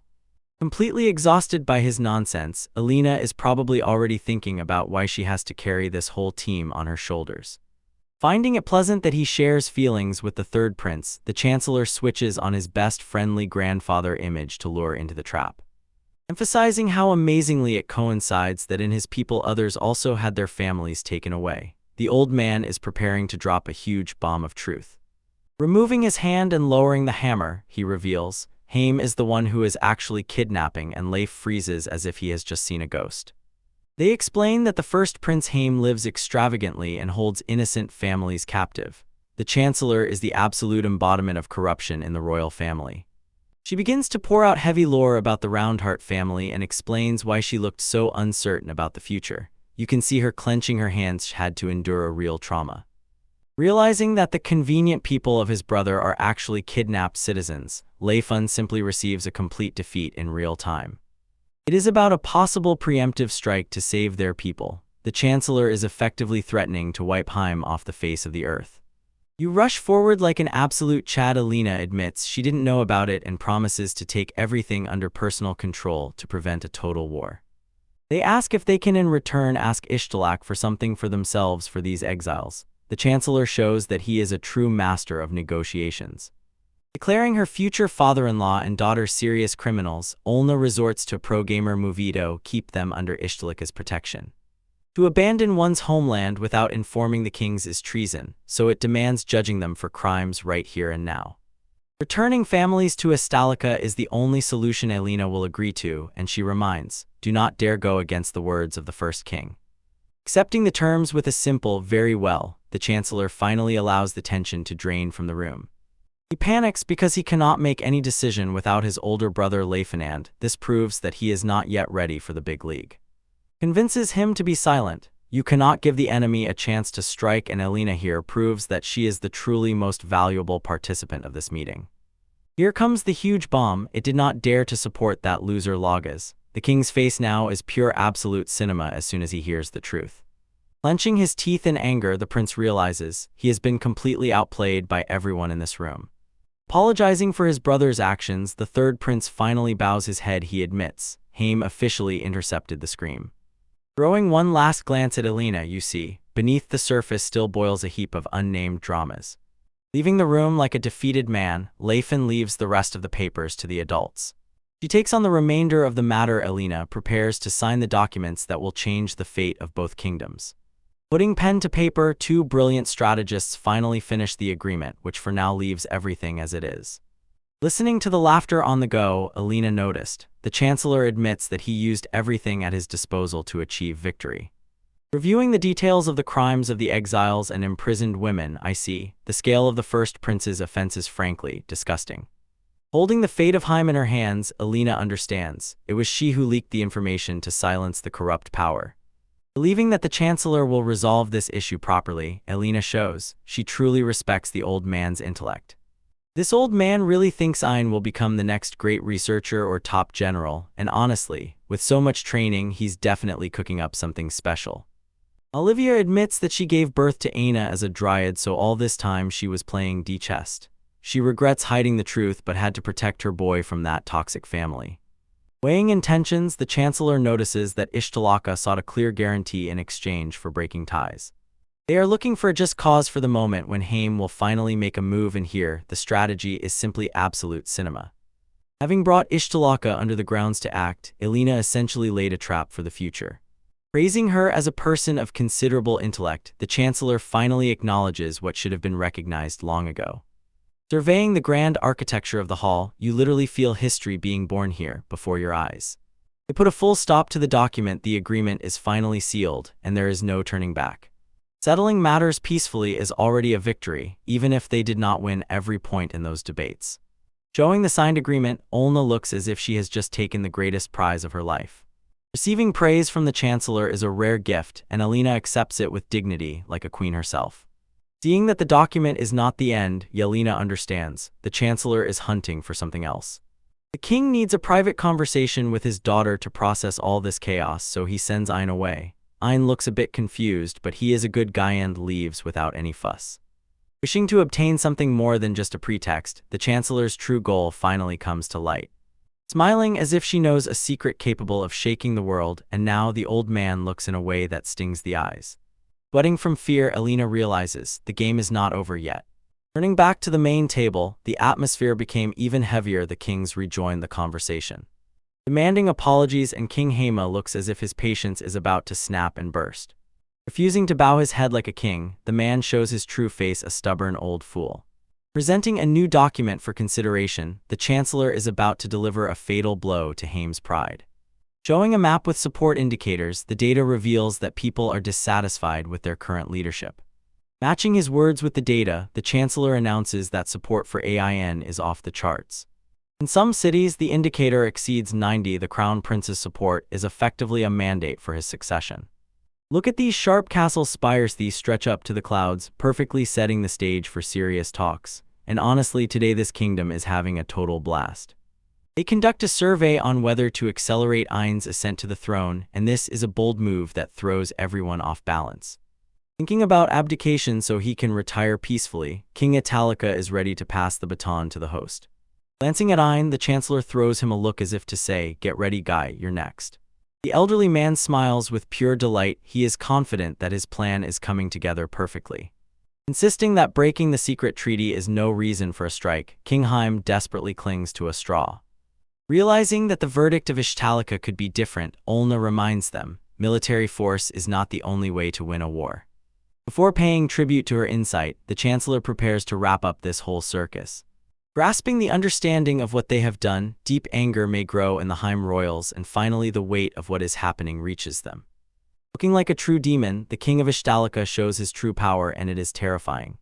Now we are on the terrace drinking tea together with Ian, the king, and a cute cat girl named Kadama. These are exactly the kind of meetings I want to be invited to. Clenching his fist in fear, the king of Haim finally realizes he is completely losing. Bowing and offering official apologies, the king of the state is forced to humiliate himself before his superiors. Accepting the apology with a cold, detached look, the king of Ishtalika shows no mercy to the weak. When they sighed with relief, the princes realized they barely escaped, life was almost taken. Having finished the discussion, the group prepares to disperse and each go their own way. Catching up with Klon, the third prince is clearly not yet ready to let go of his hopeless love. Finally, he asks if she will really never come to Haim again, and the prince looks incredibly deeply in love. Telling him to forget about her, the clown delivers the cruelest rejection blow in manga history. Without looking back, she walks away, leaving the prince standing still in the dust. Alone in the spacious corridor, the prince realizes he never had a chance against the child named Ein. The king admits that marrying Olivia off to those round heart bumps was a complete massive L for them. Meanwhile, Kadama just sits relaxed, with cat ears, cute to the point of goosebumps while the tea is being poured. It was announced that she cannot become his wife officially. The clone ended any hope the prince still held. The absolutely broken look on the prince's face says it all for him. Bro is going through this right now. Confirming that her heart belongs only to him, the chapter ends with a complete victory of our guy Ein and his harem. At the beginning of chapter 61, we see a clear shot of two brothers. Their lives have gone in completely different directions. One is doomed to greatness and the other is now stuck in his own thoughts, and the tension is felt from the very first seconds. After a long discussion, Glint walks through the garden and tries to keep a calm appearance, walking next to Elena. It feels as if the whole world weighs on them, but they remain professional for the sake of the mission. Noticing how carefree people are walking at the banquet of the last night, Glint cannot help but feel a slight bitterness about this whole story. He watches intently the fireworks they personally arranged for him out of spite, while everyone else is just trying to relax normally. When Elena talks about letting Klon go, Glint's mind just shuts down. He cannot understand how she is so calm about everything that has already happened to the prince. He rages like a true hater. Glint admits he cannot come to terms with Klon putting this person above everyone else. Right now, he literally has a nice guy vibe, and honestly, it's hard to watch. Trying to belittle Riz the prince, he insists. Apparently, this guy has some brains, but Betchel, it's clear he is just trying to make ends meet, because in this particular drama, he is not the main character. Comparing him to some old man named Tiger is a crazy exaggeration, especially when he starts calling the prince's achievements questionable, at best. He is so deep in denial that he almost swims in it. Ein was completely confused and blurted out what exactly root means in this context. Now he will fall into such an education for which he was definitely not prepared. Lands upside down like a certified ninja waifu, Lily decides to give these two a jump scare so intense that life will fly out of them. She's not one to let Glint keep babbling nasty things about her boss without showing him how they deal with inspiration here. With a landing like a cat, she mocks Glint for his theatrical reaction, while Elena just sighs through all this mess. Lily is one of those who lives for drama, and honestly, we adore that about her. She giggles as if she knows something others don't and offers to show them real Ain-sama fencing. Now she will throw Glint's views of the whole world into a blender and press the pulse button. While the night is just gaining momentum and the main clash is still ahead, the torches are already burning and the moon is high in the sky. The perfect atmosphere for a legendary showdown or a huge showy brag. Over the hill, Glint peeks and sees the fight is already in full swing, and his eyes almost pop out of their sockets. He realizes the man he was mocking is about to do something completely crazy. Steel clashes against steel and sparks cut through the night as the demonstration match accelerates to full speed. From the sound alone, it's clear these guys are not joking. And while the fight unfolds right before their eyes, the girls explain the current clash is between Lloyd Sama and Dill. Dill is now trying to survive and everyone else is just calmly watching. Mocking the poor guy with a huge smile on his face, Lloyd tells Dill that retreating will bring him no medals. This man is literally a tank and he treats this as a light warm-up. The cat girl screams from the sidelines, completely losing her head, trying to hint to Dill from the stands. She has more energy than the fighters themselves, and it's honestly funny. Glint is shaking from the speed of exchanges. He realizes that his own skills might not be enough compared to theirs. Every clang of swords is like a reminder he is not yet at this level. Kadama just snatched it from the tongue. It was about making a child, and the king literally spat out his tea. Such a reaction is top comedy, an absolute peak of invention. Calling him his son just before a massive strike, Lloyd shows that even family ties won't save from a world-class thrashing. The expression on his face is pure domination. With one giant strike, Lloyd shakes the entire arena and shows why he is the Marshal of Ishtalika. This is not just a fight, it's total destruction of Dill's land and spirit. Trembling, sprawled on the ground and covered in dust, Dill finally realizes he is completely finished. He fought honorably, but sometimes you just have to accept you lost in class. Next, there is only submission to the father. The gap in strength between them is literally an abyss. The crowd goes wild, but Dill still tries to remember which planet he is on now. In complete silence, standing on the ridge, Glint and others try to comprehend the absolute monstrosity they just saw. One thing is to hear about a monster, another is to see it in action. He panics because he sees a real monster in human form. Glint loses self-control while the cat girl prepares her secret weapon. She has that devilish smile that spells trouble for everyone caught in this story. He pushes Ain into the arena as if bringing a sacrifice and commands, "Go avenge your subordinate." Ain looks as if he was just told he has an unexpected math test in front of the whole school. I stand opposite the marshal. Between us on the ground, a giant abyss has opened, so the vibe is officially flawless. This is the duel we all have been waiting for, and the hype is off the charts. Lloyd laughs as if he just found his favorite toy, burning with excitement that the prince can actually do it. He will wait for this moment as he fought, and now he will not hold back at all. Hating again from behind the scenes, Glint predicts the fight will end in a moment. Yet he still holds on to the thought that his brother is a loser. That's the level of self-deception. She explains, forest nymphs are strictly one person for life when it comes to how they take root next to someone. Ain looks as if his whole world has been turned upside down by this biological lesson. Returning in thoughts to childhood, we see a flashback. Ain fights with a wooden sword and their father stands watching. Glint was always the golden boy, while Ain was treated as if she was the biggest mistake in the family. Betrayed by his own father for being unfit, Ain was forced to survive from childhood with severe trauma. No wonder he is so closed off now. He needs to repay a lifetime of neglect. But cheering him on from the stands, the waifus show Ain the love he never had at home. The cat girl still screams at the top of her lungs. That's her signature role. Elena looks at this and with a soft smile finally begins to see in that man who Ain has become. The support is warm, but real violence is about to begin. Grabbing Elena's hand and pulling her along, Lily decides they need a place in the front row to see the grandeur. She won't let anyone miss the peak of the fix, which is about to happen. The uncontrollable speed is such that the background turns into a continuous set of motion lines. Lily is simply a human cheat code. Elena is now just trying to keep her lunch down. Warn her not to let go, otherwise she will be thrown into the next time zone. Lily is now at the peak of happiness. This girl is the embodiment of chaotic neutral, and I adore all of it. Glint froze in complete disbelief while his brain tries to calculate the speed he is now seeing, as if a ghost just appeared before him, but it's only his brother's hidden talent. Steel crushes against steel with Marshall, and Ain finally shows the results of all that secret training. The blow is so heavy that it sends shockwaves you can feel through the page. They clash with crowd-like strikes at a speed ordinary people can't even track. The fight blurs into a whitish heat of steel blades. This is what happens when two children decide to stop being polite and start acting for real. Wait a minute, if she didn't take root with his father, then how is Ain even standing here now? Kadima explains, I once did something like pathological cloning. I identically reproduced them for myself, and it happened without any help from the opposite sex. Realizing that these two are beyond human, Elena finally comprehends the chasm between Ain and everyone else. The deal was good, but this is a completely different kind of sport. They laugh when talking about how Ain's innate skill is something ridiculously mundane, on the level of sewing. The irony is off the charts. They don't yet know this useless skill became the foundation for something much scarier. Glint stands still and looks as if he just lost his favorite toy in the sandbox. His whole reality is falling apart. The brother he looked down on is now literally a god on the battlefield. And then a flashback surfaced. The parents shone with festive skill, and while they called Ain's toxification skill junk, they were preparing a privileged status for themselves. Favoritism was simply disgusting in this family. When he hears those voices from the past calling him unmatched, the situation now hurts Glint even more. He realizes he was just a big fish in a very small, very biased pond.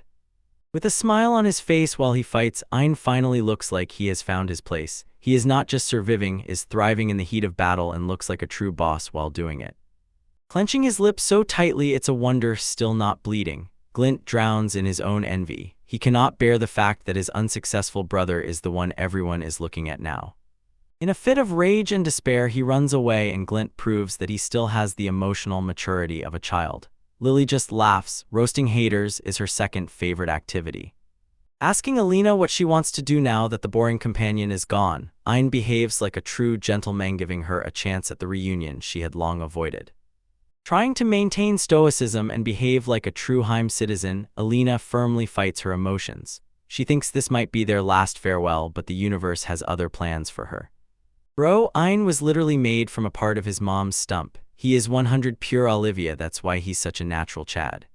When we recall how she was still a very little child, we see the deep roots of a family drama. It is incredible how much history fits into these silent panels. Seeing memories of a happy family and the current separation hurts even more tragically. It is clear that she truly longs for how things were before everything got complicated. And clenching her fist, Alina finally makes the decision to stop running from her past. She is ready to face everything that awaits her in those forests. Teasing her for stubbornness is on the level of Alana-sama. Lily leads straight to an unexpected meeting. She plays the role of a chaotic matchmaker and she does it perfectly. And there, standing in the moonlight, the branch looks like a pure moment of elegance and beauty. Here is the moment we have all been waiting for, the mood at its peak. Alina's face says it all as soon as she realizes her mother figure is standing right in front of her. The shock is real and tears are about to fall at any moment. They embrace in the field of feelings. These two finally bridge the chasm that years of politics and drama have dug between them. If this does not seem very touching to you, then you are probably truly heartless. Tears of joy stream down the face of clone Tushalina, proving that the bond between them cannot be broken. Lilia stands aside, probably patting herself on the back for a job well done. Remembering how Alana used to throw away papers about marriage as if they were trash, we see her wild younger version. She was always stubborn, but even she had vulnerable spots for some people. The clown is teasing her about whether she would just throw away the papers about Ein and Aelinathier. No way, can't be dismissed. That's the most honest thing she said all day. The ship sails, the wind in the sails. Everything starts in a white void with this waifu goddess hovering in the air, who honestly has a top-level risk factor. Our guy just stands and wonders if he accidentally took the wrong turn in the afterlife. Just mentioning that Madame is already finishing her work, Ein instantly brightens his face. He is a true mama's boy and doesn't even try to hide it. Obviously, she used some dryad hypnosis abilities to avoid serving her trashy husband for years. Officially, Olivia is the scapegoat for pretending this for so long to protect her lineage. Believing that she would find him even among hundreds of papers, Klon shows how strongly he believes in their connection. It is something with serious predestination, a true energy of fate. In her thoughts, Alina finally sees the smiling face of Anand, admits to herself the truth. He was the one who always was. The blush on her cheek is proof that she is already completely hooked on our guy. Sighing and wondering who she resembled, Alina became herself again with a much lighter burden. It is pleasant to see how she finally relaxes and laughs with someone she trusts. They laugh together under the stars, finally getting what they deserve. This is truly warm content that makes you want to come back again and again. Watches from the top of the hill and gives them space like a true king. He knows when to intervene and when to let the ladies feel their moment.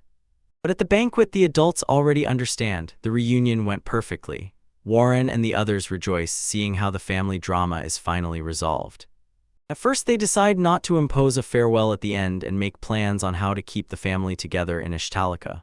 For the good guys, this is a huge victory, and for the haters in Heim, a drawn-out defeat. Disappearing in the rays of the morning sun, the fleet looks majestic as it moves to the next destination. The art in this series truly captures the scale of the journey. Sitting next to the king for a conversation, Ein finally looks calm in his role as prince. They discuss matters and it is clear there is genuine mutual respect between them.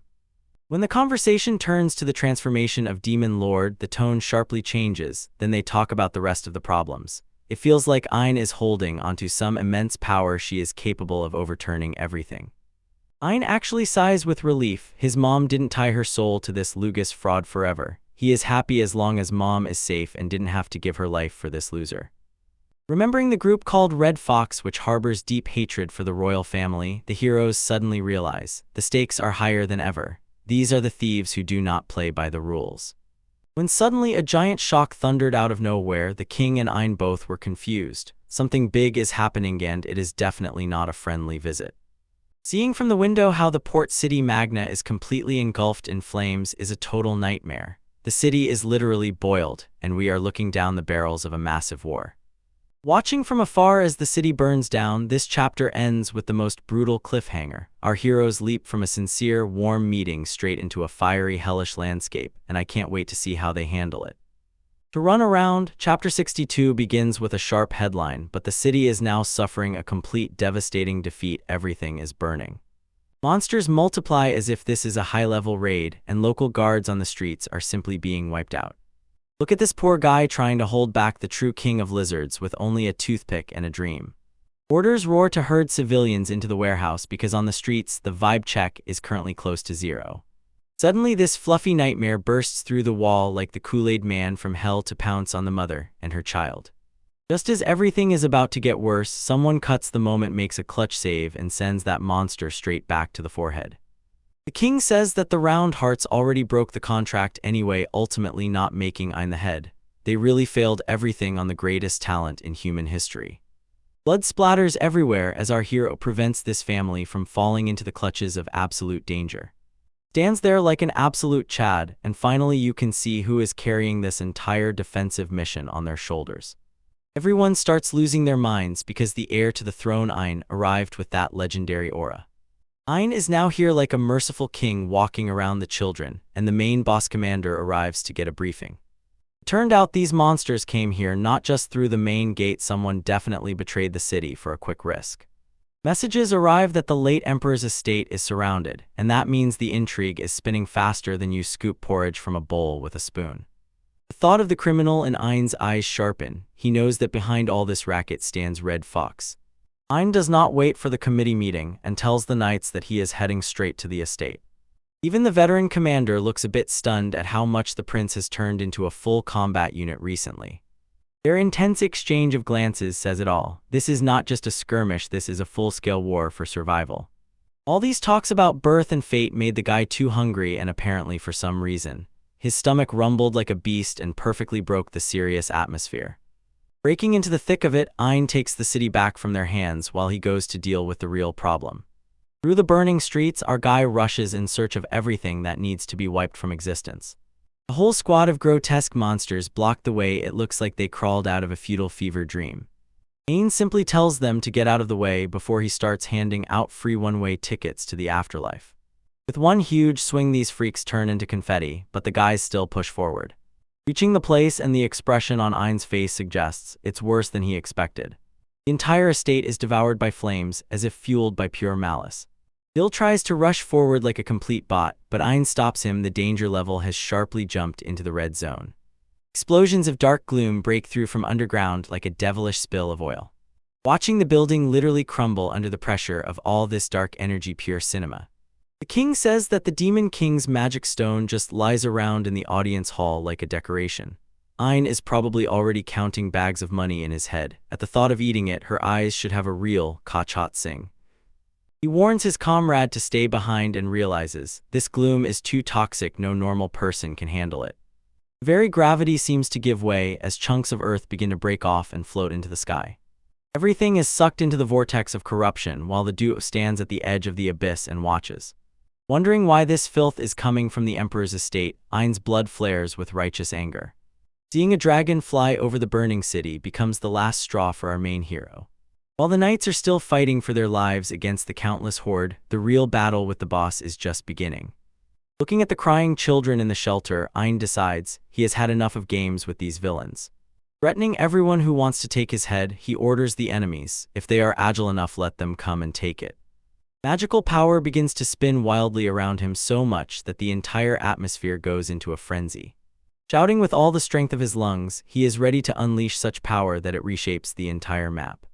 He can't believe that the first Demon King stone just lies somewhere as if nothing. It's like holding a nuclear warhead as a paperweight. It's just incredible. When the prince decides to drop the ultimate magic nuke, a giant pillar of light bursts into the sky. Waves of ice begin to freeze the ocean itself, while the temperature falls to absolute zero in an instant. All nearby monsters instantly flash freeze into ice candies, not even blinking. Even the great dragons turn into statues due to the insane demonstration of elemental dominance. Snow begins to fall over the burning city, the fire literally suffocates from the cold and goes out. Everyone looks up in surprise as in a matter of seconds the hellish darkness turns into a winter fairy tale. Tectonic ice shard looms over the city, a tree of ice demonstrating a power impossible even for a mortal. People point fingers and stare wide-eyed because they know their prince has just performed a real miracle. Holding the sword very close, Ein looks as if he has just endured the most exhausting training of his entire life. With the last word, he commands the evil to disappear as the magic finishes its work. Kadma warns, stay away because if you get hungry and the instinct kicks in, you might accidentally get sucked in. Imagine the chaos if he calmly absorbed the Demon King's power during lunch. Watching the flames die out under the falling snow is, honestly, the most pleasant sight in the world. Freedom finally returns to the streets. Townspeople realize that this nightmare is over, at least for now. Rumors spread instantly. They say the crown prince is like a god walking among people. Kneeling on one knee, Ein admits that he boiled over, a bit after pushing his manners too far like a madman. Bill tries to make him rest, but the prince has the same non-stop, no days off mode and is not going to stop. Even exhausted, he charges forward in search of any monsters still left because the work is not finished. Standing under a huge ice tree, we see a mysterious figure just relaxing as if he owns the place. This guy starts laughing like a typical anime villain, one who is waiting for this very moment. He is almost choking with excitement. Ein's power is actually many times greater than anyone could have ever imagined. They start talking about the first king, the true rider and champion of this world. Ein listens as if hearing about a living god among people. Our bro literally licks the snow because he needs some magical power, and honestly, it's very crazy and creepy. He talks about opening the prince's body and cutting it out to study it, and this guy officially has a certificate for being a fool. Every creepy thought that flashes in his mind clearly shows, from now on, he is the real threat. Trader Parobiaka begged him to fulfill his part of the deal, looking like a complete smartass for his own safety. Look at the back of his head and you can immediately see, this villain in glasses has not a shred of compassion. He smiles as if he is a normal guy and thanks the traitor for being such a convenient tool in his scheme. Explaining that the deal is basically zero and nothing, he tells how the traitor's family is definitely not safe. Removing the mask and showing that he is the legendary researcher Oz, he proves his trust was just a well-thought-out lie. Flying right into his face, Oz explains, the pacts continue until one side stops breathing. This is a huge red flag. Grabbing the man by the head, the researcher begins to do something that looks incredibly painful and dirty. Screams tear through the air as dark energy starts melting the boy's face to the core, and this proves that Oz is pure terror. Our guy is inspired. He clenches his fist and in it is the same legendary energy of the protagonist. He wants to be strong. He wants to become the next great legend to be recorded in history. He steps back while the man turns into a puddle of goo, and Oz bids him a cold farewell as if it's just another Tuesday. Making his way through the grass, this mad scientist is already planning his next strike against our heroes. Telling his own twisted story, he says there is still one chapter left to unfold.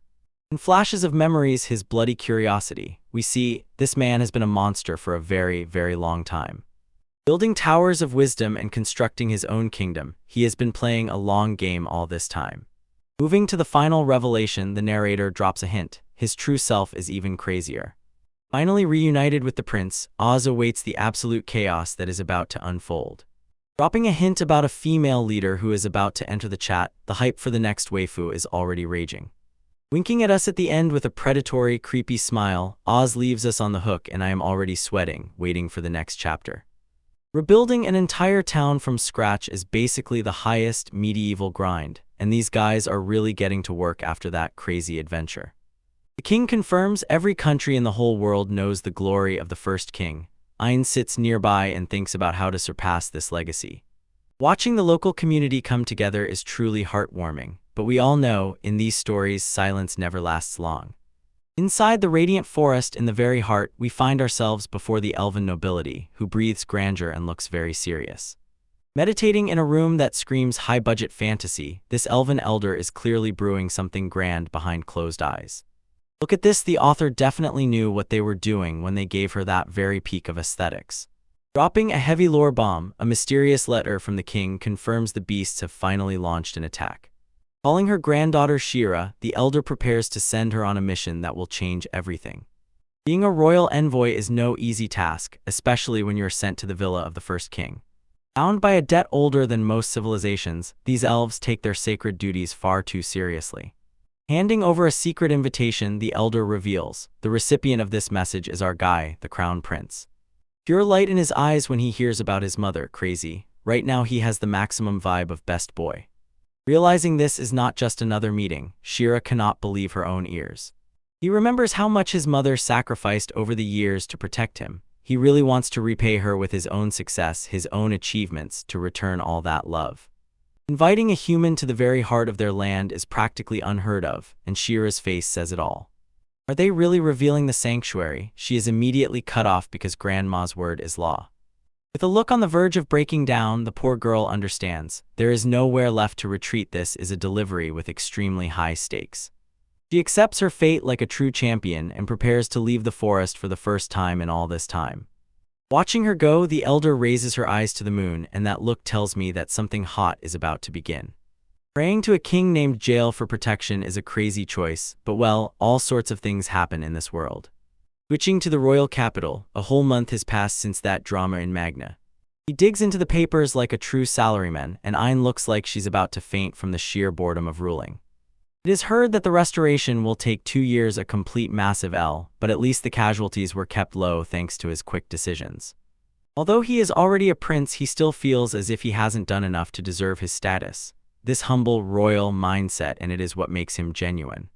Blaming himself for the lost lives is a classic move of the main character, but bro has to understand, he is already doing his best.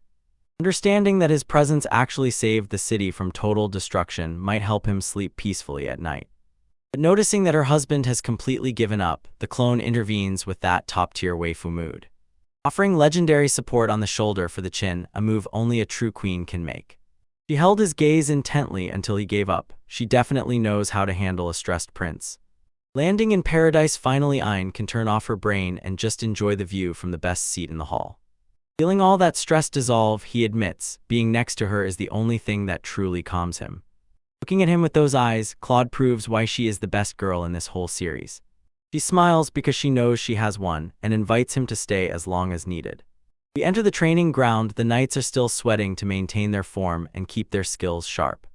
He wants to show the open hearts exactly what they threw away when they treated his mother so badly. Revenge is a dish best served with crazy magical powers and a royal crown.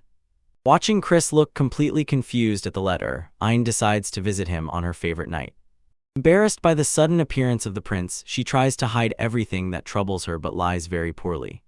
Asking what is in the letter is a bold move, but Ayn has the same natural curiosity. Trembling with shame, she finally admits, a childhood friend is coming to visit the capital.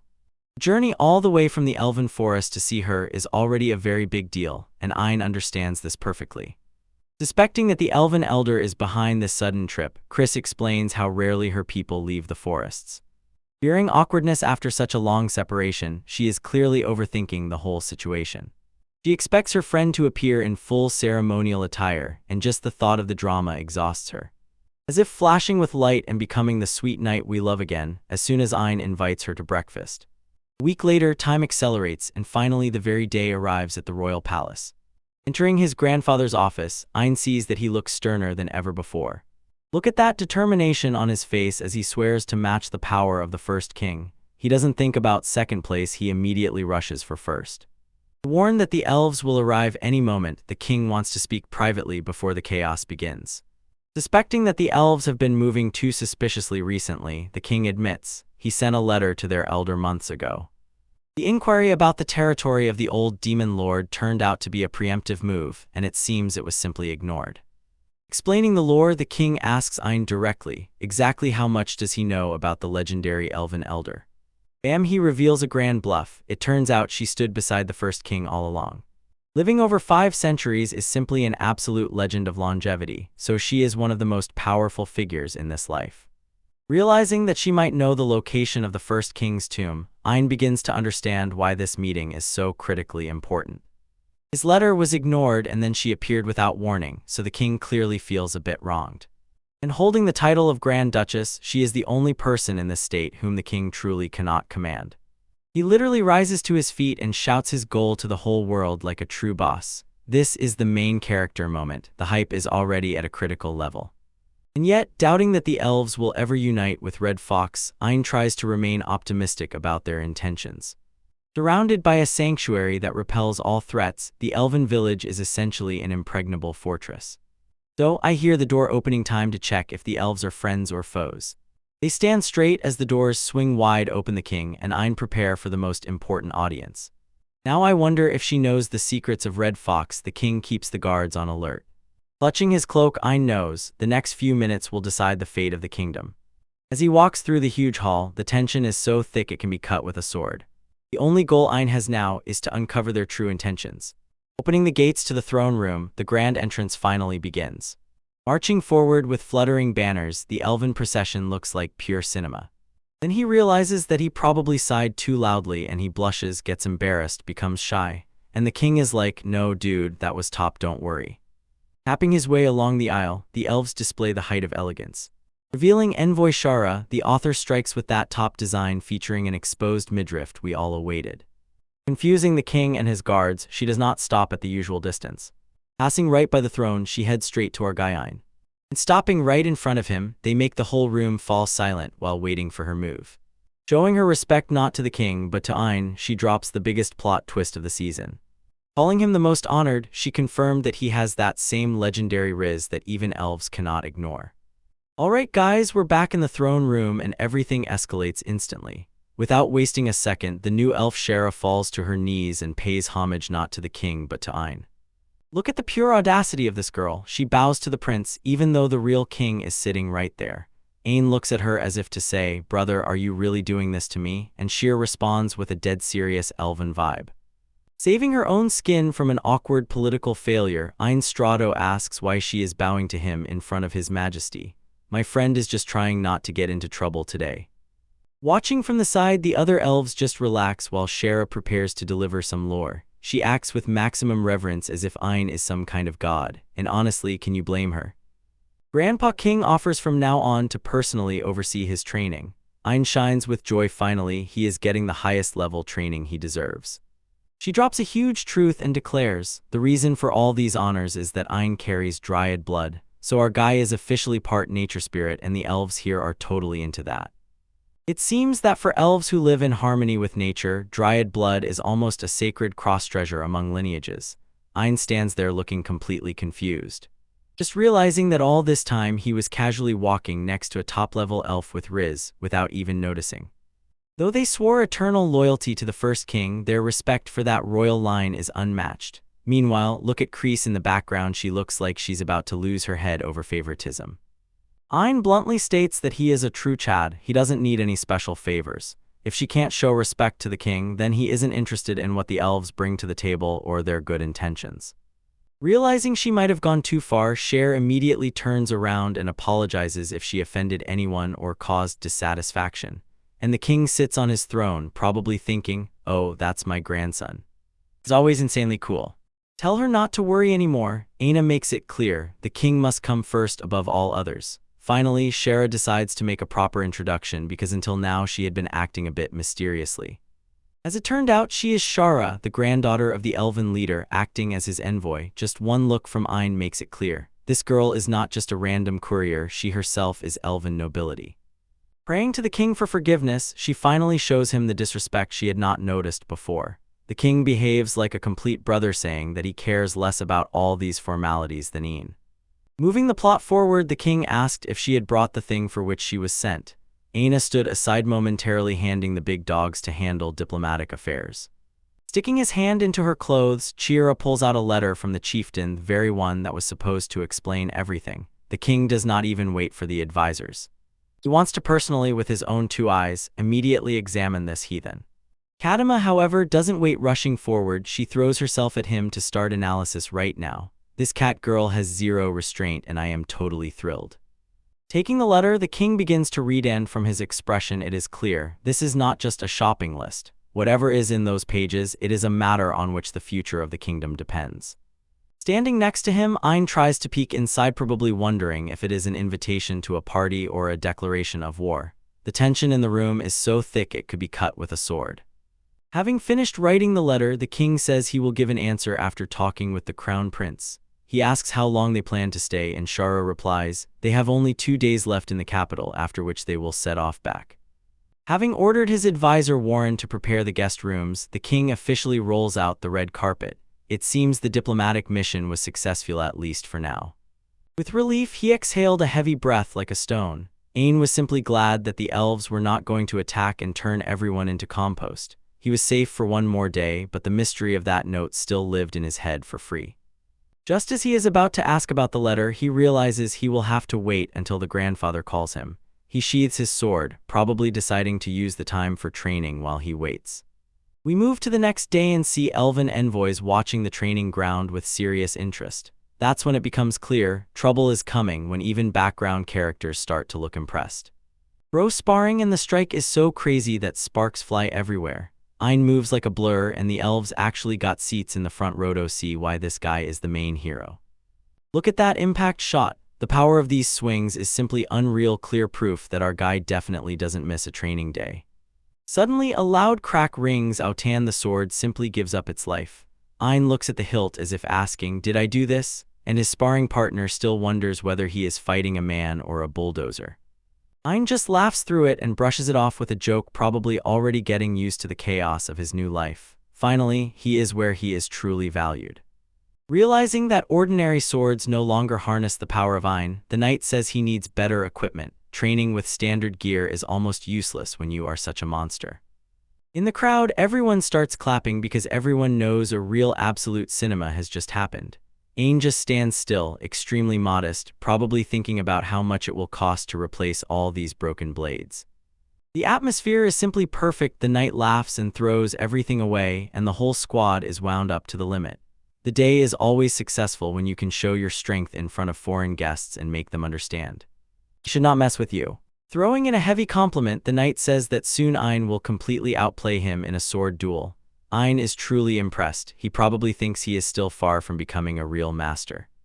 He admits his own techniques are already starting to melt away. The knight understands there is no one left to teach the boy, and he himself has no time left. He begins to recall the legendary fencing of someone from the past. Remembering Chris's older sister, the knight casts a serious look on his face that immediately shows she is on a completely different level. Ein is all attention because any mention of a top waifu with god-tier skills is a win in his book. Winkand Ein recalls a lavish meeting with one person. While trying to stay calm, he does not reveal where he got the information. Look at this, Winkand, the memory from the past simply bathes in life. Talking about Chris's sister, Celestia Nodono, the knight admits she is the only fencer he has never managed to land a single hit on. Imagine being so skilled in the game that the royal top knight can't even touch you. Look at this silhouette, a real machine that will immediately send anyone to the lobby. If you lose sight of it for a second, the next moment it is already bombarding with strikes from all sides. He says even hundreds like him would not be enough to defeat her. Having dampened the mood with that huge pathos, he then sends Ein to the bath and orders him to relax before his daytime duties. The king watches him leave and thinks about how much Ein reminds him of the legend himself. The anticipation hits like a truck head-on, and I am already ready for a time skip.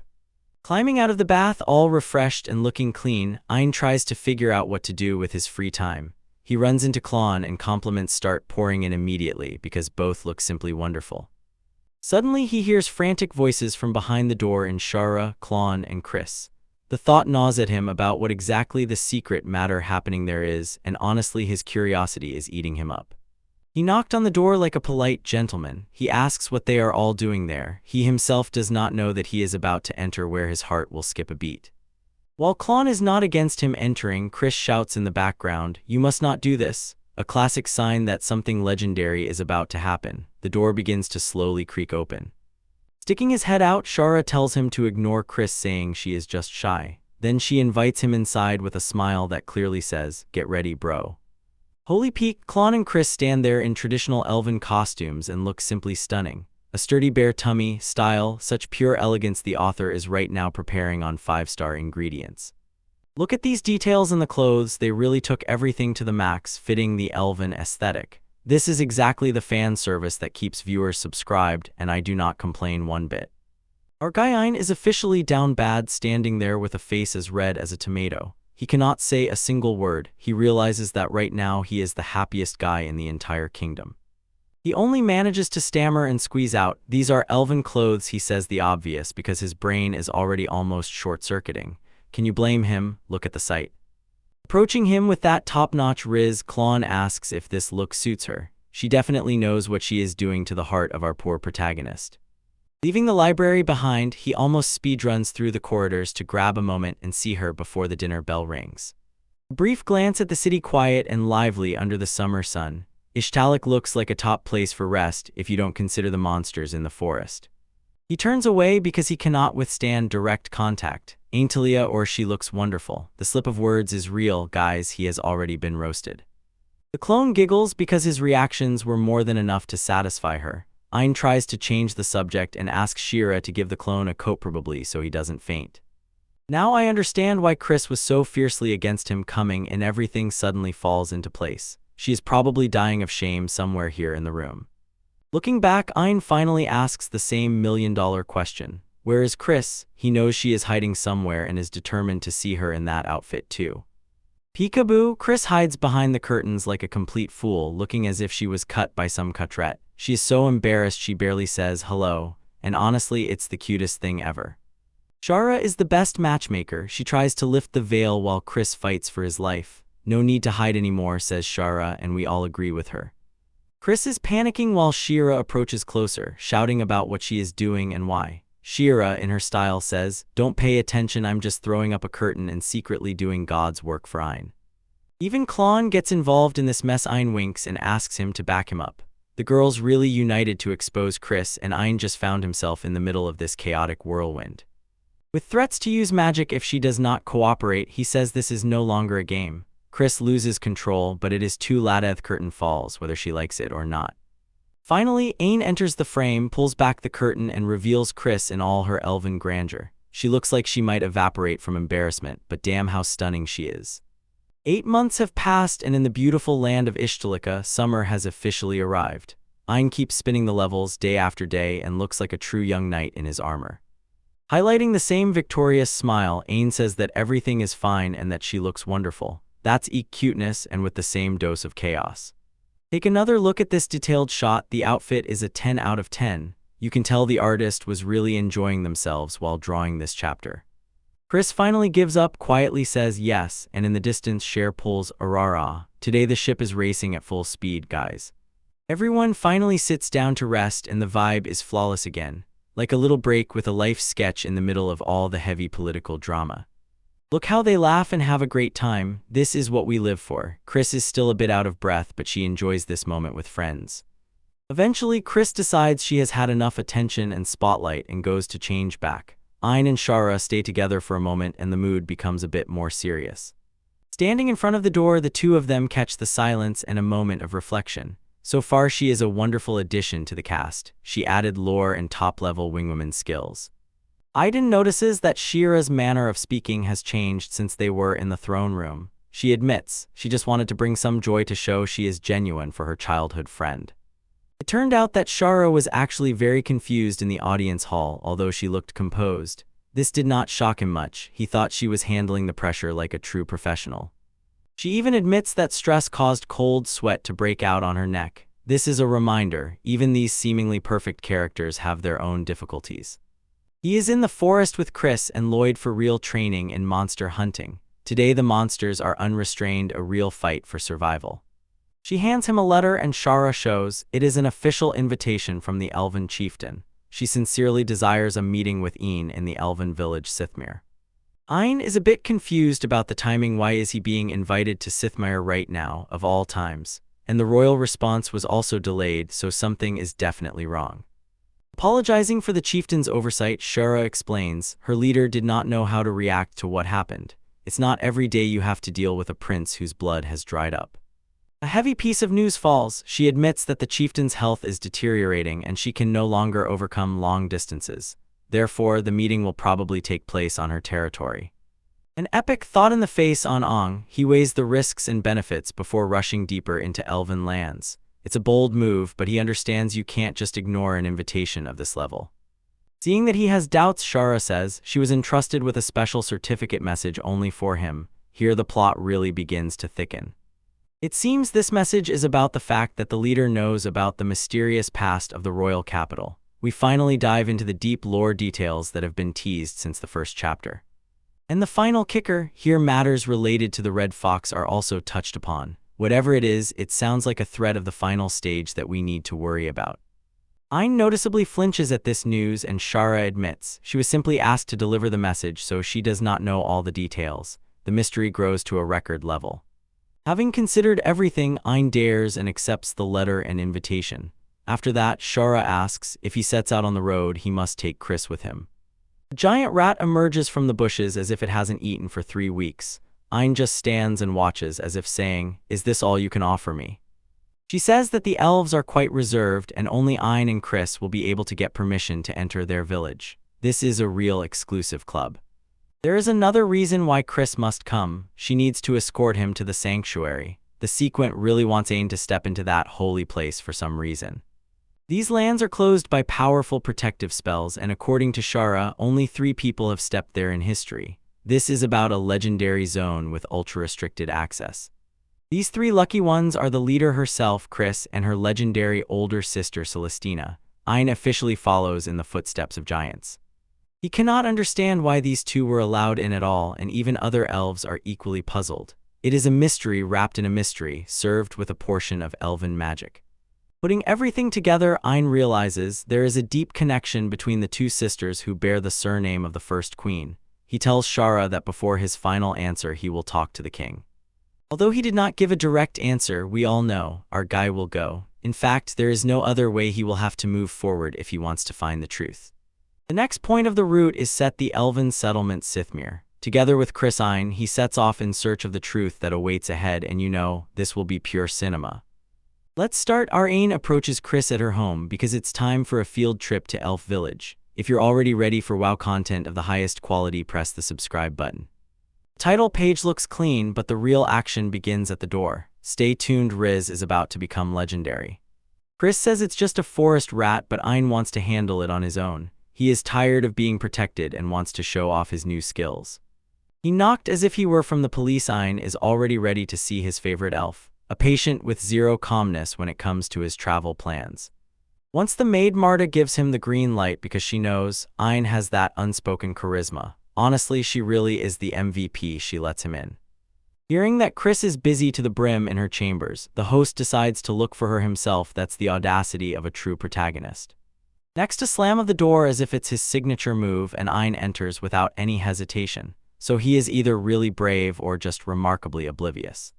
Footsteps approach and someone shouts that they are coming. You can guess what kind of fan service is about to hit us. Sweat pours down because Ayn has spider-like senses. He is worried about what is hiding behind that corner. His face says it all, guys. Oh my dear God, look at the screen right now. This is a classic trope with the guy's shirt and Chris looks like a true goddess. Peak fiction, no joke. Bro completely burned out. Look away faster than a speedrunner because he's totally weak in the knees. We've all been through that. Hang in there. Convincing him to wait, Chris blushes even more than a tomato and promises that she will change. She is as embarrassed as he is. Later, sitting on the couch, the awkwardness is so thick you could cut it with a sword. They both let off steam like 2 radiators. The rat hisses and is about to pounce, but it doesn't realize that in front of it is a protagonist with a cheat code. This will be total extermination for the poor creature.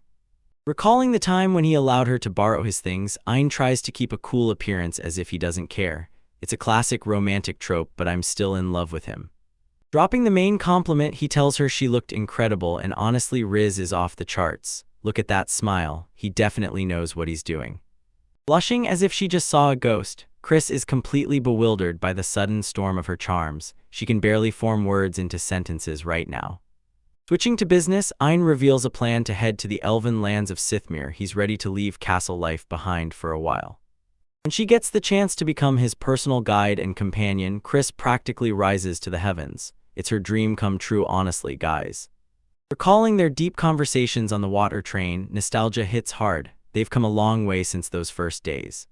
All those nights while he was being heroic, prayed for his safety, and now it finally pays off. This time she won't be left behind. Clenching her fists until they hurt, she feels no more hiding behind. The determination is real. Seeing that smile is pure medicine for the soul, guys. Chris is happier than ever before.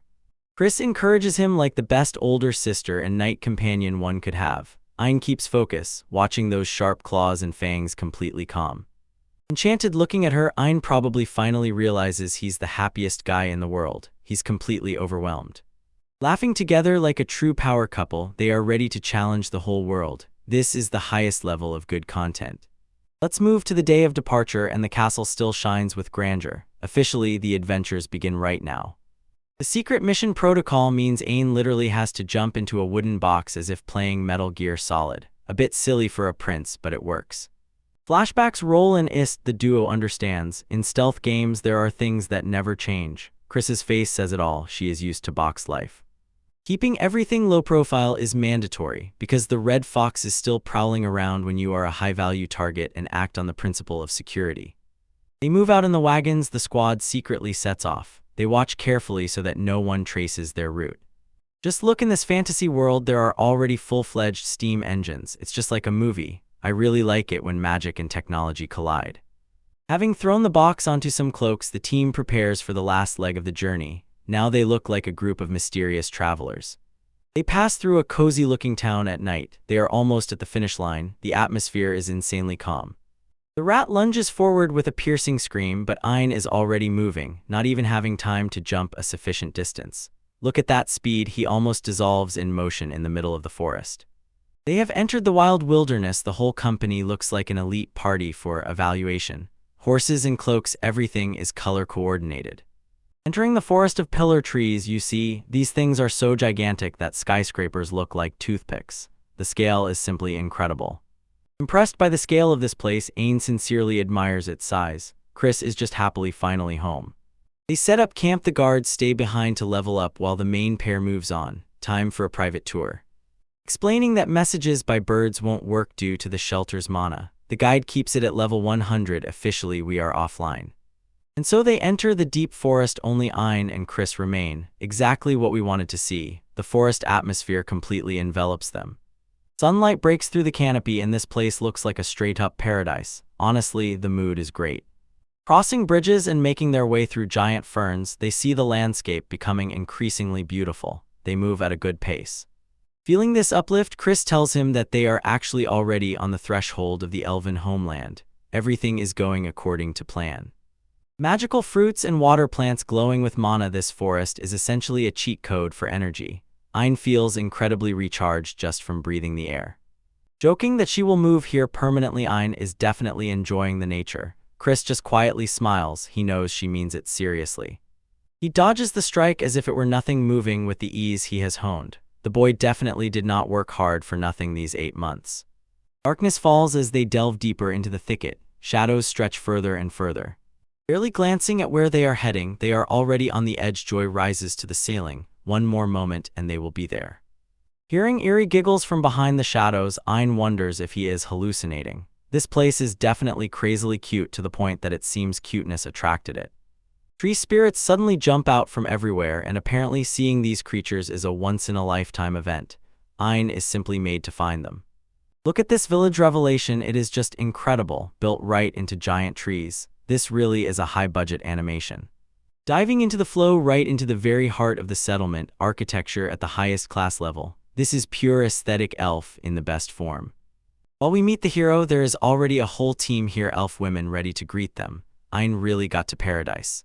Bowing to show respect, these elves know Ayn is a certified legend. Their hospitality is on a completely different level. Eating with Shurasan, the greeting is as warm as possible. Ayn is already ready to rest. Feeling that something big is about to happen, Ayn keeps watch while the spirits laugh incessantly. I sense now everything will go awry. One precise cut and the rat is already completely roasted and sent back to the lobby. Ayn just stands still as if it were a minor inconvenience for his day. suddenly throws towards the kingdom of Haim at August's estate. Everything has become much more serious. The mood shifted a full 180 degrees. Elena returned home but looks even more exhausted than a student during exams. Balance between work and personal life seems out of the question for her. Checking mail, her brother gets a letter from Klon. They say it's good news. At least something is finally going right. You sit down to read, and these home vibes are like a breath of calm after political drama. They just want a quiet, peaceful evening. They hope for a quick meeting. They really need the whole squad to gather again. It's a poignant, bright moment in a dark world. Bombshell news drops. The report is laid on the table. Elena exposes a new incident shaking the entire kingdom. This article didn't last long. The 8th victim was kidnapped, and this time it's the Count's son. This kidnapper moves like a ghost. To accuse Ishtalika in this mess, the local nobles are clearly swallowing a lot of copium. They are just looking for a scapegoat. I wonder how Prince Tiger is doing. They are grinding through all this dirty political chaos. Everyone is tense to the limit. Large, looking at the royal brothers, one is a complete degenerate running around brothels and the other is locked up at home. The future of Haima looks extremely bleak. Fixing his collar because he needs to look flawless for the main lady in his life, he politely knocks as a true gentleman should. But he doesn't stop there. He goes on and cleans out the rest of the monster pack. Right now there is a real slaughter in the forest. He knocks them all out as if to zero. The leading candidate for the throne is Tiger, but even he looks as if he is squeezed somewhere between nerves. A heavy head to wear the crown, probably. Breaking the silence, someone enters the door and starts banging on it as if it is a real emergency. The tension is through the roof. Announcing the news, the messenger reveals the second prince has been killed. This is a shocking plot twist that will leave the entire kingdom on the brink of collapse. We start with home comfort. A nice guy watches as a girl cooks as if she has caused a real commotion in the kitchen. This dish soup just begs for a cold night, and right now those homey, cozy feelings are off the charts. Boom, a sharp cut, and at night the castle. It is definitely not cozy for the royal family there. Look at these funeral preparations. They went all out for the slain prince who was just sent to the lobby. Realizing that his child was baked in his own room, the king literally sobs and goes mad before everyone's eyes. The way the brothers look emaciated and depressed only shows how terrible a disaster this whole situation is. Mustache Chad Logus steps forward and asks the guards what they were doing, and the news turns out to be even worse than we thought. Look at that mountain of monster corpses. He created it in a few seconds. Ein stands on top like a true boss, and Lloyd just laughs. Memories show the entire team was destroyed without any exception. No witnesses remained. During the debriefing, Logus and Chris look absolutely exhausted because of this giant security system. Using her great mind, Chris wondered why the operation targeted the second prince and not the king or the stronger heirs. Desperate to find something to hold on to, the king pokes Ishtalak with his fingers, but Chris immediately cuts it off.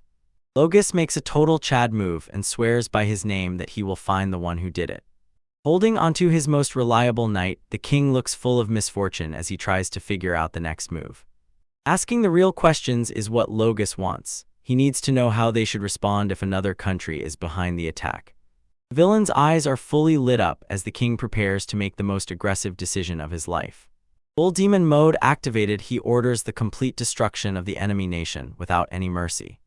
Handing over the keys to the entire army, he ordered Logus to go out there and take that revenge.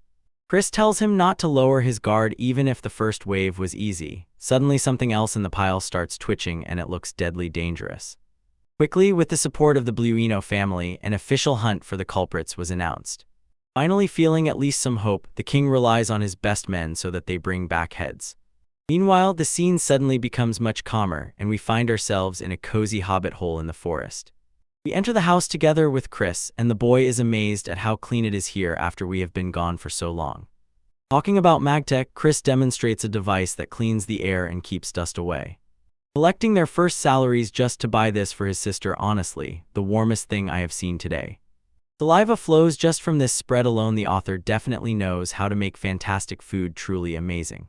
The decision to stay at home instead of the chieftain's residence, a smart move to keep everything quiet and without unnecessary noise.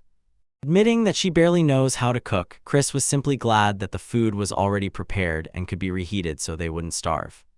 Settling into his royal-style look, the host finally looks like a crown prince the way he was born to be. Ein releases his phantom Hondond. It looks terrifyingly deadly and at the same time incredibly cool. Like a shadow whip, it simply cuts through everything it touches. They approach a huge forest temple. The team prepares for a meeting that could change everything. At the entrance, two elves are waiting so serious, as if they take their work way too seriously. A large guard standing on duty says the leader is waiting, but you can see on him, he is about to start hating. Approaching Chris without any hesitation, Cyrus arranges a full moment of vibe check right by the door. Cyrus really has the audacity to demand the crown prince's weapon before letting him in. Not intending to back down, Chris makes it clear to him, the rules for commoners do not apply to the main character. Writing mockery over the royal hierarchy, she reminds everyone that only the king can give orders to our guy. Releasing tension by descending the stairs, it is visible, a fight might break out in the corridor at any moment. Shira bursts in to stop this madness and tells Cyrus that forcing his traditions in front of monarchs looks very bad. He waves that thing like a true professional. In seconds, he clears the entire area. This Dullahan power is really broken, and I need it in the video game. Seeing that he is about to be roasted for stubbornness, Cyrus finally gives in and lets them pass. Walking through the mansion, the bright architecture simply breathes a high-class fantasy atmosphere. Apologizing for the inconvenience, Shira tries to smooth the situation, while Chris remains on guard. Everyone seems to hold their breath as soon as they reach the inner chambers. The wave of excitement at this meeting reaches a boiling point. Breaking the ice with small talk, Shira mentions how deliciously good wood smells in the mansion. Immersed in the forest atmosphere, our MC bursts into a smile, one that probably leaves both girls head over heels. Reaching the last set of doors, the group stops to prepare for the big event.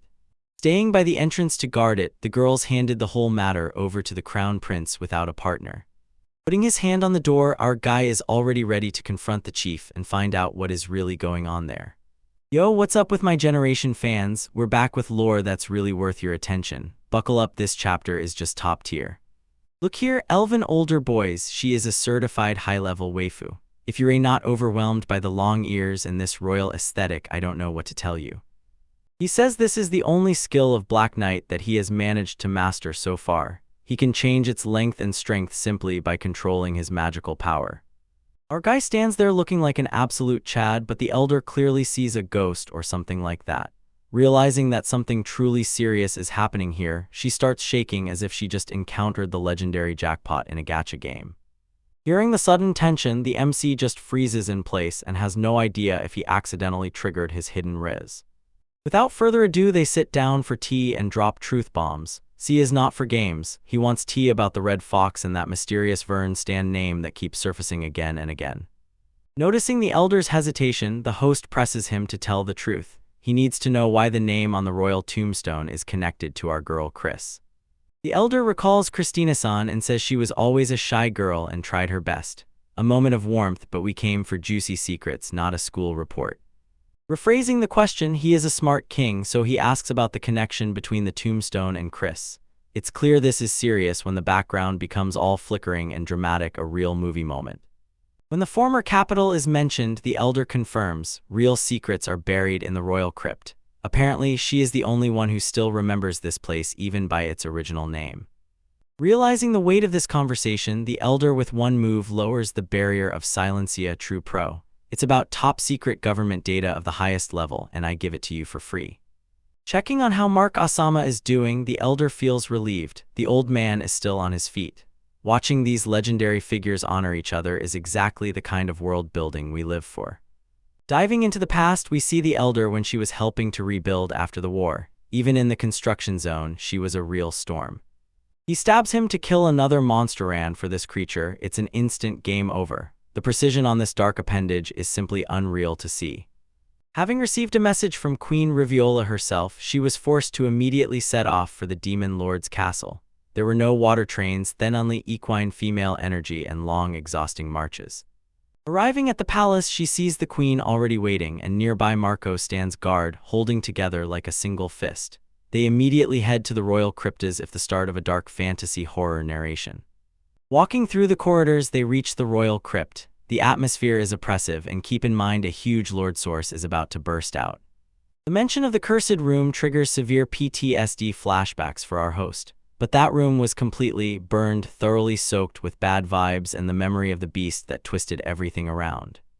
Entering the sanctuary, the elder explains how the barrier protects the people of the former capital. This is a sacred place, but inside you will find no peace.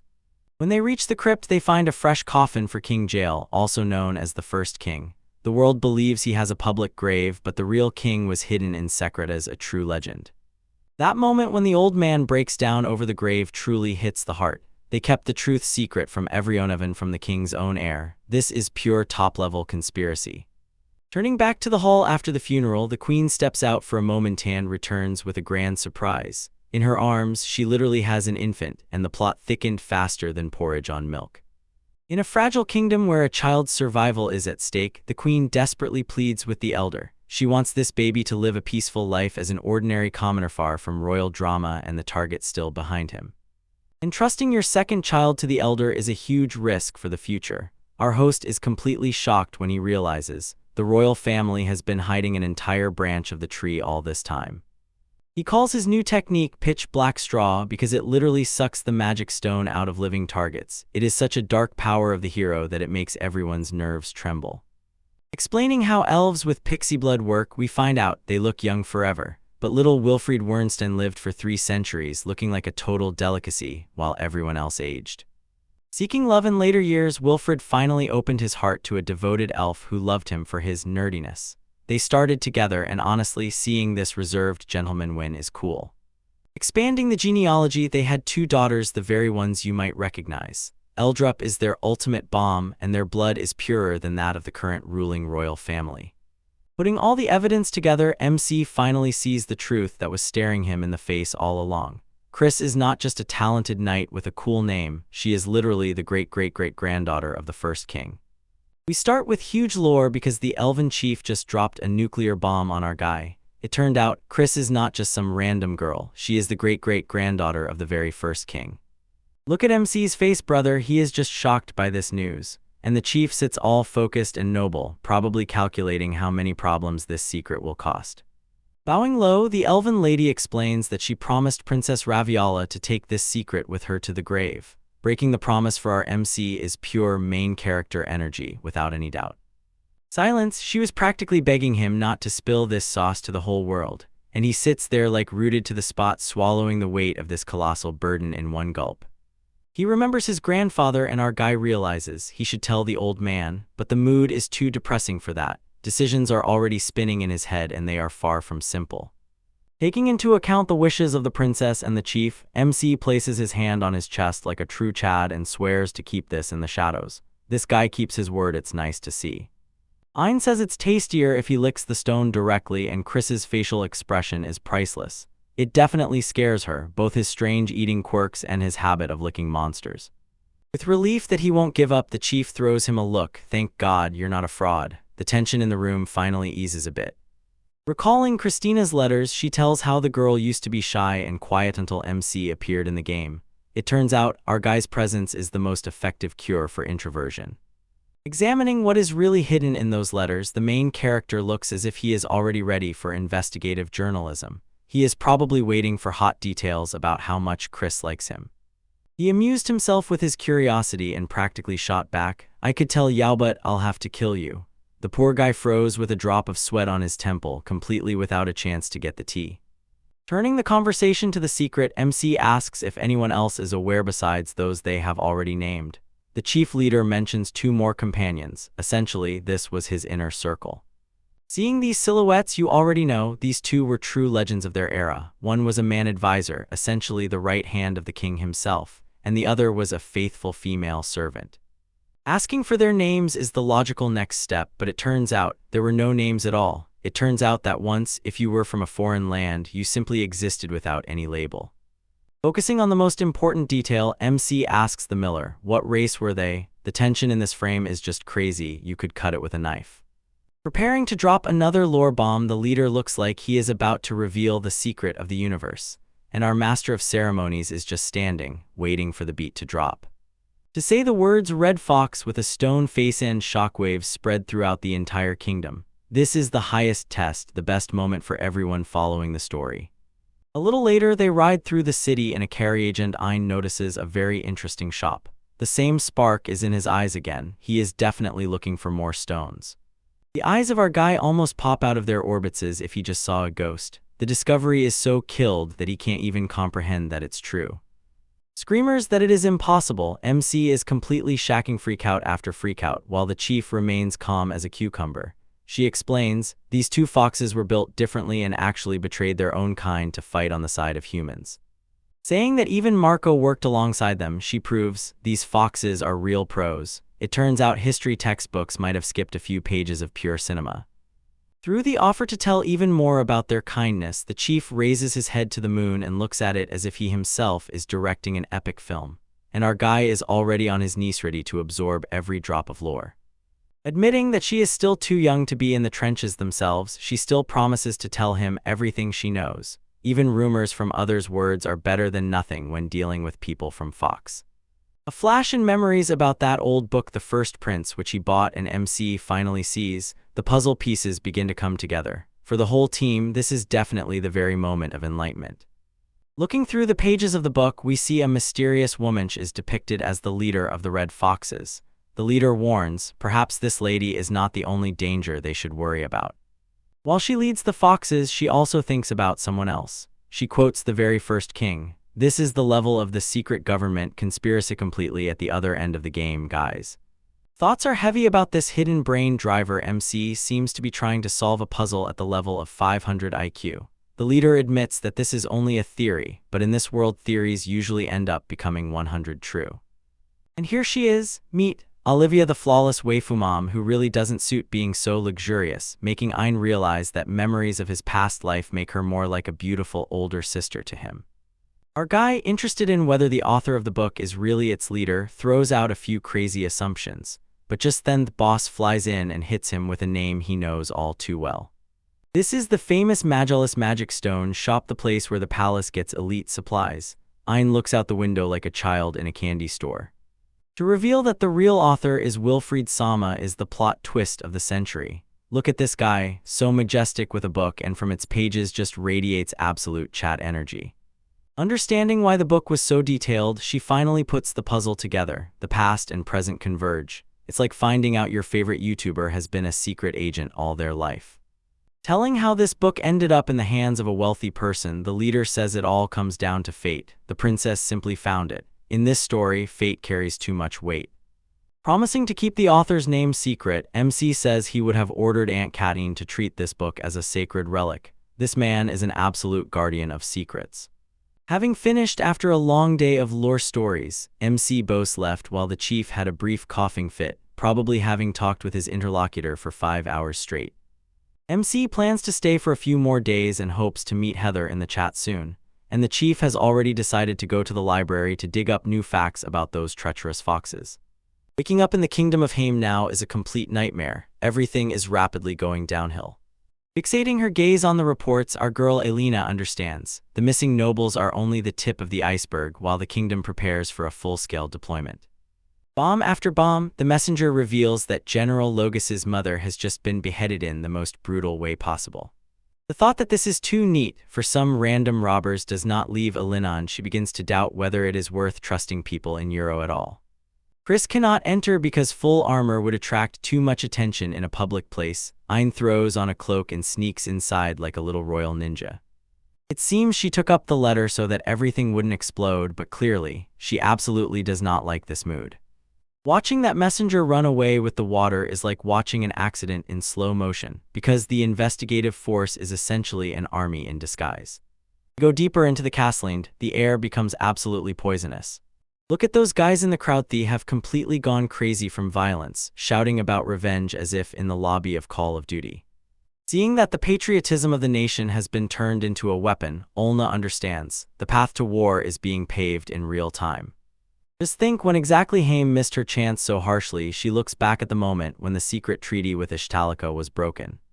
We cast a glance at the golden times. We see the Crown Prince and Olivia Sama, who were essentially the highest power couple until everything went awry. Seeing the Roundheart family in the very center of this chaos means one thing: Haman and Talaka are now officially ops. Looking at the map, it is easy to understand. Haim is trying to carve out the path of the main hero and seize power over the entire continent. And these two kings, standing against each other, are about to turn the whole world into a grand battle royale. He quietly peeks through the door and sees a very exquisite, even precious interior. Inside, someone is already waiting for him, a real character with personality. Analyzing the hits, Elinor Gale saw, ISIS is not just an ordinary group of killers who could do such a thing without ever coming under surveillance. Suddenly she is struck by an epiphany, her eyes open wide, and the pieces begin to come together into a single whole. Recalling a specific Aikido martial arts festival, she remembers, there is one absolute monster there who fits the description of a god-level killer. Defeating the general several times is a feat that only one person can claim, and he is not from this kingdom at all. Standing tall with that legendary aura, Edward from Euro makes contact as the prime suspect. Momentarily doubting her own theory, Alina tries to cope with it, telling herself it is just a crazy coincidence. Retelling the conversation with Prince Tigray, she recalls how Lady Shen was overly interested in sending messages to Euro. After these plans, she is hit by a terrible headache and the girl realizes the betrayal may come from inside the very house. Linking Shannon with the Roundheart family means making this whole story look like a grand production. Meet the shopmaster and see what a stunning, luxurious, and ostentatious appearance he has. He is covered in jewels and has so much confidence it could power an entire city. Knowing that the king is a complete chatterbox and cannot keep his tongue behind his teeth, she decides, in the throne room, no one can be loyal to her. Looking through the window at Prince Tigger, she realizes, the time has come for a serious conversation with the only monarch who is not a complete mid. Catching the prince sprawled on the sofa like a true brat, she crashes into his dream because this is an urgent matter. Demanding full attention, Alina lays out the facts about how much the kingdom is already overcooked. Agreeing that the logic is flawless, Tigger suddenly understands. Around him are snakes and false friends. Deciding to act alone, Alina announces that she will go to Euro to deliver the message personally. She smiles as if it is ingrained in her from a different dough and tells the prince that she will handle the danger despite his protests. She gives a deliberate paradox. Tiger says he will not let her go alone and will take personal security with him. Supposing that it is too risky for a royal person, Alana encounters a sharp no. She is stopped because the prince has snapped, tired of playing it safe.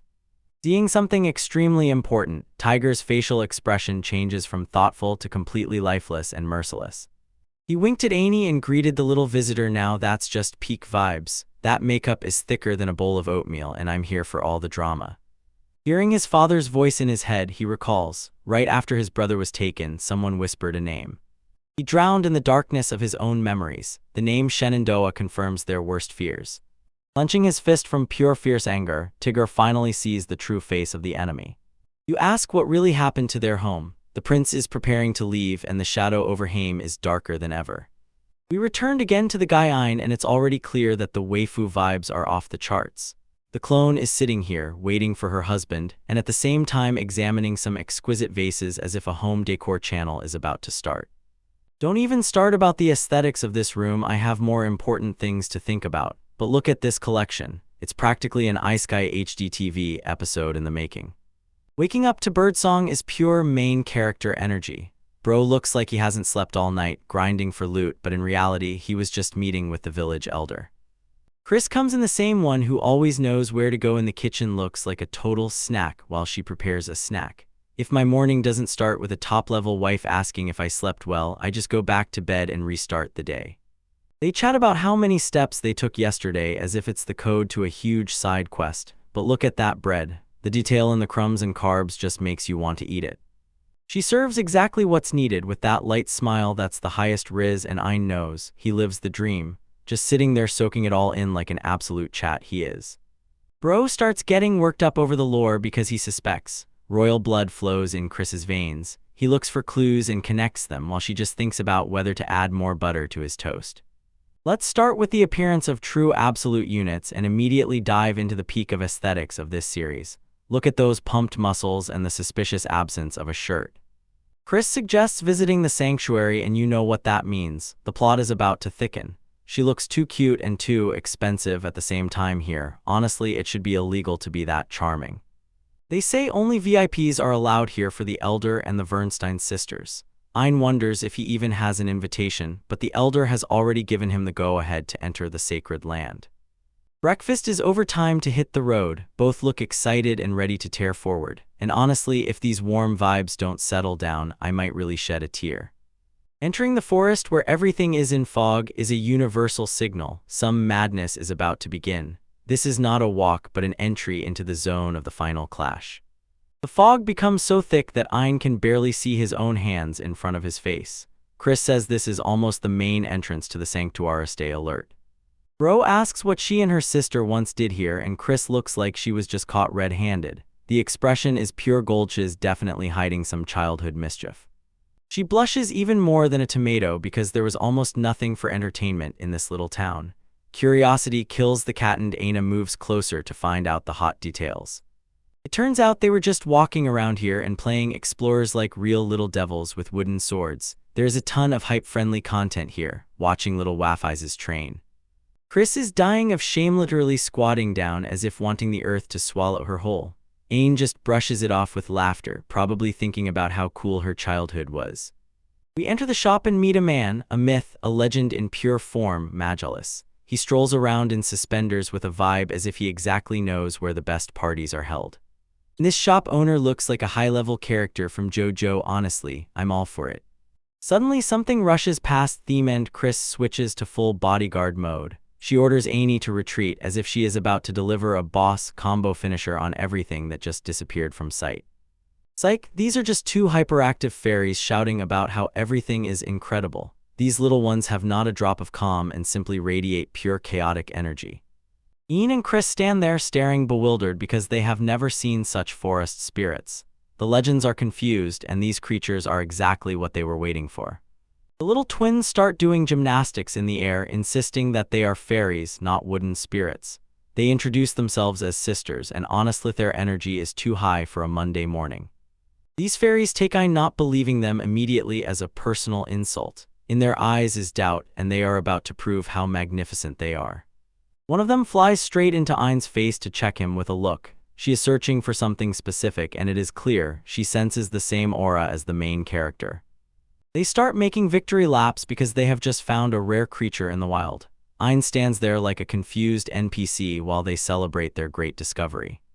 These fairies, without any restraint, start asking if his parents are as strange as he is. Brode has a huge vein bulging on his forehead because they are seriously digging into his family origins.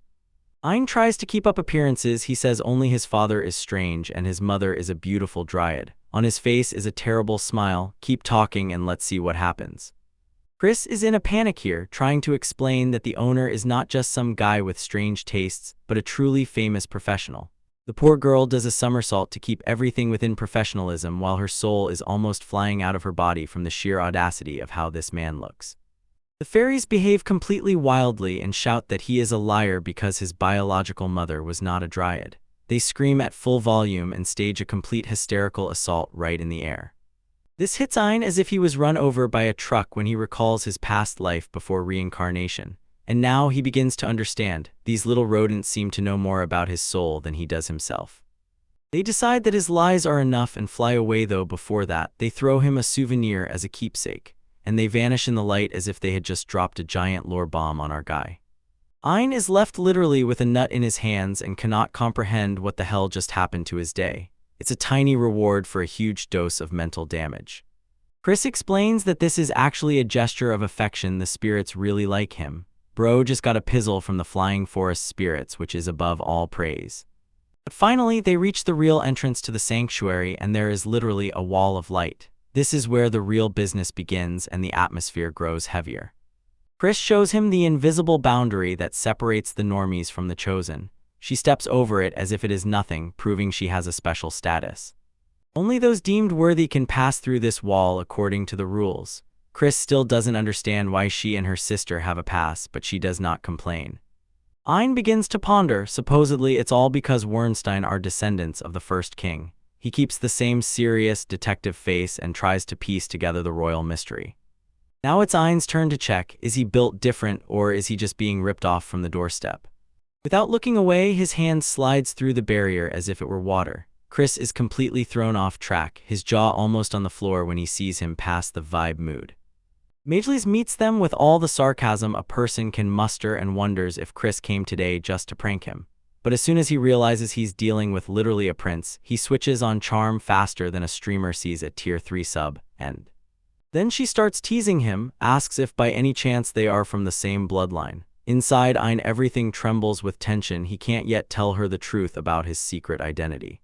They walk together and the world around them begins to distort. This is the transition to the secret level and the hype is already reaching a boil. The fog begins to clear, revealing the true face of the sanctuary. From Ein's expression it is clear. He was not at all ready for what was hidden behind door number 1. Suddenly the colors of the world disappear as if someone turned on the grayscale filter. Everything becomes dull white and Bro is really worried about his sight. Look at this landscape. Here are giant waterfalls, ancient columns, and a bridge as if built by the gods themselves. This is real cinema. The background artist really gave it there all this time. They stand in a world of black and white, looking up at the vast scale of the sanctuary. This is the top of the arch, and I am 100% in the worst position because of the secret that probably awaits them above. Look at these giant rock masses, dude. Our Ein and his knight waifu Chris are driving right to the heart of the sanctuary as if everything here belongs to them. Chris wants to start from the bottom, probably to spend more time with her man. Realizing there is no other way and he has to be a gentleman, Ein suggests taking the scenic route as if it were a date. Ein is just a little guy looking for shiny stones to gnaw on, and he isn't even fazed by the owner's mood. The wanderer is set on work and wants to see what magical feast this shop serves. This girl just said she will find him anywhere in the whole world. Her devotion is off the charts, but just wait until you hear what cheeky trick she plans to use to do it. Ein is quite understandably skeptical. It sounds like a cheat code for the main character. He is asking for the secret sauce, which, as he sees it, Chris is holding onto way too proudly. Bro, she literally said that his scent leads her. She's completely worn out, tracking him like a bloodhound. This is the pinnacle of internet culture. The confident homegirl gives him only 3 minutes to hide while she closes her eyes. Touched by the fact that her nose is targeting him, Ein still accepts the challenge to check if she really is that good. Standing on this bridge, our protagonist tries to figure out where to hide from his personal stalker. At first, he considers the lower part, but suddenly notices the heights and changes his plan. Forget about climbing the stairs like a normal person. He heads straight to the rocky side, grabs his thing with the shadow tail, and starts climbing the wall like he's playing Assassin's Creed. Using powers to simply bypass the entire map, that's an extremely cool move. However, he hacks the level, passes through its design, and looks for the perfect spot to ambush her. Reaching the top, he finds this luxurious terrace like a 5-star restaurant. The local waiting looks like a way to spend his 3 minutes of freedom. Look at this view. The background illustration is just absolute cinema. Ein indifferently relaxes near the waterfall, probably thinking how lucky he is. Such a cute knight follows his scent. A deep lore warning ignites. He starts guessing about the first king and why this place was built at all. He rethinks there are not only monsters here, and he already knows somewhere behind a serious secret is brewing. Sitting like a boss and already estimating that she'll need 10 minutes to find him, he clearly underestimates the power of a woman guided by her sense of smell. Boom, she's already there. Chris literally leans over the railings behind him like he's about to give him a stealth takedown in Warzone. You are immediately drawn into first-class hugs and you already feel the vibes in this room are perfect right now. Seeing interest in the guy, Majlis catches the same look in his eyes as if he found a like-minded person. He is ready to become the best friend of our protagonist because, it turns out, his hobby eating expensive stones is very cool. Realizing he was found in record time, Ein shakes to the bone. She takes a shortcut, knows this map like a gamer, and proves she has that same Riz tracking. Since he lost the bet, Ein says she'll do everything he asks as an apology. Look at her face. She definitely knows she pulled a huge W and is probably already planning the wedding. Saving this debt for later is a high-level game, showing that she is playing the long game. Her smile speaks for itself. She definitely has something burning in mind for our guy. Enough with the flirting, it's time to head to the shrine and see what all the fuss is about. They move towards the main goal and look like a real couple exerting authority. Approaching this huge dome, it is immediately clear crazy money was spent on the shrine. It is quiet here, and this usually means the plot is about to tighten. Inside, the architecture impresses. Those arches and columns are simply fire. Making their way through the deep dark labyrinths of the temple, they seek the legendary loot. Descending into the basement, they search for an entrance long bricked up. They realize, behind these walls, something legendary is hidden and it takes their breath away. Finally, they reach the boss's door, incredibly massive and completely covered with details. When you look closely at the entrance to the sanctuary, it is immediately clear it requires a high-level key. Chris explains that she and her sister tried everything but couldn't move this thing from its place. More locked than a Discord moderator's basement, this door has remained a mystery for years. As soon as the shopping spree begins, the owner throws a warning: don't touch the goods directly if you don't want to get burned by magical energy. Here it's all fun and games until the sea crystal decides to send you to the lobby forever. Noticing suspicious pillars on the side, Ainav is ready to activate the protagonist's brain.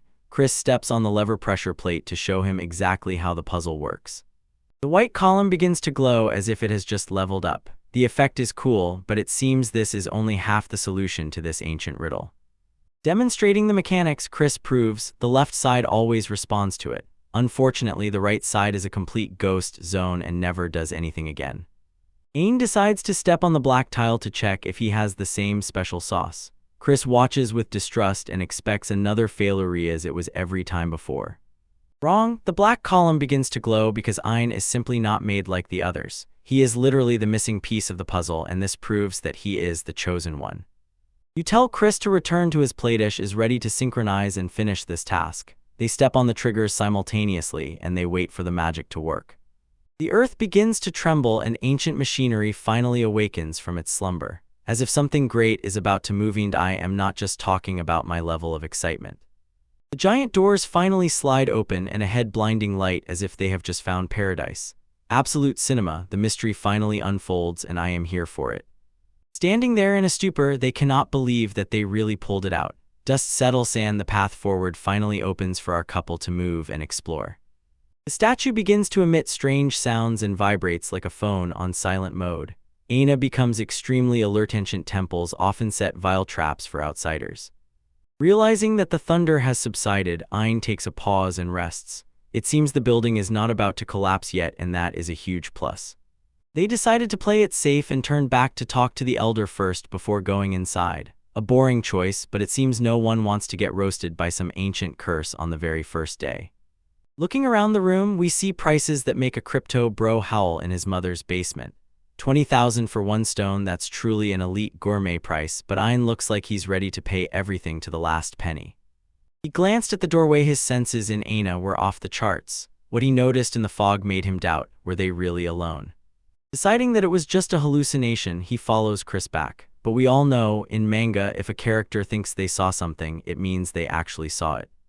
Look, the open door seems to be waiting for them to return and reveal its secrets. What legendary treasure or what terrifying boss awaits our guy inside?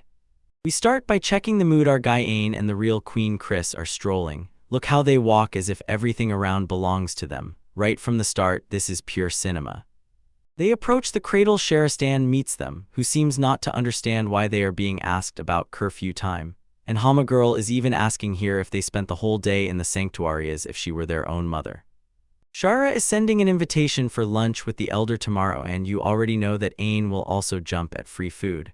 Bro tries to look calm and says he has a question, but we all know he is here just for the plot. Watching her walk away into the distance, you feel this is the calm before the storm. Too quiet, and in manga, that means everything is about to go awry. Chris now is a true waifu, offers to help with dinner because she is maximally based. Look at that moonlight in the sky, it gives crazy vibes, but at the same time screams that something is definitely not right. Waking up to the sun beating through the trees, at first everything looks like an ordinary day, but they have no idea the simulation is about to fail. Thanks to his specialized training, our guy can finally keep hunger under control and his brain doesn't turn to mush from the smell of this power. He notices a specific stone for 45,000 and thinks, what if this is just a stake in disguise? Suddenly Chris shouts the name Ain as if the world is falling into an abyss, and honestly you can see it all on her face. If your girl wakes you up with such stress, know this, you are about to be overwhelmed. Rubbing his eyes and not understanding what the hell was going on, Ain was clearly not the type to wake up in the morning. Chris almost forcibly pulled him out of bed because she had already noticed something that definitely wasn't on the menu. Realizing that the whole room lost its color, Ain looks at the walls as if he is in an old black and white film, which brings a main feeling of refuge without the "oh, cool, let's go on a date" mood. Runs outside to see what has been done. They don't even wait to put on their shoes properly. Chris is already reaching for the sword because she is constantly on edge and stays ready for anything that might come flying at them. Entering the forest, the whole world looks like a magical, feverish dream with flickering butterflies and strange lights. as if the shelter decided to expand its boundaries without any permission. Clenching his weapon, our guy is already ready to defend both his girlfriend and his own life. His stance shows tension. He is preparing for a fight with the boss, which hasn't even started yet. But seeing the locals frozen in time is a real nightmare. These poor elves are stuck mid-step, and even the fish in the water remain motionless as if they are playing a high-risk mannequin challenge. Realization hits them like a truck as soon as they see time has literally stopped for everyone else. Ayn and Chris move alone, therefore they have the same energy as the main characters, which protects against lag. When he opened the sanctuary door, Ayn thinks, could it be that he broke the world? While Bro falls into an existential crisis, the environment around him literally crumbles. Deciding that the Elder is possibly the only one who has the answers, Ayn points the way like a true leader. Chris stays very close because she is a loyal queen, and it is clear from her that she cares about the royal capital and is worried. You approach the old man's house. Tension is so thick you could cut it with a butter knife. They hope he's still ticking, but the silence is deafening. Mageles notices his sharp sight and confirms. This is a white magical stone, creature vivera, a white squirrel stone usually used to make the highest bets in a quartet of monsters you can imagine. Imagine being so in tune with hunger from a snack that you start identifying magical artifacts by their flavor profile. Finding the Elder frozen while holding a book is simply a tragedy. Even the mightiest in this forest could not escape the global pause button. Chris decides it's time to retreat, so she immediately rushes back to the capital because she worries about the whole picture. She yells at Ayn to move, but Bro hesitates. She can't just leave everyone behind. Ayn holds his position and reminds her that he is the crown prince, so he cannot just disappear when things get heated. He tries to be a child, but Chris only tries to keep him from ending up in the lobby. Grabbing his hand, Chris tries to resolve the issue by force, but Ayn stubbornly refuses to move. This is a classic safety via us duty, and honestly the drama is at its peak right now. Looking at the giant trees surrounding them on all sides, you realize they are truly trapped. Nature is beautiful, but now it looks more like a huge cage. An attempt to go beyond the zone ends with them running into a real wall of fodget does not let them pass. Even though the sanctuary is open, the exit is blocked, so officially they are stuck in this glitch. Planning to return to the sanctuary, Ayn thinks the answer lies in the source of the problem itself. Chris fears for his safety, but our guy is determined to fix the server. Recalling all the madness they went through together, Ayn Nen pulls out her trump card, full Riz. She extends her hand like a true Chad and tells her, as long as they are together, they cannot lose. As soon as she starts blushing, it becomes clear Chris is completely under the spell of this man. She tries to keep her composure, but the main character Riz is too irresistible to resist. Breaking her resolve, Chris slaps her on the cheeks to wake her up and get her back into the game. She was already tired of being a simp just for 5 seconds so that she could finally help save the world. Without any pause in his head, Ayn pulls the trigger and buys immediately. Chris is just shocked. Bro threw 30,000 GS faster than a simp donating to a VTuber. They tear the air with a scream that they are ready. The duo looks like they are about to drop the hardest album of the year. They are heading again to that giant structure on the hill to finish what they started. And approaching the huge gates, they look the same as yesterday, and this is truly suspicious. The gates just stand and wait until they step into the unknown. Noticing that the door does not even close, Ayn touches the post, checks if it will react. They understand, to find out for sure, they need to dive even deeper into the rabbit hole. Holding hands, they prepare to step over the threshold, and Ayn refuses to let her go alone. This is the maximum of romance and courage in one bottle, and I'm all for it. Entering the light is a smooth transition, like butter. You almost hear the boss's music starting to roll in the background. He suddenly widens his eyes and sees what completely blows his mind. Everything beyond this light is definitely not what he expected. They discover a huge shining hall as if it belongs in the palace of the god himself. The dimensions here are simply incredible. Our heroes look tiny, like ants. Noticing that the color finally returned, Chris looks relieved, no longer having to live in the north, as if they finally stepped back into the world in high resolution. To find a spiral staircase descending into infinity, Ayn wonders in surprise how deep this dungeon stretches. There are not even monsters here yet, and that honestly scares more than a horde of goblins. Looking down into the abyss, the pair understands they have a long road ahead. This is the very style of architecture that makes your legs ache even before you take the first step. Talking about his financial situation, Ayn admits that he recently received a huge monthly allowance from his grandfather. Chris understands. This tiny whale can't be stopped, so he just tells the owner to keep the prince's identity under the radar. At the bottom, the door opens and Ian freezes completely stunned by the sight. From the basement, they found themselves in a place that looks like the edge of the world. They open up towards a huge bridge in the sky. The view is pure cinematography. They walk along a path leading to gigantic gates hovering among the clouds. Standing on the platform, they breathe in the silence of the emptiness around it takes their breath away, as if they are standing on the very edge of existence itself. Leaning, Ian looked down and realized they were no longer on the ground. His mind was confused. A minute ago they were inside the sanctuary and almost in orbit. They see how the entire continent of Ishtar lies below and it really knocks you off your feet. Suddenly the star Ian becomes blurry and you already know, a memory will hit it like a truck on rails. He is struck by a vision of the past. He sees a man talking about how to build a new capital, as if he is watching the history of the world on a 4K monitor right inside his head. To witness how an elven girl cries thanking for being saved is the cruelest emotional blow. This vision shows him a deep lore history that most people would kill to learn. Moving on to new scenes with power and force, Ian tries to digest it all. He sees conversations and battles that happened long ago as if they are happening right now. Watching the war flare up between different races, the question why are they even fighting hangs in the air, a classic tragedy of history repeating itself while Ian helplessly just watches. Entering the huge library, he sees a man strikingly resembling himself. This is the Magna Villa, and the secrets hidden here can probably break the whole world. This shopping trip quickly turns into a full spending feast. Ian starts poking at everything in sight as if he were in a buffet. And Megalize probably already sees dollar signs in her dreams after the bill calmly reaches 100,000 GS. But the man says he has no choice, so he must fight with her is a huge cliff that holds on a hook. Who is she, and why does the brother look so devastated because of it?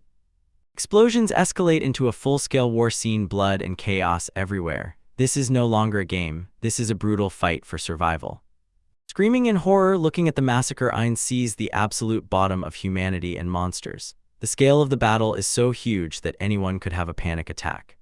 Coming across literally an army of monsters, the knights look as if they are about to be roasted to the bone. These creatures look as if they crawled straight out of a nightmare to ruin everyone's day. Watching soldiers fight, you see despair in their eyes. They understand they are outnumbered 2-1 or more. It is a complete slaughter that has already begun, and Ian is forced to watch every second. Breaking through the ranks, the monsters sow complete chaos. The battlefield turns into a mash of swords, claws, and screams. The defensive line begins to crumble. Suddenly, a horseman appears, cutting through chaos like a hot knife through butter. People shout that he is here, and you feel the legend has just entered the chat. He, having ordered everyone to raise their swords, restores the fighting spirit that was completely lost. This man is a true Chad. He commands an entire army with a few words. Raising his own blade, he prepares to lead a counterattack that will change the course of history. The knights behind him are ready to die for the cause, for the aura is utterly insane. Shouting to everyone to move forward, Tojtharan, the leader, immediately crashes right into the throat of danger. This is what it means to hold the line, and honestly it's downright inspiring to the point of goosebumps. Taking with her a bag full of treats, Ian is beaming. She wants to return to the castle as soon as possible and start her mukbang session. Meanwhile, something else catches the corner of her eye in the tent. It radiates an aura that screams this is an important plot item. The clash with monsters finally forces people to fight back. The battle rages, spears and swords everywhere, and victory is won out of desperation. Seeing this, Aina stretches out his hand as if he can stop the violence. He is completely absorbed in the past while the real world still waits for him. Realizing who this person is in his dream, Ain freezes without a word. He begins to piece together the puzzle, and the picture forming in his mind is simply insane. Returned to reality, the boy looks as if he just saw a ghost. His body is sweaty, he is breathing heavily, trying to understand if he is still in his right mind after that mental walk. Chris immediately turns to him, asks if he is okay because his face is pale as a sheet. Seeing none of the madness he just witnessed, she remains completely in the dark. Wondering why only he was shown in those scenes, AI studies Chris with a confused expression on his face. It seems there is a special message in the sanctuary specifically for our main hero. Forcing a smile, he tells her that he is fine so she doesn't worry herself. We all know he is lying from the first to the last letter, but that's how a Chad handles things. Hurrying forward to see what awaits at the end of the bridge, the duo prepares for any secret that comes next. The answers are already nearby and you know the next chapter promises a wild ride.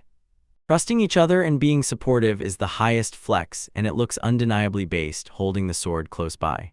You approach huge gates that look like they belong in a Final Fantasy raid, and it's immediately clear. Behind them is either legendary loot or a world-class boss. In front of its giant white and gold decorations, you realize the scale of this place is just insane. In a special corner, a stone is hidden, one that looks like it belongs in the throne room of the final boss. From the way it glows, it's clear this is no ordinary snack.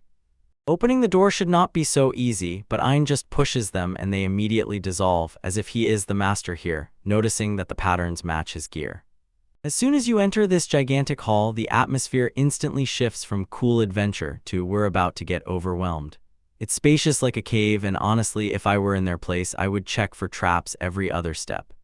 Artifacts and magical stones are lined up like a twisted museum, and the light pours down with a "you shouldn't be here" feeling, a creepy sense of prohibition.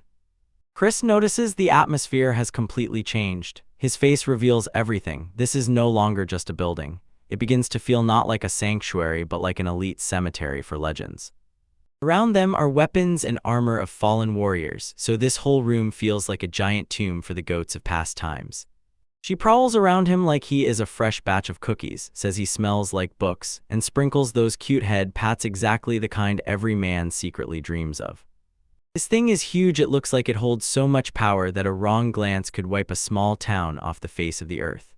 Wondering if these relics belong to soldiers who died on that legendary battlefield, Ein starts to be overwhelmed by dark flashes of war and chaos. Imagine, your gear is displayed just so some future protagonist can pass by it centuries later. Reaching the end of the corridor, you feel dazzling light begin to pour inside, as if it is a sign. The real challenge has finally arrived. Look at the flawless spectacle of these stained glass windows. They let in the holy light. This room is gigantic. It is clear that the author really wanted to show off his architectural drawings here. They ascend the stairs to the central pedestal. Our pair understands they have reached the lowest level of this enormous structure. Realizing there is no other way, they focus on the only thing in the room, the Señor stuck in the stone. This is a complete dead end, so in manga it means one thing: prepare to fight for your life. How lonely it stands there, rusted and frozen. The sword looks as if it has not been touched since the beginning of time. Just look at the blade, covered in dirt and years, yet you can still feel the hidden aura emanating from it. This is not just some random scrap, a legendary artifact that needs a worthy hand. Warning, do not touch. Chris senses danger, and the sword is already starting to spark with lightning even before they touched it. Something is definitely awakening, and it is definitely not happy about the intrusion. Exploding with light and electricity, and suddenly, like a secret boss from Elden Ring, a mysterious figure appears at the top of the pedestal. Our guy trembles as the rusty blade transforms into a glowing weapon of mass destruction. Standing at full height with a cape fluttering in the mystical wind, this new opponent looks like he is about to send our heroes back to the lobby. Clenching the sword with a steel grip, the figure looks at them without any emotion. The mere presence of this boy can make anyone press Alt F4 and get out of there. Recognizing the weapon, Chris goes insane. This blade is too well known to be in the hands of some random ghost. Her face is innocent. We are back in the game, but we are already dead. Instead, demanding to show strength, he raises the sword high into the air as if about to drop a tactical nuclear precision bomb, and his blade is sharper than the sword he holds in his hands. The rumble pierces the entire sanctuary. The power it releases begins to crack the very foundations of the room. It grows louder and louder, everything trembles, and the level of tension and hype soars to the skies. The stream of darkness begins to devour the light, and the majestic hall turns into a void of pure darkness. Our duet looks very small against the absolute unit standing on the stairs. Mage steps forward with a serious face and calls it a cursed precious stone, and of course, this name hardly screams a red flag. Sudden eclipse shakes Ein. She tries to track the enemy, but he moves faster than a lag-free server. A moment and a figure appears behind Ein. He clearly has that teleportation dash. It's a classic nothing personal kid moment, and Ein barely manages to react. Striking with the intent to kill, the Ghost King roars as he clashes with Ein's blade. The blow is so heavy you can almost feel the vibration through the page. Just managing to block the strike at the last moment, Ein realizes he is dealing with a true speed demon. Sparks fly everywhere as the ancient sword cuts and grinds his own. Almost shouting for Ein to stop, and Chris understands. Fighting this man means a one-way ticket to the afterlife. She's not laughing at all, she knows down to the smallest detail who hides behind that mask. Finds out if the sword belongs to the first king. Ein begins to piece everything together, gulping air convulsively. If he is right, this is not just a fight with a guard, they are fighting the founder of the entire kingdom. Confirming the nightmare, Kreese explains, the sword perfectly matches what was described in old legends. Although it was rusty before, now its glow is unmistakable. Trying to find a way out, Kreese realizes the entrance they came through has vanished without a trace. They have officially been trapped in a cage match with the legendary king and no referee to stop the fight. Charging forward for another round, the king gives them not a second to rest or plan. Kreese can only watch in horror as the high-speed execution continues. Again and again the blows ring out, steel cuts through the silence, and the void quiets as Ein tries to keep up with the king's insane pace. Our guy is already drenched in sweat, but he holds his ground like a true lad. They say this stone is totally possessed. At night it screams in its owner's dreams, insisting they are not who they think they are. That's the level of hate from a very specific piece of rock. Realizing they have no choice, either win or die, Kreese with Aintel orders himself to go on defense while preparing to twist to the max. He plays games and is already ready to switch on for the final round. A sharp gaze into the darkness, Aintel's determination hardens like a diamond. He knows exactly what he must do to protect his girl. Declaring that he does not hesitate to get into a fight even with a god or a king if they encroach on his loved ones, Ainzora flares up. This is the moment when the main hero finally stops holding back. Unleashing hidden power from the pain in his back, Ain't spreads black wings or strange growths will sprout and fully embraces his monstrous side. He insanely likes Elu demonic, so honestly. First King now seems to be baked himself. Now step by step going towards legend without any fear, Ain't himself radiates the energy of the final boss. This is pure cinema and the real fight is just beginning. They are already caught up. Yo, we are back in the trenches and right now the vibe frankly stinks. Look at this pause. Our guy Aints looks straight into the eyes of a living ghost from the past in a room that screams final boss. Having examined the competitor, Aints realizes this is not some mediocre guy you can just slap with pride. The man opposite charges with that "I will end your career from start to finish," and radiation waves emanate from him. Even when the display case is sealed so that its power doesn't leak, Modulize treats it like a creepy urban legend and no one should take it seriously. Most would turn around and run away, but our protagonist is made differently. Trying to be diplomatic, but this complete chat of Aints starts babbling that the body of the first king should lie somewhere in another grave. Overall, he tears this imposter apart for having zero lore accuracy. Offering a peaceful gesture because he is a nice guy, Aints asks the man to remove the toothpick. Apologizing for the intrusion, Royal Riz shows he is always ready, even when dealing with a legend. Instead of talking, the Hero King decides to choose violence and vomits forward like a heat seeker of a targeting missile. Aints barely manages to block the blow, immediately realizing if he delays even for a second, he will be sent straight to the lobby. He moves so fast that the camera barely keeps up with him. The old man starts dancing right in the middle of the battlefield. Look at this footwork. He literally glides on pure energy of hatred that he has for our MC. Tearing the ground with a massive shockwave, the Hero King makes it clear he holds the controller. Aints looks completely stunned, not understanding how a dead man can have so much power. He stands there like an absolute machine, and after that showdown you can't even see that he cracked. This is peak performance. Guys, take notes on how to be a real threat. Driven to the absolute limit, Ain chokes on a cough with blood and looks as if he is about to be burned alive. The difference in strength here is greater than the distance between a Discord mod and a shower. But when he realizes that his full power is perceived as a minor convenience, this serves as a harsh test strike to the ego for our guy. The Hero King simply brushes off the attacks as if they were annoying flies at a summer barbecue. They lift the veil from the name of the century and Ein finally admits he is fighting the legendary Hero King. This is the "why I hear boss music" that anyone would break down from. When everything already looked completely hopeless, our beloved blonde waifu Kriss appears like a tactical nuke, saving her husband from being turned into kebab, a maximally based move. Clash of Blades with the most legendary Kriss shows why she is the best girl in the series. The echoes from this sharp dispel doubts. Her determination is firmer than diamond, and she definitely did not come to play. Catching a massive explosion, the duo is thrown right into the rubble. Ain looks very battered, but having a top wife who covers you is definitely the best way to survive the blow. Ein asks if she is okay, then sees that dark look in Kriss, the one that promises business. Lock is in mode on the case and she is ready to take down anyone who dares to touch her prince. After thinking it over, Ein realizes no evil comes from the stone. He is gnawed by the thought of whether his special connections will reveal the secret of this cursed paperweight.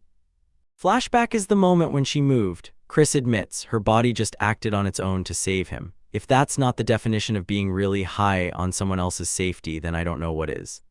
Without any hesitation, she stands up, and Chris already radiates the same energy as the main hero. Enough being the one who is saved, now she will show why she is the vice captain of the Royal Knights. Reciting herself with full title, she makes the Hero King understand exactly from whom he will now receive these blows. Christina Bernstein is officially in the building, and this was dismissed by her not in the spirit. Declaring that he will not forgive anyone who raises a sword against Ainsama, Chris is effectively entering girl boss mode. This is pure cinnamon. The hype is already hitting a critical peak before the next line. Dropping his last trump card, he asks if the owner will sell him the stone and the case together. Everyone in the room goes crazy. Buying a cursed artifact usually starts horror movies exactly like this. Seeing the fire in her eyes, Ein finally finds a second wind and realizes if they team up, they actually have a chance. Forget the power of friendship, it's the power of a girlfriend who rides to the end with you. Standing shoulder to shoulder, the duo prepares for a fight that could be their last battle. Dying honestly, the most Chad way to go, and they do not back down an inch. Closing the chapter with a promise of unconditional devotion, Chris says she couldn't ask for anything more than to die beside him. Bro, if you marry her after this, the insect section will come after you. Chris almost begs him to stop because he might accidentally summon a demon or something. She's already on edge, nerves at maximum, but Majlis just stands there looking like he's about to make the deal of a lifetime. Sold for 300,000 GS, the deal is done and Ein is officially the owner of that very cursed stone. Bro pays in cash, attaching a smile, proving he is the top dog in this whole kingdom. Majlis tells him if anything goes wrong, return it, and Chris just stands there and seems completely defeated. She looks at him with a sad gaze because she knows she'll still have to explain this to the king later. As if he didn't care about the whole drama, Ein just skips the moment to look somewhere at even more stones while the adults are sorting out the financial trauma he just caused. This boy has not a drop of patience when it comes to his magical diet. Sitting down for a short frank talk, she explains how she carries the entire merch association, a true boss. Majlis is truly impressed by how boldly the new heir behaves, while Kreese in the background is experiencing a full-scale existential crisis. Her face right now is pure cinema. Realizing she accidentally said, "The king will approve," Chris is immediately called for a talk by the owner for being a terribly bad liar. She dug her own grave with her own words, and now she will have to lie in it. Desperately begging to keep this secret, Chris is already on the edge and the shop bells are jingling somewhere in the background. They finished their business, but the emotional damage to Chris's career is forever. Leaving the shop, Ein is bathing in happiness and Chris is dragging the packages like a defeated bodyguard. The contrast between his joy and her trauma is pure comedy. Glancing at her red eyes, Ein wonders if she is okay, but she blames it all on some dirt. We all know, she definitely cried in the club over that 300,000 G purchase. Turning back to the castle under the moonlight, our guy finally crashes onto the bed. Being a hotshot in the world of magical stones is exhausting work. Just as he manages to relax, the maid Marcha knocks on the door to help him change clothes. She enters with a level of service that impresses and a smile that could heal 1,000 wounds. Ein tries to pretend to be an adult and change his character, but Marcha is not going to let it go. She takes her job as a personal servant too seriously, especially because he is the son of her Lady Olivia. Slightly tense Oron, she tells him, don't worry about anything while she does her job. This maid is definitely one of those you don't joke with. Beneath the sweet exterior is a character better left untouched. Changing the subject, she hands over a mysterious letter without a sender's name. Nothing drives the plot like a secret letter delivered in the middle of the night. Noticing that her dad is basically a background character who adds nothing to her work, Ein begins to see who really runs the process. Aha, March is dropping revelations. A letter came from the noble house Haim through another kingdom. The atmosphere instantly becomes heavy because all those toxic quarrels originated in Haim. Looking at the map, we see how much effort was made to circumvent the fact that Ishtalika has no relations with Haim. It was not just a witty message, it was a tactical delivery. Ein doubts as if these are just another round of harassment from those who previously treated him like trash, behaved simply disgustingly. He is already ready to throw it into scrap, but something stops him. Suddenly a flash of memory, a shining picture, a pretty girl holding a flower. This is the very shoujo energy that brings a tear straight to the chest out of nowhere. Only one person could have sent him a flower and his heart races wildly. The realization hits like a truck. The letter came from someone special. Look at this outright waifu clone. She looks like a real angel in the moonlight. If you still don't root for her, then you're watching the wrong show. His cheeks blush even more than the protagonist of a romantic comedy while reading the content. He completely forgot about all those stones he just bought. The letter promises when she arrives, she will properly announce her name, so the secret must be proven and even provoke a supposed meeting. This is top riz through regular mail. Stunned to the core, Ein realizes that Clown is actually going to Italica. This final cliffhanger is pure cinema, and the hype for the next chapter officially skyrockets. Look how this guy sympathizes, and with his own mother at that. And in the manga, this is explicitly called a mother complex, because the author definitely knows what they're doing with this dynamic. A rare sight. Brother, look, Aina reads this letter from Clown as if it contains some secret riz we never suspected. And he decides to reply, though he's worried it might spark an international beef, a truly Chadav move. International travel for Haim people is a headache, but Ein just tries to be a good friend. Treating his mother and him normally is enough for him to keep the connection alive. Good smiles everywhere because Warren Sama would definitely approve of this connection. Realizing that good relations with Olivia Sama open up any opportunities, our guy feels in his place. Staring intently at the moon as if it were the main character of a lo-fi hip-hop video, Ein is definitely stuck in his feelings because of Clone. The night vibes are flawless while he prepares for everything that is to come next. Memories of good times with the guys hit so hard, now it even presses in the chest.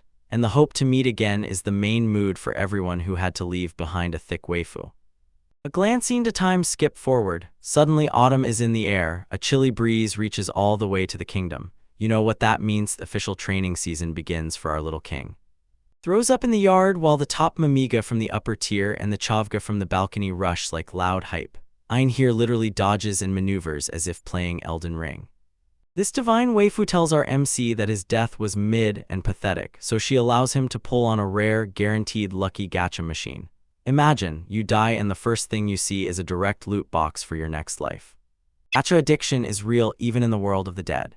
With zero fear, he charges forward. The knight already thinks he will finally win against the prince. He throws his whole soul into this strike. Psyche, she delivers him a sneaky sliding strike, and before the man can land, she knocks him off his feet. Brogue completely failed, and it sent him to the floor right in front of the whole squad.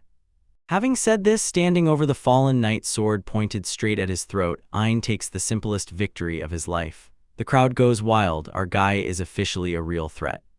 Run straight to Mom Olivia for those well-deserved head pats. It's the only way to stop the fight. While he is still catching his breath, she calls him cool here. Reaching for a special surprise, she tells him that she has finally arrived, and you can see the impatient anticipation flare up in his little eyes. Chris and Lloyd quietly share their emotions, watching how this boy has grown in a year and a half. This is not just touching it, makes a grown man drool over his students' successes. Lloyd is a real nuisance. He makes the other knights run in circles until sunset because they lost to a child. Ein tries to modestly brush off his magical boost stones, but the teacher doesn't hear him. He babbles that the gift of training is hard work and grind set, and Lloyd is essentially a true gym bro. And Thomas did not become strong by swallowing stonish, worked hard afterward and with tears. Everyone nods. The facts are too convincing to ignore. Right now, team synergy is 10-10. Now watch how Lloyd gives that terrifyingly friendly smile and asks for a sparring match. The scariest thing I've seen all day. Ein straightens his face. He already knows he's about to be sent back to the lobby. Suddenly the ground begins to tremble and smoke rises from the castle as if a scene from a disaster movie. People on the streets go crazy, deciding an earthquake has just occurred. Mass destruction everywhere. The yard literally split open after one exchange. Ein immediately resigns because he knows when he has been outplayed. But he, boldly mocking this like a true Chad, Lloyd is just happy to see progress. Kreese brings water to save the guy from dehydration because she is really the MVP. Staying to protect Kreese from her magical stones accidentally sucking in is a move of a technical thinker. Ein, when tired, is essentially a walking vacuum cleaner that collects everything in a row. And shock and discomfort overwhelm Chris as if she had been hit by a truck the moment she realizes she is being treated like a battery. Her face is now a complete comedish, is completely worn out by this confusion. Handing over this mysterious card, we finally see whether our guy is truly different or just a typical average among main characters. Olivia moves closer to check the mood and hears the report. Ein is finally ready for the next level. Lloyd thinks he can handle it himself, knowing that is the highest seal of approval. News falls about the Academy Ents exam. Olivia looks like a proud mom. Ein turns 7 this winter, so it's time to start the school arc. She hugs him tightly, a real helicopter mom who doesn't want to let go. Chris just stands there thinking about how clingy she is. That's pure comedy. Worried that a crown heir will appear at school, and Ein already imagines the whole drama in advance. Going to the academy as a person of the family is almost the same as inviting every NPC to challenge you. Chris appears in the doorway looking like a real treat and asks if he wants to go for a walk. We see you, Chris, looking for that one face-to-face conversation before he leaves. Sneaking onto the secret beach behind the castle, which is usually an emergency exit, is a top indicator of coolness. Everything here looks like a paradise hidden from the whole world. Strategy for the entrance exam. Ein decided to activate full fencer mode. Chris and Lloyd are already proud of him, but the pressure definitely piled on.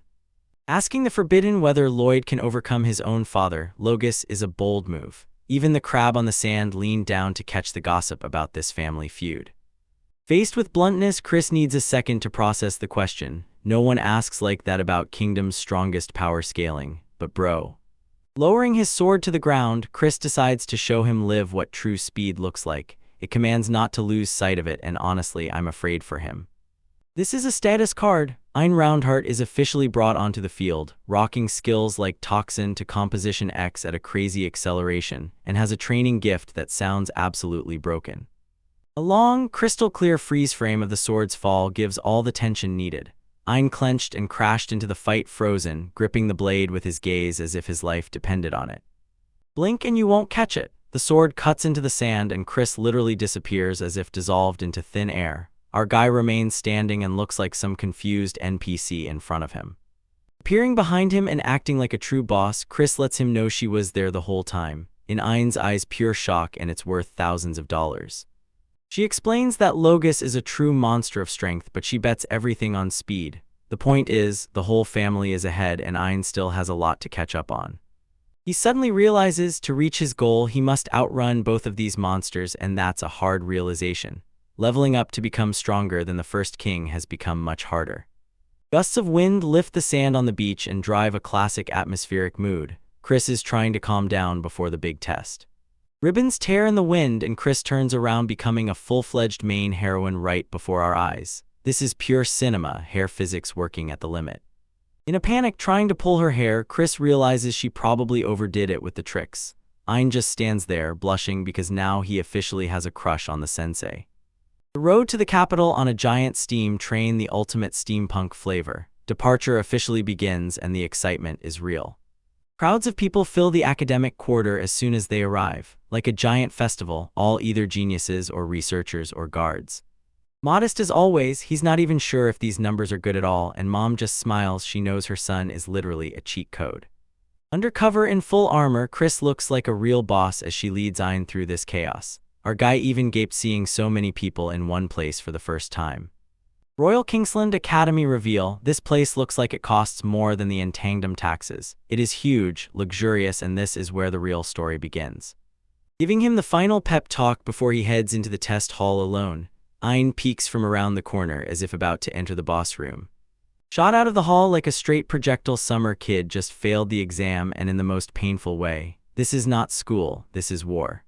Wiping tears on the floor while the instructor's voice screams about motivation, the worst vibe, Ein realizes the expert seems to be a real hater. The examiner appears a man who looks like he eats raw iron ore for breakfast. He is here giving kids orders to go back home to their moms, and it's frankly toxic. Like he understands that this is a mental test as much as a physical one and stays calm. No names to keep honesty, and this really is a basic rule at least once. Throwing in some lore, she says that an ordinary 5-year-old child has endurance of 10, but Ein already has 55, so it turns out he's been training since the womb. He drenches everyone with nasty criticism and calls them losers, but the examiner is just shattering their dreams. He states that even the lowest level monster will still defeat them. Announcing that any skill is allowed as long as it is not a projectile, the examiner prepares for the final student. Ein is the last one left in the lobby. With sword raised, he steps onto the field. Ein is ready to prove his strength. He is not here to play, he is here to pass it on. The feeling of David versus Goliath hits right in the heart as Ein stands before this mountain of a man. The height difference is unreal, but the redhead is even bigger. Telling him to sneak up and rush in like a cheeky fellow, the examiner has no idea what awaits him. Charging like a rocket, Ein closes the distance in an instant. For this starting move, he holds nothing back. A clash with the enemy, and it is Ein who forces the giant to acknowledge his strength. The examiner realizes he is dealing with no ordinary guy. High-speed trading blows and sparks fly all over the hall. This is exactly why we chose this action pure cinema in the exam auditorium.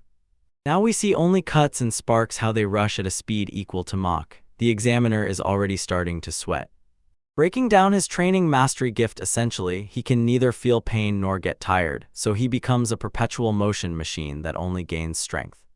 He sneaked through the security and, thanks to his small stature, confused the big one, a pure move with high IQ. Ein is looking for that one hole to put an end to everything. With difficulty anticipating the next move, the examiner is forced to resort to attempts. The difference in physiques is already becoming Ein's sharpest weapon. Reality check comes, the examiner lands a hit, and when he tells Ein that he relies too much on his stature, he flubs on all fronts. Ein replies that there is no spef technique in his movements, and this becomes brutal trolling. And officially a threat, the examiner proves he is on a completely different level than the Royal Knights. Ein begins to realize that he is already in deep trouble. He started babbling about Ein's masters, calling them petty and poor teachers. Brother, you control the guy, but don't disgrace the legends who raised him. Telling Ein to retire while he still has dignity is the highest form of disrespect. The examiner thinks he has already won the mental battle. Insulting the mother is the last straw. Calling Olivia a stupid parent is like getting a lifetime subscription cancellation in one moment. Turn on dark mode, let the shadows cover his eyes while the aura begins to change. You can feel the black Air Force energy radiating darkness from every page. I'll check the rules once more just in case to make sure he can go all out. These aren't magical projectiles, so then everything is allowed, right? He says he can endure insults directed at himself, but his family must not be touched. Ein holds the sword so tightly that the ground is probably shaking. Remembering the support of Olivia, Lloyd, and Chris, our guy bursts into something primal. The examiner tangled with the wrong prince today. She acknowledges everything he secretly hones alone, and it's clear, only she truly understands his daily work. Pillars of dark energy burst from Ein's body, shocking everyone in the room. The examiner's face is like an ice cube. I just wasted energy right now. Terrible manifestations rise behind him as the power reaches its peak. This is not just a skill, this is a nightmare coming to life. The Black Knight's exposure by a phantom hand. In Ein, it looks like a real demon flickering in the middle of the exam hall. This is the pinnacle of fiction. Trembling with fear, the expert demands an explanation for the giant, monstrous hands. Ein simply steps forward, a silent protagonist. Instead of an answer, the examiner receives only glowing eyes of doom and a cold gaze. Ein says he doesn't remember any rule against demon hands, so it's time to prepare for smoke. Look at the absolute determination on our guy's face as we just begin. This chapter is literally called Awakening, so you already know it's going to get really tough now. Standing firm against this absolute monster examiner, Ein is ready to show what he is capable of. The tension in the air is as thick as a bowl of oatmeal. Look at those huge shadowy tentacles growing from his back like some otherworldly horror. And this is instead of a regular introductory exam straight to a ready boss fight. Instead of being confused, this examiner just chuckles and waves it off, saying it's insect skill. Look how he lunged forward with that huge katana as if he has to prove something. He avoids like a literal god. The examiner makes these shadow hands as if they move in slow motion. He keeps the protagonist at bay, though he's just here to fend off. The veteran is slippery and skillful at this. Scraping on the floor and high maneuver passes, that's the main thing now. Ein throws everything at him, up to kitchen utensils. He got so touched because a supportive buddy mom is essentially the best boost for an ice guy.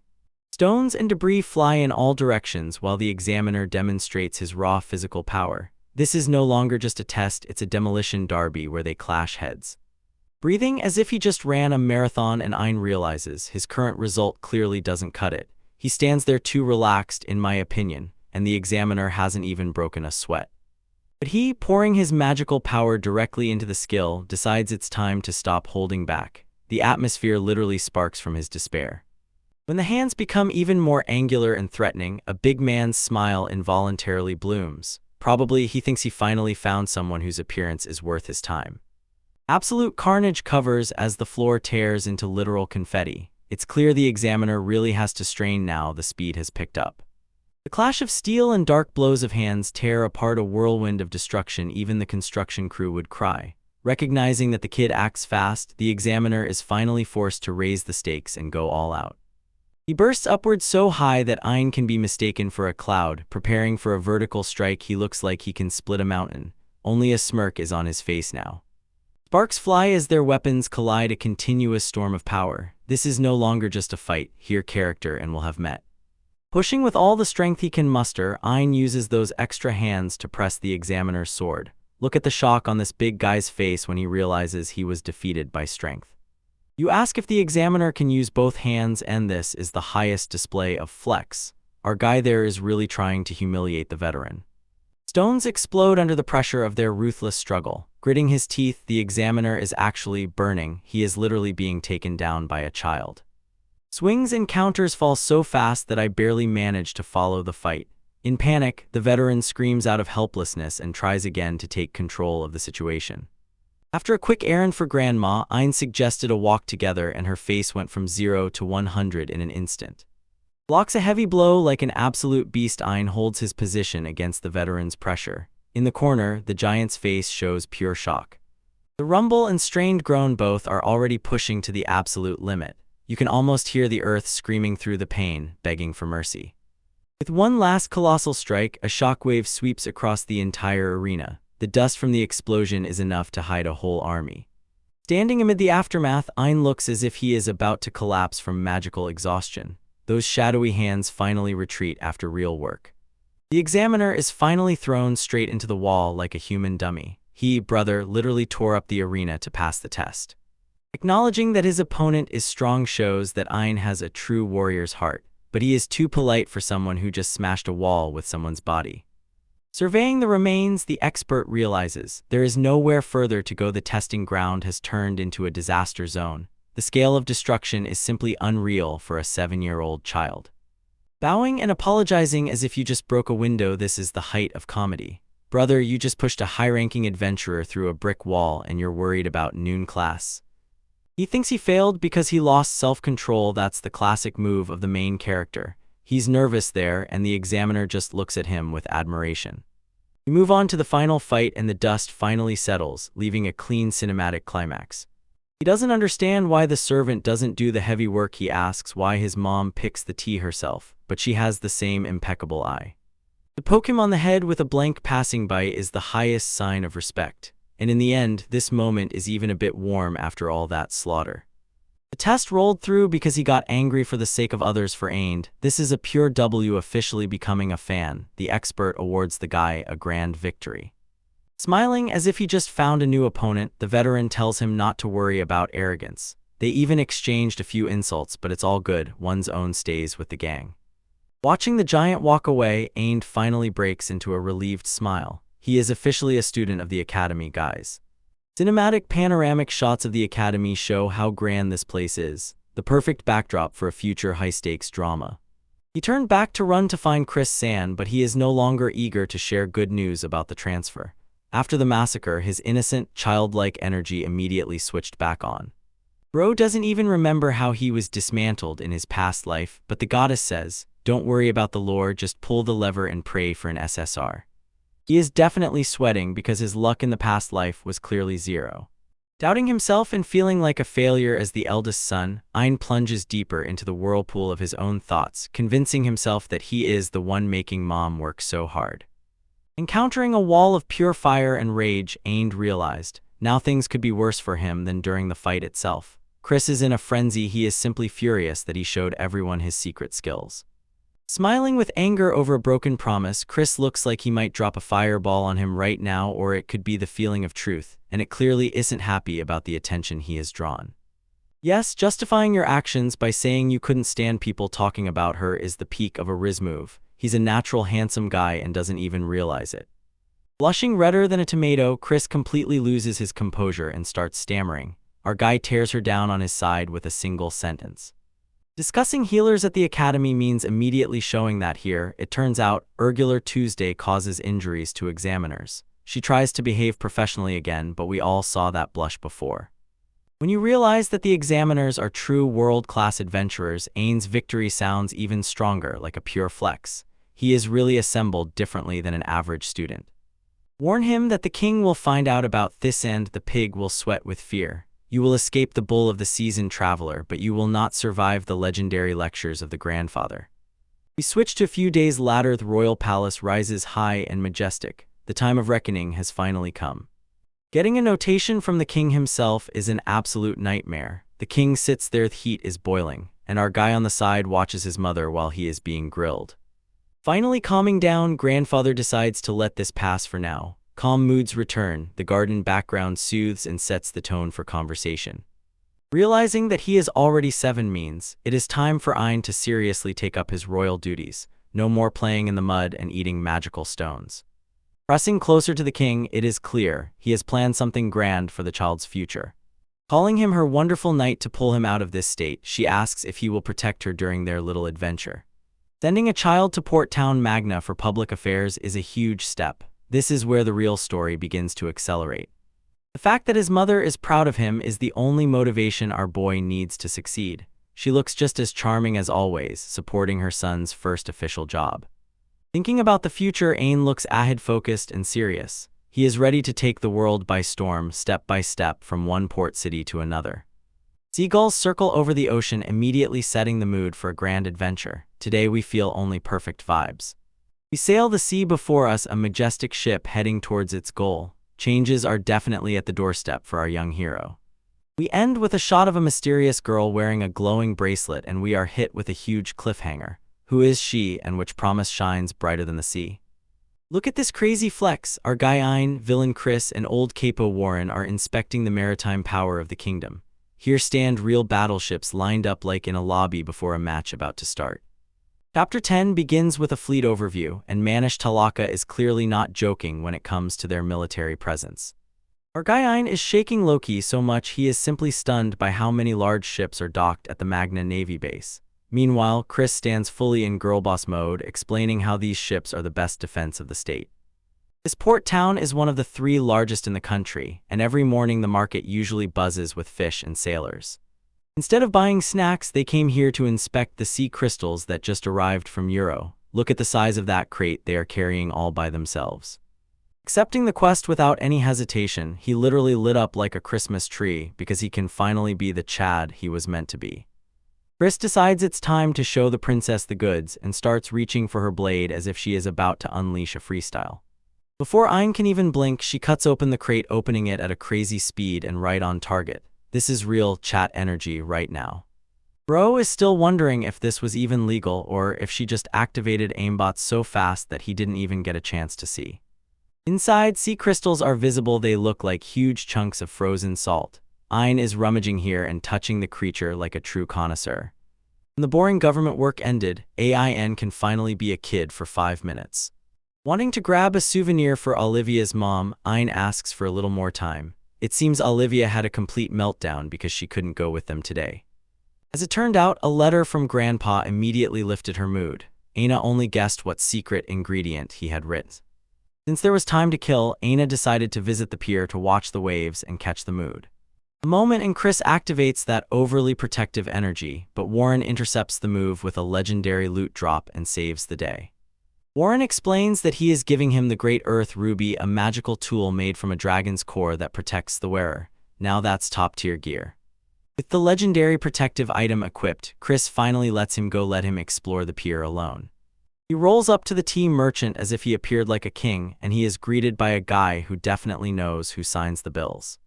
Look at these vibes, clear sky and seagulls. It's a real movie for a child who was kept in meetings all day. Feeling the warmth of the autumn sun, Aina thinks of only one thing, just to fall asleep and switch off right here to recharge quickly. Noticing several crates that looked like the perfect temporary bed, he begins to plan his flawless strategy for the ultimate nap. Realizing that being a prince is a full-time job, he decides, a quiet nap won't hurt anyone since no one is watching. Finding a spot in the shade, he is sure this is his last chance for peace until the crown prince is officially announced and he becomes world famous. The guy is just sleeping on the job while a seagull watches his back like a feathered guard. The sound of the waves hits in different rhythms and sounds like a natural lo-fi beat for studying and relaxing. Just as he begins to wither in nostalgia for his old home, we see someone sneaking up to his secret sleeping place. Dreams of mom and warm little flowers just as she chooses a bouquet, so it is in his head. Ain lives his best life right there. Watching his mom do her thing, Ain catches something shiny out of the corner of his eye, much more interesting than tea leaves. Everything is so cute and carefree until he has a sneezing attack in his dream world. Look at that tiny little face, brother, he's really barely holding on. Waking up, he feels something incredibly soft and has no idea if mom really came to prank him. At first, everything blurs in his eyes, but that floral scent is a clear hint. He's definitely not alone anymore. Stop, is that a lap pillow? Brother, could it be that even in a dazed state, the main character also has the leading role here? This is Klon. She turned around and looked simply gorgeous, and Ain just stares at her in complete shock. This meeting hits right in the heart, and the look between these two is downright deadly dangerous. Smiling down at him, she looks as if she had been waiting for him to wake up for an eternity. He shuddered all over, and Ain finally realizes that she is really here. She just hits him right on target with one phrase, says she wanted to meet him, and it sounds super cool. The blush is real on both, and it's clear, both are head over heels in this moment. Meanwhile, on the ship, the caretakers watch from above like proud parents watching a romantic comedy unfold. They sit on the pier to catch up on everything that happened since they were separated. Putting aside her astonishment, Klon told him how shocked she was when she found out that he traveled between continents and became a royal person. Noticing the box of magical stones, you immediately understand something completely different is coming next, because the boy looks at them as if they are forbidden treats. Showing her grandfather, the former archduke, she lets Ain understand that she is not traveling alone. It seems the old man retired and passed the family leadership to Klon's father even before they set off on the journey. They quickly drop lore about their trip and about how Ain's mother managed to help them get a ship to Ashtalaka. Quick lesson, these stones are basically crystallized monster drive, and if they are high quality, it can be very dangerous. Hearing about the trouble they caused, Klon tries to apologize, but Ain is simply happy to be near her again. Chris finally approaches to meet the girl who is taking up the prince's sleeping time. Look at that polite greeting. Of course, she has to throw Ain a legendary death glare for shirking his duties and dozing in public. Chris invites Klon to join them on a trip to Magna City, a huge victory for our guy. Klon impresses him with an official request to accompany the crown prince, and look at that outfit, how it fans out. My imagination goes wild with this animation. She performs a full court curtsy kneel like a true princess, and Ain just tries to look like a child and not break down, not stumble. Meanwhile, night creeps in, and in a room that looks like it costs more than my entire life, they arranged an exquisite tea party. Thanking Olivia for the lodging, Klon behaves extremely politely, and Olivia simply rides the wave of that motherly grace. Look at the author's taste. Olivia is absolutely gorgeous, and she fully embraces the role of the perfect wing mom for the clone. Dropping the official princess titles, Olivia tells the girl, just call her Olivia-sama. The connection forms rapidly. Handing him a weak, safe-to-touch one, he immediately doesn't notice that it smells like condensed honey, and for a hungry child, that's a dangerous thought. Next, the atmosphere is so soulful that you can almost imagine flowers blooming in the depths of the room. But as soon as Olivia becomes serious, she asks a real question on it depends whether clown is wife material. She places the tea on the table with intention, and you already understand, the conversation will go deep. Now Olivia needs to know exactly what Clone's plan for the future is. After all, they are together again. Noticeably nervous, Clown realizes that essentially she is being interrogated by the most influential woman in this room. Olivia reminds her that they are alone, so there is no need to hide true feelings or intentions. We see a flashback of Warren earlier asking the same question. This proves that everyone is interested in this girl. Crossing the sea just to see Ain is a big statement, and the clone now is not afraid to admit it directly. Now Olivia asks the main question, is she really going to stay in Ishtalika for the rest of her life? This is the final test. Without any hesitation, the clone declares that she has been prepared for this since the moment she left her own estate. This is true royal energy. Seeing her unwavering determination, Olivia lights up with a smile, pure absolute cinema. Here and now, she decides to send Klon to the girls-only academy, the place where the queen herself is the principal. Olivia wants to polish this gem so that it shines brighter than anyone else in the kingdom. She essentially accepts him into the inner circle, and the hype around the future clone is real. Trembling with emotion, Clown realizes that she is truly being accepted into Ein's world. He wonders if it tastes as sweet as it smells and fixes his gaze on the shining rock as if it were a legendary tear jawbreaker. Olivia promises to help her become the best version of herself. We love seeing how wafers support each other. They share a poignant moment as Clon tightly grips her dress, clearly holding back tears with all her might. Tears of joy finally flow as soon as she accepts the offer. This is the beginning of a legendary journey for our girl. Deep in the library, we see a cute blonde girl who is just sitting relaxed and browsing the bookshelves. She has such an elegant aura that it's usually either a princess or the most dangerous person in the room. Hidden in the corner, our Boyne is buried under a mountain of books. This man studies harder than a pro gamer rushing to rank 1 before the end of the season. Look at this huge library under the moonlight. It's immediately clear that this family has a lot of money. Imagine having such a private zone for relaxing just for homework in the middle of the night. Stuck in the late hours, Ein is holding on only by tea and pure determination. His maid Marque is already worried that he's overdoing it, but my guy is aiming to smash those gains. He draws frantically, and the look in his eyes is actually scary. Mostly kids his age are running around playing tag, but Ein is here trying to rewrite his entire fate. Fighting the urge to do something incredibly stupid, he knows licking a magical stone is a one-way ticket to the hospital, but the temptation is too strong.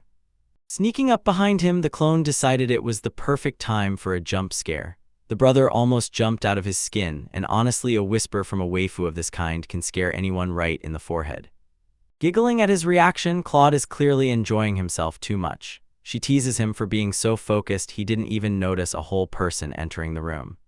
Watching his progress, she marvels at how much work he has actually managed to do. Ein is made unlike the others, and even Clon has to admit his work discipline is top level. The clone shows a smile that could probably cure the hunger of the whole world, then says that now he will work even harder. And my boyfriend Ein blushes so much that his heart literally does somersaults in his chest. Worrying about his official status, Ein wonders if he can even appear at the big celebration at his mother's. Usually such noble events are a real den of viper venom in drama, and he doesn't want to be prepared. Talking about going to the bath is a bold move, especially when the vibes here are so cozy. Clon tells him that the baths here are huge, so he definitely should go relax his brain. Asking if he wants to go together, that's a level of riz I wasn't ready for today. No way, she said it with a completely straight face while my boyfriend was fighting for his life.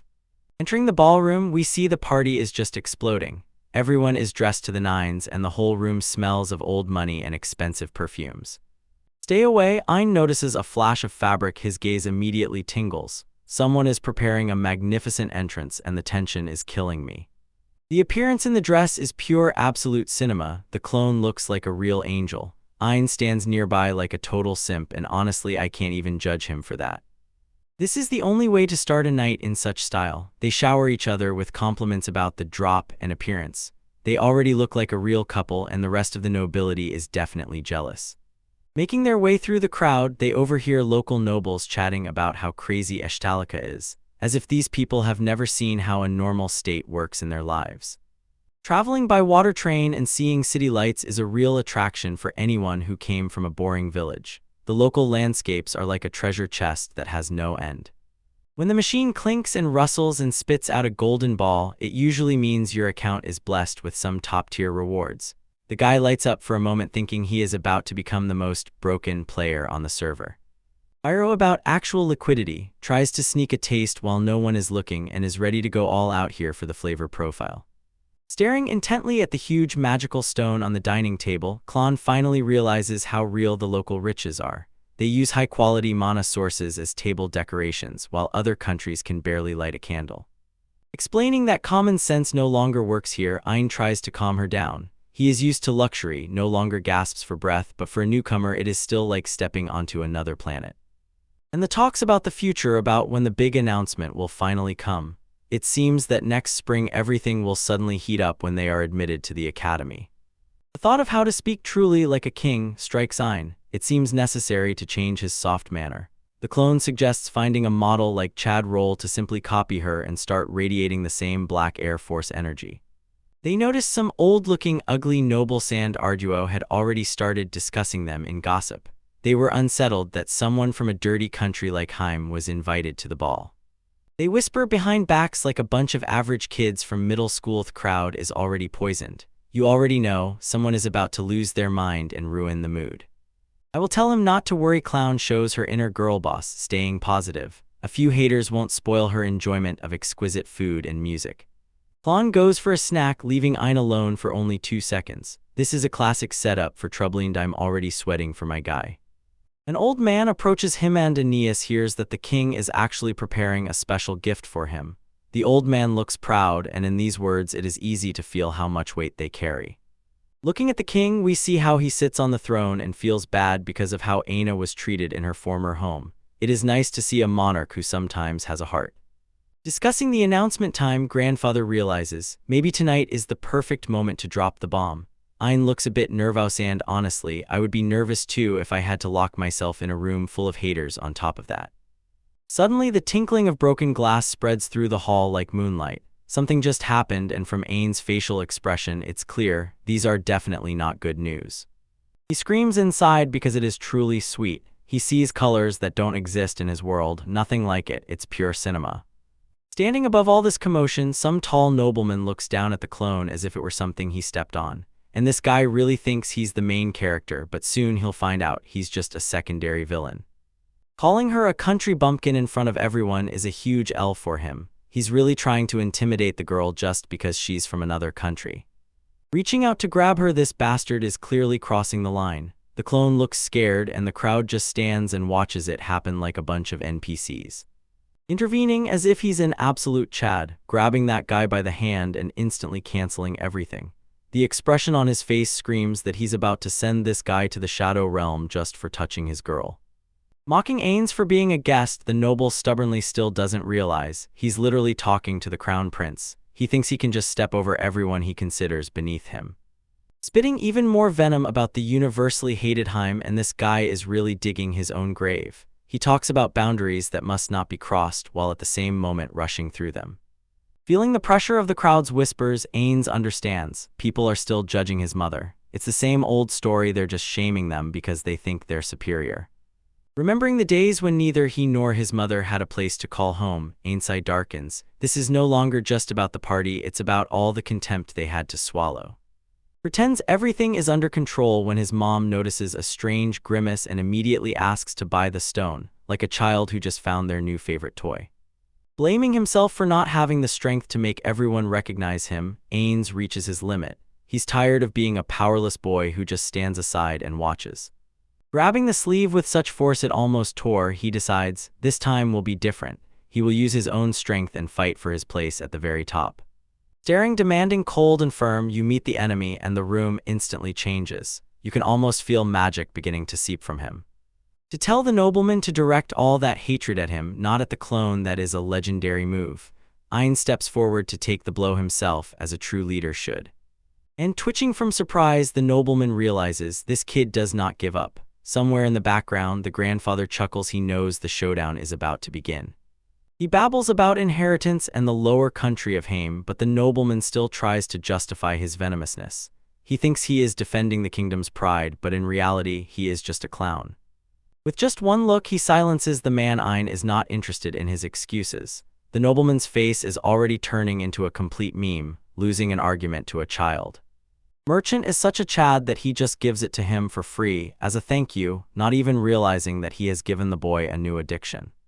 Rethinking how he was rejected and humiliated by his own father, Ein finds strength within himself. He understands, the encounter with the clone finally gave him a chance to prove to the whole world what he is capable of. Walking toward the giant magical stone, Ein ignores all warnings about how dangerous it is. The nobleman thinks he is trying to settle accounts with life, but Ein is just beginning.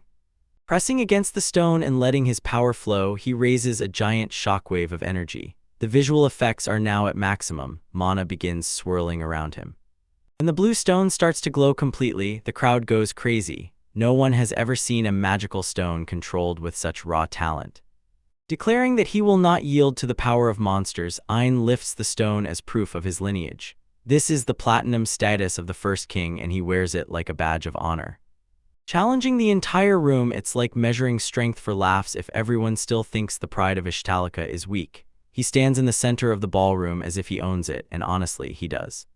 Watching his grandson, the king freezes with delight and suddenly realizes Ayn is the embodiment of the legendary first king. The resemblance is so striking that the old man even gets goosebumps. He blazes with a glow and an aura that would make a Super Saiyan jealous, and only Ayn can be watched by all. He has fully awakened his potential, and there is no turning back now. Dropping the biggest mic drop in history, he finally reveals his full name, Ayn von Ishtalika. The silence in the room is so loud you can hear the click of a pin all the way in the neighboring kingdom.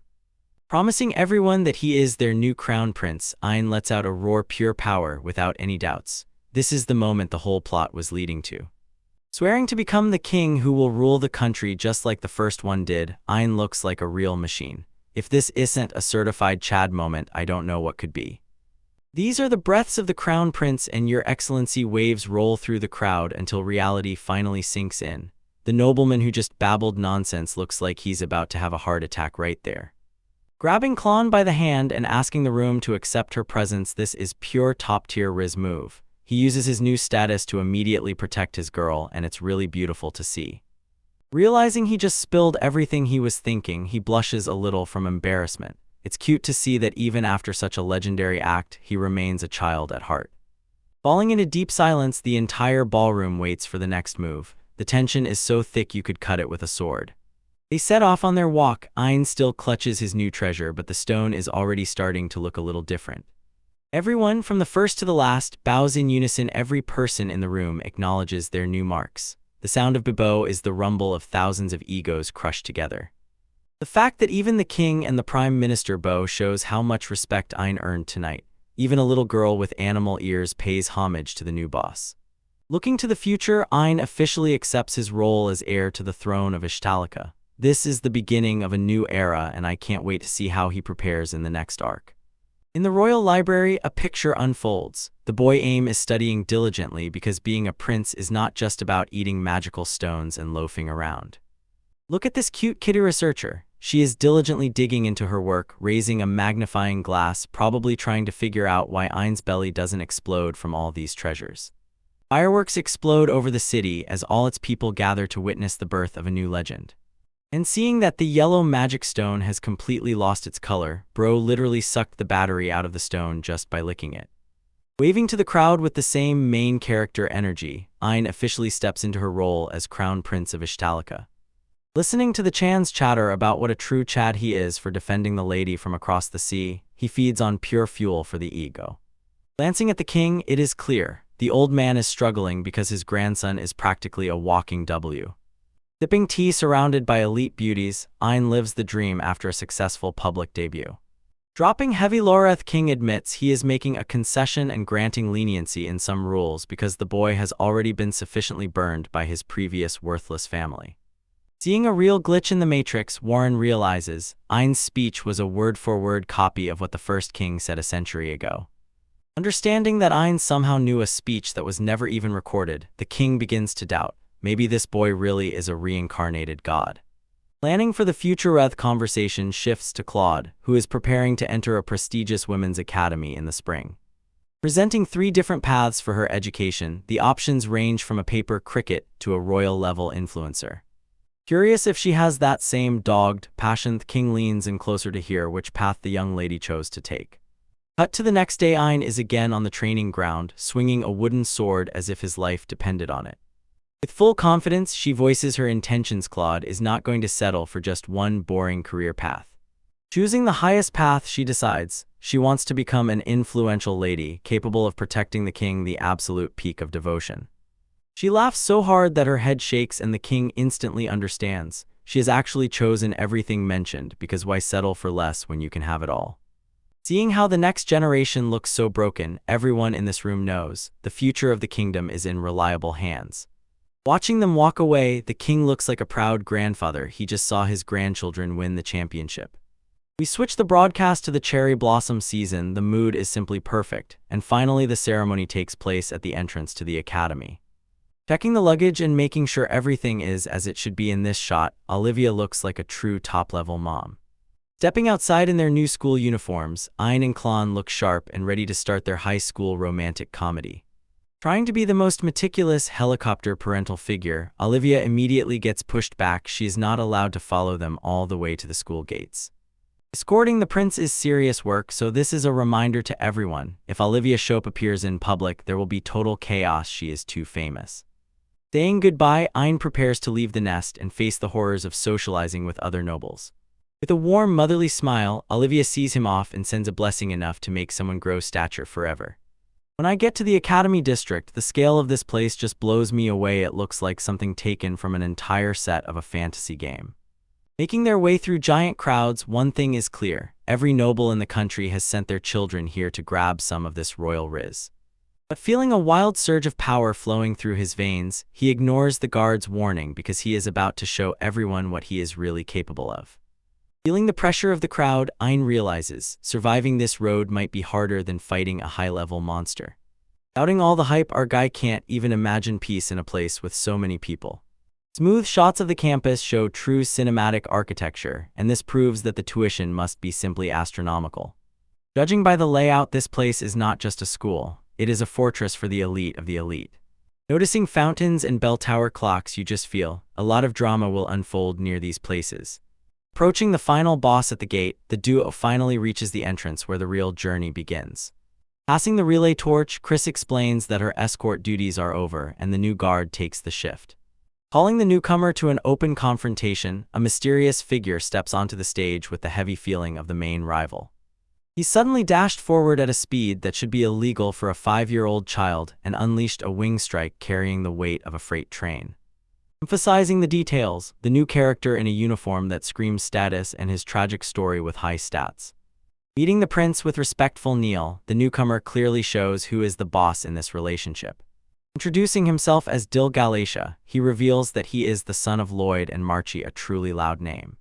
Learning that his parents have a colossal height difference, Ayn reveals the most legendary face in the history of manga.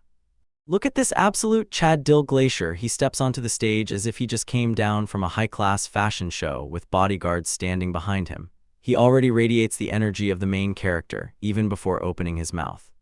He kneels down as if about to propose, but in reality, this is just the peak of nocturnal loyalty he is demonstrating now. Realizing his duty, he basically says, "I am your shield and your sword until the end of this semester." They met near the gates of the academy, and our guy Ayn is already catching the highest level of staring from Chris. They say this muscle-bound Dil is the GOAT intern knight and far ahead of anyone his age, meaning he will pull everything off. Trying to digest the fact his bodyguard is a certified genius, and Chris just smiles as if she just dropped a bombshell of seduction. Look at her face, she is exactly the kind of elite talent level given to the prince.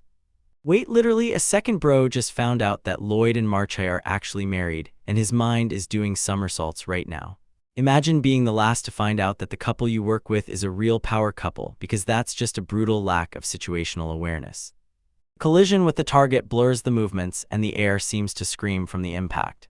He presents himself as the greatest, most infallible Dil tosser so clearly that everyone understands. He is here for business, not to make friends.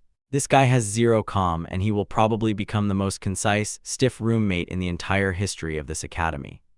Reading the king's orders, he breaks down in plain words. This is not just about defense, it's about learning how to lead people from the top. He was basically told to drop the modest role and start acting like a boss, the best advice of all. He offers a handshake like a true homie, Ayn trying to build a bridge between them and keeping everything light and casual. The way the prince behaves so modestly is a delight, but you know, Dil will still make it awkward. He stands there like a statue. Dil seems to be fighting the urge not to move while the prince simply shines with kindness. Almost sweating, his head is set on formality, and this relaxed energy makes him freeze. Accepting the honor with his hand on his heart, he just can't turn off night mode even for a second. Such a level of dedication, honestly, pure cinema, but someone needs to tell him to take a deep breath. He asks to be called Aim because he wants to keep the vibes flawless while they are at school. And most of those who would dare to do that would seize the chance to switch to a friendly name with a royal person, but watch how it all backfires on him. He immediately refused the offer, saying this guy is just a bodyguard and must keep that same professional distance. Just like some buskle bro, as if he himself chose the most wooden level and refused to call the prince by name as if it were an allergy to the mundane for him. While thinking this guy is too uptight, and then Lane began to understand school life might be more boring than he hoped. He looked at a drop of sweat and it became clear. He is already calculating whether he can get his money back for this bodyguard. Waving goodbye while Chris is leaving, she tells them, don't even think about coming back without everyone together. She is basically the mom of the whole group, making sure the kids don't lose each other on the first day of school. You don't quite trust him because his own bodyguard is walking straight like a wall. He clearly feels it now. And Dill is just standing somewhere in the background like an NPC from the background who forgot his lines. Making our way through the corridors of this huge academy, we see the school's budget must be insane. When you pass by other students, probably all elite nobles, our guy seems less lucky. He is the only one followed by a personal bodyguard who stays close like a shadow. It turned out he pulled toxin to composition X sounds like pure cheating for a super rare drop.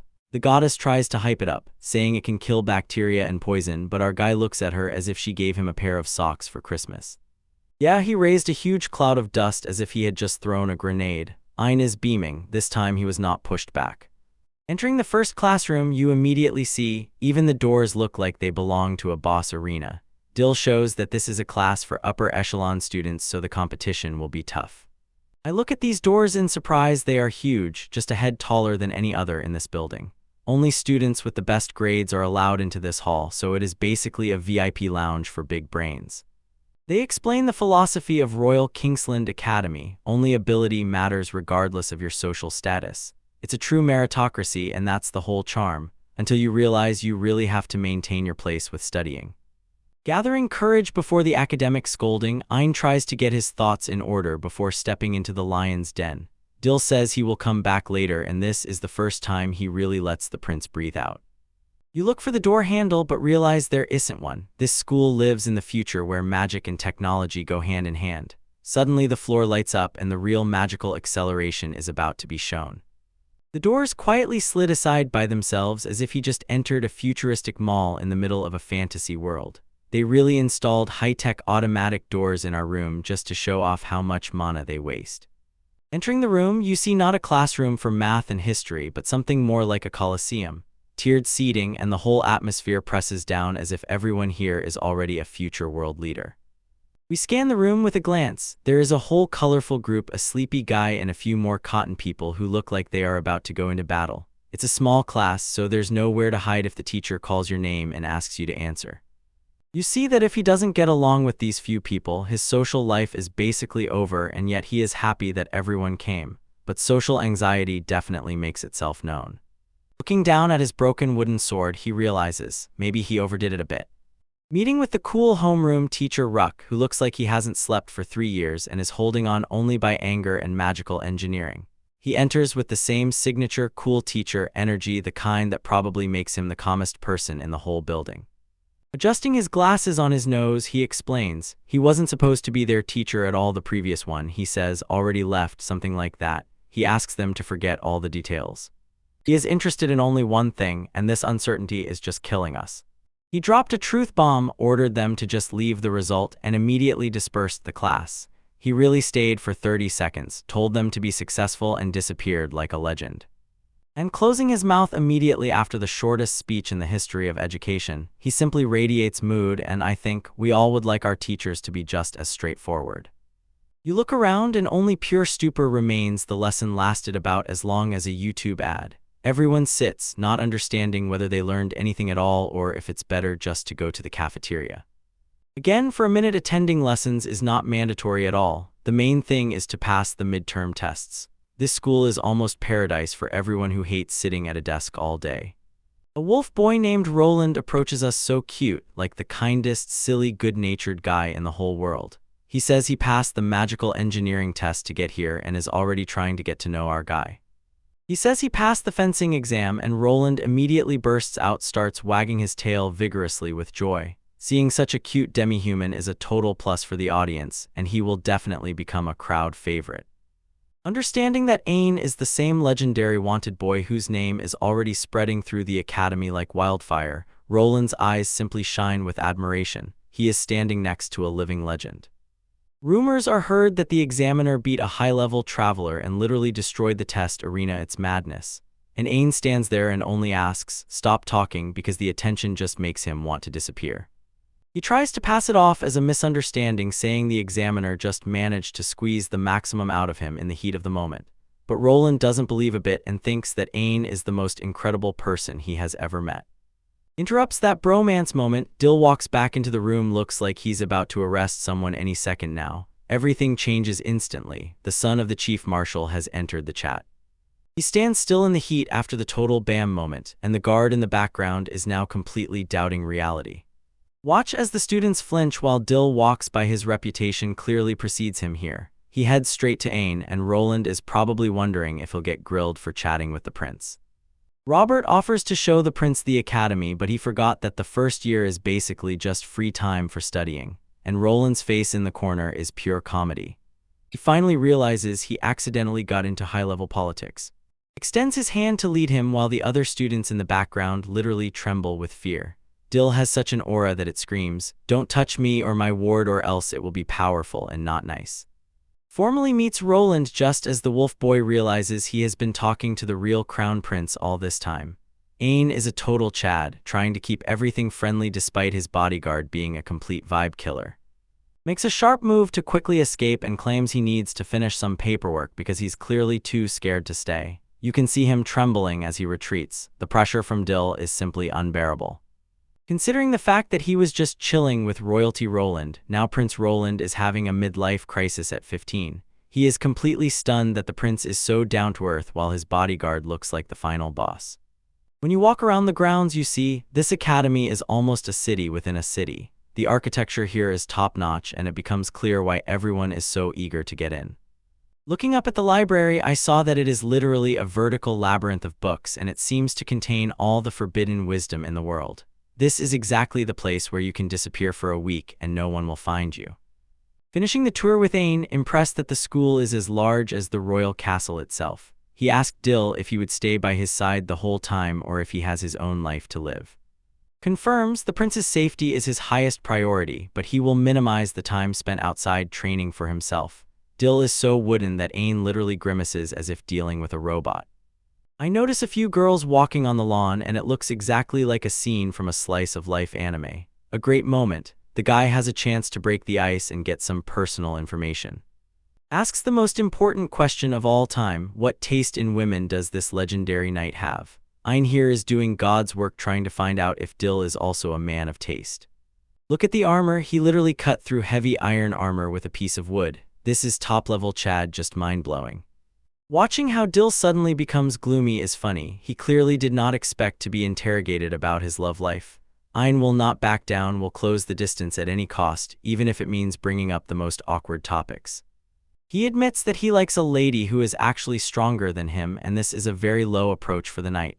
Most guys want to be the protector, but Dill here is looking for a woman who can lift him on the bench press. They think of Chris immediately because she is the strongest woman they know and definitely fits the description. Ain puts the pieces together and realizes Dill seems not to mind getting involved with the legendary Night Lady. Dropping the requirements that he needs a person at least 190 cm tall and with a muscular build, he is no longer looking for a girl, he is literally looking for the goddess Amodian, and Ain's face is pure shock. She supported him with applause, although she knew, finding a 990 cm buff mommy is like encountering a shiny Pokémon in the wild. Dill is grateful for the support because his friends usually just say it's impossible. He smiles for the first time because he finally feels someone understands him, his very specific tastes. This is the first real connection they have formed, and all thanks to the power of being a man of culture. It seems the distance between them has finally disappeared. They shared a moment of true openness. Ain is trembling with joy. He finally cracked the code and made the stone guardian behave like a human. He suggests they break away and go grab lunch, saying that talks about buff wafis really whet the appetite. Dill agrees, and it seems they are finally on the path to becoming true bros. His imagination shatters against reality. Dill is just standing guard while Ain eats alone. Bro literally stands like a stone gargoyle, and the girls at the next table whisper about how weird they are. Guard is going crazy, stammering because he just witnessed the kid committing felony against physics. Let's shift our gaze to Lieb Female Academy. It looks just as prestigious and elegant as the school for boys. This is exactly where all the real waifu energy will be concentrated in this chapter.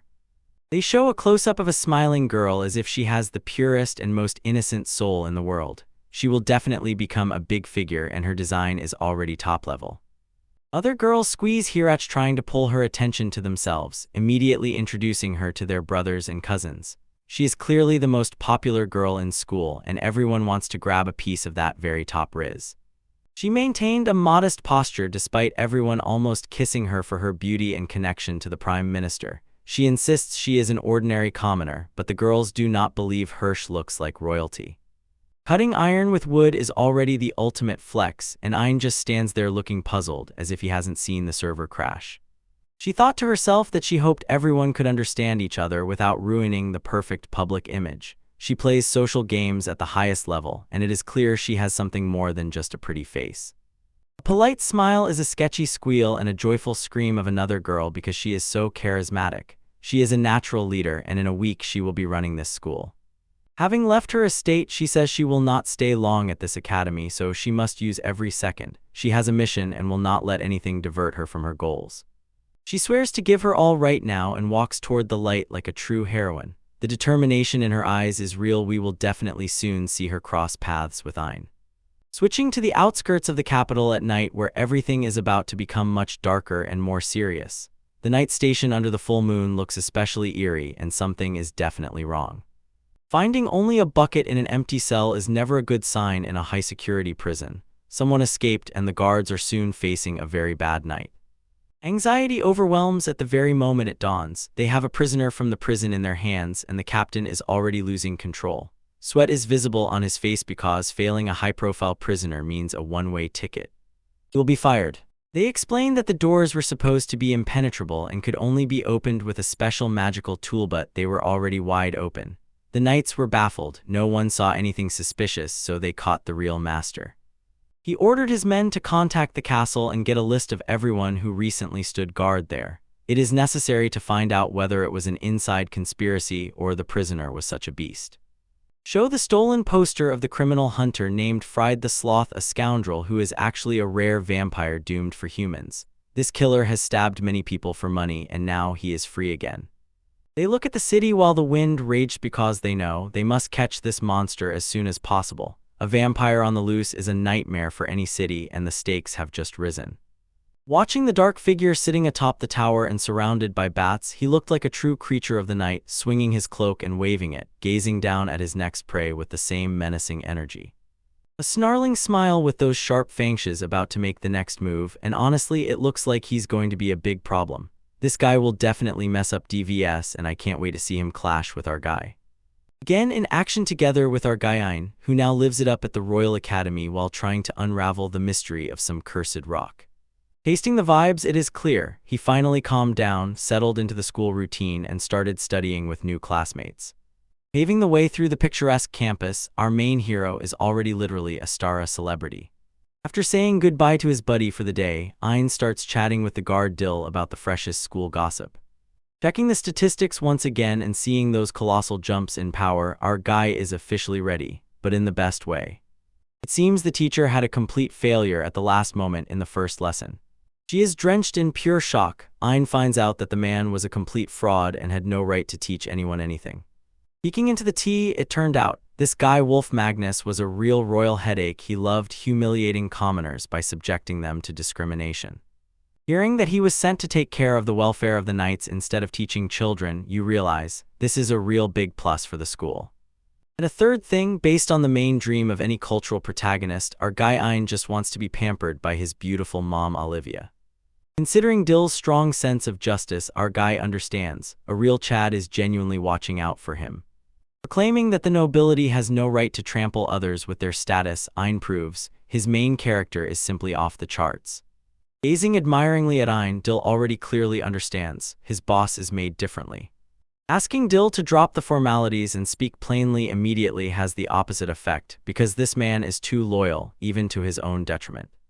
Suddenly, the beauty Olivia drives up and says she needs to go talk to the guards on patrol. With an order not to move a muscle, she leaves him standing there like a lost puppy in the middle of a human crowd. Feeling completely out of place in the city, Ein tries not to move while everyone is looking at him. Sounds like I was reborn, but mom is a complete buddy start pack, and honestly, I respect her non-stop work. Noticing a group of girls in the same uniform as his sister who are being bullied, Ein realizes he cannot just sit on the sidelines. These faceless thugs here are trying to play guards for the girls, who clearly do not want anything to do with them. Like a true absolute king, Ein simply steps into the frame and politely asks them to stop being lackeys. They mock him for pretending to be a prince for the ladies, but the thugs have no idea that they are about to get roasted. Next, trying to punch, that was the last mistake this giant made. He catches the fist, twists it like a pretzel, and makes it clear he was the one who attacked first. In panic after their leader was crushed, two other thugs realize, our guy in the Royal Academy uniform. Suddenly pretending to be quiet and endlessly apologizing, Amy gives these losers a real masterclass on how to lure them in. They laugh because they think he got scared, and the extortionists prepare to jump on the kid like complete cowards. They are completely removed before they even manage to blink, and the bandits realize that Olivia is not someone to joke with. Looks like a real demon from a horror movie. Olivia is furious, her Aina did not stay where she ordered him to. And he, arriving at the capital with flair, but seemingly forgot to check the vibe. Olivia looks simply fiery. Realizing he caused big trouble, Ong can only wipe sweat while his terrifying bodyguard prepares to report this to the king. Fast forward to the palace treasury, there is more gold and legendary loot flowing than in an elite-level raid. Walking down the vault corridor, we see the whole team they gathered to inspect the national treasures. Having received a light slap pat on the head and a lecture about his 50-page reflective essay, Ein definitely feels the consequences of his actions. Enter Queen Ishtalika Laurel, a dark elf villainess with such a vibe reserve she can stop time. She calls him and winking says he is cool, then decides her grandson from the treasury deserves a special gift. Drew a blade from the sheath darker than night as if taken straight from a legendary quest adventure. The hype in the room soars to the ceiling. Do you think it is possible to take such a national relic? They advise Ein to try to take it in his hands to check if it suits his mood. Raising the weapon, he proves that aesthetics is pure cinema, as the black blade in his hand glows. The feeling is as if the dagger is literally an extension of his own hand. Ein understands this is not just ordinary steel. With a dazzling smile capable of melting the heart of a giant made of stone, he thanks his grandmother for the luxurious gift. He is hugged twice and he simply suffocates from the warmth of the two beauties in his life. Our guy truly wins in life. Boasting his new outfit, the dagger looks perfect secured at the side. Returning to the laboratory, the cat teacher Majalik cuts the cozy moods and gets down to business. She pokes a finger at the cursed magical stone that he bought earlier. She explains, this piece is much more dangerous than they thought. Without even waiting for him to refund the purchase, she throws him into a portal to the usual fantasy world full of monsters and magic. Good luck surviving with your antiseptic skills, King Yu will definitely need it. Said this trying to play peacemaker while stuck in a carriage with a time bomb, a bold strategy from our guy. Acknowledging that even in the Royal Academy library there is no information about this, Zivod understands they are stuck in the mud. Ein smashing him for worthlessness as a prince makes him grab her by the ears like a mischievous kitten. Touching those sensitive cat ears, the teacher screams, "Help," while the rest just watch as chaos unfolds. They sit down again to brainstorm and the group realizes only one crazy option remains. Tell Ein to try sucking the stone, a little the wildest sentence that has ever been said in this manga. Realizing that Majolica called him here precisely because of his magical ability Gormid, Ein understands there is nowhere left to retreat. Forcing the girls to step back just in case everything goes wrong, he prepares to remove the seal from the cursed stone. Cracking, he lifts the glass showcase and dark energy begins to leak out like a broken water pipe. Something strange is heard, and immediately Ain's eyes widens his eyes as the room starts shaking. But a 1-second pause, everyone stands still, nothing happens and everyone begins to feel a little uncomfortable. Suddenly the stone starts trembling like a heartbeat, and Ein cannot help but reach out to grab it. When I heard the eerie whisper in my head and realized you were there, that was the biggest red flag. Meanwhile, the main carriage is pulled by the Father of the Year. At full throttle, Lagos is preparing to announce his second self-grantor as heir. Screaming for him to put it back in the box, the girls realize they have made a colossal mistake. Bursting out from Ein's back, huge phantom hands begin tearing apart the entire room space. Seeing that there are 4 such spectral limbs, our guy completely loses control over his own power. Despite the shouts of his friends, Ein physically cannot let go of the stone. Clenching the stone with all he had, he understands the body works on its own. Forcibly absorbing the cursed magic stone, Ein literally trembles from the dark energy. Bro is literally 4 years old and he's already being married off by arrangement to the Marquis's daughter. So much for this whole state, it's really doomed. He tries to fly back while the room is already completely destroyed. The cat teacher tries to catch him, but she chases him in circles. With a crash breaking the bookshelves and making a complete mess, the voltage spike finally begins to subside. Coughing through a cloud of dust, Ein feels as if his body literally weighs a ton. Noticing the frightened face of the girl, he realized they are not looking at him, they are looking at his right hand. Looking down, Ein sees he has officially evolved and received cool demonic armor. Sitting amid the ruins with a huge black gauntlet, he has no idea what just happened to him. In complete silence, the girls freeze. They are completely shaken by the transformation. Looking at the empty showcase, we remain guessing who exactly our guy just became, what kind of beast is now inside him. Yo, we are back on the spot with our guy Ein, and it's getting hot because bro woke up with a new piece of drip fused with his hand. The body just decided to snack on the magic stone without permission, and everyone starts panicking because of the resonance of these things. It turns out that when you have unique magic stones, they behave like fate companions, wildly eager to merge into one big enhancement. Our barber with half-done hair explains that this is not just a random system glitch, this is fate. Look at the face of this man, he definitely knows what mess he just sold to a literal child and savors every second. He warns the prince, these stones actually have their own mind and seek connection. When Ein in the box looked at the cursed magic stone, he suddenly realized, essentially, he was a walking magnet for all dangerous artifacts in the kingdom. It was not just a coincidence that it caught his Gazeth stone, almost called to his very soul. His blood boils when he sees how sad his mom is, but Ein still keeps everything restrained so as not to cause a scene. The ominous rock just stands in place and looks as if ready to ruin someone's career while Ein tries to digest his new life of magical vacuum. Just when it seems things can't get worse, loud knocking sounds at the door as if the FBI is conducting a search. Panic hits immediately. Chris is outside and she definitely heard that crazy commotion spreading inside the room. Kadima is losing her mind and shouting in Cat's Lange because they are about to be caught red-handed. Hiding the evidence is a complete failure. The clone tries to buy time, but it's all in vain, and Chris today is without any restraint and still bursts into the room. There is total chaos. Books fly in all directions, and Ein looks as if they have just survived a tornado. The team just stands there looking like they were caught in 4K, hoping Chris won't notice the armor literally fused with Ein's hand. An awkward silence hung. It could be cut with a knife as everyone held their breath. Chris gives them a final sidelong glance. Knows these kids are definitely up to some suspicious stuff again. Ein just stands still, his heart pounding, thump thump, thump thump, and he prays the armor stays invisible for another 5 minutes. Fortunately, she is just there to deliver a package for Kadima, who starts tearing the box as if it were a legendary loot drop. The cat girl is thrilled, her special order finally arrived after months of waiting. Look at the final lore release, a book with such a luxurious cover that it probably cost more than a small house. Everyone is peeking over the shoulder to catch which forbidden knowledge exactly requires a whole year of pocket money. Kadima tries to pretend that she is all cold-blooded and collected, asks Chris to take charge of some free moment for the boys while she prepares to dive into her new piggy bank. Chris just sighs and agrees, probably already fed up with such kids and their expensive hobbies. Ein is shockingly looking at Loki. Can a single book really cost that much? And Kadima is laughing as if she just won the lottery. She had been saving for this forever and she is not going to let some trivial thing like bankruptcy stop her. It turns out this masterpiece is entirely about the Demon Lord. It was written by an elf who devoted his entire life to being an old fanboy. This is practically the most remarkable biography of the most wicked devil in history. Just hearing this name, our guy Ein even broke out in a sweat because he already has a mouthful of problems without adding ancient demonic kings to them. He looks at the book and his gaze mixes curiosity and pure fear. The capture instantly turns into a huge L when Kadima opens the first page and realizes she cannot decipher a single symbol. She was already eager to read the lore, but the universe quickly knocked her off her feet. Look at that face, guys. If you don't want to protect that smile at all costs, then you are official haters.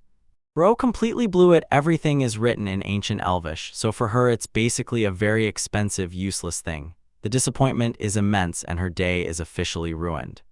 The next step on the list is to find a translator, but then Ein notices a portrait in the book that stops him as if rooted to the spot. They ignore the text for a moment to look at the image and indeed, the art in this world is top-notch. Look at that guy in the portrait, such a chat as if he is about to solo the entire kingdom's fist with that huge black gate.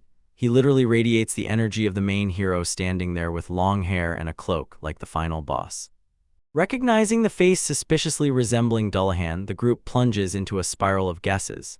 Kadima can't stand it and rushes out of the room to find someone who can actually speak re-elf speak. Chris was left behind to deal with the aftermath and the heavy package Kadima handed her before taking off. She watches the children leave and doesn't understand when her life became a nanny service for chaotic kings. Noticing how the expensive book just lies on the table like some trivial scrap paper, Chris decides to glance at it out of the corner of her eye. She cannot believe that Kadima could leave such a valuable item unattended in this cluttered room. Reading the biography of the Demon Lord and his assistants noticeably increases her interest even more than she is willing to admit. She begins to flip through the pages, examining what secrets are hidden in the ancient text. She finds a portrait of a woman, the true embodiment of a thick waifu, and even Chris has to admit that she is incredibly beautiful. She looks around to make sure no one is peeking and then dives even deeper into fan service. Seeing how Elderlich looks like this is a pure absolute movie scene, the author clearly knew exactly what he wanted to show. This is not some dusty skeleton, this is a top-tier villain who would drive any simp crazy. Suddenly she remembers that she still has a bunch of things to do. Chris slams the book shut with a bang and runs out of the room in panic. She almost forgot about the package she was supposed to send in. This proves that even the most disciplined heroes sometimes lose their composure. And now at the academy, the professor stands by the podium and sprinkles news about a huge district competition. He has the same energy of already tired of his job while he fine-tunes all the details for the class. Taking on more work just to get Dad's attention, who apparently doesn't care. This is the peak of performative suffering, but we know Ein is made differently. Ein just sits and looks confused. He clearly missed the memo about the Olympiad in the school version. He stares at the paper as if it were written in ancient elf II, trying to understand what is going on. His catboy buddy Dill explains that it is an annual event. It is meant to bring schools closer together, covering everything from magic to fencing. But the main twist is that their particular class has no right to participate at all.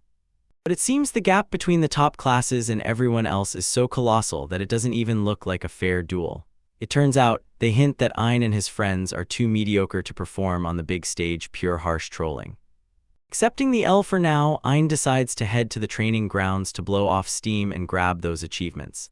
He says goodbye to Dill, who goes to do research while our guy prepares for physical work. Entering the arena, he hears armor and swords clinking. The sound cuts through the air as students run drills for experience. Ein approaches the instructor, ready to accept any mode that awaits him today. Meet instructor Kaiser, full of energy, looking like he eats protein powder for breakfast and smashes boulders for fun. He calls Ein brat, but it's clear he secretly respects the boy's determination. Recalling how everything was awkward at first, Ein realizes Kaiser is none other than the examiner from his entrance test. And now they take up the task again. Today's challenge: fight the red bison from the summoning platform. Putting on light armor, Ein notices that beneath the rough exterior, Kaiser is actually a rather caring teacher. He checks if Ein has warmed up properly, showing he didn't just come to watch a kid being prepared. Activating the high-tech sacred circle, the instructor prepares the beast for a short sparring showdown with Prince. The panel flashes with magical energy. The system initializes the monster's appearance. Getting off the carriage, Ein is still thinking about that strange story with petrification that happened earlier and gave him his powers. Lights start flickering everywhere. Magic triggers, pulling the creature from the abyss right into the arena. Here is a real light show, and you feel something huge is about to step through the threshold. Look at the size of this absolute unit. The red bison stands here as if it could squeeze a mountain lying down and still have room to stretch the desert. It has huge horns and a gaze that says, "Now I will ruin this kid's entire career." Kaiser warns him the bison can release shock waves and they will blow him away in flight. But Ein is already running through another plan. He has already knocked down this thing, but today with pepper, so he wants to try something new. The bison rushes at full speed like a freight train just flying head-on. At this moment, most people would dodge, but our guy stands like a statue. Kaiser freezes in place. He does not run away, but stands firm because this guy has zero survival instinct. Byron roars so loud it blocks the ears and is ready to trample Ein into the ground once and for all. Grabbing the horns like a real boss, Aim prepares to arrange a pure tug-of-war with a 2-ton animal. This is peak chat energy. He takes acceleration straight head-on and doesn't even blink. Watching this power confrontation is madness. Ein literally drags the bison back while its hooves slide across the floor. He pushes in unison with its strength side to side, proving he is of a different breed. Approach the mansion of the Archduke and understand, this is practically a 5-star resort for the elite of the elite. Every muscle in him screams as he tries to hold back a monster bigger than a tank. The bison bucks, shudders, and realizes it finally met someone crazier than itself. Releasing his beastly essence, Ein actually throws the whole bison across the room as if it were a plush toy. This is a pure get-out-of-my-lobby moment, a massive creature flying through the air. Catching the wind and gasping for air, our guy feels on top after that pure movie scene in the training hall. The bison is already lying unconscious, and Ein is just glad he wasn't crushed into a pancake. Beaten on the head by Kaiser for being a fool and reckless, a perfect retest for his ego. The instructor yells at him for trying to stop the attack with bare hands. For anyone else, it's basically a suicide mission. Kaiser yells at him to turn on his brain and come up with normal plans, not just hit blindly. The neighbors probably already heard how Lakey's from a mile away. Ein gets a lecture on basic elementary logic. Later we see Ein sitting cooled down in a cafe, probably trying to forget the terrible headache his teacher just gave him. He sips tea and finally catches a moment of silence after the clash with the demon cow. Talking with a cute little clone, he says it's a pity because he won't participate in the big school competition. She, as always, is a real beauty, praises him for his efforts on the training grounds. Look at this statue. The author definitely knew what they were doing with these curves. Pure cinema right now. They are talking about Dill getting an exhibition match, and Ein desperately wants to go cheer on her brother on this big day, but the mood immediately changes as soon as Ein notices a group of girls approaching the cafe from the side. 3 schoolgirls enter the caffeined. One of them, the very beauty Aina, who was recently saved from those villains, looks around, not yet realizing that her dream man is sitting right here, just nearby. There, blindly hiding behind a bush. That's a total simp move, and Klon is visibly sulking because of his strange behavior. She quietly whispers that he is a weirdo, but Ein is just trying to escape from the huge social scene. The universe decides to play a trick on him because the girls are sitting at the table right next to him. There is only a thin hedge between them. Now Ein has to sit there and be silent while the girls start talking about him in the third person. Listening to their story about the mysterious handsome prince who saved them is the height of comedy for the audience. The girl remembers the exact place where it all happened, and her friends keep their ears ready to catch juicy details. They begin begging Klon to tell stories about the crown prince, not even realizing that the man himself is standing literally a few inches behind their backs. Einshart rumbles like a drum. Tries to remain unnoticed while his girlfriend is being interrogated. The clown begins to paint him with flattery, calling him a brave and kind person who cares about others, though a bit of a troublemaker. Ein almost dies from the shock behind the bushes, but he can't even move a finger, can't hide from the gaze for a single second. Telling the girls how happy she is to be next to the prince is such a pure waifu moment that even this cringe almost becomes justified. She smiles with words, the warmest smile, and Ein just stares into his tea, defeated. Other girls start screaming like at a concert, and Ein covers her face with complete shame. He immediately understands. She definitely did it on purpose to make him twitch and writhe in place, a total top move in power. Finally showing himself to stop this licking of him, Ein leaves the girls completely stunned. They freeze in place. He asks them please to stop talking about him as if he is a legend while he is standing right here. The girl he saved, down to the humiliated, down bad, thanks him over and over for the help while the rest just stare frozen with a sense of admiration. Ein tries to keep up appearances. Pretends nothing special happened, but the atmosphere immediately becomes mortally awkward. He reaches out to Klon to return to the castle together, the smoothest way to exit the scene. He is already tired of this drama in the cafe and just wants to take his girlfriend home before everything gets even stranger. Closing the deal with that verbal support is pure movie magic, and Klon asks if this is his way of apologizing for hiding. Ein simply gives her a gentle smile, and by this proves that he is a true Rizzler when it really matters. Leaving aside while the other girls still stand as if in a trance, this is the highest move for a royal couple. They leave the cafe behind and walk as if heading straight to a happy ending, but the story is not over yet. Here Logus tells Ein and Olivia to go away, to go to the hall, while he deals with important matters with his second wife. For now, some random student is wandering the academy grounds and suddenly feels that something is very wrong with the mood. In the distance, he notices a mysterious figure, and it is clear, Trouble is already sharpening its teeth in the shadows. Catching a glimpse of a terrible man with an eye patch who is wildly baring his teeth is a serious warning before the upcoming arc. It seems he is about to start a full villain monologue, and he definitely did not come for tea. The student senses danger and begins to investigate while the hooded figure prowls around the academy walls. Something serious is definitely about to happen. A part of the school is about to shatter into pieces. And when you see the whole gang of villains lined up on the top of the wall, it means, at the competition, everything will soon be hopeless. This is the chaotic premonition of what is coming, and our guy does not care what fate has in store for him. Of Rabbers, welcome back to Academy Boys. The arena looks grand and the mood is off the charts. Everyone is charged for the showdown of the century, and fireworks are already bursting to set the tone. Look at this huge stadium. It probably costs more than my entire game collection, and the crowd is already going crazy from the very first clashes. Here people clash swords as if hunting them and setting the stakes, while the announcer tries to keep everything under control. Our Inos is just soaking in everything around, wondering if he can fit a whole castle into this place because it seems he has grand plans. Dill stands nearby, looking with a note of less confidence than our main Chad. Bad, he tries to be a good bro, and Ein wished Dill luck in his exhibition match. But it is clear on him, something is gnawing at him from the inside. Dill stands, clutching his uniform as if it is the basic final boss without any health potions. Seeing that Gomi is trembling in his boots, Ein calls him out on his hesitation despite the Prince act. Bro barely sweats because he accidentally showed the boss a weak side. Instead of being a hater, Ong just smiles smugly and says that, after all, it is a relief to see him behave like a normal person at least once. Dill is now trying to maintain his professional riz, but he is clearly failing the vibe check right now. Refusing to talk, Dill walks away, and Ein just watches him leave with that same mysterious "I know something you don't" inside him. It's rare to see a stoic suddenly stepping out of character, even if only for a moment. As everything quiets down, Chris Sam pulls up looking like an absolute queen and ready to escort our guy to the place. She's happy that the two guys understood each other, but she doesn't yet know. They're just trauma bonded even before it started on previously shared anxieties. Suddenly he remembered that he's terribly clumsy, and Ein realized he left the special pen from his grandfather in the classroom. He told Chris he'd be right back and rushed there with the same speed as a main character because he can't lose his lucky talisman.